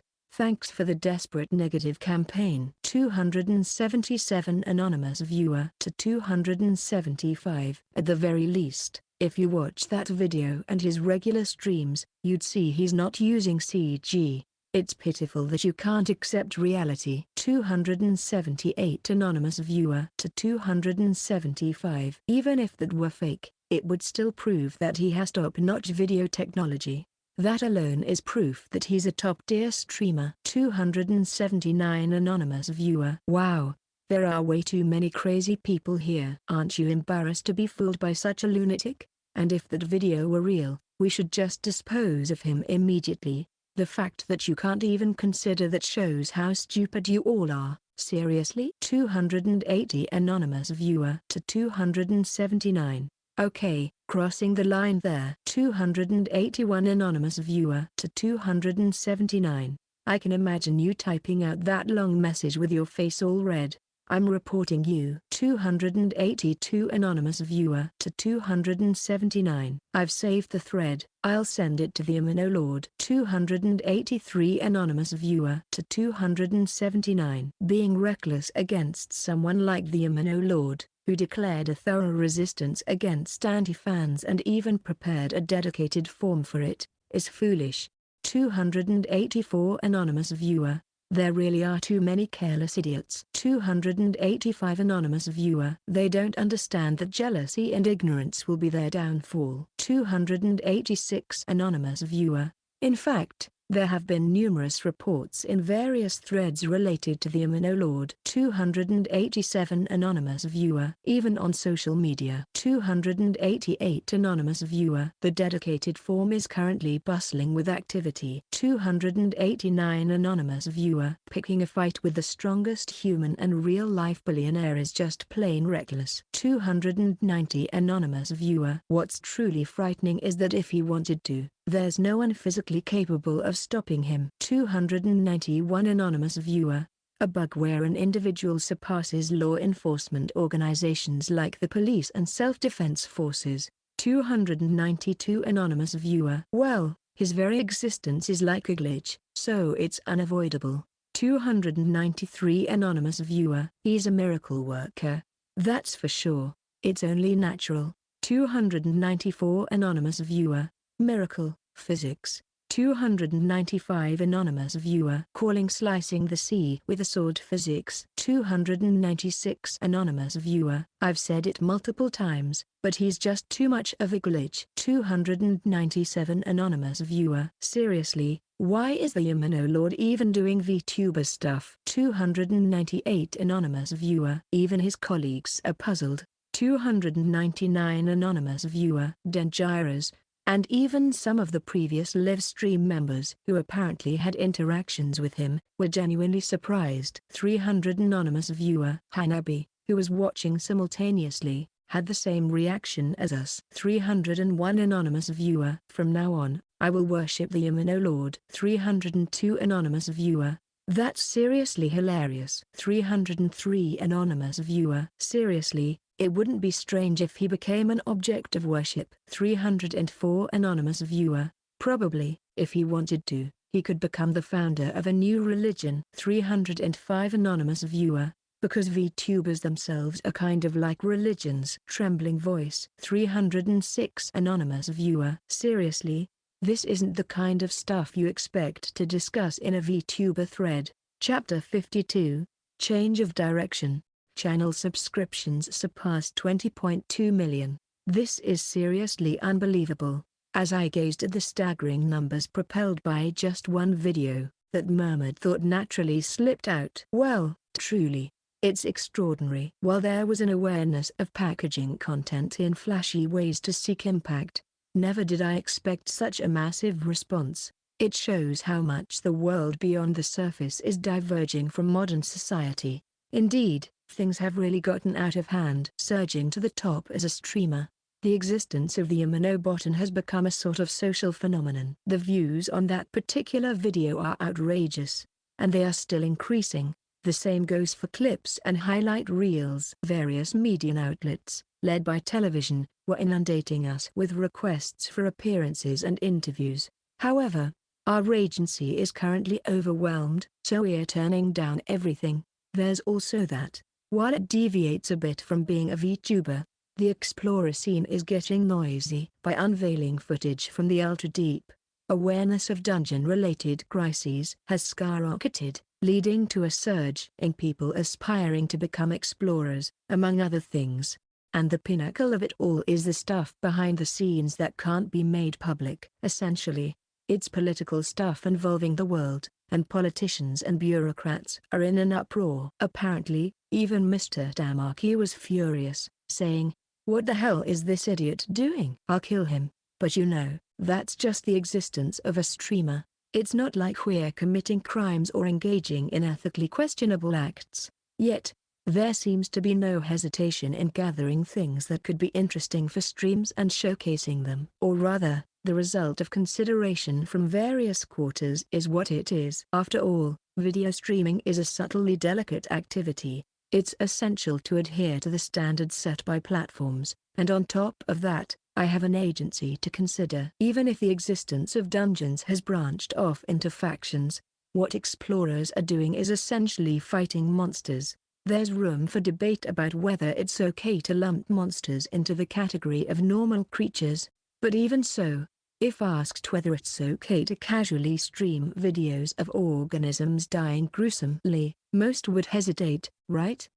Well, there are dungeon streamers out there, and battles are showcased as videos, but being a VTuber primarily focused on entertainment, especially as someone affiliated with a corporation, it's not desirable to start off with hardcore content. That's why I deliberately chose Amaterasu as the subject for the video.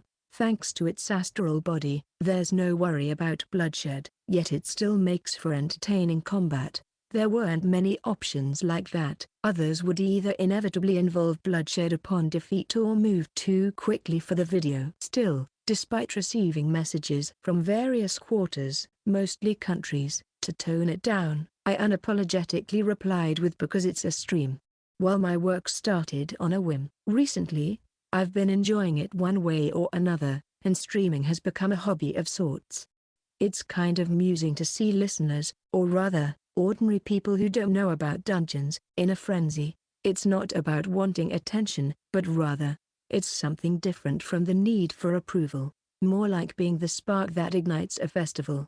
However, at the same time, the current situation isn't quite ideal for being a VTuber. It's kind of strange to be troubled by having too many numbers. Current dilemma: the rapid increase in channel subscribers has made it difficult to operate as a VTuber. Firstly, there's the activation of anti-fans. Besides the ones already there for Yamanobotan, it seems that troublesome individuals from various circles have joined the fray. Though the reasons are unclear, I'm just tacitly accepting the fact that the nail that sticks out gets hammered down. Anyway, it's gotten quite lively thanks to them, maybe to the point where it wouldn't be surprising if a generally mentally sound person developed neurosis.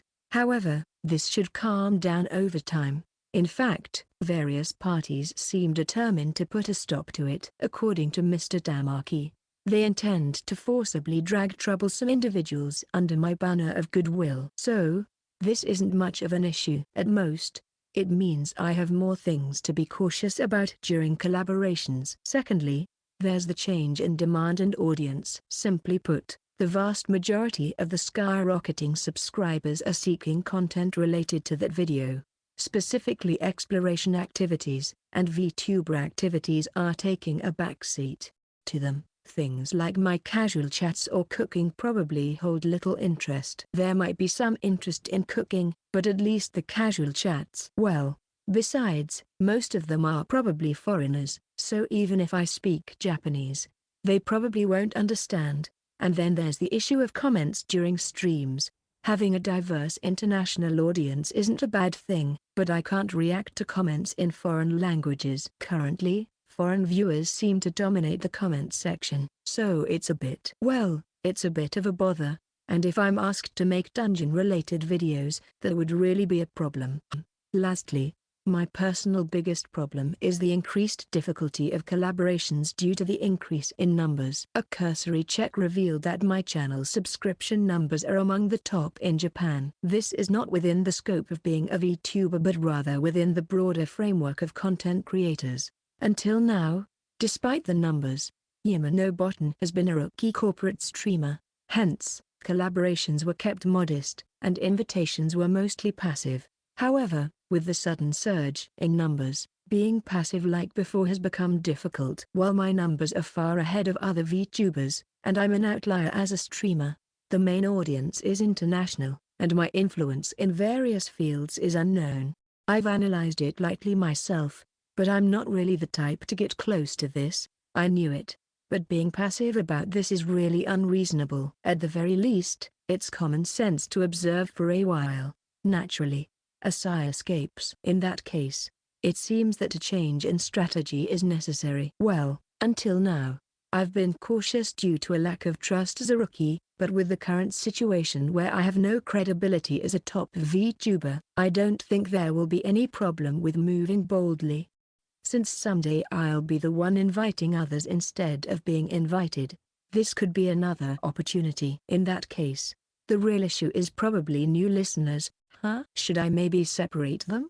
For now, I'll suggest it to the agency through Mr. Main. Well then, shall I resume making thumbnails? Chapter 53, The Importance of Delineation. All right. Let's see. Go.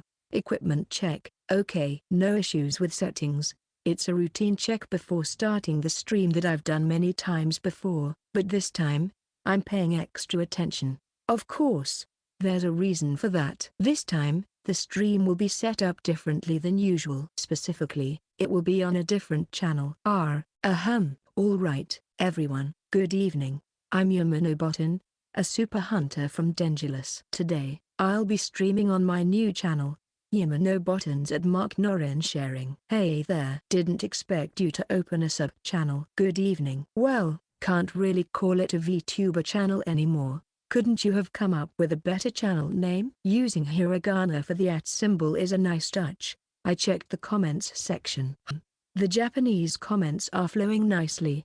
There are some foreign language comments, too, but they're within an acceptable range. I'm not disregarding the overseas audience, but when it comes to smooth streaming as a VTuber, it's more convenient to target Japanese viewers as the main audience. After all, Japan is the birthplace of VTuber culture, and if too many foreign comments flood in, I won't be able to pick up on them. However, discarding what seems like an expanding overseas market would be a waste. With that in mind, after consulting with the agency, we decided to open a new sub-channel. By the way, we decided on the channel name in 3 seconds. Now, let's start with an overview of this channel. Although I've announced it on social media and also uploaded announcement videos on the main channel, there might be first-time viewers here, so let me explain. If you already know, feel free to ignore it or maybe do some translations of foreign comments. LOL. Even at a glance, there are a few countries represented. LOL. If it's English, maybe. LOL. Seems impossible. I don't want to. LOL. It's too hard. The speed of this comment section makes it difficult even for native speakers, doesn't it? Well, I also think it's impossible. With the speed of this comment section, even native speakers would have a hard time, right? On this sub-channel, I'll mainly focus on VTuber activities, specifically, gaming, chatting, cooking, and collaborative streams. And on the main channel, I plan to primarily cover dungeon-related content. The sub-channel will continue with the same kind of live stream activities as before. The main channel will be dedicated to various dungeon-related content edited into videos. It's clear that the activities of the main and sub-channels have reversed, but let's just call it a quirk. Please understand that even though the main channel has overwhelmingly more subscribers, I'm still a VTuber at heart. Although we're leaving the main channel for the sake of the subscribers, I'm not a video content creator focused solely on dungeons. At its core, it's about VTuber activities. The original purpose was to legally interact with fans and feast on dungeon-sourced gourmet ingredients. We mustn't lose sight of that. So, we've split the channels. Delineation is important, after all. For those of you who enjoy Yamanobotan as a VTuber, please come to this stream. By the way, even though it's called a sub-channel, the frequency of activities here will be higher, so please keep that in mind. Yes, that's something I can't compromise on. Although the main channel has a large number of subscribers, I'm still a VTuber, after all. While it may seem like we're keeping the main channel because of the number of subscribers, I'm not a creator of dungeon-themed content. The number of subscribers on the channel is over 20 million for the main and a little over 3 million for the sub. After explaining the video where we mentioned splitting activities, it's undeniable that a considerable number of people are migrating from the main channel. The listeners seem to be in a receptive mood, judging by the smooth flow of comments. With that confirmation, I'll consider the overview of the sub-channel sufficient. Now, on to what could be considered the main topic. The announcement of Yamanobotan's VTuber activity policy. Is that alright? What's this about? Why the formality all of a sudden? Sure, go ahead. What is it? Wasn't the previous topic the main one? Activity policy, huh? The flood of comments confirms that the listeners seem ready to listen attentively. With that in mind, I'll take a brief pause, then switch gears completely before speaking again. First and foremost, I want you to accept this as a pure fact, not as arrogance or anything.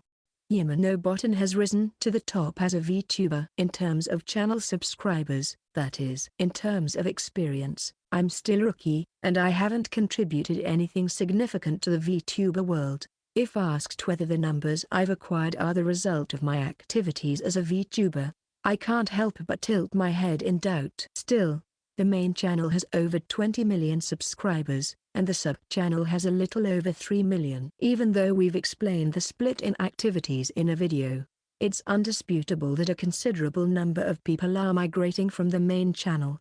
When you reach this scale, you can't really call yourself a newbie anymore. Well, in terms of activity duration, I'm still relatively new, and personally, I still feel like a newbie, but it's clear to everyone that you can't continue to act like a newbie, right? Well, yeah, that's true. Even this newly opened sub-channel is among the cream of the crop in the streaming world. Are there really newcomers like this? It's almost like a scam. Usually, there aren't many streamers who can slice through the sea like this. In terms of influence, can I say I haven't contributed at all? Also, I feel like Yamano-san has been quite active, to the point where he might even have some juniors now. It's about time to shake off that newcomer feeling. As a working adult, you're considered a newbie if you've been in the job for less than a year. I haven't had any proper social experience, so I guess that's the case. Well, with that in mind, I think it's about time to start taking initiative. Up until now, I've been passively going along with things, but I think it's time to change that. Specifically, I mean collabs, and more collabs. I've only collaborated with external streamers twice. One of those times was more of a mysterious interaction, where I left a comment during their stream. All the other collaborations have been in-house, and even those are few and far between, mostly because I've been avoiding collaborations with the opposite sex. There were various reasons for that, but it's no longer a stage where I can afford to be passive. It's clear to everyone that, with my sudden rise in popularity and my unconventional personality, the barrier for reaching out to me has skyrocketed. That's for sure. It's only natural. He's probably the most watched person in the world right now. I think it's impossible for ordinary streamers to even consider inviting him for a collab. Even with a major agency, they'd hesitate. No matter how popular you are, it's too intimidating for other streamers to interact with you. Why is he even doing streaming? That's probably what everyone's saying. Everyone who asked me, including Manager San, seemed to have the same impression. So, it seems like the listeners are feeling similarly. In that case, it's clear that continuing to be passive and my activities is hopeless. Yes, so from now on, I'm planning to take the initiative in reaching out for collabs. Fortunately, I have more than enough achievements, or rather, numbers, so I won't be easily dismissed as too inexperienced or anything like that. Up until now, I've held back because even though I had the numbers, I also had that newcomer filter. But now that I've broken through to this extent, there shouldn't be any problem. Now, it all depends on the impression the other person has of me and their schedule. If I'm invited, I should be considered a worthy candidate. So, from now on, regardless of affiliations or connections, I'll proactively reach out to those I want to collab with. In fact, I've already reached out to several streamers, and some have already given me the okay. So, stay tuned for announcements of collabs on my social media in the near future. In essence, it's like saying, the fun is just beginning. Chapter 54, The Long-Awaited Collaboration. The sub-channel I recently established focuses primarily on VTuber activities, and the activity that has become synonymous with the Yamanobotan is the cooking stream using ingredients from dungeons. If you were to ask if using ultra-beautiful high-definition 3D models, laughs, is suitable as the epitome of VTuber activities, even I can't help but wryly smile. However, this project, in a sense, represents the essence of my VTuber journey. After all, The reason I decided to jump into this industry was because my favorite VTuber praised dungeon ingredients during their stream. And so, it begins. Good evening, everyone. I'm Yamanobotan, the super hunter from Dengulus. And yes, good evening. Nice to meet you all. I'm Jin Saka, also known as the Salaryman from Bachikal. Good evening. It's Jin, a collab of all things. I've been looking forward to this since the announcement. It's so exciting to see two favorites collabing. I can't wait to see what kind of stream it'll be. Good evening. Nice to meet you. This is a return to my roots, and a wish fulfilled. I decided to collaborate precisely because every aspect of my situation has changed. It's the long-awaited collaboration. As announced beforehand, today's collaboration is taking place offline. We're streaming from the cooking studio I personally own, which I've talked about in previous streams. Well, I had heard about it beforehand, but seeing it in person like this is amazing. I never imagined you actually owned a studio. With a touch of excitement mixed in with their admiration, Saka-san, sitting beside me, looked around. The stream setup consisted only of free material backgrounds with our respective live 2D models placed on them, so on the screen, our models were just swaying from side to side. Ideally, for an offline collab like this, I would have wanted a more dynamic setup. Well, there was nothing to be done about it. After all, I still don't have my own 3D model. Given the number of channel subscribers, it's strange not to have one, but honestly, it wasn't my priority. Initially, I gained explosive channel subscribership from cooking streams, but then there were sudden spikes in subscribers due to controversies in the streaming community, followed by more subscribers, handling antis, and making my videos noisy again. It was always something. Dengulus isn't a large agency, so there's inevitably a limited workforce. With my various activities and the management of my seniors happening simultaneously, it was quite a burden. What was particularly problematic was that half of the technical staff were occupied with 3D projects for some seniors. Initially, I wasn't expected to receive a 3D model anytime soon, so the result was a severe shortage of manpower. Hiring new people isn't easy, but neither is cutting back on ongoing projects. Since I didn't have a particularly strong attachment to getting a 3D model myself, it was decided to postpone it for now. That decision has now come back to haunt me with this collab with my favorite streamer. It's quite frustrating. I mean, I frequently use ultra-beautiful high-definition 3D models, laughs, in cooking streams, so I didn't think I needed a 3D model that badly. I guess I was naive about this aspect. Before we explain today's plan, allow me to greet you once again. Well, that's a separate matter. I'll put aside personal reflections for now and focus on making this collab a success. Today, we've received your kind offer for a collaboration, and I truly appreciate it. I apologize for suddenly inviting you to an offline collab like this. No, please don't worry about it. Thank you very much for inviting me. Saka-san is still as polite as ever. Even though we've virtually never met before, this impression I'm getting directly from interacting with him matches the one I had from the pre-information. As indicated by the working adult label in his profile, he carries himself with politeness, humility, and a touch of humor. It's like his kindness and strong curiosity are just barely concealed. Even though he probably had a stance like, if possible, he didn't show any resistance to the sudden invite for an offline collab. Instead, he eagerly jumped at the chance. It's quite impressive how genuinely pleasant his personality is. I was really surprised when he gave the okay for the collab. I couldn't help but ask, "Are you sure?"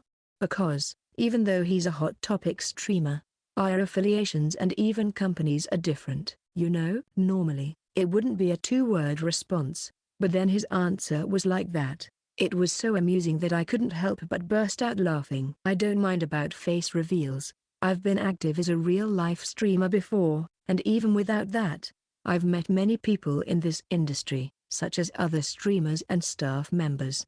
Wow, his composure is something else. It made me realize the difference in our careers. After all, I'm not a born and raised streamer, and I still haven't fully shed my viewer mentality. That's right. Most VTubers have some kind of past life. Otherwise, they wouldn't consider becoming VTubers. At the very least, you need decent skills to gain popularity in streaming. I'm an exception, and my streaming skills are still lacking.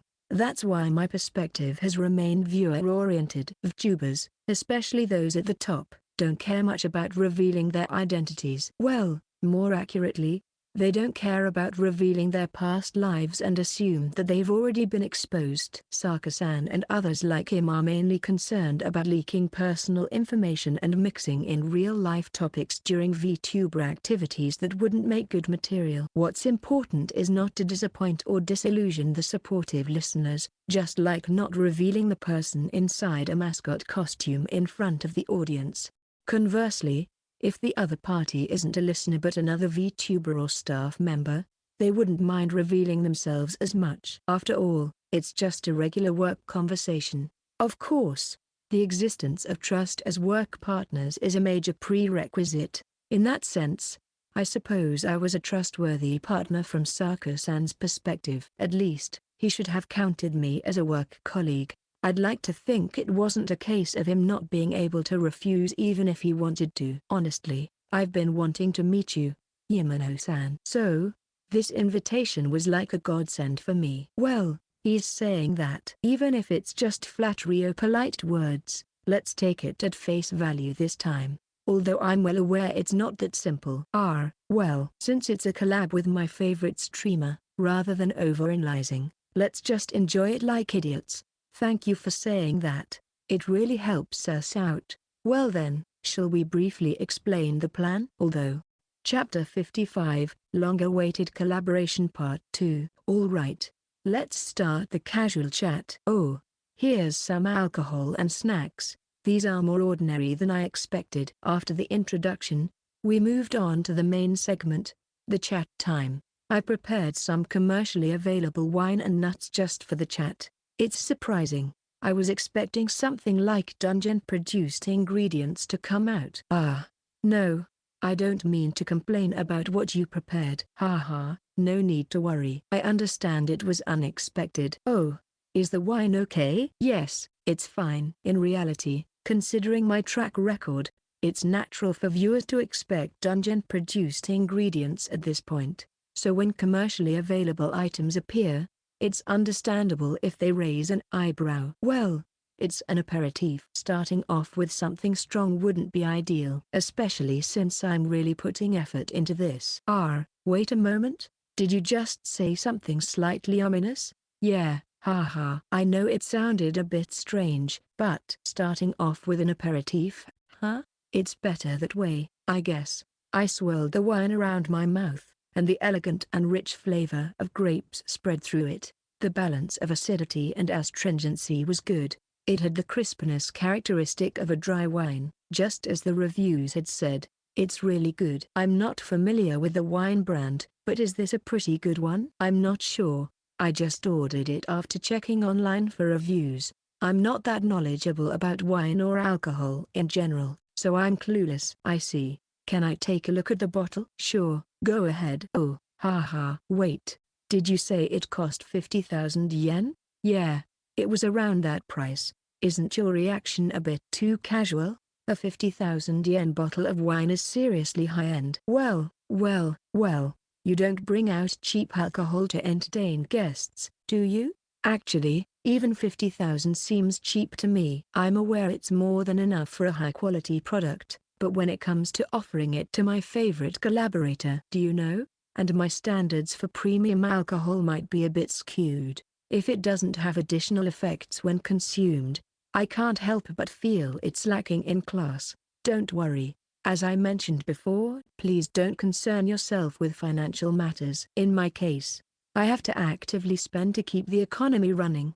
Is it really okay for you to say that? I think there should still be limits. Ha ha ha. If you're surprised by a 50,000 yen aperitif, you won't be able to handle it. After all, besides dungeon-produced ingredients, I've also sourced various expensive items for today's collaboration. By the way, just how crazy is it going to be this time? Do you want to hear about the ingredients or the various items first? For now, let's start with the various items. Alright, Let's see. I'll just take out everything I've prepared for today from the spatial bag and stack them in front of you. Wait, wait, wait, wait, wait. Something amazing just came out. You're so calm about it. But there are so many incredible things coming out. Wait, what? He seems really flustered. Did he really prepare something crazy? What is it? What is it? I want to know. Seriously? He seems genuinely surprised. It's pretty unusual to see him so worked up, right? Oops, that's right. I should post a photo so the listeners can understand better. Snap, tweet. So, here we have a mountain of unopened boxes of Wizard the Gathering, officially known as WTG. Since Sako-san likes it, I thought I'd prepare it in case we run out of topics. Are you kidding me? I'll be blunt, but are you out of your mind? You can't just casually bring something like this here. Well, you know, opening cards is exciting, isn't it? Sure, opening them is fun, but listen, everything here is so valuable that each piece could be framed individually. He's brought even more crazy stuff than expected. Hey, this idiot. Is that thing in the photo really that insane? I can tell from the reactions to the tweet. Saka-san, how much did you spend for this collaboration? This is insane. For those who don't know about WTG, let me explain briefly. The prices go roughly like this, from the top right, around 500,000, 450,000, 600,000, 200,000, 300,000, 500,000, and around 650,000 yen. That's a total of over 3 million yen. Ridiculous. The amounts are insane and it's not even funny. As always, cards have ridiculous prices. Well, even so, they're not even pocket change. Just seeing Saka-san in a panic makes it all worth it. You're really going overboard with this, Saka-san. Well, this is more of a personal thing, like a fetish. Whether it's a male or female streamer getting beaten up in a red spa, it just makes me feel really good. It's not so much about being pleased, but more about being confused or hesitant. That's the high point for me. Why did you bring that up now? Confession. There's no deep meaning behind what I prepared. Chapter 56, Long-Awaited Collaboration Part 3. Let's stop here in this segment, shall we? Is that so? After discussing, it was decided that the boxes would be unboxed separately at a later date. It could be considered a stroke of luck that the promise for the next collaboration was made. Well, mission accomplished. I just received a report. It seems that WTG, along with Saka-san, trended. Oh? I thought something was up when WTG was trending. Seriously?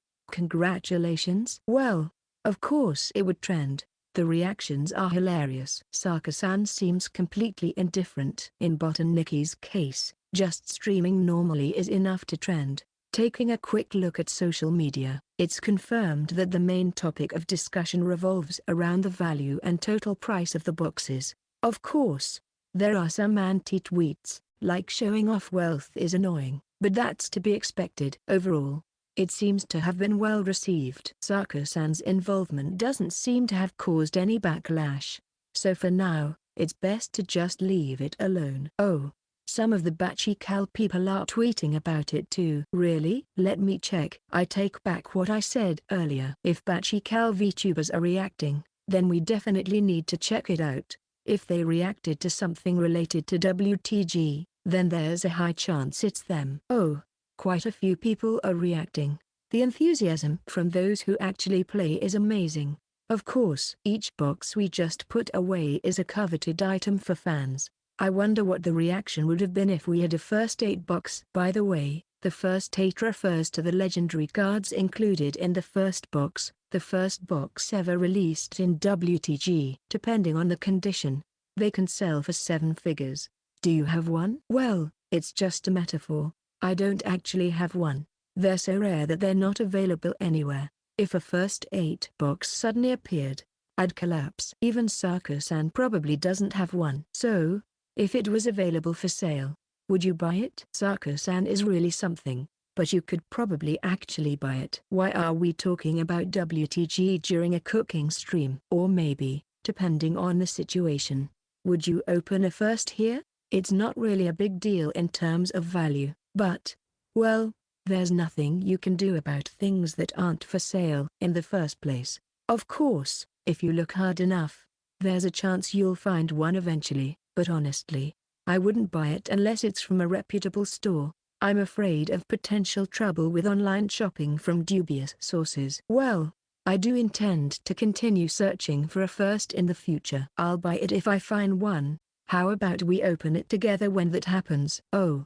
and feel free to invite your acquaintances. And, if it's okay, I could have asked you when we opened the box earlier. Ha ha ha. Well, I'll take you up on that offer. I'll invite some acquaintances next time. All right, all right. Now, let's get back to our conversation. Sorry, what were we talking about? We were discussing the items I prepared.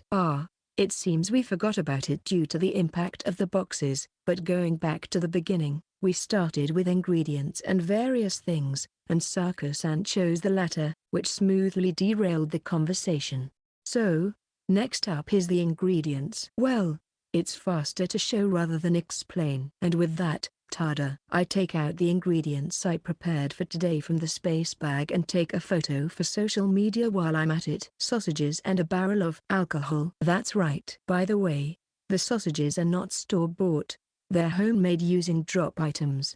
Homemade? It already looks delicious just from the visuals. The barrel of alcohol seems like it's Western style. The visual of alcohol in a barrel is too cool. It's a staple at fantasy-style taverns. The sausages look amazing. They're definitely delicious. Thick sausages and alcohol. Is it for dwarves? Sausages are homemade, huh? Some seem surprised by the homemade sausages, but to be honest, it's not that difficult of a dish. In extreme terms, if you have ground meat, intestines from cows, pigs, or sheep, and dedicated cooking utensils, it's easy. Speaking of dedicated cooking utensils, there are household ones available for sale. However, although it's easy, due to the tempo of the stream, I made them in advance this time. According to my research, the most delicious looking method was to dry and age them in the refrigerator, which I incorporated. It's not good to keep the collaboration partner waiting too long. Also, depending on the type of intestines used, the names may vary, but for amateurs, there's not much difference, so let's leave it at that. Just recognize them all as sausages, and you'll be fine. It has a strong presence compared to the ones sold at supermarkets. Well, yeah, it's obviously thicker than bagged wieners. It seems like something you'd see at an overseas shop. That's right. It gives off the aura of being served as a proper dish at a bar or something like that, and it's not even grilled yet. We're going to grill this now. And while it's sizzling, we'll bite into it and sip the alcohol together. Stop tempting me like the devil. Just imagining it makes it seem delicious. Gulp. That's a golden menu right there. It looks incredibly delicious. It's a dish meant to be enjoyed with alcohol, isn't it? I envy the dedication to capturing it fully. It's a level of temptation that would leave even Lehman speechless. The sound of Saku-san's throat grumbling echoes through the studio. Naturally, it's Saku-san who made the noise. After all, this is one of Saku-san's personal winning menus that he talked about during a stream. Did you know my preferences by any chance? Of course, it's only natural to research the favorite foods of your collaboration partner. Well, I knew about yours without even needing to research. Does that mean you've been watching my streams? That's right, that's right. It might sound awkward to bring it up now, but you were my favorite VTuber, Saku-san. In fact, you are the reason I aim to become a VTuber. Really? That's why today's menu is a dragon festival. Yahoo! Let's go all out. This is information violence. Can't you provide an explanation? This is also a habit of mine. You're just too lazy to explain, aren't you? Chapter 57. The long-awaited collaboration. Part 4. Dragons. The undisputed kings of monsters. They are a staple boss in any fantasy series. So, this is the general impression that the listeners and the public have about dragons, I said. Well, yeah, they're basically the epitome of fantasy, replied Saka. We were in the middle of explaining everything. Completely dodging the question in the heat of the moment would be irresponsible and not very listener-friendly. So, we decided to start with the basic topic of what exactly is a dragon? My motivation for becoming a VTuber was explained quickly. I just wanted to do this collaboration. It's probably taken as admiration, and I won't bother to correct that any more than that might upset Saka. So, what about the dragons that appear in dungeons in reality? She asked. Well, I replied, honestly, they're just some kind of boss that we don't really understand. Huh? You don't understand? Aren't dragons just dragons? What do you mean by that? If Yamano-san doesn't get it, then probably no one in the world does. That got abrupt real fast. Isn't that a bit too vague? As expected, that was the reaction. I get it, though. If you say that such a well-known entity, dragons are an enigma in reality, people will be bewildered. But it's true. Having hunted them multiple times, I can tell you that the ultimate conclusion is that we don't know. First of all, dragons are basically unique monsters, the kind they call uniques in games. That means once you defeat one, the same one will never appear again, I explained. Really? Saka said in surprise. Yes, really. Sometimes explorers post pictures or videos claiming they've defeated a dragon, but those are all classified under wyverns. They're called subdragons. They're dragon-like creatures but not true dragons. Seriously? Whoa. Did they drop a bombshell? Are you serious? This is where experts start scratching their heads. So, all those dragons we see aren't real? Then what do we call those dragons? Fiction and reality are different. Oh, the chat is buzzing. Well, it can't be helped. To explorers and even to others, dragons are a kind of aspiration. Historically, the world has received dragon-related information with excitement. I just declared it all false. But it's true. Be it fire dragons, wind dragons, or ice dragons, they're all dragon mimics. Due to general identification methods labeling them as dragons, even explorers often need clarification. It's like how zebras are related to donkeys but get mistaken for horses because of their name. If you don't know that real dragons come with unique names for their bodies and drop items, it's only natural to be fooled. True dragons are always unique beings. Those with a standard template appearance are all sub-dragons, I explained. Unique beings, Saka mused. Yes, unique. They may have broadly similar forms since they are the archetypes for sub-dragon monsters, but they always have some unique feature. Sometimes, parts of them are non-corporeal or have mysterious parts attached. The worst one I encountered hid the corpses of other creatures growing instead of scales. Just as they're the epitome of fantasy, they're uniquely special in reality too. Their items are one of a kind. The dragon nail I brought is named so because it comes from a dragon. Its flavored text varies greatly depending on the item. This is why the conclusion is we don't know. Despite being categorized as dragons, we don't know if they have consistent species characteristics. Some creatures that obviously shouldn't be considered dragons still get labeled as such by appraisers. The only clear thing about them is their strength. Other than their rank, they're an enigma. So, the king you mentioned earlier? Saku asked. That refers to the drop item from the so-called Dragon King. Oh, and the sausage meat is also from a different Dragon King. Dragon King? That's an end-game boss item. Talk about tough. Dragon King, seriously? Isn't that incredibly expensive? That's an end-game item in any game. Isn't eating meat from a unique monster unsettling? Is that stronger than that sea hare? In terms of strength, the sea hare is defeated 2-1. Even an uncrowned dragon is just a step away from the deepest layers, while a Dragon King is among the top even in those depths. The ale comes from there, fruit Dragon King Sumira Gunjo, and the sausage meat from there, corroding Dragon King Strolok. Seriously, why do dragons always feel like something out of an RPG? Just to clarify, this means these items are incredibly valuable, right? Saku asked. They're priced on the spot, so their value is like a floating number.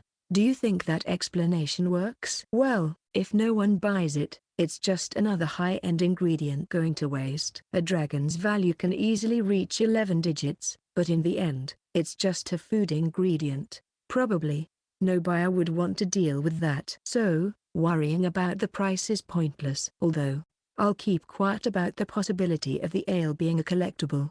Chapter 58, The Long-Awaited Collaboration, Part 5. So, It's about time we get back on track before we get too sidetracked, I suggested. Are you just saying that because you're tired of explaining? Asked Sokka. Just your imagination, I replied. That's a lie. It's not just her imagination. You're always so good at cutting the flow. Smooth as ever, huh? LOL. Such a confident response. It feels fishy, though. What a lack of trust. They're not wrong, so ignoring it is the best action. That said, our chatter had indeed gone on for a while. Given that Sokka-san isn't familiar with dungeons, her reactions and comments tend to scatter the conversation. But there's a limit to how far we can stray. After all, this is a collaboration, and not just any partnership.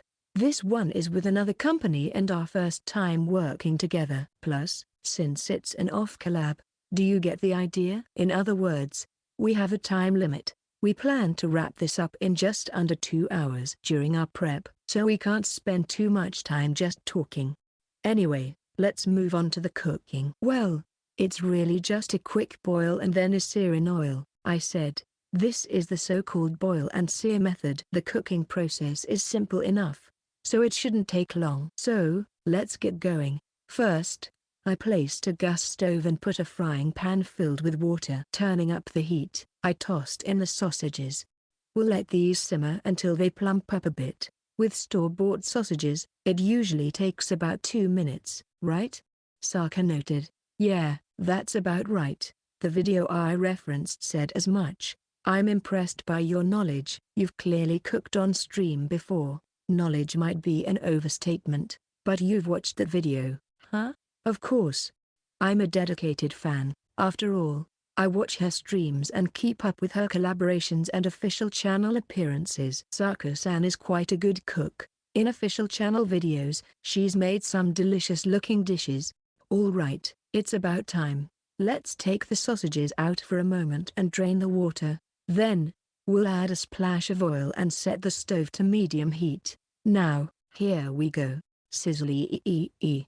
Ah, the sound of meat sizzling. This is just irresistible. Ah, this is too much. This should be illegal. LOL. It looks so good. One of them is playing it up. I could drink to that sound alone. This isn't good. I'm so jealous. The sound of sizzling meat fills the room. An auditory symphony for meat lovers, combined with the direct assault on the senses by the savory aroma. It's a sensory overload. But, I can't lose my composure here. The sausages, now plump from boiling, are delicate inside. They're filled with the umami-laden juices of the meat. If I handle them too roughly now and break the skins, these sausages are incredibly delicious on their own. So while a single mistake wouldn't ruin them, it would be a significant loss. Gently. We need to sear them evenly until they're golden brown. I carefully roll the sausages in the pan, adding a perfect sear and bringing out their toasty aroma. The key here is precision. Whose throat just gulped? I can't tell anymore. These flavor bombs. No, these are literal bombs. They need to explode in the right place. Our mouths. The sound, the aroma, the visual appeal. The sausages from the Dragon King possess a mesmerizing allure that steadily erodes our sanity. This requires the utmost concentration. Cooking these sausages is like defusing a bomb. Maintaining this ultimate flavor is more challenging than most battles. All right, they're done. The end finally comes. I've done it. I've successfully plated the sausages without losing my composure in front of my idol. Dips are ketchup, mayonnaise, and whole grain mustard. We also have black pepper, cayenne pepper, basil, and lemon available, so feel free to use them as you like. However, personally, I recommend you take the first bite without any condiments. I see. I placed the small plates with various seasonings on the table. Of course, I prepared enough for both of us to use comfortably. Lastly, let's have some drinks. Would you like ice? Yes, please. After confirming Sokka-san's nod, I set the glasses and ice on the table. By the way, the ice is from a high-quality block. Since we've come this far, I wanted to pay attention to every detail, so I quickly cut it into the perfect size. Oh, wow, I've seen it a few times in videos, but seeing it in person is amazing. Haha, isn't it? Hearing Sokka-san's excited voice, I couldn't help but smile. Seeing my favorite streamer react like this made the performance worthwhile. Now, I'll pour the drink. With a pop, the sound of a cork being pulled from a barrel filled the air. It was like pulling a cork from a wine bottle but with a wetter sound. Sweet. No, that's not right. It's more complex, rich, and yet extraordinarily refreshing. Wow. This is. The faint aroma that escaped from the barrel after removing the cork was incredible. It was as if the essence of countless fruits had been condensed and then released into the air. But it wasn't overwhelming. It wasn't cloying. Despite the immense fruit essence in the aroma, it didn't have a suffocating intensity. There was a sweetness from the fruit, but more than that, there was acidity. That's why it was so refreshing. It was rich yet equally light. I'll pour it now. I tilted the barrel, and the pale orange liquid flowed over the ice cubes and into the glass. Just that sight was mesmerizing. My eyes were drawn to the little dawn forming inside the glass. And there we have it. This is today's main dish. Thus, the menu was complete. On the table lay a colossal umami bomb on the verge of exploding and a glass filled with the essence of dawn. Chapter 59, The Long-Awaited Collaboration, Part 6. Silence. No, to be precise, it seemed that words had escaped him. Watching Sako-san gaze intently at the table, I couldn't help but think that, indeed, the Dragon King's liquor and sausages possessed an awe-inspiring quality that naturally demanded such reverence. Their presence was captivating. The sausages, beautifully grilled to a golden brown, and the pale orange liquor, gently reflecting the light. As a menu, it was incredibly simple, just meat and alcohol, but precisely because of its simplicity, there was no room for error, and yet, their overwhelming presence dominated the scene. Well then, shall we begin? Yes, let's. Gulp. What is this tension? I wonder what it tastes like. I'm so envious. Hurry up and give us a taste report. I'm curious. Words were few. In a live stream, this might be seen as a problem, but it couldn't be helped. The atmosphere emanating from the table was reminiscent of a high-end restaurant frequented by celebrities, one that didn't tolerate unnecessary comments. Simply and solemnly, instinctively, we were urged to keep the talk to a minimum and focus on the meal to come. First, please, Sako-san. All right. Then, I'll start with a plain bite. Encouraged by me, Sako-san clasped his hands together in gratitude. He pierced the sausage with a fork and slowly brought it to his mouth. Ooh! In that brief moment, a gasp of admiration escaped. A copious amount of meat juice dripped down visibly. What an incredible amount! Just by piercing it with a fork, without even cutting it, a flood of juices burst forth as if splitting open a juicy hamburger steak. Naturally, witnessing such a sight, staying calm was impossible. The sausage, enticing our appetites to the fullest, made Sako-san swallow hard before he resolutely took a bite. Well then, here goes. Bang! Splash! If translated into words, it would probably sound like that. The sound of meat bursting, and the juice spraying. Whoa, what an amazing sound. This is insane. Just the sound alone makes my mouth water. Lehman is silent this whole time. We need a taste report. The comments section was heating up. And rightly so. That one bite, the sound it produced, was captured clearly in the stream. Notably, Sako-san wasn't wearing a pin mic, and neither was I yet. The seductive ASMR-like sound was transmitted through the stream. This meant that the sausage had an extraordinary texture, proven by the intense sound of the bite. Sako-san chewed the sausage in silence. His demeanor exuded a somewhat intimidating aura, which made me a bit worried. Sako-san? No response. Excuse me? Ha ha ha. Oh, he laughed. Ha ha ha. Ha ha ha ha ha ha ha ha. Lehman? Whoa? He suddenly started laughing. Is he broken? He's laughing so hard. Is he okay? Could it be that it's so delicious? Well, this reaction was unexpected. I mean, the live stream only showed Sako-san's avatar with a wide smile and his laughter, but in reality, it was even more intense. He was leaning back in his chair, covering one eye with his hand, and slapping his thigh with the other. Plus, he was laughing loudly. In short, his excitement was through the roof. He was in a state of euphoria, and because he had been silent until just before, the contrast made the high even more pronounced. Ha ha ha. No. This is. Ahahaha. This is just too much. This is beyond words. You're laughing like you ate some sort of laughing mushroom. Is he really okay? Lehman's in total bliss. I'm getting a bit worried with how much he's laughing. Lol. Hey, you can't say that. He's completely lost it. Yamano? Is it really that delicious? The culprit is even taken aback. Well, I never expected him to lose it like this. Is it really that incredible? I took a bite of the sausage myself. I see, I see. First, there's the flood of meat juices that fill your mouth. No, they overflow. At the same time, the intense flavor bombards your brain. Next, the overwhelmingly satisfying texture of the meat. It's not that it's hard to chew, quite the opposite. It's tender, but its presence is extraordinary. It's not like the melt-in-your-mouth experience of Japanese beef, but more like the satisfaction of tearing into a thick American steak. And finally, the pure, unadulterated taste of the meat. This is simple. It's like an enormous amount of incredibly delicious meat has been condensed into a single bite.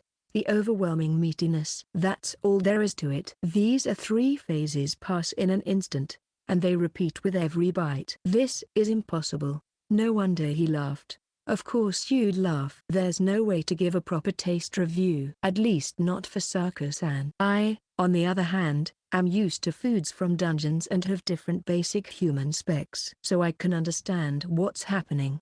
The signals transmitted from my tongue to my brain explode with flavor. Even though I can understand it, it's such an overwhelming sensory experience that I can't even put it into words. For an ordinary person like Saka-san, laughing is a given. There's nothing else he can do but laugh. I have to respect his professionalism for even managing to insert words in between. Ahaha, I've experienced it before, but when humans go over their capacity, all they can do is laugh. Yamano is laughing too. Is it really that delicious? Damn. I'm curious. Seriously, give us a detailed taste review. He looks completely defeated. His laugh is so cool. This is more appetizing than any mediocre food review. This seems so genuine. Another bite and another. Each time, I can't help but laugh. I'm completely defeated. At least as a streamer. There's no way to talk through this. All I can do is eat and laugh. Seriously, even the dips we prepared feel like too much effort. I want to devour it as it is, but I mustn't forget the other essential part of this experience. Besides the dips, there's also the Dragon King's liquor on the table, equally enticing. Saka-san, let's take a break and try this drink next. Right. Excuse me. Yes, let's do that. A bite of sausage followed by a sip of liquor to wash it down. This pairing cannot be missed. Somehow, I managed to get Saka-san to regain his composure. We raised our glasses. From here, we exchanged only a single word. Cheers. Clinking our glasses, we took a gulp. The sound of us swallowing the liquor filled the air. Ahahaha, and we laughed. This was perfect. This was enough. The rich flavors of countless fruits melted our brains, and the strong alcohol burned our throats. This supreme liquor could be adorned with 1,000 words. But we didn't need that. None of that was necessary. A single word of praise, delicious, was enough. More than grand praises, pure laughter was what suited this moment. Ha ha ha. Saka-san, this is the reaction I wanted to see from you. Chapter 60, Epilogue. Not the end. The collaboration stream, filled with laughter, devoid of tears, and brimming with emotion, has concluded. I bask in the afterglow, nap, and fully digest the event. It's like the end of a theatrical movie. The feeling of accomplishing everything is overwhelming, and I am delighted. Saka-san was truly amazing. Just experiencing that hearty laughter in person made all my past efforts worth it. Not that there was any significant effort involved. Well, setting that aside, this is the end of one chapter. The initial goal has been achieved, but what should I do next? That's the problem. Before I started as a VTuber, once I achieved collaboration, I would reduce my activity to a hobby level. However, as a member of Dangerous, slacking off is not an option. My successful induction depended on my commitment to active participation as a male VTuber. In terms of numbers, the project has succeeded, but the duration is still short. Therefore, I can only afford to reduce my activity later. I need to maintain it for at least a few more years. Leaving aside the behind-the-scenes issues, VTuber activities have already become a hobby for me. Moreover, I have forged connections with VTubers I enjoyed watching during my civilian days, including Saka-san. Given that I've achieved my initial goals, there's no reason to cut back on my activities. Still, aimlessly continuing isn't appealing either. Having a goal is essential. A goal drives progress. It's the pursuit of a goal that leads to growth. People can only exert their full strength when moving forward without looking back. Because I sought romance in dungeons, I became ridiculously strong. Because I wanted to interact with my favorite VTubers, I took extraordinary measures that defied common sense. Of course, I'm not saying that coasting along is bad. In my case, I already have enough skills to operate effectively as both an explorer and a VTuber. So, it's not that it's wrong. If anything, it feels like a waste. It seems wasteful to continue leisurely without utilizing everything I've built up.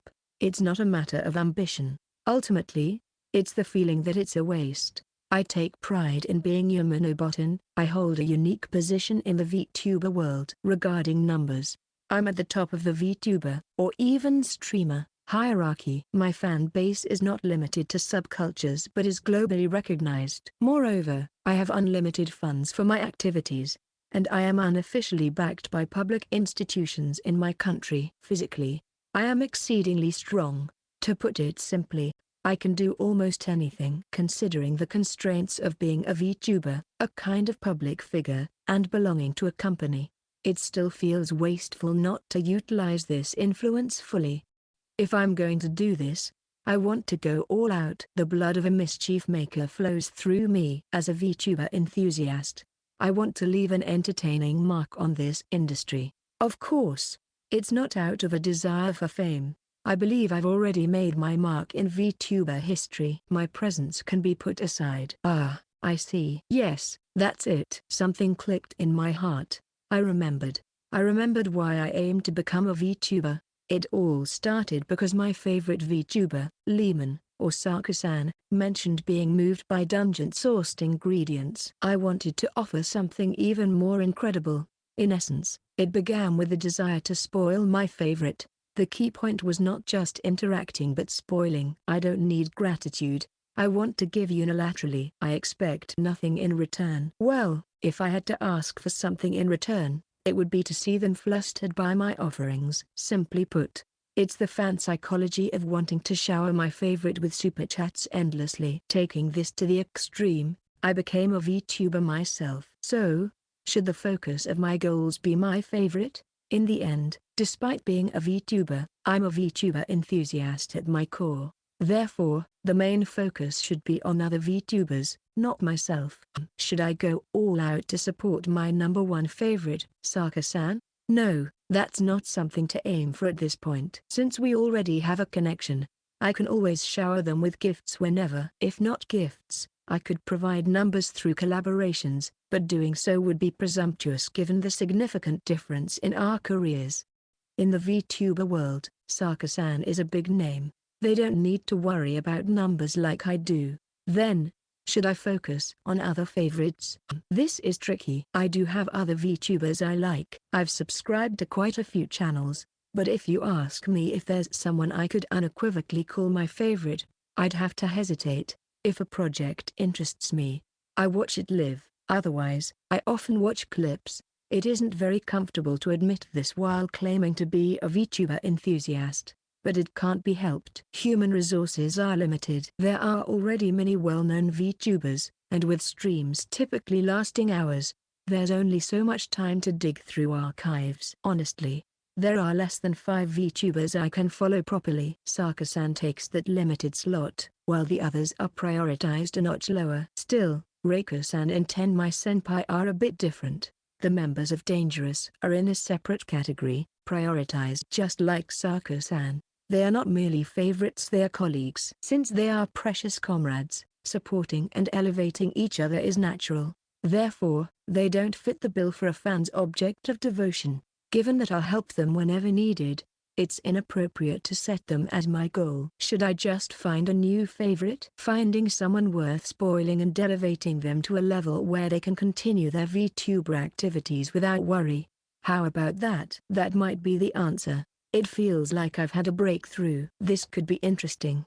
I was finding a suitable favorite and helping them thrive as a VTuber. I could even help them become a popular VTuber. Since I bought the studio, I've been secretly planning something like this. If I extend those plans further, I think it could work. The focus should be on those lesser-known VTubers. In this plan, major VTubers can be excluded. They've had their shot if they're already with a big agency. If they haven't caught my eye yet, they haven't resonated with me. Therefore, the target should be small to mid-tier VTubers. Only if actively searched for, these VTubers come into the spotlight, there's a chance my ideal gem is among them. Moreover, unlike major VTubers, those in smaller tiers are more likely to disappear. For that reason, it's wise to raise the level of attention. This community laments this. Countless stories of favorites being forced to take breaks or retire for various reasons. There's even a saying in the community, support your favorite while you can.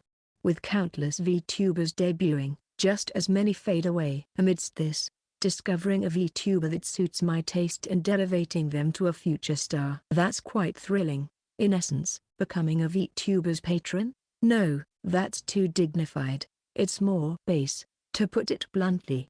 It's like being a player in an idle gacha game, but in real life. But even so, it's not a bad thing. I happily spoil my favorite, and they get the energy to continue their VTuber activities. I have no intention of making any weird demands, so the relationship should be a pure and healthy win-win. Well, anyway, I'll continue my activities while looking for a new favorite, and if I find someone promising, at that time, I'll treat them to some delicious dungeon cuisine as my new favorite. End of Volume 1.